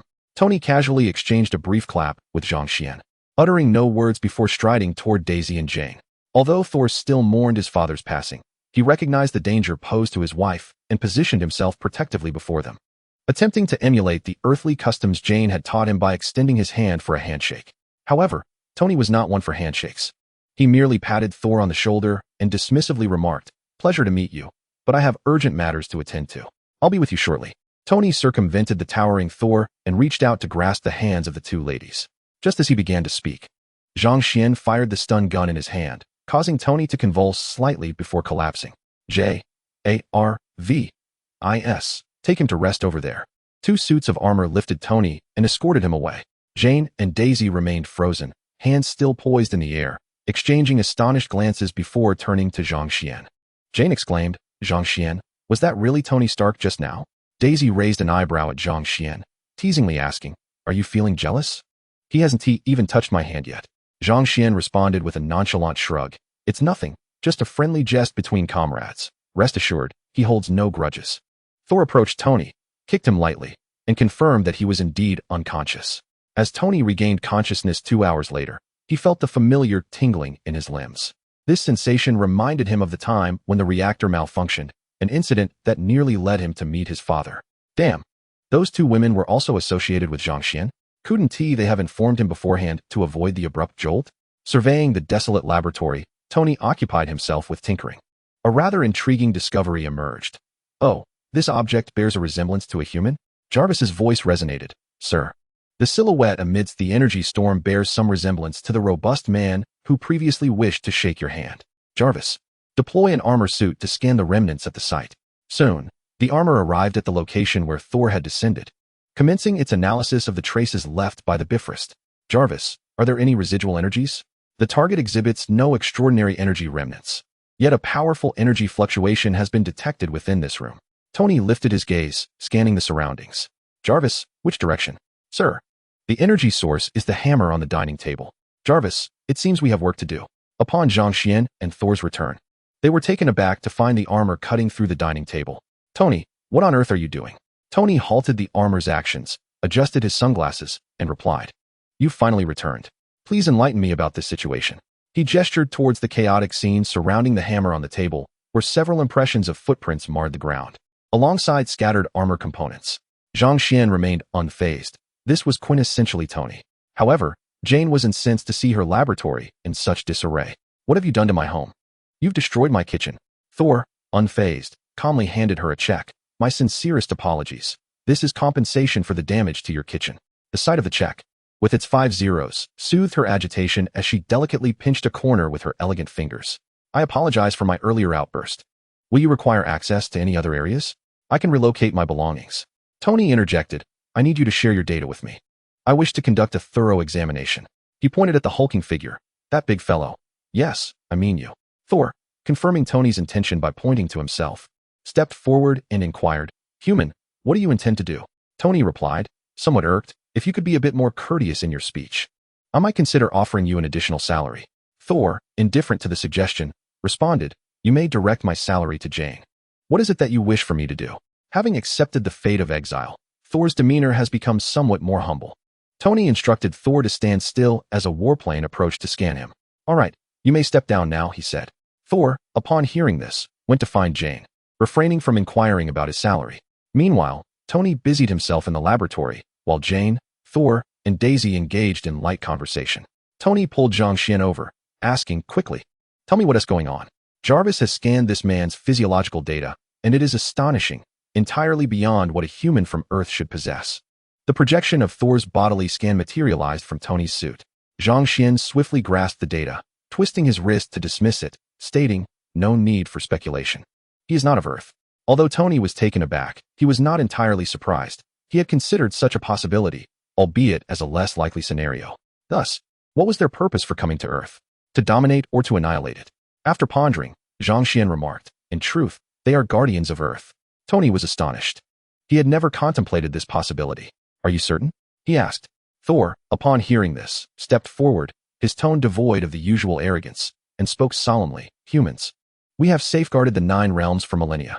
After I came of age several centuries ago, I led my team to quell insurrections throughout the realms. Tony inquired, then why have you never visited Earth? I have not heard a whisper of your presence. Thor replied, because we have not set foot in Midgard for a long time. It is primitive here, lacking any conditions that could pose a threat to Asgard. Thus my father forbade anyone from coming to Earth. Just as Zhang Xian was about to mention the presence of the Ancient One, he felt a familiar surge of energy and quickly covered his mouth. Fortunately, Thor and Tony did not notice. Zhang Xian continued to listen to Thor boast about his homeland.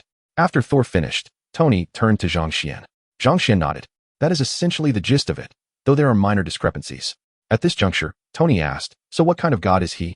Zhang Xian pointed to the hammer on the table. Tony nodded. The god of the hammer? No wonder he is so formidable. This statement irked Thor, who approached Tony with a fierce expression.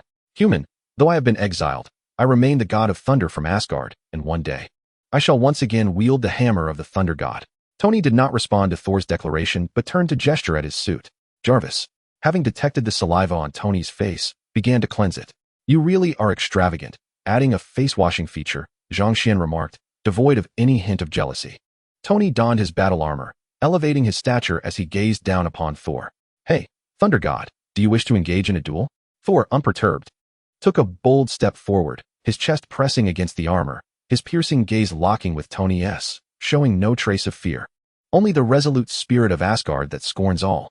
Zhang Xian let out a whistle, inciting, let them fight, let them fight. Thor, if you wish to brawl, take it outside. Your antics will damage my instruments. Ultimately, the two exited, and although Thor had lost his divine powers, his physique, as verified by Zhang Xian, remained utterly resilient. Despite sustaining a battered visage, Thor still refused to concede before losing consciousness. After a grueling half-hour, Tony, having had his fill of the tussle, and Zhang Xian, growing weary of the spectacle, gestured to Tony with a stun gun. In an instant, Tony comprehended. The armor discharged an electric current, rendering Thor unconscious. Chapter 39. The arrival of the destroyer exhausted, Tony reclined within his armor. Although Jarvis continued to operate, the fatigue was nonetheless his. How foolish of me. I initially injured him, Tony chastised himself, then inquired, from which planet does he hail? Zhang Xian began to elucidate the 9 realms of the universe, with Earth as the central hub, referred to as Midgard. They are the deities of Norse mythology, albeit lacking the immense powers depicted in legends.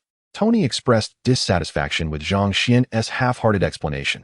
If you prefer not to elaborate, simply provide me with the conclusion. With a snap of his fingers, Zhang Xian replied. The outcome is that they uphold peace across the 9 realms, excluding Earth, hence there is no need for caution against them. Tony felt a weight lift from his shoulders. At least no dire preparations were necessary. He had time to devise further strategies.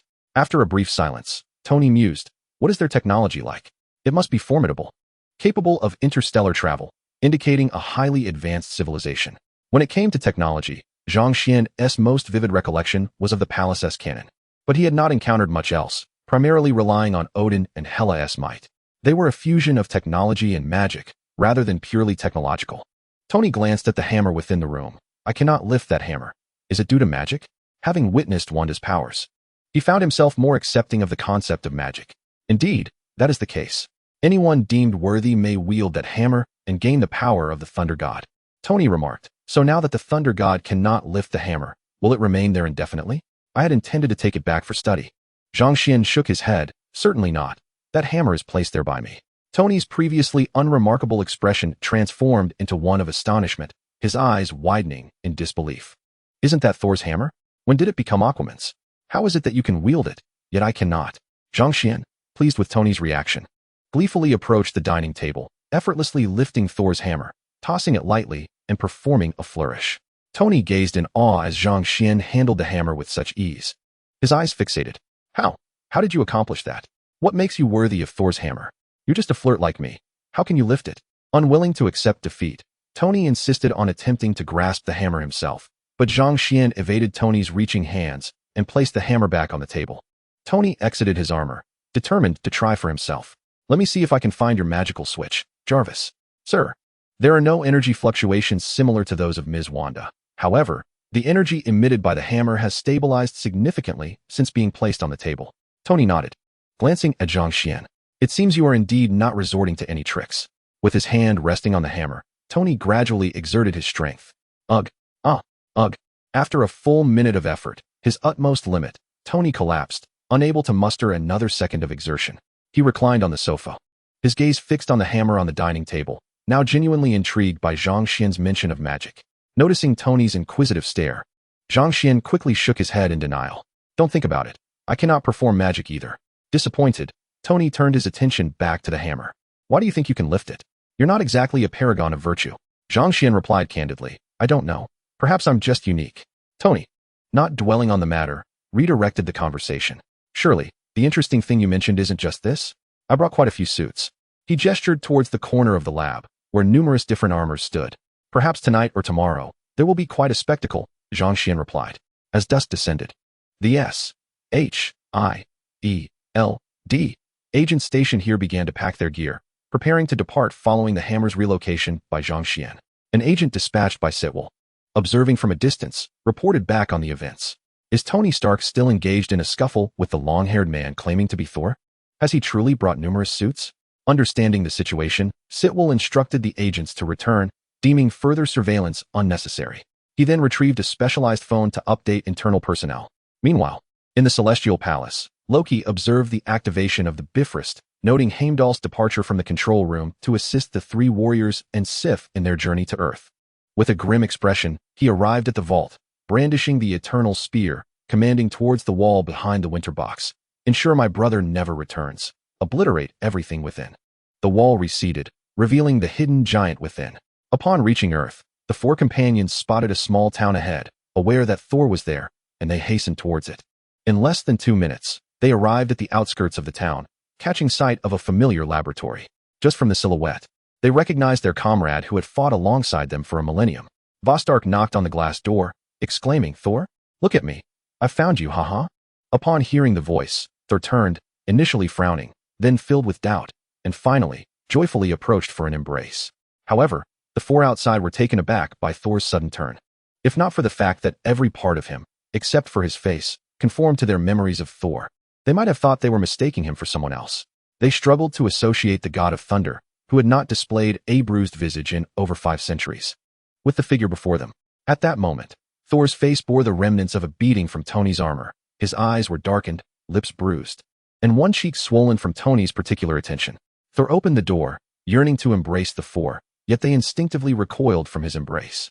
Disheartened, Thor lowered his arms and said, "I understand. I am no longer worthy of your affection. I caused the death of our father, plunging Asgard into the maelstrom of war. Just seeing you here brings me great joy." The four exchanged glances, and Sif inquired, "Who told you this? Your father is not dead. He lives on.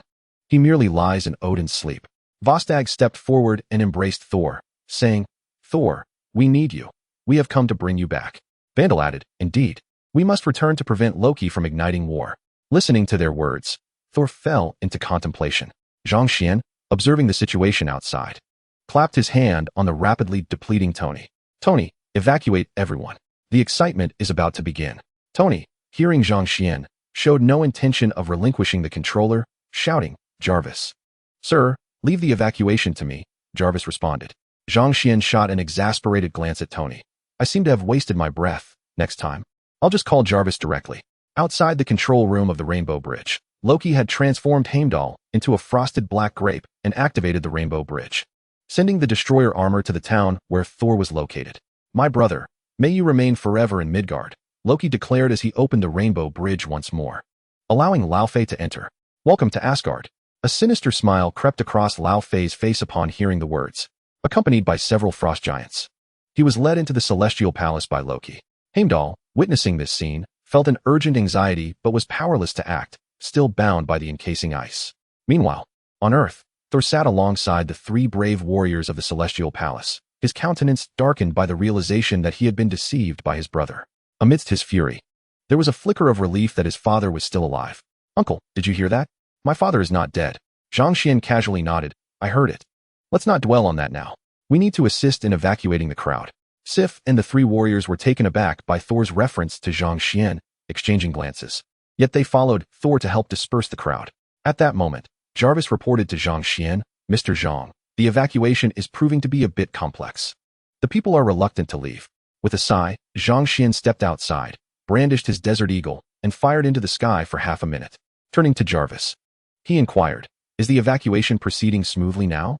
After a brief pause, Jarvis replied, "Sir, I believe the residents will now be quite willing to evacuate." Tony, wide-eyed, approached Zhang Xian and asked, "Does your gun possess magic? You fired 76 shots in half a minute. Do you think you're filming a movie? Do you not need to reload?" Zhang Xian holstered the Desert Eagle, grinning. "It's merely a simple magical device." Thor, curious about the spent shells scattered on the ground, asked, "Uncle, is there something going on here? Why the gunfire?" Having seen firearms on television, Thor had some understanding of Earth's weaponry. He had just left when he heard Zhang Xian shooting and returned to investigate. Zhang Xian reassured him, "It's nothing. I was merely aiding in the evacuation. Hurry along. Enemies will soon be upon us." The 4 from the Celestial Palace followed Thor to assist in dispersing the crowd. The warriors, with their imposing appearances, needed no special effort. Upon hearing the gunfire and seeing them, the crowd instinctively fled. "Thor, why do you refer to him as uncle?" Sif, having distanced herself from Zhang Xian, could not resist asking. Thor replied matter-of-factly, "My uncle is simply my uncle. I will naturally call him that." Sif countered, "But it seems the All-Father has no brothers alive. And how can you be certain he is your uncle? He appears so youthful, entirely uncharacteristic of our Asgardian kin." Thor insisted, "I confirmed it multiple times before concluding he is indeed my uncle. Moreover, his ability to wield my father's enchanted Mjölnir serves as the best evidence. Even I cannot lift the hammer now." Thor's tone grew somber at the end, revealing his disappointment. Sif gasped, "Thor, you cannot lift Mjölnir now? This is troubling news for both you and Asgard." Thor wore a somber expression. Indeed, his uncle had mentioned that the king had cast a spell upon the hammer, permitting only those worthy to lift it. Upon hearing this, Sif no longer harbored doubts. It was a fact that Zhang Xian could wield the enchanted hammer of the god of thunder. Thor then addressed Sif, instructing her to disperse the crowd while he took a different route. His uncle warned of formidable foes approaching, and time was of the essence. As Thor dashed toward a nearby house, he assisted an elderly woman in a wheelchair to safety. Tony observed storm clouds gathering on the horizon over the quaint town, swirling ominously as rain began to threaten. A rainbow bridge intermittently shimmered through the clouds, casting a vivid light that was clearly visible from afar. Zhang Xian, could that be the enemy you spoke of? The townspeople, already in a state of panic from the gunfire, began to hastily evacuate with their families upon witnessing the scene unfolding in the distance. Sitterwell, eyeing the strange phenomenon, commanded all agents to mobilize. Everyone, arm yourselves and move out. The vehicles of S.H.I.E.L.D. halted in front of the destroyer's armor, and Sitterwell, seeing the bizarre figure, had no intention of negotiating as Coulson might. He issued a direct order to fire. Everyone, open fire. Not only did the rifles discharge, but a multitude of portable rockets were launched simultaneously. However, the destroyer's formidable defenses allowed it to emerge unscathed from the smoke. The armor on its head opened, revealing a hollow visage filled with orange energy, which swept across the agents, decimating a significant number of their vehicles. Witnessing the carnage inflicted upon the S.H.I.E.L.D. personnel and a few Hydra members, Sitterwell wasted no time in commanding the remaining Hydra operatives to retreat. Withdraw. Inform the director to send reinforcements. Though they retreated, to maintain the facade of S.H.I.E.L.D., some agents remained in the town to assist in evacuating the populace, indifferent to the potential loss of life. Inside the town, due to Zhang Xian's prior efforts in evacuation, it was largely deserted. However, Jarvis detected a disobedient young boy entering someone else's home. Zhang Xian chose to disregard it, awaiting the arrival of the destroyer. The heavy form of the destroyer left a trail of footprints along the road, while Loki, manipulating the armor from behind, reveled in unleashing energy beams that obliterated the structures lining the street. Although no foreign debris was visible, the destruction of buildings provided him with a thrill akin to mowing grass. The three warriors and Sif advanced, ready to challenge the destroyer. Vostag took a running leap, propelling himself several meters into the air with his great axe poised to strike down. The destroyer merely waved its right hand, sending Vostag, along with his weapon, crashing into a nearby shop. The destroyer's armor began to charge up, preparing to deliver a finishing blow. Although the charging time of the destroyer armor is brief, it still exists. At the moment of charging, Sif leaped from the rooftop and plunged her spear into the back of the destroyer armor, delivering a chilling blow. Loki, who was controlling the armor, was momentarily startled, inhaling sharply before continuing his manipulation. Just as Sif beamed at the motionless destroyer armor, she suddenly sensed something hurtling towards her. Upon raising her gaze, she was struck by a silver suit of armor, which sent her flying into the warm embrace of Zhang Xian. Lady Sif, you underestimate him. He is not so easily damaged, Zhang Xian remarked. Sif struggled briefly, but her ample form was ensnared by Zhang Xian's arm, rendering her unable to rise. Hearing Zhang Xian's words, she glanced back at the destroyer she had just pierced. The destroyer was once again under Loki's control, twisting and contorting like a pretzel, its body flipping in a chaotic manner, making it impossible to discern whether it was lying down or standing up. The destroyer seized the spear and aimed it at Sif and Zhang Xian, launching it with a swift motion. The entire sequence transpired rapidly, leaving them little time to react. Trapped in Zhang Xian's embrace, Sif helplessly closed her eyes, bracing for the impact of her own spear. Chapter 40. The hammering of the destroyer. Zhang Xian forced himself not to blink in the face of impending doom, his murderous intent locking onto the spear aimed at his and Sif's chests. The 10 rings on his arm flew forth, striking the spear's side just before it could reach them. The spear was deflected, narrowly missing Zhang Xian as it swished past him. After executing this maneuver, Zhang Xian trembled uncontrollably. Sif, who had closed her eyes in anticipation of death, felt the palpable fear emanating from Zhang Xian's trembling body and the slow rhythm of his heartbeat. She opened her eyes and mockingly chided him. You underestimated him.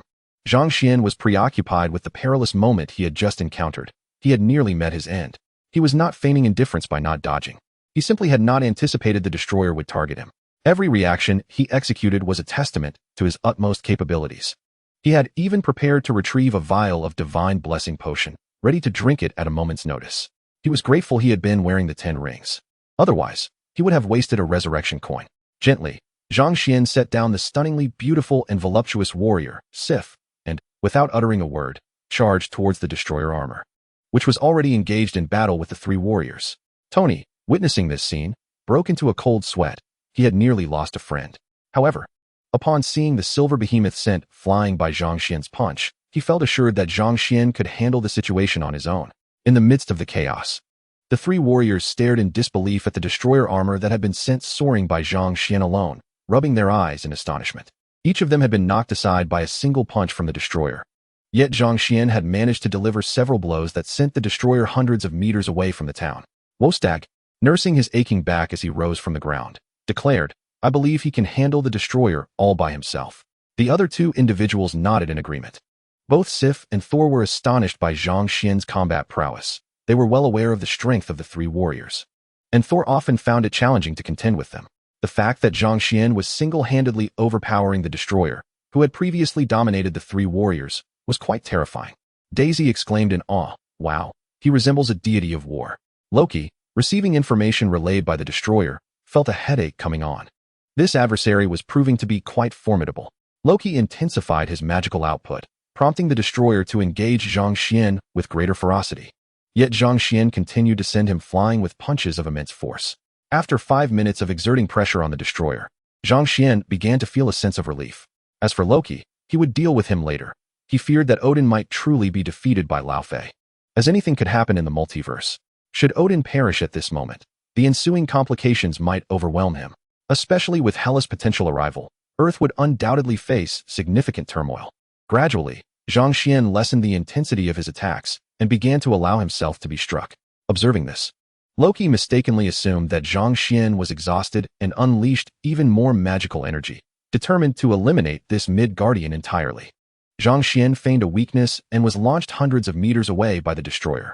Seizing the opportunity, Loki unleashed the maximum energy he could muster, transforming the originally orange-yellow energy beam into a scorching crimson, with energy readings reaching explosive levels.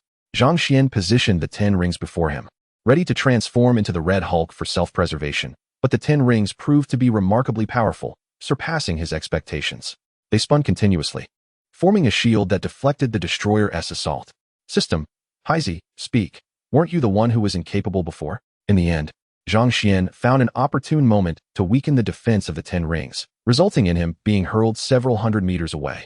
Crashing into a shop in the small town, the three warriors had just arrived at the battlefield, prepared to assist, when they witnessed Zhang Xian flying back into the town, their expressions turning stiff. They quickly assumed defensive positions. Facing the destroyer, they could not match Zhang Xian's resilience, and merely surviving was already a considerable challenge. Within the ruins, Daisy and Selvig rushed into the shop where Zhang Xian had landed, discovering him lounging amidst the debris, chewing on a long piece of gum. "Boss, are you all right?" Selvig inquired, though his tone conveyed certainty. He believed that Zhang Xian was unscathed. Jarvis had already informed Tony of Zhang Xian's condition, confirming that he had sustained no injuries, and had even shifted to a more comfortable position to watch the three warriors endure their struggle. Tony dispatched several combat-oriented suits to aid the warriors while adhering to Zhang Xian's instructions to refrain from intervening himself. He felt fortunate for this decision upon witnessing one of the suits being dissolved by the energy of the destroyer. Realizing he likely would not have withstood even a single blow, Tony flew to Zhang Xian's position and directly sat atop him, both gazing at the radiant energy beams intermittently emitted by the destroyer. Was their robust physique a result of magic? Zhang Xian paid no heed to Tony perched on his behind, finding the pressure rather comfortable. Observing the battle between the three warriors and Sif, he articulated his analysis. "I believe they have developed a resistance to magic due to prolonged exposure, which is why they sustain less damage from the destroyer than we do." After a moment's contemplation, Tony nodded in agreement, finding this explanation quite plausible, yet his curiosity piqued for further investigation. "I truly wish to find a volunteer for a dissection," he mused. At this juncture, Zhang Xian inquired, "Have you brought what I asked for?" Tony clapped his hands, prompting a large iron box from the distant armor to fly over. "The items are here, but what do you intend to do with this? Are you planning to install it somewhere?" Zhang Xian opted to remain enigmatic. "It will be used in the future." With that, he resumed watching the contest. The battle below drew to a close, with Sif and the three warriors ultimately bested by the destroyer, thrown in 4 directions. Thor and Jane exchanged a few classic sentiments of heroism before resolutely approaching the destroyer. As per the narrative arc, after Thor delivered a poignant speech, the destroyer's head closed, and it turned to depart. Thor felt a surge of emotion, thinking that Loki was indeed touched, wearing a broad smile as he mused internally about his brother's love for him. Unexpectedly, the destroyer turned back and struck, sending Thor flying several meters. Jane rushed to his side, weeping profusely, yet possessing enough sense not to touch Thor's injured head. While Jane lamented, Thor lay on the ground, entering a contemplative state. Observing Thor gravely wounded and unconscious, Loki prepared to leave, needing to deal with Lao Fei. A single misstep could mean the loss of his father. At least, that was his perspective. Odin, witnessing Thor's plight from the Asgardian cryo chamber, shed a tear. Perhaps these were the joyful tears of a father witnessing his son's growth. While an ordinary father might simply pat his son's shoulder in consolation, Odin was different. He shed tears of relief at seeing his wayward son finally display maturity. Loki turned back and commanded the destroyer, eliminate everyone. With that, he strode deeper into the palace, intent on dealing with Lao Fei and subsequently destroying Jotunheim, to prove to his father and mother that he was the rightful heir to the throne. Meanwhile, on Earth, the destroyer prepared to execute its orders and eradicate all on this land. Just then, Jarvis and Tony reported, "Sir, we have detected anomalies. The hammer is emitting extremely intense energy fluctuations." Before Tony could utter a word, Zhang Xian interjected, "Jarvis, escort Jane away from Thor, otherwise she may very well meet her demise by his hammer." In a swift motion, a speed-oriented suit surged toward Jane, yet it decelerated just before reaching her. Otherwise, Huey's girlfriend would have been in dire straits. Ignoring Jane's protests, Jarvis dutifully executed Zhang Xian's command and whisked Jane away. Indeed, within mere seconds of Jane's departure, Thor's hammer soared into his grasp, sending shockwaves through the ground as lightning erupted. Had Jane remained, she might have become an Asgardian kebab. Wow, he truly embodies the essence of a lightning lad, Tony marveled, observing Thor clad in warrior attire, complete with a flowing cape. Is he about to take flight? You guessed it accurately. He indeed can fly, Zhang Xian replied. Are you referring to the hammer? Surely it is not he who flies. Tony expressed his skepticism regarding Zhang Xian's choice of words. With unwavering certainty, Zhang Xian clarified, "Indeed, it is the hammer that flies." Carrying him aloft, Tony quipped, "I never would have thought the hammer was the one soaring above." Once Thor regained his powers, he surveyed himself and then gave a thumbs up to the departing Jane, flashing his signature smile before vanishing, leaving behind only a trail of orange-yellow energy. The destroyer, obeying the command of the wielder of the eternal spear, sought to eliminate the fool who remained oblivious to his presence, despite his foolishness. After being propelled backwards, Thor swung his hammer and soared into the air, his restored powers granting him formidable defenses. Ascending into the heavens, he summoned a colossal storm, lightning gathering in anticipation of his full might. The destroyer's heavy frame was lifted as he unleashed energy attacks towards Thor. The god of thunder positioned his hammer to intercept the energy beams of the destroyer. With the might of the thunderous force, Thor's hammer shattered the destroyer's energy ray, crashing into his armor. The cataclysmic collision unleashed an explosive wave of energy that whipped up a tempest had they not been hovering over the small town. Their clash would surely have left a significant crater in its midst. Tony, observing the energy peak on his monitoring data, exclaimed, "Wow, your dear nephew is indeed formidable. Unleashing such potent power. Do you believe you can subdue him?" Zhang Xian replied with a sly grin, "I cannot, but someone can. Enough of this chatter. Swiftly retrieve those fragments of the armored figure. They are valuable." Tony commanded his suit to scan the battlefield for remnants of the destroyer. Meanwhile, Ziderwile, witnessing the awe-inspiring spectacle on video, was left in shock, subsequently fainting. The agents surrounding Ziderwile panicked, shouting, "The commander has been scared to death. Quick, call a doctor. The commander has succumbed." "Silence. The officer has been crushed to death. Quickly, summon someone to prepare a bag." "Fool, I meant for you to collect the fragments. Not the officer himself." The agents of SHIELD hurriedly tidied up the appearance of Sitwell, stuffing the culprit into a bag, while vehicles rushed back to the headquarters. After Thor obliterated the destroyer, he embraced the three warriors with a beaming smile, completely disregarding Sif's desire for a hug. Zhang Xian and Tony also soared over. He needed to hand a large crate to Thor, a contingency he had left in the realm of the gods. Once Thor and Jane playfully wrestled over a bunch of grapes, Zhang Xian called out to Thor, "Thor, come here for a moment." Though Thor was reluctant to interrupt his joyous moment, he still heeded his uncle's words. "Uncle, what is it that you need?" Thor inquired, puzzled as to why Zhang Xian had something to say privately. "Take this back with you and place it within the palace," Zhang Xian instructed, gesturing towards the 1 meter by 1 meter crate. Thor, perplexed by its purpose, was about to ask when Zhang Xian forestalled him. "This contains something life-saving. There are instructions inside. Once set up, ensure your guards do not tamper with it." Thor, though curious, felt compelled to press on. "Uncle, I'm very discreet, so you can trust me." Zhang Xian, disinterested in further elaboration, fabricated a vague excuse, saying Ragnarok. With that, he turned to leave, disregarding Thor's troubled expression. Thor grasped Zhang Xian's hand. Uncle, aren't you coming back with me? When I become the new king, I can grant you a princely title. Hearing this, Zhang Xian felt a chill. He had completely forgotten that matter. He playfully wrapped an arm around Thor's shoulders, chuckling. Oh Thor, I want to be returning. While I do miss my wayward brother, I have grown accustomed to life on Earth and prefer to remain here. Once you return, do not mention my affairs to your father. Spend quality time with him instead, for he does not have many years left. Zhang Xian skillfully changed the subject. Thor, astonished, trembled as he asked, Uncle, what do you mean? My father. Zhang Xian patted Thor's shoulder, speaking solemnly. Odin has grown quite old. The immense power within him requires even greater effort to suppress, leading him to fall into the Odin sleep. A traditional demise in our family. You will experience this as well, so refrain from letting your father exert himself too much. Thor, upon hearing about Odin, shifted his focus. So, upon your return, ensure you install this properly. Heeding Zhang Xian's words, Thor hoisted the large crate and made his way back. He embraced Jane and, with a flick of his hammer, soared into the sky, leaving a trail of her excited screams behind him. The three warriors arrived at the remnants of the Rainbow Bridge in Selvig's vehicle, the very spot they had left earlier. Thor called out to the sky, Heimdall, take us back. After a prolonged silence without a response, Thor turned to the approaching trio and said, Heimdall has not answered me. Vostag remarked. Then it seems we are trapped here. Hogan added, perhaps we should consider alternative solutions. Just then, Sif, who had been in the back seat, pointed to the sky and exclaimed, Thor, it's time to depart. A smile spread across the faces of the five Asgardians upon witnessing the celestial phenomenon. At that moment, Heimdall had just freed himself from the icy grip, dispatching two frost giants with ease as he prepared to activate the Rainbow Bridge.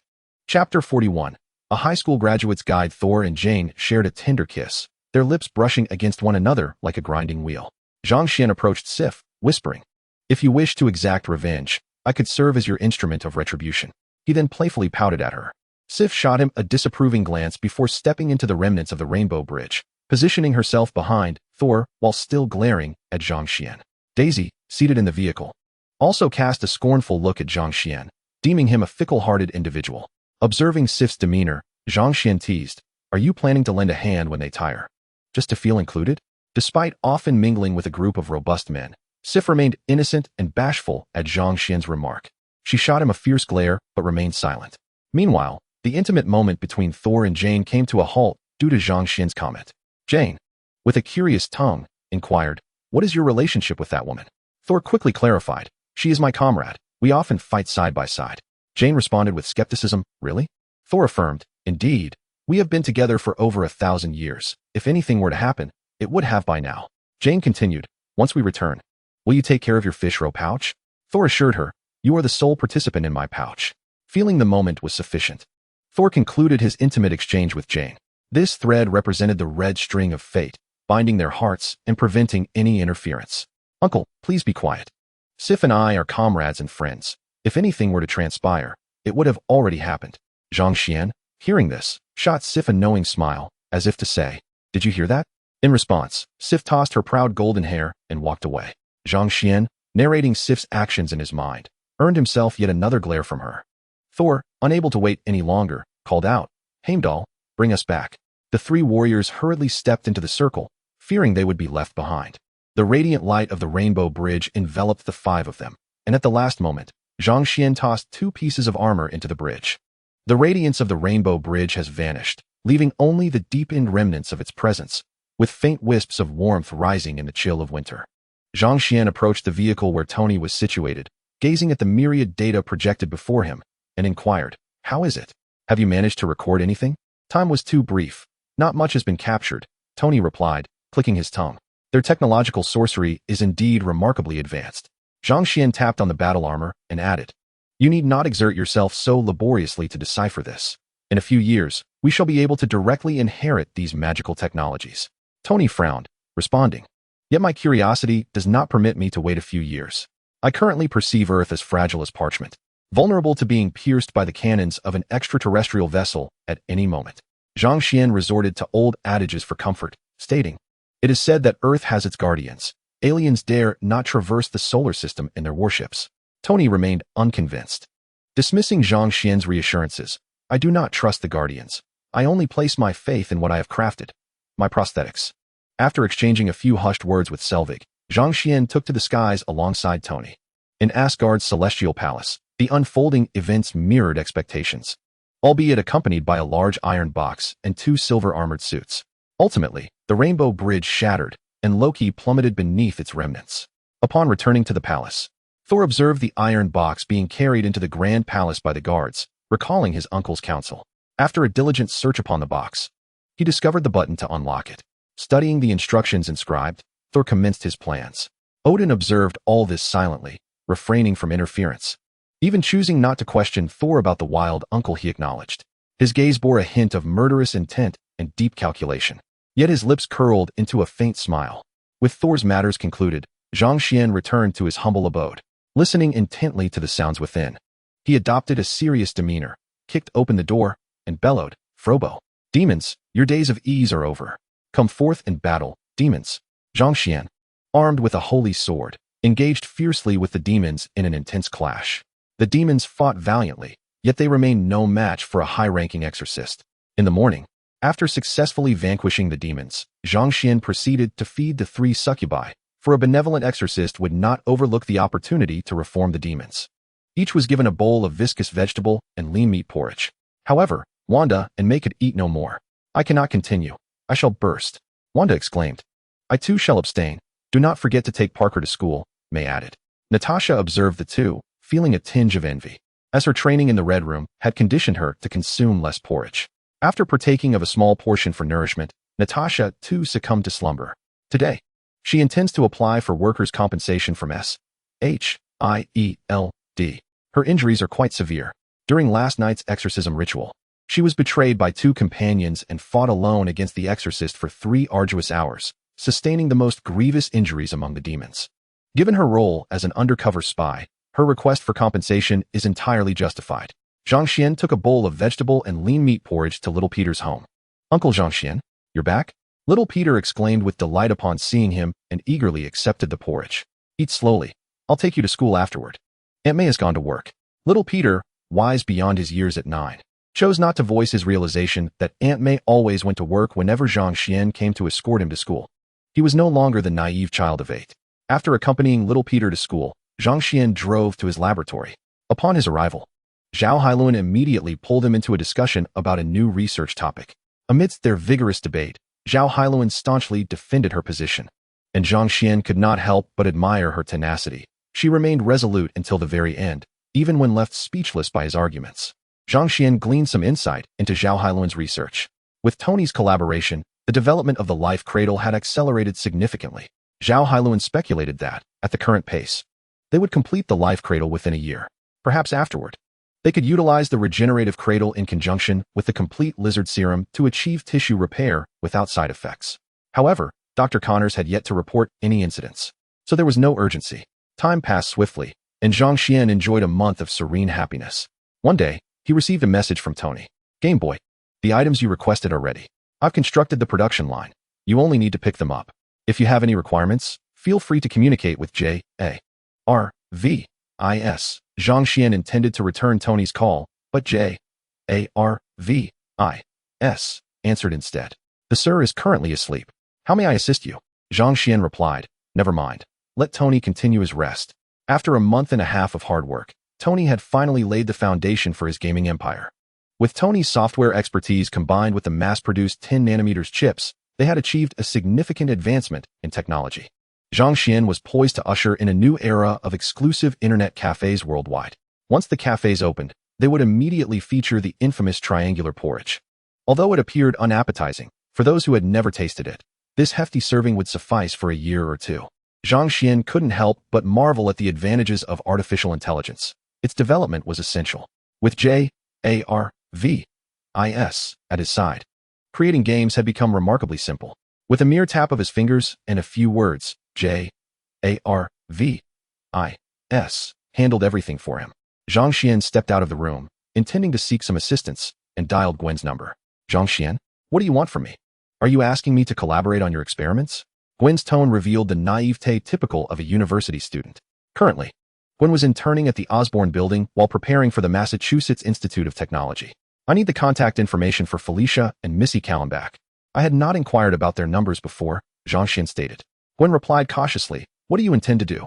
I warn you, they are my good friends. So do not harbor any ill intentions. Zhang Xian smirked. I do indeed have intentions, yet you are not facilitating them. I have legitimate business with them. There is a job opportunity available. If they are interested, they can come work with me. After all, attending university is also about earning money, and I can offer that. Gwen furrowed her brow. Why does it sound so off coming from you? Zhang Xian responded, do not dwell on the details. If you are willing, I can reserve a position for you as well. My park is currently in need of manpower. Gwen retorted, you mean the tech park? Zhang Xian shrugged. What else could it be? I am being sincere towards you, and this is how you perceive me? Gwen, speechless, said, I will send you their phone numbers shortly. With that, she hung up. Zhang Xian looked at the 2 phone numbers that arrived on his phone and arranged to meet the 2 women at a hamburger restaurant. Sitting there, Zhang Xian munched on a hamburger, observing the 2 deep in thought. You can deliberate on your own, I reiterate. Attending university is also about earning a better income. A promising opportunity is now laid before you both. If you wish to experience the romance of university life, I do not oppose it. However, from what I understand, you may have to rely on student loans. You have yet to repay your substantial federal student loans. He pondered why some were hesitant to pursue collections on debts owed by individuals of color. At that moment, Fleisch, overhearing Zhang Xian's remark, leaned in and said, Boss, now that you mention it, I recall a group came to our store a few days ago for a survey. Zhang Xian inquired, what kind of survey? Fleisch's expression shifted uncomfortably, as if he had encountered something distasteful. They were a group of unusually dressed individuals identifying themselves as rainbow people. They immediately asked us about our views on minority groups. And one particularly agitated individual shouted about why we did not have any black employees. Zhang Xian surveyed the expanded staff in the store, 10 women and 6 men. All quite presentable, including Asian and Latinx individuals, yet there were no black employees. There was even a principled, non-religious Jewish woman among them. Zhang Xian held no disdain for individuals with strong principles. After all, there is an ancient adage suggesting that a gentleman born in a small nation is not at fault for his circumstances. Zhang Xian waved his hand dismissively, stating that such individuals were not worth his attention and that it would be best to ignore them in the future. He turned to the 2 girls and inquired, you are not extreme feminists, are you? If so, I would not welcome you. Felicia shook her head in response, resolutely asking, Boss, are you certain I won't regret this? Her unwavering gaze fixed on Zhang Xian. He pulled Fraser over and asked Felicia, do you think he regrets it? Ask him if he feels remorse when he sees his paycheck. To her surprise, Fraser revealed a shy smile, causing an unsettling chill to run through both Felicia and Missy. Was this truly the former school bully? Upon witnessing this, Felicia made a firm decision. Boss, I choose to work with you. Zhang Xian quickly shook his head and waved his hands. Felicia felt a pang of worry at his reaction, her heart momentarily stalling. Please don't misinterpret. I meant working for me, not anything else. If Gwen hears this, I want to be able to explain. Felicia sighed in relief upon hearing Zhang Xian's words. Boss, you frightened me. I thought you were teasing me. Zhang Xian shot her a disapproving look. You young lady, why do you speak so indiscreetly? I merely contemplated toying with you, but I have never acted upon it. You must clarify this when you go out. Felicia and Missy exchanged glances. Boss, you are incorrigible. After some contemplation, Fraser remarked, perhaps it is you who is out of line, not us. Zhang Xian retorted, get lost and make me 2 Chinese hamburgers. Fraser pouted. Isn't it just meat and bread? Why call it a Chinese hamburger, treating us like foreigners? Zhang Xian then turned to Missy, stating earnestly, this should be one of the few opportunities in your life to turn things around, so I'm giving you until tomorrow. Missy glanced at Felicia, thought of the genius Gwen in their class, and recognized Fraser's transformation. She too must seize her future. Boss, I entrust my future to you. Zhang Xian replied with a smile. That's the spirit. You shall be my secretary from now on. Upon hearing this, Missy hugged herself and leaned back in her chair. Visibly terrified, Zhang Xian added with a hint of disdain, a proper secretary, mind you, you're thinking too much. He glanced at Missy's outfit, noting a few ribs visible beneath it, his tone laced with condescension, though the disheveled girl with glasses intrigued him. Missy appeared deeply affected, eating her hamburger with a sense of frustration. Felicia, observing the scene, seemed to act discreetly, though not entirely subtle. In truth, Missy had a commendable figure, at least a D cup, but she dressed excessively. Zhang Xian's gaze seemed capable of penetrating Missy's heavy winter attire. In a flurry, Missy quickly covered Felicia's mouth, fearing that more of her secrets might slip out, inadvertently smearing her homemade sauce across Felicia's face. Zhang Xian, witnessing this comical scene, couldn't help but chuckle. All right. Enough of the antics. Since you both have made your decision, you shall soon receive notification. With that, he took another bite of his burger. Felicia and Missy exchanged glances, their eyes brimming with anticipation. Suddenly, the door of the burger joint was flung open with a forceful bang, and a throng of vividly dressed creatures burst in, shouting loudly. Chapter 42, Striking the Rainbow Clan. Zhang Xian stood momentarily dumbfounded at the sight of these raucous individuals, clad in green and adorned with leafy greens on their faces, brandishing small green flags. The leader, wielding a megaphone, proclaimed, "Evil demons! How dare you mistreat animals by turning them into delectable patties?" The room fell silent at this declaration. Flustered, the megaphone wielder hurriedly added, "Quick, stop them. They are still consuming small animals." The others echoed similar slogans, clamoring about the destruction of the environment and the annihilation of the earth, demanding an immediate halt to the cruelty. Indeed, the small animals are innocent. You cannot treat these gentle creatures in such a manner. Having spent considerable time in America, this was Zhang Xian's first encounter with such a situation, leaving him momentarily bewildered. However, upon regaining his composure, he chose not to intervene, instead savoring his burger even more. The spectacle of someone performing tricks with a monkey was, after all, quite an appetizing distraction. Felicia and Missy, evidently seasoned in dealing with such occurrences, began to gather their belongings in preparation to leave. Zhang Xian, perplexed by their actions, inquired, "What are you two doing?" Felicia, her brow furrowed with concern from past experiences, replied, "We should leave quickly. Those individuals will come over and berate you for eating beef." Missy shared a similar sentiment, saying, "It would be disastrous to be surrounded by them again. I once endured their harassment for days without managing to eat any vegetables." The group of vegetarians had noticed them, and a sharp-eared man approached, intent on grabbing Missy's clothing. Zhang Xian's expression darkened instantly. Before the man could lay a finger on Missy, he delivered a swift kick that sent the man flying, colliding with several of his companions. Ignoring the stunned onlookers, Zhang Xian wrapped his arms around the two women's shoulders, guiding them towards the lounge. "Boss, the crowd is pursuing us," one of them exclaimed. Zhang Xian gently patted their shoulders, offering a reassuring smile. "Leave it to me. You two stay here. Today, I will teach you a Chinese phrase. Next round." The two individuals repeated. "What is next?" Gently patting their heads, Zhang Xian exited the lounge, brushing past flies, who shielded him from the throng of vegetarians, and a male employee. "Leave this to me." Before they could react, Zhang Xian thrust both hands against the chest of the foremost vegetarian, sending a cascade of delicate greens sprawling to the ground. Reaching to his lower back, he retrieved a desert eagle from the system and fired a shot into the ceiling. "Now silence." Zhang Xian's voice was soft, yet resonated clearly among the stunned vegetarians, who remained mute in fear. Flies rubbed his ears. The gunshot had been quite loud, leaving a discomforting ringing.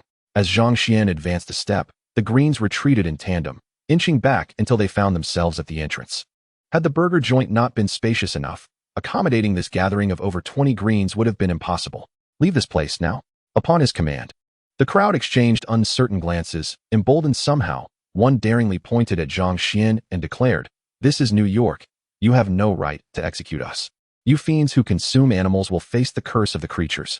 The beloved animals will look down upon you, the murderers, from heaven, and you shall descend into hell."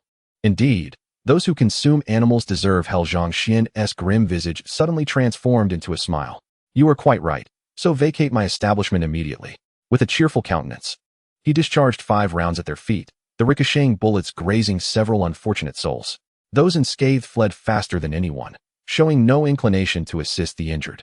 Observing that most had retreated outside, Zhang Xian noted their expressions of terror mingled with indignation, as though he had dined upon their kin.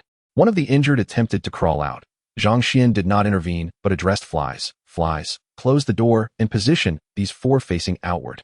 Flies and the male server complied without hesitation, marveling at their boss's charisma, feeling a sense of relief at his actions.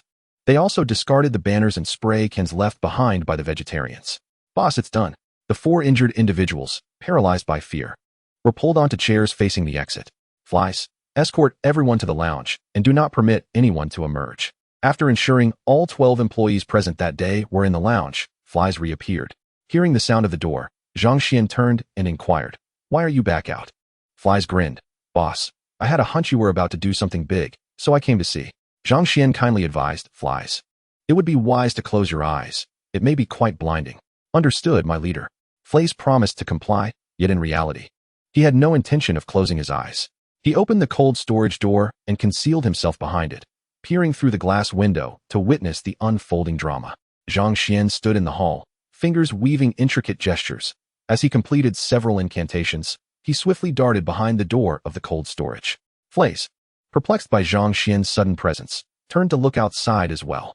Just as he did, a startled scream escaped his lips. Ah? Ward. Dozens of lightning bolts struck the ground before the hamburger establishment, precisely targeting the vegetarians holding the banners he had thrown out, with some even calling the police. Each individual was struck by a bolt of lightning, an electrifying moment that dissipated in an instant. Zhang Xian, in irritation, smacked the panicking Flays, exclaiming, "What are you yelling about?" A grown man frightened by such a trivial matter. Flays was jolted back to reality by Zhang Xian's slap, his face a mask of terror as he gazed outside, then turned to see his boss wearing a smile. In the aftermath of the lightning strike, over 20 corpses lay outside the hamburger shop. Zhang Xian paid them no mind, knowing the police had been alerted and would arrive shortly with an ambulance. He turned to Flays, instructing, "When the police arrive, just say they were punished by God. Beyond that, claim ignorance." As he departed, Zhang Xian took the hard drive containing the surveillance footage of the hamburger shop's interior. Flays nodded numbly, his once defiant demeanor shattered by the ruthlessness of his employer. To kill so many yet maintain such composure and a smile was beyond his comprehension. Had Zhang Xian been aware of Flays' thoughts, he would have protested his innocence. He had merely injured these individuals with a low-powered lightning spell, not killed them. After leaving, Zhang Xian drove home, devoid of any sense of guilt over murder. Meanwhile, Misai and Felicia, having heard no commotion for some time, emerged from the lounge with the rest of the group. The sight of the carnage outside left them all in shock. Felicia covered her mouth, unable to utter a word, while Misai and the others stood with gaping mouths, their expressions ashen at the sight of so many bodies. The Jewish beauty among them even wet her pants, discreetly making her way to the restroom while leaning against the wall. 3 minutes later, police officers and an ambulance arrived. Upon witnessing the 20-plus individuals sprawled on the ground, they felt a jolt of dread and shakily retrieved their walkie-talkies. "Headquarters. We have 20 dead or injured at the scene, requesting backup." After reporting, the diligent officers ventured through the carnage and into the hamburger shop. There, they were met with the startling sight of a dozen individuals raising their hands in surrender. "Hands up," one officer commanded. Felicia exclaimed, "Officer, we are raising our hands. We are innocent. Little girl, please remain still. We shall rescue you." Subsequently, the officer, along with the remaining police officers, entered the room to commence their search. In the end, nothing was discovered. They were meant to release the individuals, yet the number of deceased outside was overwhelming. Ultimately, the group from the hamburger joint was escorted to the Manhattan Police Headquarters. Upon receiving the report, George hurried to the scene, directly inquiring with the forensic expert present. "Mr. Hannibal, are all the deceased the same?" Hannibal brusquely shrugged off George's anxious grip on his arm. "Nonsense. There are no fatalities. This is truly unfortunate." George pondered. "Isn't it supposed to be unfortunate when there are indeed dead?" Yet, if there were no casualties, that would expand his operational latitude. Over 20 deaths would indicate a terrorist attack, while over 20 injuries could merely suggest a brawl or gang conflict. All the injured were taken away, while 4 individuals continued to shout loudly, "It is the devil wielding lightning." He gained the power of lightning after consuming the flesh of animals. By nightfall, the patrons of the hamburger establishment were released since the surveillance footage from the lounge could corroborate their presence there throughout the ordeal. However, as the store manager, Fraser was retained for a longer duration to inquire about the whereabouts of the surveillance footage from the dining area. Fraser, mindful of Zhang Xian's teachings, adhered to the mantra, "I do not know. I do not know. I do not fabricate." Eventually, he too was released, as there was no evidence, and those individuals remained unconscious. Once the hamburger shop's patrons learned that no one had perished, their anxious hearts were finally at ease. In the dead of night, a few young women penning their resignation letters received a message on their phones, prompting them to slap themselves across the face in disbelief. "I truly am not myself. How could I contemplate resigning? I shall impose a night of penance upon myself." At that moment, Fraser, upon seeing the text message from his boss, began to contemplate how to spend the 10,000. There was a grand restaurant in Chinatown he had always hesitated to enter. He resolved to dine there. The message read, "Tomorrow is a day off. Report to work the day after to collect your mental compensation of 10,000. In the office of the chief, George gazed at the arrest warrant on his computer, lost in thought. He recalled this man from a previous occasion when Tony Stark celebrated the Lunar New Year. He had caught a glimpse of this individual, albeit for just a few seconds, yet he left a lasting impression. Although he could be deemed an upright person, he had also overlooked numerous prominent figures. Alas, he was merely a humble chief of the New York Police Department, unable to offend the true titans of power and wealth. With a resigned sigh, he shut down the computer, leaving the arrest application for Zhang Xian unsaved. A week has passed once more, and Zhang Xian, having completed his farming, placed the 3 nearly exhausted cows onto the dry bed in the guest room. Cow Tasha and Cow May embraced Cow Wang on either side, and the 3 of them, with tears in their eyes, drifted into a slumber. Observing this scene, Zhang Xian felt an inexplicable sense of surplus. He lay on the bed, gazing at the illuminated screen of his silent phone, his desire to seek out the security widow dissipating. He languidly answered a call from the alluring prisoner. "Boss, we have successfully infiltrated S.H.I.E.L.D., came the voice. Zhang Xian, disinterested, requested a change in customer service. Let Sebastian take the call. The alluring prisoner, disheartened, handed the phone to Sebastian. Sebastian took the phone and stated, "Young master, under your directive, we have entered S.H.I.E.L.D. However, the clothing provided is riddled with numerous miniature listening devices." Zhang Xian inquired curiously, "What are you 2 currently wearing?" In the thicket, Sebastian donned a grass garment he had woven for himself, while the alluring prisoner, pristine and ever-changing poses, attempted to seduce the grand tree before him. Unperturbed, Sebastian continued, "We employed a special method to elude surveillance and listening while strolling through the small grove by the lake." Sebastian contemplated turning away but realized that the grass skirt offered no defense against the alluring prisoner. Thus, he decided that a little dirt was inconsequential. He speculated that to guard against the alluring prisoner's advances, one would require safety pants made of at least 1 centimeter thick tungsten steel. Zhang Xian chuckled at the absurdity, refraining from further inquiries, instead instructing, "Feel free to act as you deem just, but be cautious not to reveal yourselves to the Serpent Shield too soon, as it would hinder the subsequent takeover of S.H.I.E.L.D. Upon hearing Serpent Shield, Sebastian frowned. After joining S.H.I.E.L.D., he had not sensed the presence of the Serpent Shield, heightening his vigilance. "Thank you, young master. I shall expedite the task of controlling S.H.I.E.L.D., he replied. For Sebastian, with a justice value of 300, many things were intolerable. However, he would not offer unconditional assistance to everyone. Only those who struggled in dire circumstances would receive his help. This was also why Zhang Xian admired Sebastian, kind yet not naive. Sebastian continued, "Young master, I encountered that elderly research scientist by your side at S.H.I.E.L.D. Has he betrayed us? Should I discreetly eliminate him?" Zhang Xian quickly interjected, No. That is part of my plan. Just maintain the status quo. And do not concern yourself with the alluring prisoner. Being overly strict may lead to backlash. Thus, when there are no tasks, allow him to interact more with the people within S.H.I.E.L.D. Understood, young master. Thank you, Sebastian responded. Zhang Xian was momentarily at a loss for words, feeling quite inhumane for assigning a robust young man, barely 18, to collaborate with a seductive inmate on a mission. Seabass, feel free to make friends with the lovely ladies at S.H.I.E.L.D. I shall not interfere, he said. Seabass, touched by the sentiment, nonetheless felt no need for such companionship. Thank you, my lord, but I do not currently entertain such thoughts. After concluding the call, Zhang Xian began to explore the system, relishing the sensation of significantly increased data. Chapter 43. A punch to shatter the giant lizard dream. 3 palms to awaken the loyal canine. A failure daily check-in system. Host. Zhang Xian. Skills. Murderous intent perception. Transformation into Red Hulk. Eye of Wisdom. Missile survivor. Mastery of combat. Master level hamburger crafting. Bioelectric adhesion. Hardening. Mental barrier. Lightning call technique. Physique. Steel kidney body. D. Weapons. Tactical scope. Lock version. Infinite bullet Desert Eagle. Imitation 10 rings. 1 Jericho missile. Spider suit. Items. Sacred Blessing Potion. Nanomolecule Repair Agent. Thor's Hammer Access Card. Items. None. Servants. Seductive Inmate. Sebastian. Strength. 155 Speed. 79 Spirit.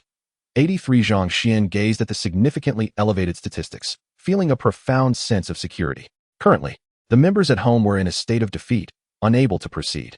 He boarded a private plane to visit Black Widow's base, a long-awaited trip to soothe the anxious hearts of the widows. After inspecting the base, Zhang Xian returned to his office and remotely connected to Jarvis's console, controlling the chip factory to produce a variety of chips, subsequently distributing them to different departments for the manufacture of necessary computer components.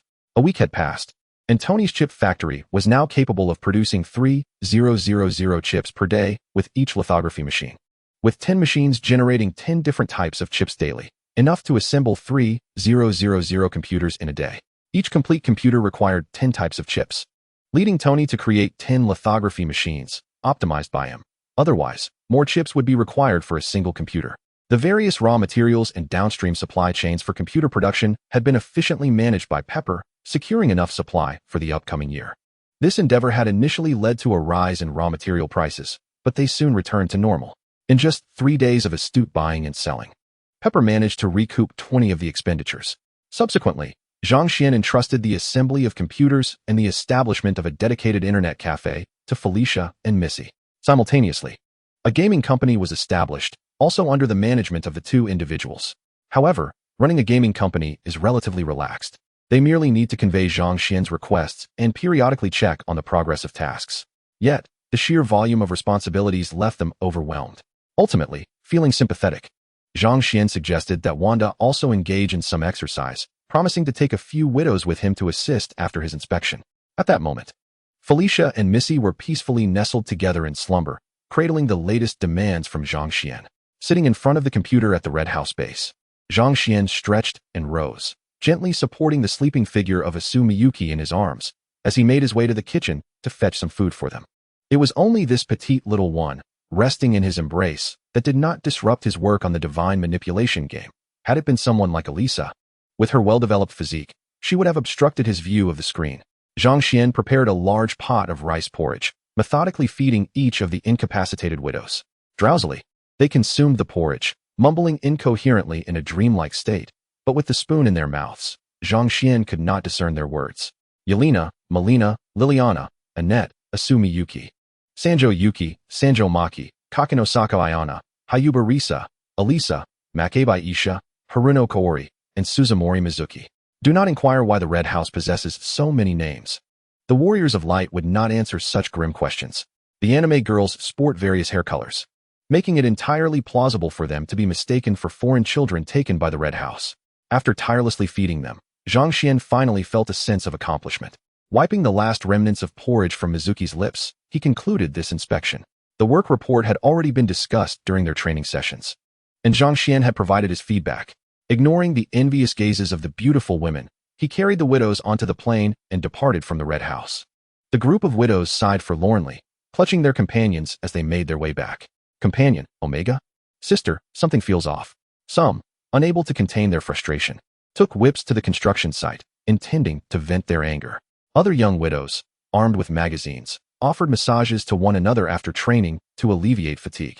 Magazine, methods for cultivating curvaceous women. The plane landed within the largest courtyard of the community, shielded by high walls to remain unnoticed. Zhang Xian escorted each widow to their respective rooms within the house, ensuring that they would be ready to assist Felicia and Missy the following day. You may wonder how they could possibly heed Felicia and Missy's instructions. It is inconceivable, upon learning the news. They were so elated that their eyes rolled back in delight, exhibiting no trace of reluctance. As Zhang Xian stepped through the threshold of his home, he received a call from Gwen. Staring at the disconnected call, his mind replayed Gwen's words. What affliction? Was there anything that could not be articulated over the phone? Had she perhaps acted too much like a performer? Zhang Xian retained a single piece of information. Meet at Osborne Tower at 8 o'clock in the evening. He glanced at the time. It was 7 o'clock. There was still time. Zhang Xian called upon Wanda and May, as Natasha was away on a mission, absent from home. Upon their arrival at Osborne Tower, they encountered Gwen and Spider-Man, who had arrived ahead of them. Spotting Zhang Xian, Gwen dashed over and clasped Wanda's hands tightly. Zhang Xian stood with open arms, awkwardly frozen in place, while Spider-Man silently embraced him, giving a reassuring pat on the shoulder. Zhang Xian exclaimed, "Wanda, you enchantress. Release my ghostly spider." "Wanda, we require your assistance," Gwen stated, her expression fraught with urgency, though it seemed Spider-Man was less anxious. Wanda, perplexed, initially believed they saw Zhang Xian, but was surprised to learn they were actually there for her. "Gwen, whatever the matter, I shall assist you as best I can." Having spent considerable time training alongside Wanda while adapting to her powers, the two had become quite familiar. Gwen, visibly distressed, explained, "We have discovered that Osborne Industries is secretly conducting human experiments, resulting in numerous fatalities. Now, several individuals have transformed into lizards and have fled into the city." Wanda and May were still processing the implications of Gwen's words, struggling to visualize the scene she described. However, Zhang Xian, already acquainted with the narrative, surmised the situation. Are the test subjects transforming into colossal lizard monsters? Upon hearing this, Gwen nodded eagerly, like a chick pecking at grain. Yes, exactly. Moreover, Dr. Connors has been captured. I fear he may also transform into a giant lizard. Though this deviated somewhat from the original storyline, such alterations were to be expected, as his arrival had indeed changed many things. Zhang Xian stroked his chin, then inquired with a smile, "Where are those giant lizards now? I shall pay them a visit and make them aware of the might of my Titan King collision." A Rolls-Royce? In the presence of my Titan King, it would merely serve as a speed bump. Gwen attempted to dissuade him, but Spider-Man and Zhang Xian had already leaped onto a manhole cover several meters away. "Is there no gas mask? The stench is quite unbearable," Zhang Xian remarked. Spider-Man shrugged. Wearing one would only mitigate a fraction of the odor. Thus, one must simply become accustomed to it. Zhang Xian retorted, "How uncouth. Just wait." He then retrieved his phone and called Jarvis. "Mr. Zhang Xian, is there anything I can assist you with?" Jarvis's voice, elegant and gentle, resonated. "Jarvis, please deliver 3 combat helmets along with oxygen tanks," Zhang Xian instructed. "Certainly, sir. Kindly remain in place. Your items will arrive shortly." Garfield Spider, preferring to avoid the foul stench of the sewer, was quite content to wait a little longer. From a distance, Gwen overheard Zhang Xian's request and inquired, "Why 3? There are 5 of us." Zhang Xian shot her a glance, expressing his exasperation. "Is this trivial matter truly something that requires my wife's attention? A brief trip with you will suffice. I can manage this easily. I wouldn't want to subject her to such odors." May had been quietly listening, trying to comprehend the references to large lizards and sewers. Was it about the red eyes and cranes? None of it made sense to her. She only understood that Zhang Xian was concerned about her being exposed to the smell, which spoke volumes of his thoughtfulness, a man meticulous in some aspects, yet rather rough in others. May was not alone in this sentiment. Wanda shared a similar view, gently caressing Zhang Xian's robust arm. "My dear husband," she cooed. "No, it's you who is wonderful," he replied. "Hello," she responded. "You are truly remarkable," he affirmed. Gwen remarked, "What a sweetly pampered woman." Garfield Spider, feeling slightly awkward, endeavored to maintain her noble single persona. Moments later, Garfield Spider's keen ears detected a sound. "Be cautious, something is approaching." Gwen, on high alert, scanned the skies. Zhang Xian raised a calming hand. "Stay composed. It's merely the delivery I ordered." As he extended his hand, a flying object gracefully descended into his grasp. 3 helmets and 3 oxygen tanks. "Let's gear up," he urged, tossing helmets to both women before donning his own. Garfield Spider's jaw nearly dropped in disbelief as she gazed at the helmet in her hands. "Mr. Zhang Xian, is this Iron Man's helmet?" Zhang Xian beamed with pride. "Indeed it is. Crafted by Tony Stark for protection against toxins." "Wanda, May and I shall return now," Wanda announced, taking May by the hand as they began their journey back. "Get some rest. I will try to return by evening."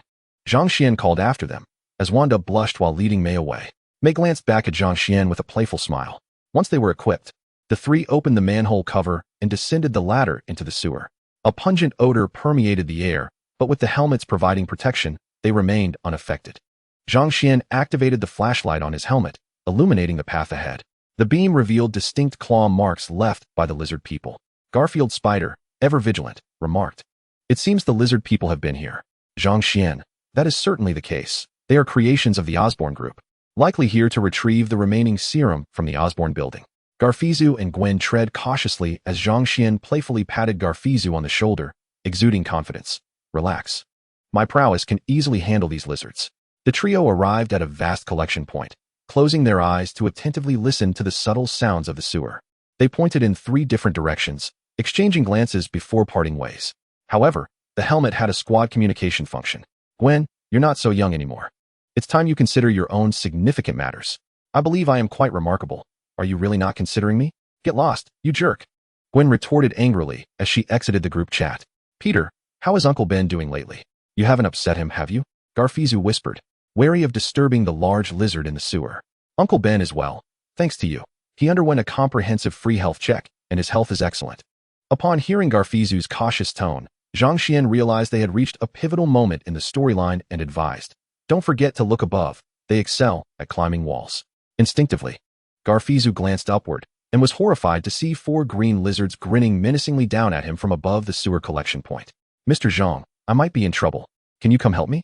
Garfizu evaded the lizardmen's attacks while pleading for Zhang Xian's assistance. Zhang Xian grinned. "Hold on, I'm on my way." Following Jarvis's guidance, Zhang Xian quickly reached Garfizu's location. They had not strayed too far apart. "Peter, watch out. Don't let me accidentally collide with you." Zhang Xian accelerated, preparing to charge at one of the lizards. "No, No, no, sir, they are innocent. They are retired soldiers from the battlefield. Zhang Xian replied nonchalantly. Their glory is my suffering. He was indifferent to the injured intruders, intending to teach them a lesson. Zhang Xian gazed at the lizard man with a bloodthirsty smile. Little lizards, come forth and witness the long-lost might of the 100-ton charge. Zhang Xian collided with an unsuspecting lizard man, and the sound of cracking bones echoed throughout the area. The lizard man was sent flying, crashing against the wall, and then rebounding to the ground with tremendous force. The remaining 3 lizard men gaped in shock, roaring at Zhang Xian as they charged toward him. Zhang Xian leaped into the air, delivering an uppercut that sent one lizard man flying. Then, while airborne, unleashed a flurry of punches, sending his 10 rings soaring to strike down the other 2 lizard men. Peter observed the expression on Zhang Xian's face after he dispatched the lizard man with 3 precise punches. Gwen, sharing the perspective through her helmet, mirrored his expression. Zhang Xian retracted the 10 rings, only to unleash them once more, rendering 2 lizard men unconscious. The remaining lizard man, with a shattered jaw, bellowed defiantly, "Lizards shall never be enslaved." Zhang Xian replied, "You possess quite the courage." The lizard man boasted, "I am exceedingly brave. You cannot fathom the grandeur of our magnificent plan. Will you speak? Will you speak? Will you speak? Will you speak?" Zhang Xian, well versed in the art of interrogation, particularly with such feral beings, had absorbed the essence of Sister Wenjing. A single punch shattered the great lizard's dreams, while 3 strikes awakened the loyalty of a faithful companion. The lizard man resisted fiercely, asserting, "Even if you kill me, I shall not divulge anything." Unperturbed, Zhang Xian pondered the effectiveness of his approach, lamenting the apparent weakness of his strikes compared to those of Sister Wenjing. Gwen, witnessing Zhang Xian's relentless punches landing on the lizardman's face, winced in sympathy. Zhang Xian pressed on, demanding, "Will you speak? Will you speak?" The lizard man retorted, "I shall not speak, not unless you slay me." Zhang Xian persisted, "Will you speak? Will you speak?" The lizard man remained obstinate. "No, I shall not speak." Zhang Xian reflected, "Sister Wenjing, I remain too inexperienced. Despite numerous blows, I have failed to awaken its loyalty. As our people say, if one cannot tame them, then one must cook them." Without granting the lizard man time to react, Zhang Xian's arms, adorned with the 10 rings, struck forcefully at both sides of the lizardman's head. "But I do not consume lizards," he added. Gwen stood aghast, rendered speechless by the brutality of Zhang Xian's actions. She had not anticipated such violence and sought to intervene, yet Zhang Xian acted swiftly, eliminating the lizard man before she could intervene. In a hushed voice, Gwen suggested, "Zhang Xian, perhaps we need not eliminate them directly. We only need to ascertain their intent, after which we can restore them." Zhang Xian tilted his head towards Gwen, inquiring, "Huh? Are you implying you possess a method to extract their intentions?" Gwen wiped her brow and replied, "Perhaps we could." Before she could finish, Zhang Xian seized one lizardman's tail and submerged its head in water. "We can be gentle," Gwen began, but the lizardman's protective instincts kicked in, causing it to emerge from the water and turn towards Zhang Xian. Ready to unleash its maw, Zhang Xian swiftly slapped the large lizard away, sending it sprawling at Gwen's feet, as the lizard extended its long, sharp claws towards her. Gwen had yet to experience the trials of battle. She was not yet the highly skilled and experienced ghost spider. However, the extraordinary reflexes of the spider manifested here, achieving a perfect evasion rate, narrowly escaping a fatal blow. Zhang Xian leaped onto the back of the lizard man, shattering his upper arm bones with 2 swift punches and fracturing his vertebrae with another. He looked up at Gwen with a gentle demeanor. "You may inquire now. Should you fail to extract an answer, I shall eliminate him." Gwen, perplexed, responded with a quizzical expression, while the lizard man gasped in shock. Cold sweat beaded on Gwen's forehead as she urged, "Mr. Lizard, perhaps it would be prudent for you to confess." Yet, the lizard man remained defiant, resolutely declaring, "I shall divulge nothing." Gwen threatened, "If you refuse to speak, then—" Her words trailed off as the lizard man splattered her with blood, a portion of his brain matter inadvertently entering her mouth. "Please disregard the inconsistency regarding Gwen's helmet." Zhang Xian, with a playful grin, inquired, "So, how does lizard brain matter taste?" Gwen, visibly disturbed, retorted, "Zhang Xian, I shall not relent." Zhang Xian adeptly dodged Gwen's pursuit, leaving Garfy Spider to manage the aftermath. Garfy Spider affixed the tracking device that had ejected from Jarvis's helmet onto the surviving lizard man before turning to chase after Zhang Xian and Gwen. An hour later, the surviving lizard man awoke to a scene of carnage and shuddered at the sight. Instinct urged him to distance himself from the remains of his kin. He retraced his steps through the sewer, emerging into a drafty laboratory. There, the new leader, Kana's the Great Lizard, furrowed his brow upon seeing one lizard return, questioning. Where are the others who accompanied you? The great lizard trembled at the memory of the gruesome fragments of his kind he had glimpsed upon awakening. He stammered, "Leader, they are all dead. I am the sole survivor." Canas, astute and cunning, instantly discerned the intentions of the group. "You brought them all here, you fool. All lizards, gather your belongings and depart." Before they could evacuate, Zhang Xian burst through the door, announcing, "Oi, I did not grant you permission to leave. Submit to the ground." "And I shall." Zhang Xian's sentence was interrupted as a horde of lizards, clutching various items, scattered in all directions, leaving only Canas and a few others to stall for time. Zhang Xian's expression darkened, yet he could not impede the mass exodus of lizards, merely lamenting. "This is not how it is portrayed in the films. Are you not meant to converge upon me? Why flee without honor? You little reptile," he continued. "Even with a helmet, I can recognize you. Peter and Gwen, you should depart now." Zhang Xian exclaimed in astonishment, "You cannot be Dr. Connors, can you?" The Connors lizard chuckled. "Indeed, I owe much to the lizard serum injected by these fellows. Otherwise, I would never have experienced such formidable physical strength. This sensation is utterly extraordinary, utterly intoxicating." Zhang Xian smacked his forehead. "I truly wish to eliminate you, yet you are not entirely malevolent. How about this? Once you return to your normal state, you shall work for me for a lifetime as recompense." The lizard doctor burst into laughter. "You? And these two youngsters? Peter, I offer you both one last chance. Join us or become a feast for sewer rats." Peter shrugged with a wry smile. "Apologies, doctor, but we must thwart your plans. Had it not been for the formula I provided, none of this would have transpired." Gwen attempted to remove her helmet to show off, but Zhang Xian swiftly knocked it back in place. "Have you lost your mind? Inhaling that mist could transform you into a lizard." Gwen's forehead throbbed with veins. Garfield Spider explained, "We are immune to the lizard serum, thus we shall be unharmed." Zhang Xian retorted, "Is that so? Given the severe air pollution nowadays, it would be wiser to keep the helmet on, haha." The Connors lizard let out a roar, and his minions surged forward, yet they all avoided Zhang Xian. According to the rules of the underworld, leaders face leaders, leaving Zhang Xian to be dealt with by his own superior. Connors clawed at the ground, leaving a series of craters in his wake. As Zhang Xian faced the charge of the Connors lizard, he took a deep breath, squatting into a horse stance, his fists drawn back. At the precise moment Connors lunged, he struck. His fists flew forth, sending the Connors lizard crashing into a sturdy support pillar, which cracked under the impact. Zhang Xian stood tall, one hand resting behind his back while the other beckoned. The Connors lizard continued to roar in fury before leaping to the rooftop to escape, causing the other lizards to scatter. Although Zhang Xian pursued the Connors lizard and grasped its tail, it simply severed its own appendage, causing Zhang Xian to lose his balance and tumble awkwardly. By the time he looked up, the Connors lizard had vanished among the densely packed buildings. Fortunately, Gwen and Peter had ensnared two lizards, and Zhang Xian dispatched them with a single punch each. Chapter 44. The Serpentine Bind of the Giant Lizard. J-A-R-V-I-S. Can you locate them? Zhang Xian inquired. J-A-R-V-I-S. Responded, "Certainly, sir. Miss Gwen has just placed a tracker on one of the lizard men. The target is moving rapidly, and the signal is weak, likely within the subway lines. Thank you. Please provide me with their location once they cease moving." Zhang Xian dusted himself off, preparing to return. As Zhang Xian and others arrived at the scene with Jarvis's drones, two aircraft suspended the lizard-like beings, each tethered to a separate drone. After a 10-minute flight, they landed at the Stark Weapons Factory in New York. Once a storage site for arms, it now lay dormant, repurposed by Tony into a private armory.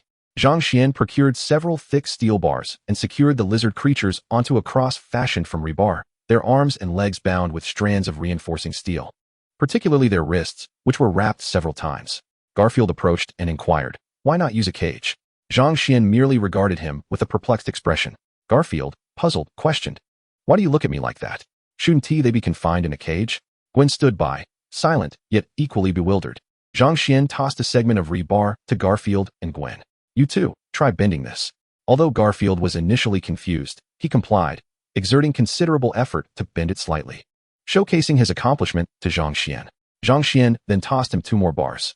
Garfield, intrigued, utilized all his strength, but could only manage to bend 3 of the bars a little.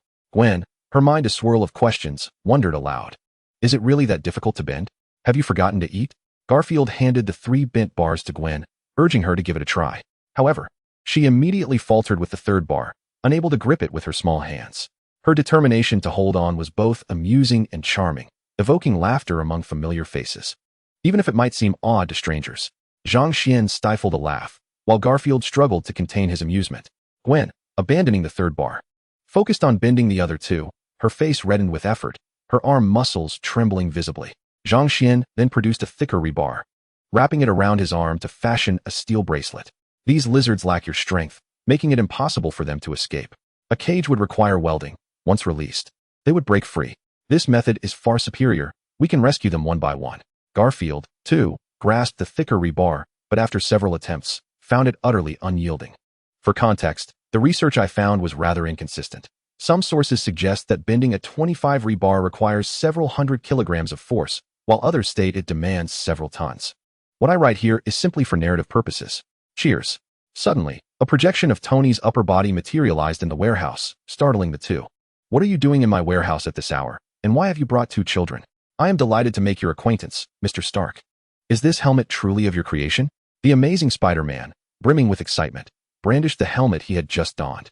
Tony cast a fleeting glance and confirmed, indeed. It is my handiwork, designed to counter biochemical weaponry. Yet, you three have repurposed it as a mere odor mask.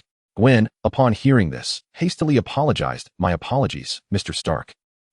She turned to Zhang Xian, unceremoniously shifting the blame onto him. It's all his fault. Everything is his fault, including the fact that he has taken 3 lives. Tony chuckled lightly and waved his hand dismissively. No matter, consider it a gift. It's merely a trinket of little worth. He deftly sidestepped the uncomfortable topic concerning the 3 individuals. Tony shifted the focus to Zhang Xian, his expression turning one of disdain upon observing Zhang's activity. Are you not the least bit bored, fixated on that? Zhang Xian turned back, directing the camera toward the weapon of the lizard man. Aren't you curious? I just examined it. It's quite substantial, and look here. Zhang thrust the camera closer, and though Tony had no desire to gaze, a fleeting glance left him utterly astounded. Could this be considered evolution? The amazing Spider-Man approached, intrigued, and exclaimed in surprise. Gwen, too, was curious, as an academic endeavor. She was eager to see what Tony Stark defined as evolution. However, her modesty restrained her from advancing further. At that moment, Zhang Xian called out, Gwen, would you like to take a look? It could serve as research on a new species. Gwen stammered, who would want to see that? No girl would look at such a thing. Zhang Xian smirked mischievously. I've sent the video to your email. If you're interested, you may view it at your leisure. Sir, we must expedite our search for Dr. Connors and his associates. They will administer the serum to an increasing number of individuals, transforming more into lizard men. Zhang Xian remarked, you're thinking too small. He gestured rudely with an unkind signal. Oscorp possesses a device, the Ganali device. Zhang raised an eyebrow. So what do you think? Any ideas? Oh my gosh, we must act swiftly, Gwen said, her anxiety palpable. We need to procure that device without delay. The amazing Spider-Man echoed her sentiment. We need to hurry. Otherwise, the entire population of New York will turn into giant lizards. That would be dreadful. With a playful smirk, Tony quipped. Perhaps a partial transformation wouldn't be so bad. While I'm sufficient on my own, such a change would surely make the cover girl cling to me. Zhang Xian abruptly disconnected Tony's projection with a slap. J-A-R-V-I-S. Where are the lizard men? They should be underground at the red dot location. Having remained stationary for the past 10 minutes, Gwen observed the location and felt reassured, as it was still quite distant from their home. Jarvis, take the 2 of them to Oscorp Tower and retrieve the Canali device. The 2 were again suspended from the drone and returned to the rooftop of Oscorp Tower in Manhattan. With Jarvis managing the surveillance and access control, they entered Dr. Connor's laboratory as if returning home. Zhang Xian contemplated destroying the device outright, but a nagging intuition suggested that it might be useful in the future. The Canali device was simply affixed to Jarvis's drone and delivered to the warehouse. Wanda opened her eyes, emerging from her cozy cocoon, and with a soft peck on Zhang Xian's forehead, she reluctantly detached herself from his embrace. Supporting her waist and shaking her legs, she ventured outside to retrieve breakfast. Sitting down to eat while patting her belly, having indulged too much the previous night, she found herself unable to consume more. Weary and seeking respite, she retreated to the clean guest room, wishing to avoid any further assaults of happiness in the morning. She felt too weak and resolved to begin exercising the following day. Upon waking, Zhang Xian felt an emptiness beside him. Indeed, he found himself alone. Wanda had drowsily departed the previous night. Noticing the unfinished breakfast left by Wanda, he partook of a bit before heading to the guest room to tuck Wanda in with a blanket, then descended to play video games. As dusk fell, his phone rang. Zhang Xian, engrossed in his game, saw it was Gwen calling and tapped Wanda to get her attention. Wanda muted both the game and herself as Zhang Xian answered the call. Gwen's voice was laced with urgency. Zhang Xian, we need your help. I've spotted dozens of lizard people, and they are organized and heading towards Oscorp Tower. Zhang Xian replied, I'll come over once I finish this match. Gwen pressed. You still have time to play? Those lizard people have already reached the city. If you don't come now, more people will be harmed. Indifferently, Zhang Xian retorted. If you can get the U.S. to withdraw its troops from other countries, I can be there right away. Gwen exclaimed, that's entirely different. Zhang Xian countered. What is the difference? Foreign civilians can die, but American lives cannot? If you agree to become one of my consorts after this, I can leave Wanda right now and come find you. Gwen responded with irritation. Go to hell. You still think about that now? She hung up, her Nokia phone, akin to a brick, slightly deformed from her grip. Garfield Spider observed Gwen's flustered state and admonished her for not employing the charming techniques he had taught her. I told you to be more subtle, to infuse a hint of pleading into your tone, to act a bit more coy. Gwen shot him a cold glare and tersely replied, Get lost. Garfield Spider, all right. Both individuals felt a tightening in their chests as the spider senses activated, prompting them to swiftly evade the ambush of the lizard men. From a high vantage point, Dr. Connors cast a sinister smile at the pair and issued a command, devour them. In a state of panic, they fled, not only dodging the nearby lizard men's attacks, but also avoiding the projectiles hurled by the others. Connors, the giant lizard, sneered and distanced himself from the group, intent on pursuing his own agenda. Gwen inadvertently stepped into thin air and stumbled to the ground, instantly locking eyes with 4 or 5 lizard men. Garfield Spider attempted to come to her aid, but was encircled by additional lizards. In her mind, images began to flicker. She did not wish for her final vision to be those grotesque lizards. Even the despicable Zhang Xian would suffice. At least he had a more pleasing appearance. Gwen, you must hasten your escape. There are weapons you require over there. When Gwen opened her eyes, she found a grayish-white armored suit standing before her. Miss Gwen, please enter the suit expeditiously. The armor lunged forward, striking down several lizard men, and after rescuing Gwen, it added, Jarvis urges you to awaken from your stupor. Gwen quickly crawled backward as the open suit conformed to her fit physique. Miss Gwen, this is the armor custom-made for you by Mr. Zhang Xian through a brilliant inventor. You can familiarize yourself with the basic operational procedures. The armor ascended into the sky, deftly avoiding the lizard men on the ground, while Garfield Spider was also lifted by the vacant suit to the upper levels, donning a tight-fitting ensemble in black, red, and blue. Jarvis succinctly explained the characteristics of their suits. Miss Gwen, your suit is equipped with numerous thrusters for expedited support. Mr. Peter, your suit emphasizes lightweight design, though somewhat thin. It boasts formidable defense, albeit without the capability for flight. Gwen expressed her gratitude to Tony Stark. I shall repay Mr. Tony for his kindness. Jarvis interjected, Mr. Zhang Xian stated that there is no need for you to thank Mr. Stark. This armor was exchanged for you both by Mr. Zhang Xian using a mechanical maid. Gwen fell silent, her lips moving, yet her words were inaudible even to Jarvis. Garfield Spider remarked, We shall all express our gratitude. Now, can you bring me down? There are still many innocent bystanders below. Certainly, no problem, came the reply.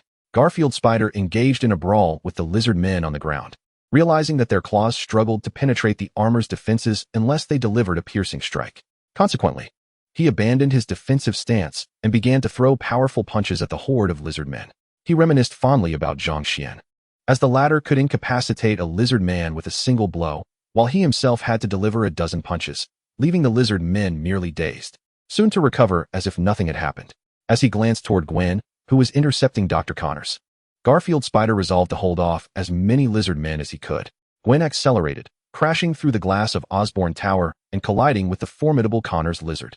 The two were thrown against the wall, yet Dr. Connors appeared unscathed, gripping Gwen's calf with an unsettling smile that filled her with foreboding. She was tossed violently by Connors' monstrous form. Loki remarked, Precisely. This is the battle I yearned for. Zhang Xian, cradling Wanda at the staircase, winced upon witnessing Gwen being battered like a mere noodle. Wanda, seeing her designated companion treated thusly, sprang into action. Connors' lizard found itself ensnared by crimson energy, attempting to lift its arms in vain, while its gaze fixated on the agile woman in Zhang Xian's embrace, whose hands radiated red energy, rendering him powerless and causing him to emit futile growls. Seizing the moment, Gwen produced the antidote serum she concocted the previous night, deftly evading Connor's tail strike and plunging the syringe deep into his lower back.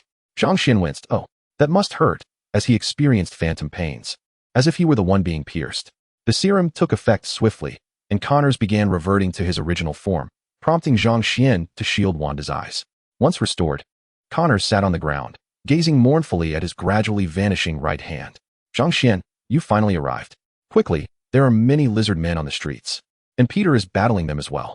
She tugged at Zhang Xian to leave, but he brushed her hand away. Wait, I have matters to attend to. He placed Wanda into Gwen's armored embrace, saying, hold her, she has played too much and can't stand. Gwen exclaimed, what? Is the harm from the game so severe? Dr. Connors, you can no longer remain with Osborne Group. Come work for my company. I am in dire need of personnel, and I can assure you your arm will be healed. Connors looked up at the young man he had previously met. Zhang Xian replied, very well. Congratulations on your new position. J-A-R-V-I-S. Escort Dr. Connors away.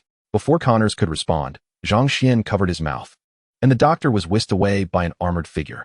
Clothes. I haven't put on my clothes yet. Gwen averted her gaze from Dr. Connors, painfully shutting her eyes. What are you standing there for? Hurry and save people, she urged. Gwen grumbled. You've had your say, both good and bad. Grabbing the scant amount of antidote serum, she resolved to save one at a time. The streets were cleared of civilians by Tony's armor, leaving only a handful of NYPD officers patrolling. Zhang Xian swiftly knocked out a lizard with 2 punches, while Gwen followed behind to administer the antidote serum to the unconscious creature. However, after detoxifying over 10 individuals, only a small amount of serum remained. Gwen remarked, it can no longer be used. There is not much left. Zhang Xian questioned, is the remaining serum sufficient for them? Gwen replied, just knocking them out will suffice. The remaining individuals are confined in a single room, and utilizing the Ganali device can restore them to their original state. Zhang Xian relentlessly struck the lizard men into unconsciousness, while Jarvis maneuvered the drones to hoist one after another, stacking them within the previous warehouse. With Wanda's enchantments in place, they were not concerned about any sudden awakenings. Chapter 45. The death of Norman Osborn upon reaching the battlefield of the Garfield Spider. They witnessed an intense struggle between the Garfield Spider and 8 lizard men, each bearing numerous injuries as they engaged in a final test of endurance.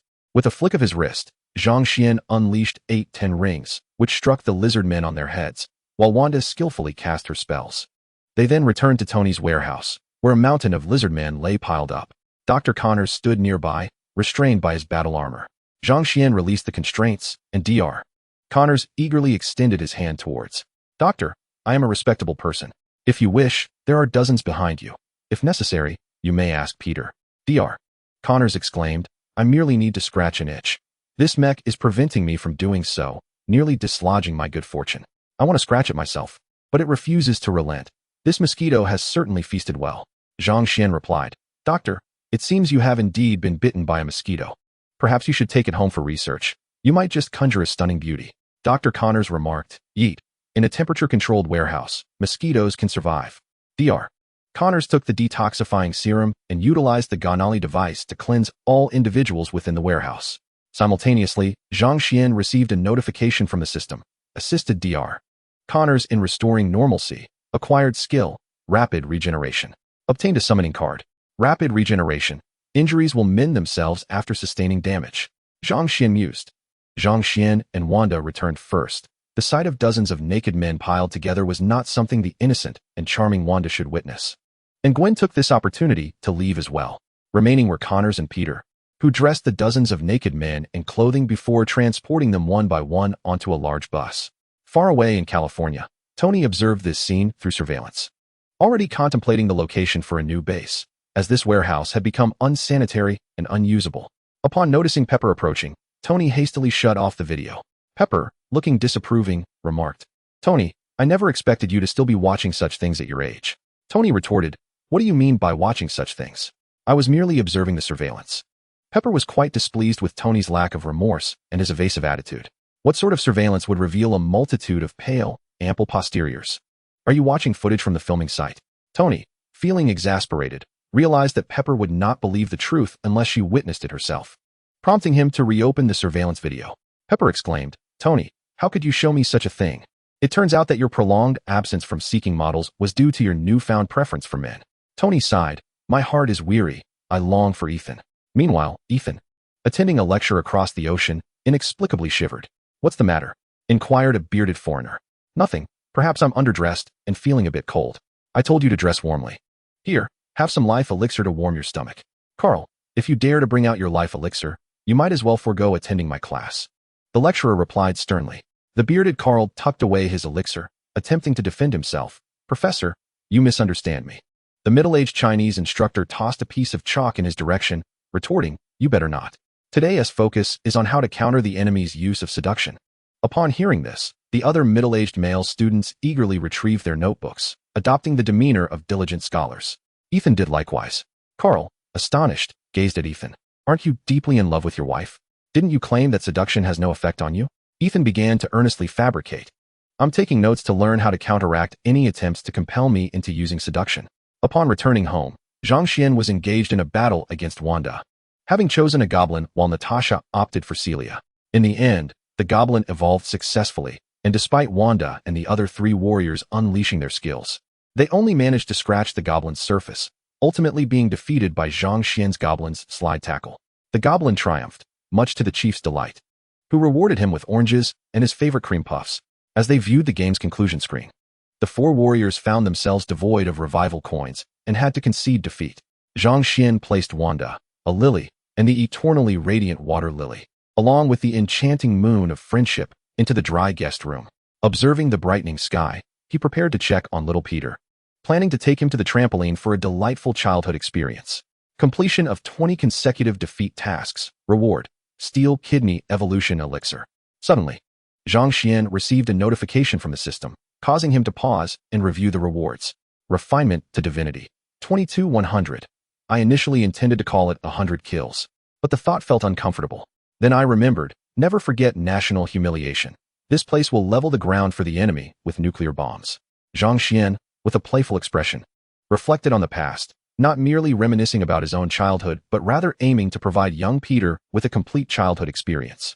Upon returning home in the evening, May observed Peter's muddy clothes piled in the laundry basket and seized the feather duster carelessly left by Zhang Xian, thereby granting Peter a full childhood. As Peter's cries gradually faded, Zhang Xian awaited at the door early. May, in a fit of anger, stormed in, her plans to chastise Zhang Xian thwarted. She found herself on the receiving end instead. Zhang Xian, I shall not let this go, she exclaimed. Zhang Xian chuckled, the whip is in my possession. You wish to strike me? Today, I have ensured that young Peter enjoys a complete childhood, so you ought to express your gratitude. Zhang Xian, I will not forgive you. Meanwhile, Peter, within the confines of the house, opened a notebook titled Revenge Journal and began to compose a short essay. Today, I was tricked by Uncle, and Aunt May struck me. Henceforth, I shall further bully Uncle Zhang Xian and Aunt May's son. As another day passed, Zhang Xian methodically arranged several items in the guest room. After evolving into a more potent form, he felt a substantial enhancement in his physical strength. Previously, he would dodge bullets from an assault rifle, but now he was confident enough to block the muzzle of a Barrett with his finger. Moreover, it appeared he possessed a healing aura. The closer one was, the more effective the healing, though he lacked the ability for limb regeneration. Zhang Xian drove to the laboratory located in the outskirts of New York. In recent days, Zhao Hailuan's project had made significant strides, and she had not returned home for several days. He headed directly to her dormitory, where a drowsy Zhao Hailuan was stirred from her slumber. Upon recognizing Zhang Xian, she merely shifted positions to continue sleeping, adopting a posture reminiscent of a slumbering tiger. Since you prefer to remain asleep, so be it, Zhang Xian remarked. He could not help but admire Zhao Hailuan's tenacity. Despite her origins, she lacked any unpleasant traits associated with them, yet her resolve was formidable. Even in such a state, she remained silent, feigning sleep. After indulging in a brief moment of relaxation, Zhang Xian stretched his refined form and left a trace of blood from her nose before departing. There were few means capable of breaching her defenses, and Zhang Xian resorted to using his fist to draw a small amount of blood. Dr. Connors, quite diligent, I see. Have you already begun your research? It's only been 2 days, and you fitted the prosthetics? Upon hearing Zhang Xian's words, Dr. Connors adjusted his glasses and chuckled to himself. I owe much to Dr. Zhao Hailuan and the others. They have provided me with immense encouragement, particularly Dr. Zhao Hailuan, who assisted me in crafting the prosthetics, which are remarkably effective. Zhang Xian gently patted Connors on the shoulder, encouraging him, do your best. In a few days, I will call Peter over so the two of you can collaborate. You will complete this project swiftly, and in the future, others will come to assist you. Your hand should regenerate within 2 years. Zhang Xian opted for a conservative tone, though he believed that if the research materials from Connor's father were brought by the spider, the completion of the study might be imminent. Thank you. I will also strive to contribute. My talent does not match Richard's, but my years of effort have not been in vain. At this point, Connor's voice took on a somber note. However, we need to recultivate the spider, which may take several months. Zhang Xian, reminded by Dr. Connors, acknowledged this reality. Leave it to me. I will handle the spider and gather all the necessary documents. With that, Zhang Xian departed, eager to accomplish more during the day, as he had important matters to attend to at night. Upon arriving at Oscorp Tower, he noted the numerous construction workers on site, yet the surrounding staff moved about as if the great lizard had not appeared there the previous day. Despite the demolition, life went on, and everyone still had to report to work. How lamentable.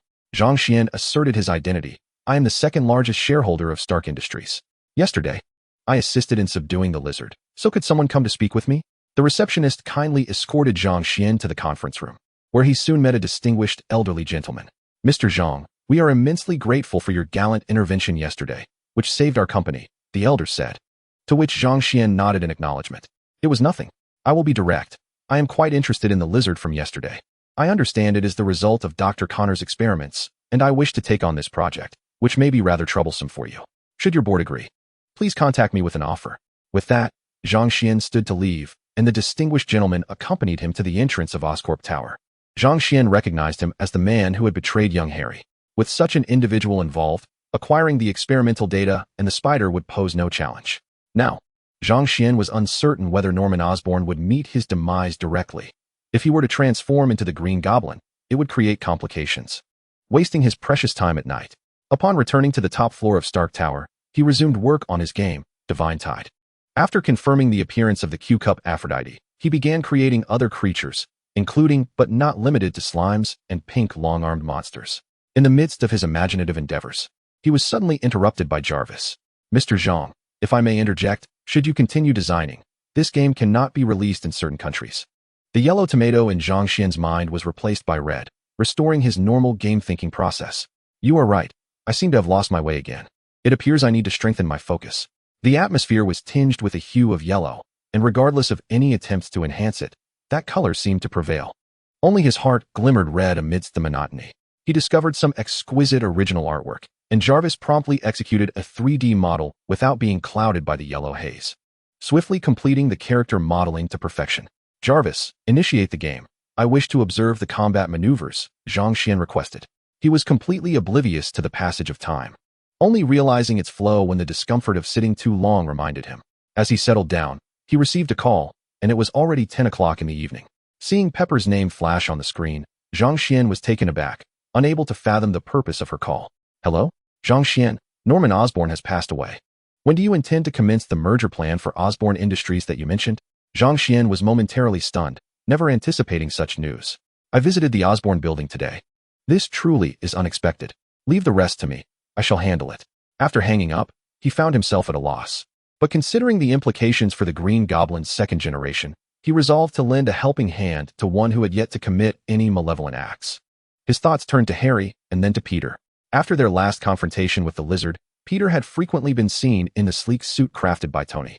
Though his presence had not yet attracted significant attention, although he hadn't perished, the experience had matured the Spider-Man's approach, yet he still retained his playful banter.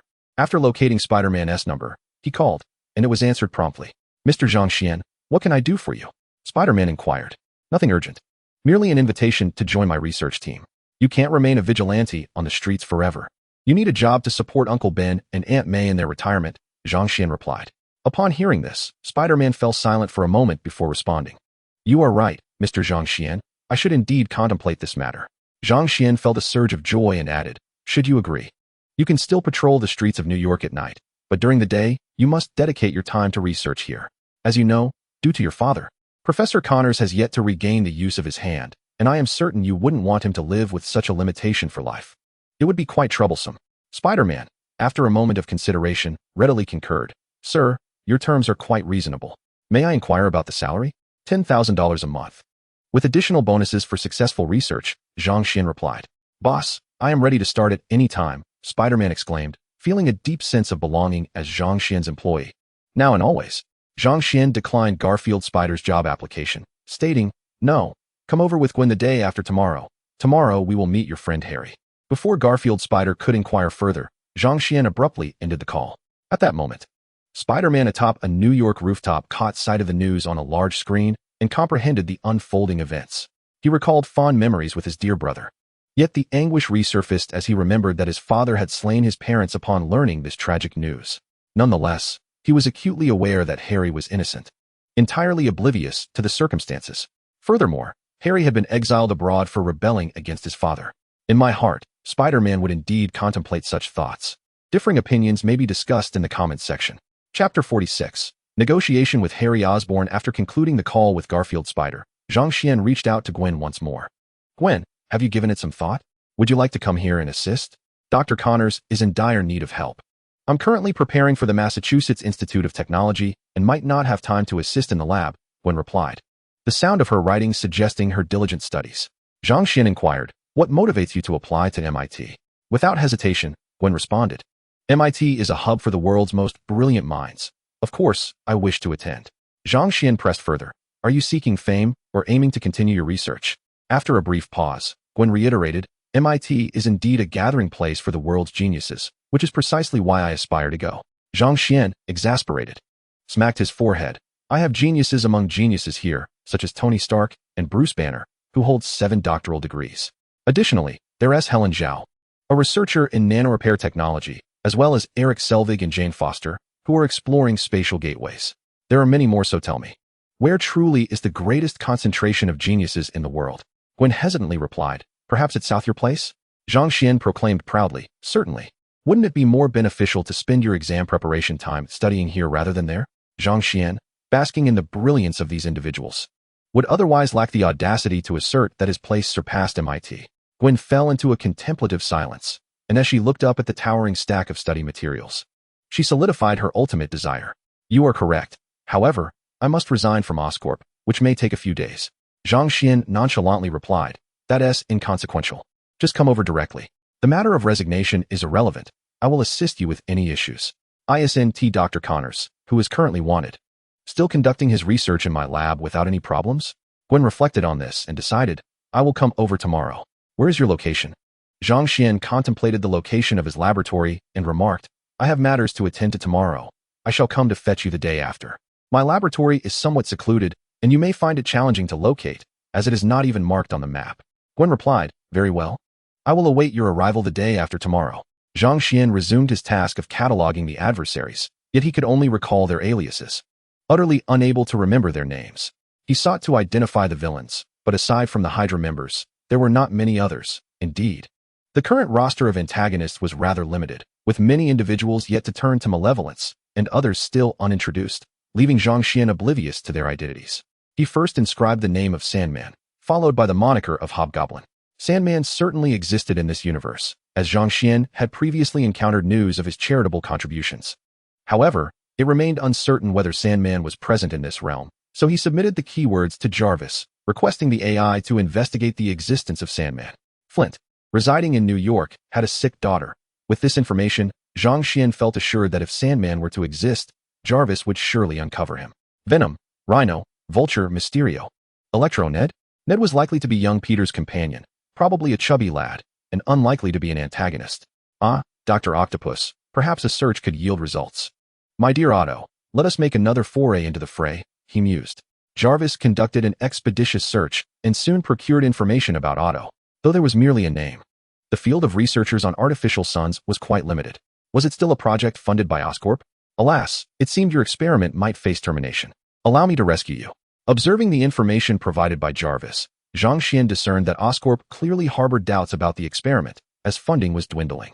At that moment, Jarvis also relayed information regarding Sandman, and upon reviewing the data and comparing it with his memories, Zhang Xian confirmed that this was indeed the Sandman from Tobey Maguire's Spider-Man. Other antagonists included, but were not limited to, Killian and Whiplash. Zhang Xian had already acquired information regarding their locations. Whiplash was of little utility, while he needed to further investigate Killian. If he had not yet descended too far into villainy, it would be prudent to delay his handling, as preemptive action might result in the loss of a summoning card. Regarding the extremist virus, Zhang Xian deemed it essential to pursue research on it. After Tony's modifications, this virus might yield remarkable capabilities. The possibilities for healing aside, employing the extreme heat capable of melting iron suits in the welding industry could undoubtedly position it as a leader in that field. Zhang Xian's plan involved Tony injecting the extremist virus, restoring his health before contemplating whether to retain or eliminate the virus. Yet, the hour was still premature. Many individuals did not yet qualify as true villains, and he had forgotten the names of several adversaries.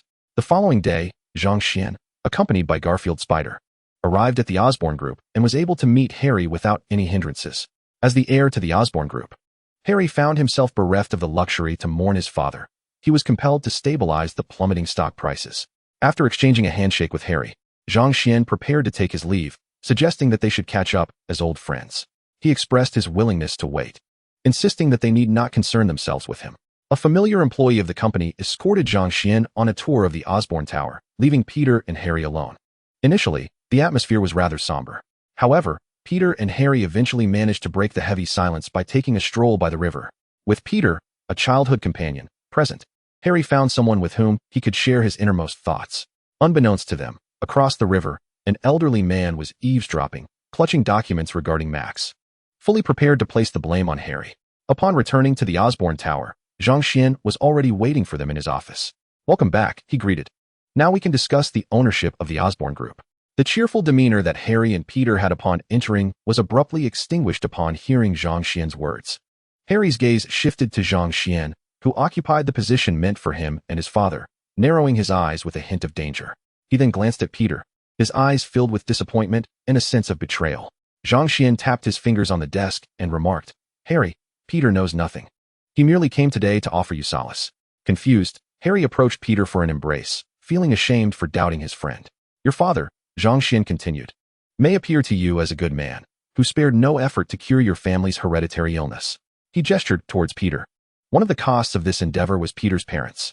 Harry, who had been embracing Peter, froze momentarily and grasped Peter's shoulders, inquiring, "Peter, is what he says true?" Peter bit his lip and nodded, striving to hold back tears. "It's true, but Harry, you must not blame yourself. You were unaware." Zhang Xian pierced Harry's heart with his words. "Your father conspired with foreign forces to develop biological weapons. When Peter's father discovered this, Richard perished in a plane crash while attempting to flee, leading to a brutal reckoning for both families." Zhang Xian continued, "Since then, your father's research on spiders to treat the hereditary disease has stagnated, and it wasn't until Dr. Connors transformed into the lizard that the drug remained unreleased. The effects of the experiments were evident in your father's final days. You must recall those claws vividly, correct?" Overwhelmed by the deluge of information, Harry lowered his head and sank into the sofa, grappling with the revelations Zhang Xian had just shared. He longed to refute Zhang Xian's claims, yet deep down, he recognized that his father was indeed capable of such actions. "Peter, I shall inquire only once. Tell me, is this true?" Harry gazed at Peter with pleading eyes, yearning for his dear brother to assure him that this was all a fabrication. He knew Peter would never deceive him. Yet, the answer he received was still beyond his capacity to fathom. In anguish, Harry sank onto the sofa, delivering 2 harsh slaps to his own face. Subsequently, he slid from the couch and knelt on the floor, apologizing to Peter.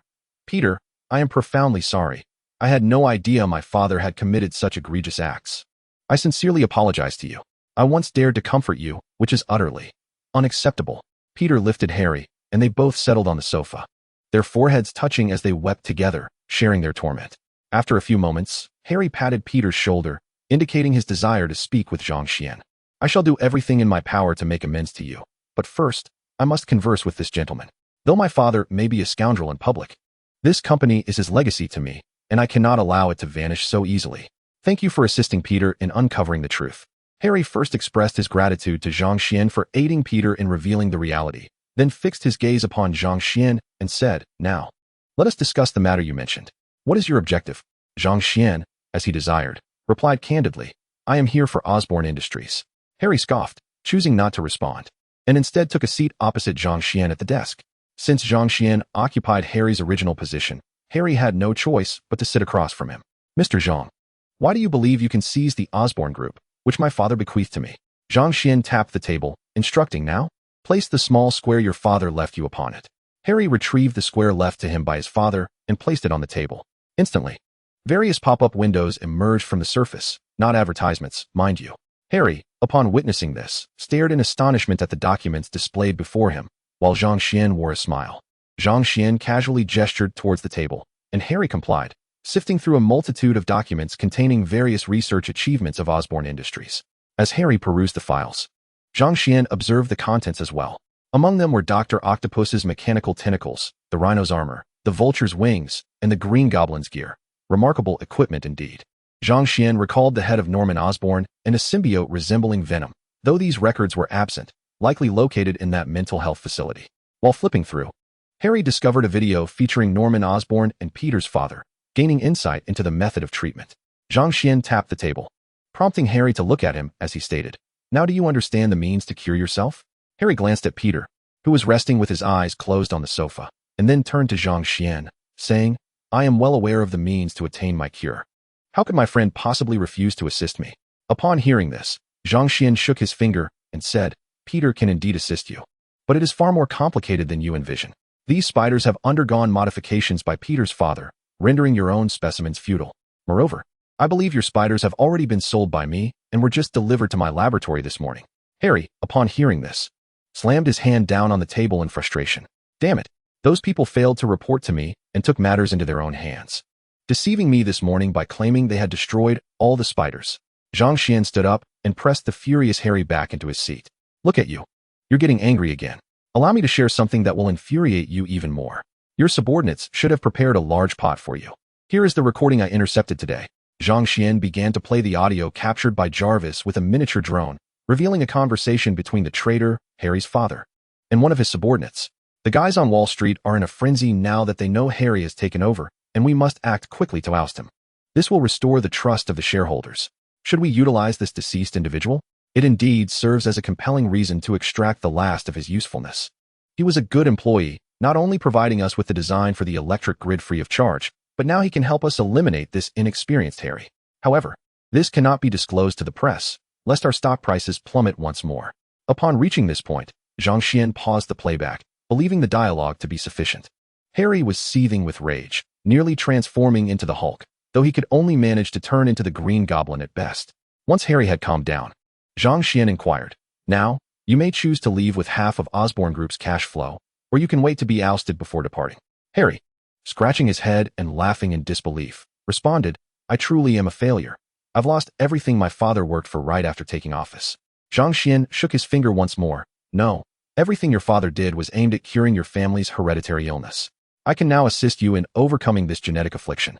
Harry glanced at his good friend behind him, but Peter merely shrugged, conveying an expression of helplessness. "Harry, you need not look to Peter. Aside from knowing that your father is the one who murdered his parents, he is oblivious to everything else. Prior to this meeting, I instructed Peter not to reveal that his blood is the key to treating your hereditary condition. This time, Peter has been quite obedient and has kept this information from you." Peter remarked, "If I disobey, you will crush Harry's skull. How could I possibly disobey?" Harry looked at the desert eagle that had mysteriously appeared in Zhang Xian's hand, kicked the table in frustration, causing his chair to slide back. Raising his hands in surrender, he sighed, "All right, I suppose I have no choice." Zhang Xian shook the desert eagle and said, "This is not a threat. It is a means to eradicate the malignant tumor plaguing the Osborn Group." Chapter 47. Journey to the Experimental Zone. You may thoroughly investigate the information regarding Ravenclaw Psychiatric Hospital. Should I disclose evidence of the human experiments conducted here, along with further revelations, the Osborn Group would inevitably face dissolution. Harry returned to the table, scrutinizing the contents of the documents with increasing trepidation. The evidence was irrefutable, complete with images that substantiated the claims.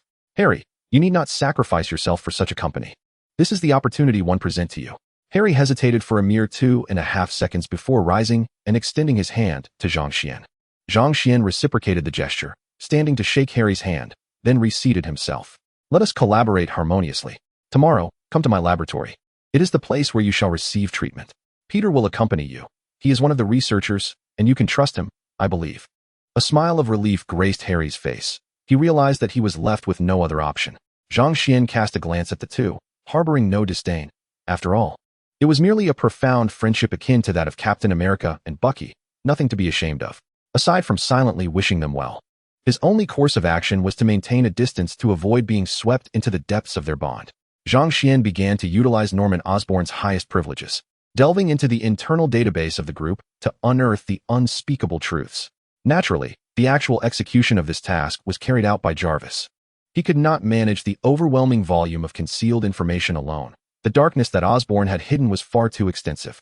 He directly opened the permissions, allowing Jarvis to conduct a comprehensive scan of the Osborn database. "What are you doing?" Harry inquired, observing the rapid succession of information on the table. "I am merely gathering the malevolence that you have concealed," Zhang Xian replied calmly. "With this evidence, my actions will be justified. In our Eastern culture, we adhere to the principle of acting with a rightful cause." As an elite educated individual, Harry had encountered the enigmatic concept of the Eastern imperative. He understood that many foreigners might interpret master as a teacher, but having consulted with Eastern professors, he recognized that this master referred to a military unit. Harry grasped Zhang Xian's intentions. A significant cleansing was imminent. Having remained detached from these sordid affairs due to his prolonged absence, he found himself excluded from the turmoil. There was likely a part of Peter's influence in this, for which he was grateful to his steadfast brother. Comprehending Zhang Xian's intentions, Harry felt a sense of reluctance at the thought of losing the Osborn group, which had been established by his father. Yet, when weighed against the value of his own life, it paled in comparison. Moreover, the nature of these operations was undeniably foul. The act of sending individuals for human experimentation contradicted his principles and values. If he refused to cooperate with Zhang Xian, the mere publication of these documents would ensure the collapse of the Osborn group regardless. He is still permitted to take away half of the cash flow, amounting to several billion, sufficient for him to construct a scaled-down version of the Osborn Empire. Harry has taken Peter out, and from what he overheard, it seems that Harry is off to apologize to Ben and May. Yet, that is no longer his concern. He has seized his opportunity, for otherwise, he would have to return post-transformation to crush his skull. After acquiring ample information, Zhang Xian also departed, allowing the Osborn shareholders to revel in their triumph for a couple of days. When they are in the midst of their champagne celebration, he plans to eliminate them entirely, leaving no trace behind. Ultimately, amid the ensuing panic, he will assume control of the Osborn group. While cradling Wanda and watching television, Zhang Xian switched channels and stumbled upon a live broadcast from Manhattan. Spider-Man was engaged in battle with Electro, though the friendly neighborhood Spider-Man was notably absent. It was clear that Electro would not be swayed by the verbal tricks of the absent Garfield Spider-Man. Their encounter quickly erupted into a fierce confrontation. Zhang Xian set down his snacks and inquired of Wanda, "My dear, are you capable of brainwashing an ordinary person now, or altering certain perceptions?" Wanda returned the uneaten snacks to the bag and opened another pack of strawberry-flavored gummies for herself. "I can't change people's perceptions yet, nor can I brainwash them," she replied. Zhang Xian raised an eyebrow. "Isn't that essentially the same thing? How ineffectual." He snatched a gummy from Wanda and popped it into his mouth. Annoyed, Wanda elbowed him and opened a bag of cherry-flavored gummies. After a moment's thought, she said, "If erasing all of a person's memories counts as brainwashing, then I suppose I could do that." Zhang Xian paused, returning the gummy to Wanda while donning a charming smile. "Dear wife, you wouldn't erase my memories, would you?" Wanda, with a hint of pride, placed her hands on her hips, munching on 2 varieties of gummies, and replied, somewhat indistinctly, "Let us see how you behave. If I'm not pleased, I might just turn you into Zhang Xian the glutton." Both understood that Wanda could not erase Zhang Xian's memories. Yet life was a playful game. With Wanda content, Zhang Xian's days were undeniably brighter. As they conversed, the television broadcast revealed the outcome of the battle between Garfield Spider-Man and Electro. Utilizing the powerful stream of fire hose water, Garfield Spider-Man effectively neutralized the minimal electricity coursing through Electro's body, subsequently subduing him. Zhang Xian, relishing his icy treat, drained 2 bags in one breath. "My dear, let's skip Hell's Kitchen tonight. Tomorrow, I'll take you to my laboratory. I may need your assistance." Wanda sipped her icy treat, albeit at a significantly slower pace than Zhang Xian. "I never even finished high school. I probably wouldn't be much help." Zhang Xian, noticing her slow consumption, seized her icy treat to hasten her pace. "It is a matter of magic. Perhaps it can only rely on you." Wanda nodded in agreement. To ensure a smooth departure the next day, Zhang Xian did not overly burden Wanda, keeping it simple. The following day, Zhang Xian took Wanda to pick up Gwen. "Sister Wanda, are you going to the lab as well?" Gwen expressed her surprise at Wanda's presence. Leaning against the car door, Wanda smiled sweetly. "Someone might need a magical assistant, so I'm here to lend a hand." As Gwen settled into the car, sitting in the middle of the back seat, she leaned closer to Wanda. "Zhang Xian, it seems like you could drive from the back seat now. Sister Wanda, can you really not teach me magic?" Gwen implored, her eyes filled with longing to learn. Wanda looked troubled, replying, "I'm not quite sure how to teach you. For me, using magic feels as natural as an extension of my body." Cough. Zhang Xian cleared his throat to draw Gwen's attention. Gwen, however, was not deceived. She had heard from Wanda that Zhang Xian had no knowledge of magic. "Are you not going to ask me? What if I could teach you magic?" "Zhang Xian, noticing Gwen's lack of response, decided to take the initiative. Wanda cast Zhang Xian a glance, but refrained from exposing him. Gwen, feeling resigned, followed Zhang Xian's lead and asked, "Can you do magic?" Zhang Xian, "No, I cannot." Wanda and Gwen exchanged glances, both unimpressed. As they chatted idly, they soon arrived at Peter's house, where Peter and Harry were inside, enjoying breakfast left by Ben and May. "Boss, do you want to eat a little more?" Peter asked as Zhang Xian walked in, pointing at the bountiful breakfast on the table. Zhang Xian sat down, accepting Peter's invitation. "Take your time eating, we are not in a hurry," Zhang Xian said, prompting Peter and Harry to hasten their meal. Zhang Xian picked up a piece of meat-filled bread that was not a hamburger and took a bite. "Oh, it seems Aunt May's culinary skills are quite impressive," he remarked, and Harry caught the implication in Zhang Xian's words. "Zhang Xian, do you also have an Aunt May?" Harry inquired. After hearing this, Zhang Xian looked towards Peter, who was oblivious to Zhang Xian's intentions. Harry then asked Peter, "Peter, is there something else regarding this?" Garfield, reluctant to share, realized that Zhang Xian would undoubtedly tell Harry if he didn't tea, so he decided it was better to explain himself. "I have a wife named May as well. That young Aunt May has a child named Peter Parker." Harry nearly spat out the food in his mouth upon hearing this, but managed to control himself. "Peter, no wonder he looks younger than you. He often gazes at you like an elder." Peter, at that moment, only wished to eat and pay no heed to Harry. After having breakfast, Harry spotted two beautiful women sitting in Zhang Xian's car and, in a gentlemanly manner, wished to greet them, only to be pulled away by Peter. "Peter, what are you doing? We ought to say hello. We cannot leave these two ladies waiting for us outside for so long." Peter whispered back, "Perhaps it's best not to. The boss might not be pleased." Zhang Xian, overhearing Peter's words, retorted with displeasure, "Peter, do you perceive me as such a domineering figure? Would I prevent my own wife from greeting others?" Harry patted Peter on the back, saying, "See, it's merely a greeting. No one would take offense." Peter, feeling guilty, apologized sincerely. "I am truly sorry, boss. I may have misunderstood you a bit." "No worries. Just take the time to know me better, and I shall forgive you this once," Harry replied graciously. He introduced himself to the ladies, saying, "Ladies, I am Harry Osborn," extending his hand for a polite handshake, which he regarded as a symbol of courtesy. Suddenly, the sound of a gun being cocked echoed, causing Harry to retract his hand and turn back to his own Rolls-Royce. Naturally, as he was leaving Osborn, he intended to ride in an extravagant vehicle. As the car followed Zhang Xian's, Harry remarked, "Peter, it seems you are quite familiar with your boss." Peter shrugged, "Somewhat. I know just a little. He is quite generous in other matters." Peter made a slight gesture, almost provoking a passerby who was watching the car, nearly getting hit with a stick. "For instance?" Harry inquired, recalling Zhang Xian's promise of half the funding. Peter raised a middle finger at the passerby and then made the slight gesture again. After pondering, Peter responded to Harry's question, "For example, my boss pays me $10,000 a month." Harry wiped his face and chuckled bitterly.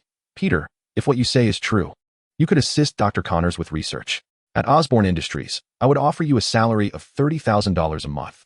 Peter was taken aback, shocked not only by the figure of $30,000, but also by Zhang Xian's ruthlessness and the malevolence of capitalism. $30,000. He had never seen such a sum accumulated in one place throughout his life. Harry coughed and asked, "You mentioned he agreed to provide me with half of the Osborn cash flow. How much do you think I could receive?" Peter pondered before answering, "I believe you might receive 1/3. "Why do you say that?" Harry probed. Peter chuckled, "Because that is precisely what I received." Driving, Harry laughed and playfully punched Peter.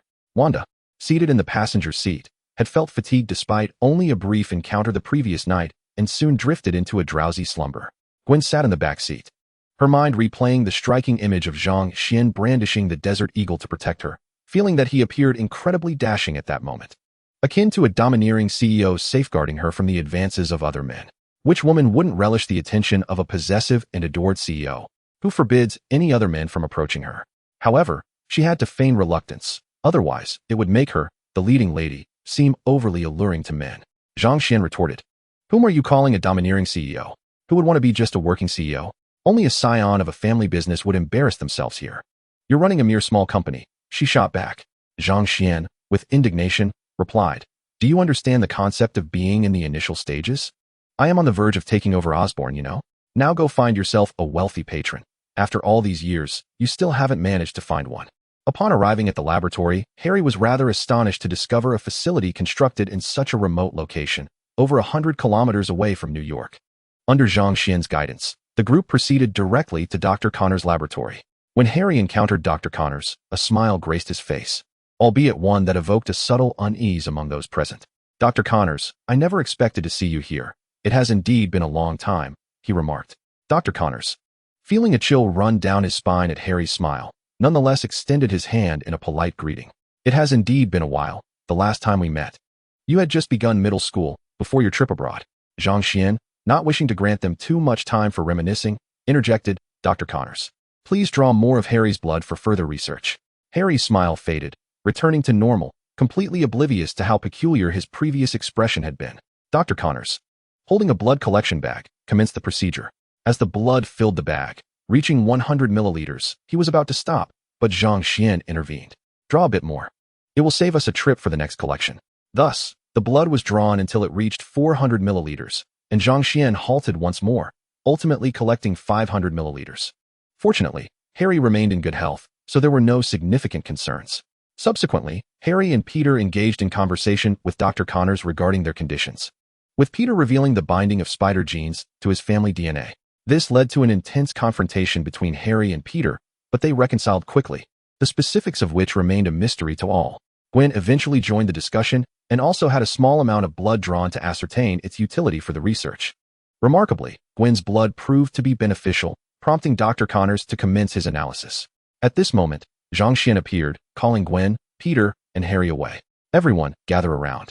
I wish to take you for a treatment, as I have a method to share. Zhang Xian, accompanied by Wanda, boarded the sightseeing vehicle to depart from the park. As Harry gazed at the towering walls, reaching 10 meters high, he remarked, the cost is rather steep. These walls are impressively constructed. Indeed. I believe they could benefit from additional steel fibers, Zhang Xian replied. He drove the vehicle to the edge of a large iron pit, prompting Peter to inquire, Boss, what purpose does this pit serve? It is clearly designed for someone to lie in. Can you not discern the human-shaped indentation? Harry chuckled, observing the expansive pit below. In Chapter 48, Harry's Toilet, Peter glanced at the steel pipes in Zhang Xian's hands and asked, Boss, what do you intend to do with those pipes? Zhang Xian, holding 2 pipes that were 2 centimeters thick, smiled at Harry. Care to take another guess, Harry? Harry felt a shiver down his spine under Zhang Xian's gaze, a hint of trepidation creeping in as he jested. Mr. Zhang Xian, you don't intend for me to go in there, do you? Ah ha ha. Zhang Xian responded with a benevolent smile. No wonder you are the heir of the Osborne group. You guessed it immediately. Upon hearing this, Harry's feet began to tense, ready to flee at a moment's notice. Do not worry. This is merely a treatment and a test of my research, Zhang Xian reassured. Peter, come assist. Garfield, called upon, was uncertain of Zhang Xian's intentions and asked, Boss, what am I supposed to do? Zhang Xian pointed towards the iron block with a human-shaped indentation behind Harry. Do you see that recess? Now, go retrieve your good friend and bring him over. It's time to commence the treatment. Peter, observing Harry's growing fear and retreating posture, urged. Harry, you can trust the boss. He means you no harm. Although Harry sensed Zhang Xian would not kill him, an instinctual voice within urged him to escape, warning that danger loomed nearby. Seeing the two hesitating, Zhang Xian took action. Swiftly, he approached Harry from behind and pushed him into the pit.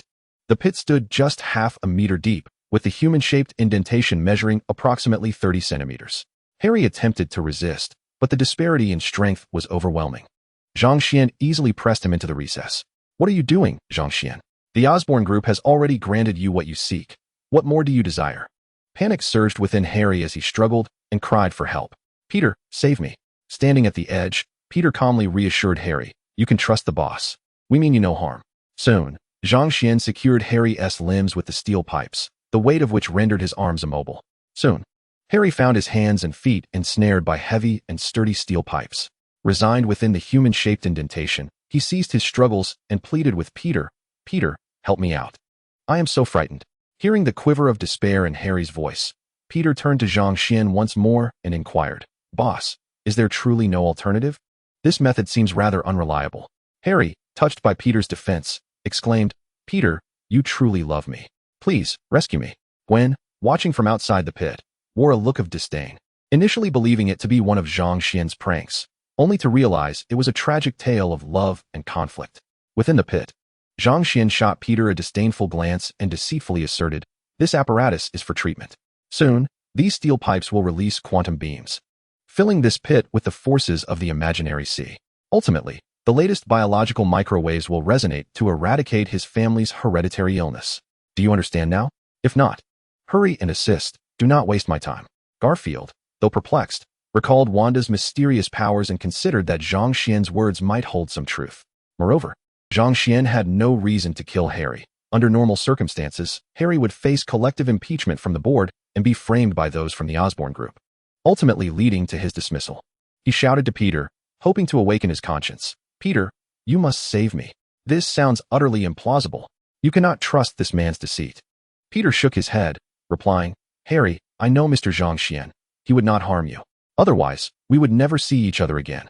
Seeing Peter's resolve, Harry, too, relinquished his struggles, seemingly accepting his grim fate. Zhang Xian clapped his hands and emerged from the pit, stepping onto the large iron block at its edge. Garfield had not previously considered the purpose of this smoothed iron block, but as he witnessed Zhang Xian pushing the massive structure weighing several tons, he began to sense impending doom. No, no, no, boss, you cannot do this. Harry is innocent. You cannot crush him like this. Garfield rushed to the other side of the block, attempting to push it back, but Zhang Xian's strength was overwhelming. His efforts were futile, akin to a mantis being effortlessly crushed. Ultimately, the iron block was pushed onto Harry, which had a groove penetrating through its entirety, measuring 20 centimeters in width. Within this groove, one could glimpse Harry's midsection, yet the remaining parts of his body were obscured by the weight of the block, obstructing any chance for him to emerge. Peter and Gwen, both raised in a bustling city, failed to comprehend the significance of this scenario. In the distance, Wanda, having concluded a phone call, approached and, upon seeing the massive iron block that had been pushed over, observed the gap beneath Zhang Xian's feet and looked around in confusion. Honey, what are you doing with a block of iron to create a toilet? And without a door, no less. Upon hearing this, Gwen and Peter reacted with wide eyes. Harry, who had been languishing at the bottom of the pit, opened his eyes, his expression transforming into one of fierce determination. The steel pipe that had confined his arms began to rattle as he struggled, violently colliding with the walls of the pit, even sparking bright flashes of light. Observing this, Peter stepped forward to advocate for Harry. Step aside. I told you this is treatment. What are you imagining? Zhang Xian interrupted, casting a glance at Wanda. And you, Wanda, refrain from speaking nonsense. Look at how frightened Harry is. His face has turned pale. At that moment, although Harry's face had yet to show signs of paleness, a faint green glow flickered in his eyes, barely perceptible unless one looked closely. Peter, troubled by Zhang Xian's words, leaned over the edge of the pit and indeed caught sight of the dangerous glimmer in Harry's eyes. Zhang Xian then pulled the reprimanded Wanda aside and called for Gwen, the three of them departing to prepare for the treatment. Only Garfield Spider remained by Harry's side. He struggled for a while to dislodge the massive iron block resting on top of the pit, but to no avail.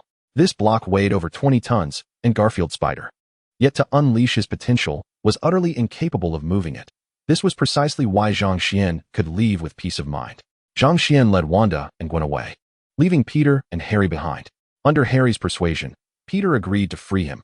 However, lacking strength, he was merely a novice and could not budge the 20-ton iron block. This was also why Harry was not in any mortal danger. Otherwise, Garfield Spider, in a moment of desperation, could have hurled the iron block into the sky. Half an hour later, Zhang Xian returned with the two of them, all three now wearing helmets. Zhang Xian was shouldering 2 buckets suspended from a yoke, the mysterious liquid spilling from the sides exuding an indescribable odor that made Peter recoil 3 steps. A single step back was instinctive. 2 steps signified disdain. 3 steps were for Harry's sake. Seeing this, Peter hurriedly stepped forward to intervene. Boss, you can't do this. Even if you intend for Harry to die, he deserves a modicum of respect. This manner of death is more cruel than torture. His words reminded Zhang Xian of Obadiah, leaving him uncertain whether he still lingered in the basement. Step aside. I am administering treatment, Zhang Xian stated, gesturing to Gwen. Gwen, restrain Peter. At the same time, he discreetly winked at Peter. Although Gwen was unsure of Zhang Xian's intentions, she complied and held Peter back. Zhang Xian lifted the lid of one bucket, dipping his fingers into the brown, paste-like substance, extending it toward Peter. No, no, no. Boss, stay calm, Peter shouted, his 3 nose utterly insufficient to convey his current terror. If not for Gwen's prior knowledge of what it was, Peter would have likely fled even faster than Garfield. He was firmly grasped by Gwen, while Zhang Xian brutally smeared that viscous substance around his mouth and face. Terrified, Peter dared not utter a word, nor could he muster the courage to breathe. Yet even with his physique, holding his breath for 5 minutes was already his utmost limit. His complexion turned a shade of bluish-purple, and unable to hold his breath any longer, he finally released his mouth. Seizing the opportunity to inhale, Zhang Xian swiftly shoved his finger inside Peter's mouth. Just as Peter was about to gag, he suddenly froze, savoring the taste within his mouth, and his eyes brightened. This is... Zhang Xian quickly covered his mouth and signaled with his eyes. Understanding the cue, Peter immediately emitted an exaggerated gagging sound. "Ugh, Peter!" Harry in the pit exclaimed. Alarmed and breaking his voice, "What is happening? Answer me quickly." "Harry, ugh, they're forcing me to eat. Ugh, feces? You better pray for yourself, ugh." Peter was thoroughly invested in his performance. Although he did not comprehend Zhang Xian's intentions, he chose to cooperate. He quietly moved closer to Wanda and whispered, "Sister Wanda, what exactly is the boss doing? Why is he treating Harry this way?" Wanda, exasperated, rubbed her forehead. "He claims he wants to expel the potential demon within Harry, which might be the root of their family's hereditary illness." "A demon? Is it the kind that can only be dealt with through magic?" Wanda nodded. Peter extracted a small piece of white fragment from his mouth and inquired again. "Then what is this?" Wanda stepped back in disdain. "That is the toilet paper that Xian specifically retrieved from the restroom for realism." Garfield instantly froze, his expression distorted. "Ugh." Hearing Garfield's retching, Harry in the pit cried out even more desperately, "Zhang Xian, you bastard. I trusted you so much, and you treat me like this? You will pay for this." Zhang Xian ignored Harry's outburst and took out a small bottle, pouring its contents into Harry's pit. The foul stench wafted toward Peter, causing him to genuinely vomit after his initial feigned retching. Ugh. As the focus of attention, the odor in Harry's pit grew increasingly potent. Ugh, it's feces. Undoubtedly feces. Just like what I tasted in my childhood. Ugh. Zhang Xian leaned closer to Harry, lifting his mask to reveal an exceedingly irritating grin. "Oh? How was your childhood? Did you eat it?" Harry retorted, "I amp." Amp. Zhang Xian disregarded him and lifted the bucket filled with the yellowish, viscous substance, tilting it downward toward Harry's feet. "I amp. Ugh. Soon." The massive iron block pressing down on Harry emitted a cacophony of metallic clanging. The steel pipe clashed repeatedly against the groove walls, the sound growing increasingly thunderous. Zhang Xian grasped a wooden stick over a meter long, dipped it in a viscous substance, and slowly brought it towards Harry's face. "Keek, I shall take your Osborne group. Along with your dear brother Peter, he will henceforth belong to me." As the filthy, debris-laden stick crept closer, Harry finally broke down, pleading, "I beg you, please. Do not smear that on my face." Zhang Xian paid no heed, grinning maliciously as he smeared the stick across Harry's visage. Peter." Suddenly, the once vociferous Harry fell silent. His tightly shut eyes flew open, a strange and sinister smile spreading across his face, his neck craning forward. "Human, cease your actions." The bizarre Harry glared intensely at Zhang Xian, but soon faltered. Ugh. The fierce countenance vanished in an instant, and he began to retch again. "Oh, you have finally emerged." Zhang Xian arched an eyebrow. "I was beginning to think this was merely an ordinary hereditary affliction. To my surprise, a demon truly resides within Harry. Human, you had best not let me out, or I will shred your soul piece by piece." Ugh. The Green Goblin, overindulging in his own malevolent rhetoric, accidentally inhaled a foul odor, his nefarious tone disrupted as he nearly choked on his own retching. Zhang Xian removed the offending stench-emitting container. Now that the demon had revealed itself, it was time to let Wanda practice her skills. "Wanda, it's your turn." Wanda, noticing the source of the stench had been removed, took off her helmet and leaned over the pit, gazing down at Harry. "My dear, this truly seems to be a demon. I can sense its wicked, cunning, and frenzied power." Zhang Xian, observing the Green Goblin glaring fiercely at him from the pit, inquired of Wanda, "My dear, can you handle this? If you are uncertain, we could leave him be for a couple of days until he weakens." The Green Goblin below, upon hearing this, cursed vehemently, "Cunning humans! How despicable! If you possess the skill, defeat me honorably. Then I shall accept my defeat wholeheartedly." Wanda scoffed derisively, You aren't worthy of my husband's efforts." With a single hand, she gathered magical energy, her crimson energy palm penetrating Harry's skull, seizing something within his mind. As her hand retracted, it held a chaotic, magically concentrated red sphere, within which a green demon was ensnared. Zhang Xian had but one assessment of this grotesque green goblin: hideous and revolting. It relentlessly pounded against the sphere's walls in a futile attempt to escape. "Human, if you release me now, I will grant you a reprieve." Yet, to his dismay, the two remained entirely oblivious to his words. "Zhang Xian, my dear, could you neutralize it directly?" Wanda nodded. "Certainly. With a mere exertion, it shall vanish completely, with no chance of revival." Zhang Xian gazed at the once defiant green goblin, now kneeling and begging for mercy, and addressed it directly. "Wanda, let it disappear." Chapter 50. Harry's after-class tutoring. Upon hearing those words, the Green Goblin was about to unleash the most venomous curse upon Zhang Xian. But Wanda did not grant it the time. With a swift clench of her palm, the goblin was instantaneously obliterated. When she opened her hand again, her palm gleamed as if newly polished. Zhang Xian took her hand delicately and examined it closely. Today, refrain from using this hand for cooking. I fear it may not have been thoroughly eliminated, and I would rather avoid a shortening curse.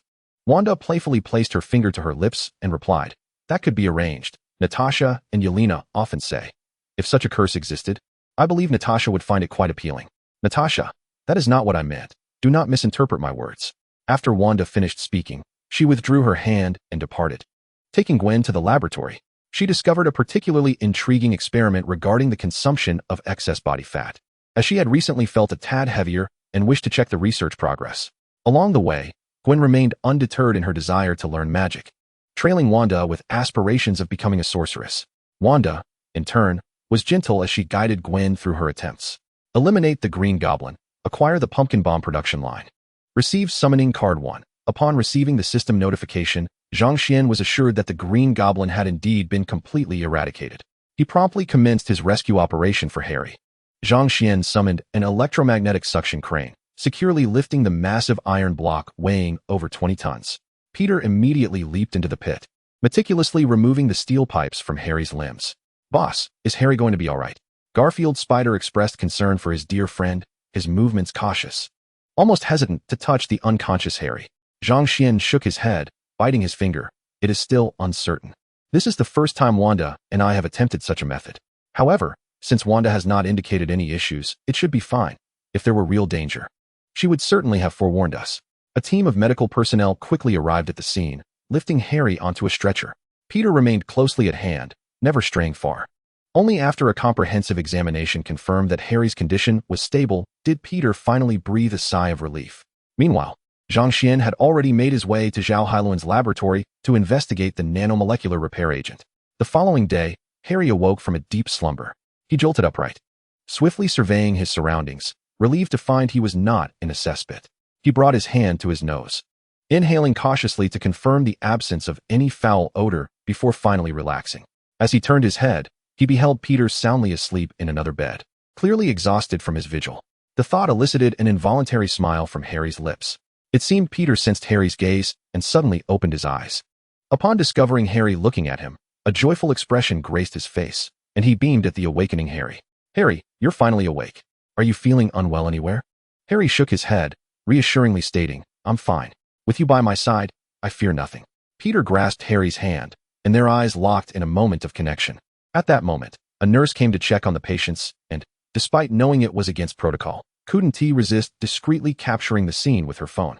10 minutes later, Zhang Xian, having learned of Harry's awakening, arrived at the hospital room accompanied by Wanda. Now that you're awake, let Wanda examine you, Zhang Xian instructed. Peter had already informed him about the demon residing within Harry's mind. Harry lay quietly, cooperating with Wanda during the examination. Before long, Wanda concluded her assessment, stating, I have eliminated the traces left by the demon. It should not reappear. However, I cannot resolve the hereditary condition. Harry expressed his gratitude. Thank you so much. This is already wonderful. Without you both, I would never have imagined that a demon resided within me. Zhang Xian replied, no worries. We are merely doing our job. The payment we agreed upon will be transferred to you shortly. For now, please refrain from going outside. You two should remain here, as things may be chaotic for a few days. Especially you, Zhang Xian pointed at Peter. Stay put. I will fetch Ben and May, or you can go collect them. Peter wanted to interject, but Zhang Xian interrupted him, silencing him. Unable to contain himself, Peter ventured, Mr. Zhang Xian, I believe your plan may be a bit too radical. The ward door closed, and Peter dared not pursue, watching Zhang Xian depart instead. Harry observed his best friend's conflicted expression and asked with concern, Peter, what exactly is Zhang Xian's plan? Peter sat on the vacant bed beside Harry, sharing his disheartened thoughts. I accidentally overheard last night Mr. Zhang Xian intends to target the shareholders of Osborne Industries and Stark Industries. He mimicked a throat-cutting gesture. Then, he plans to continue along this path, cleaning up the world's one of capital. At this point, Peter's expression was a complex mix of worry and confusion. He desired to make the world a better place, but was this approach not too extreme? After listening, Harry chuckled and praised. He truly is a formidable individual, capable of so effortlessly deciding the fates of those people. Moreover, he must have an even grander scheme in mind. Peter, heed my words, do not attempt to thwart him. Such actions would bear no benefit for you, for me, for Uncle Ben, or for Aunt May. Peter sighed, but think of the conflict and chaos it would unleash. Many would suffer as a consequence. Moreover, from both a legal and moral standpoint, it is indefensible. Harry pondered for a moment before responding. Those individuals wield an inordinate amount of resources, yet they seldom consider the welfare of the public. Perhaps Zhang Xian's actions could indeed usher in some change. Peter remained unconvinced. Perhaps we could expose the evidence and let the FBI apprehend them? Harry rubbed his temples, realizing he needed to elucidate the workings of the real world to his naive companion. Peter, whom do you believe the FBI truly serves? Peter, bewildered by the simplicity of the question, replied without hesitation, of course, they serve us, apprehending criminals, investigating cases, and maintaining order. Harry chuckled at the innocence of his endearing friend, beginning to patiently dissect the operational dynamics of their world. This enlightening discourse shattered Peter's perception of reality. 2.5 hours later, Peter supported the weakened Harry as they strolled through the desolate corridor.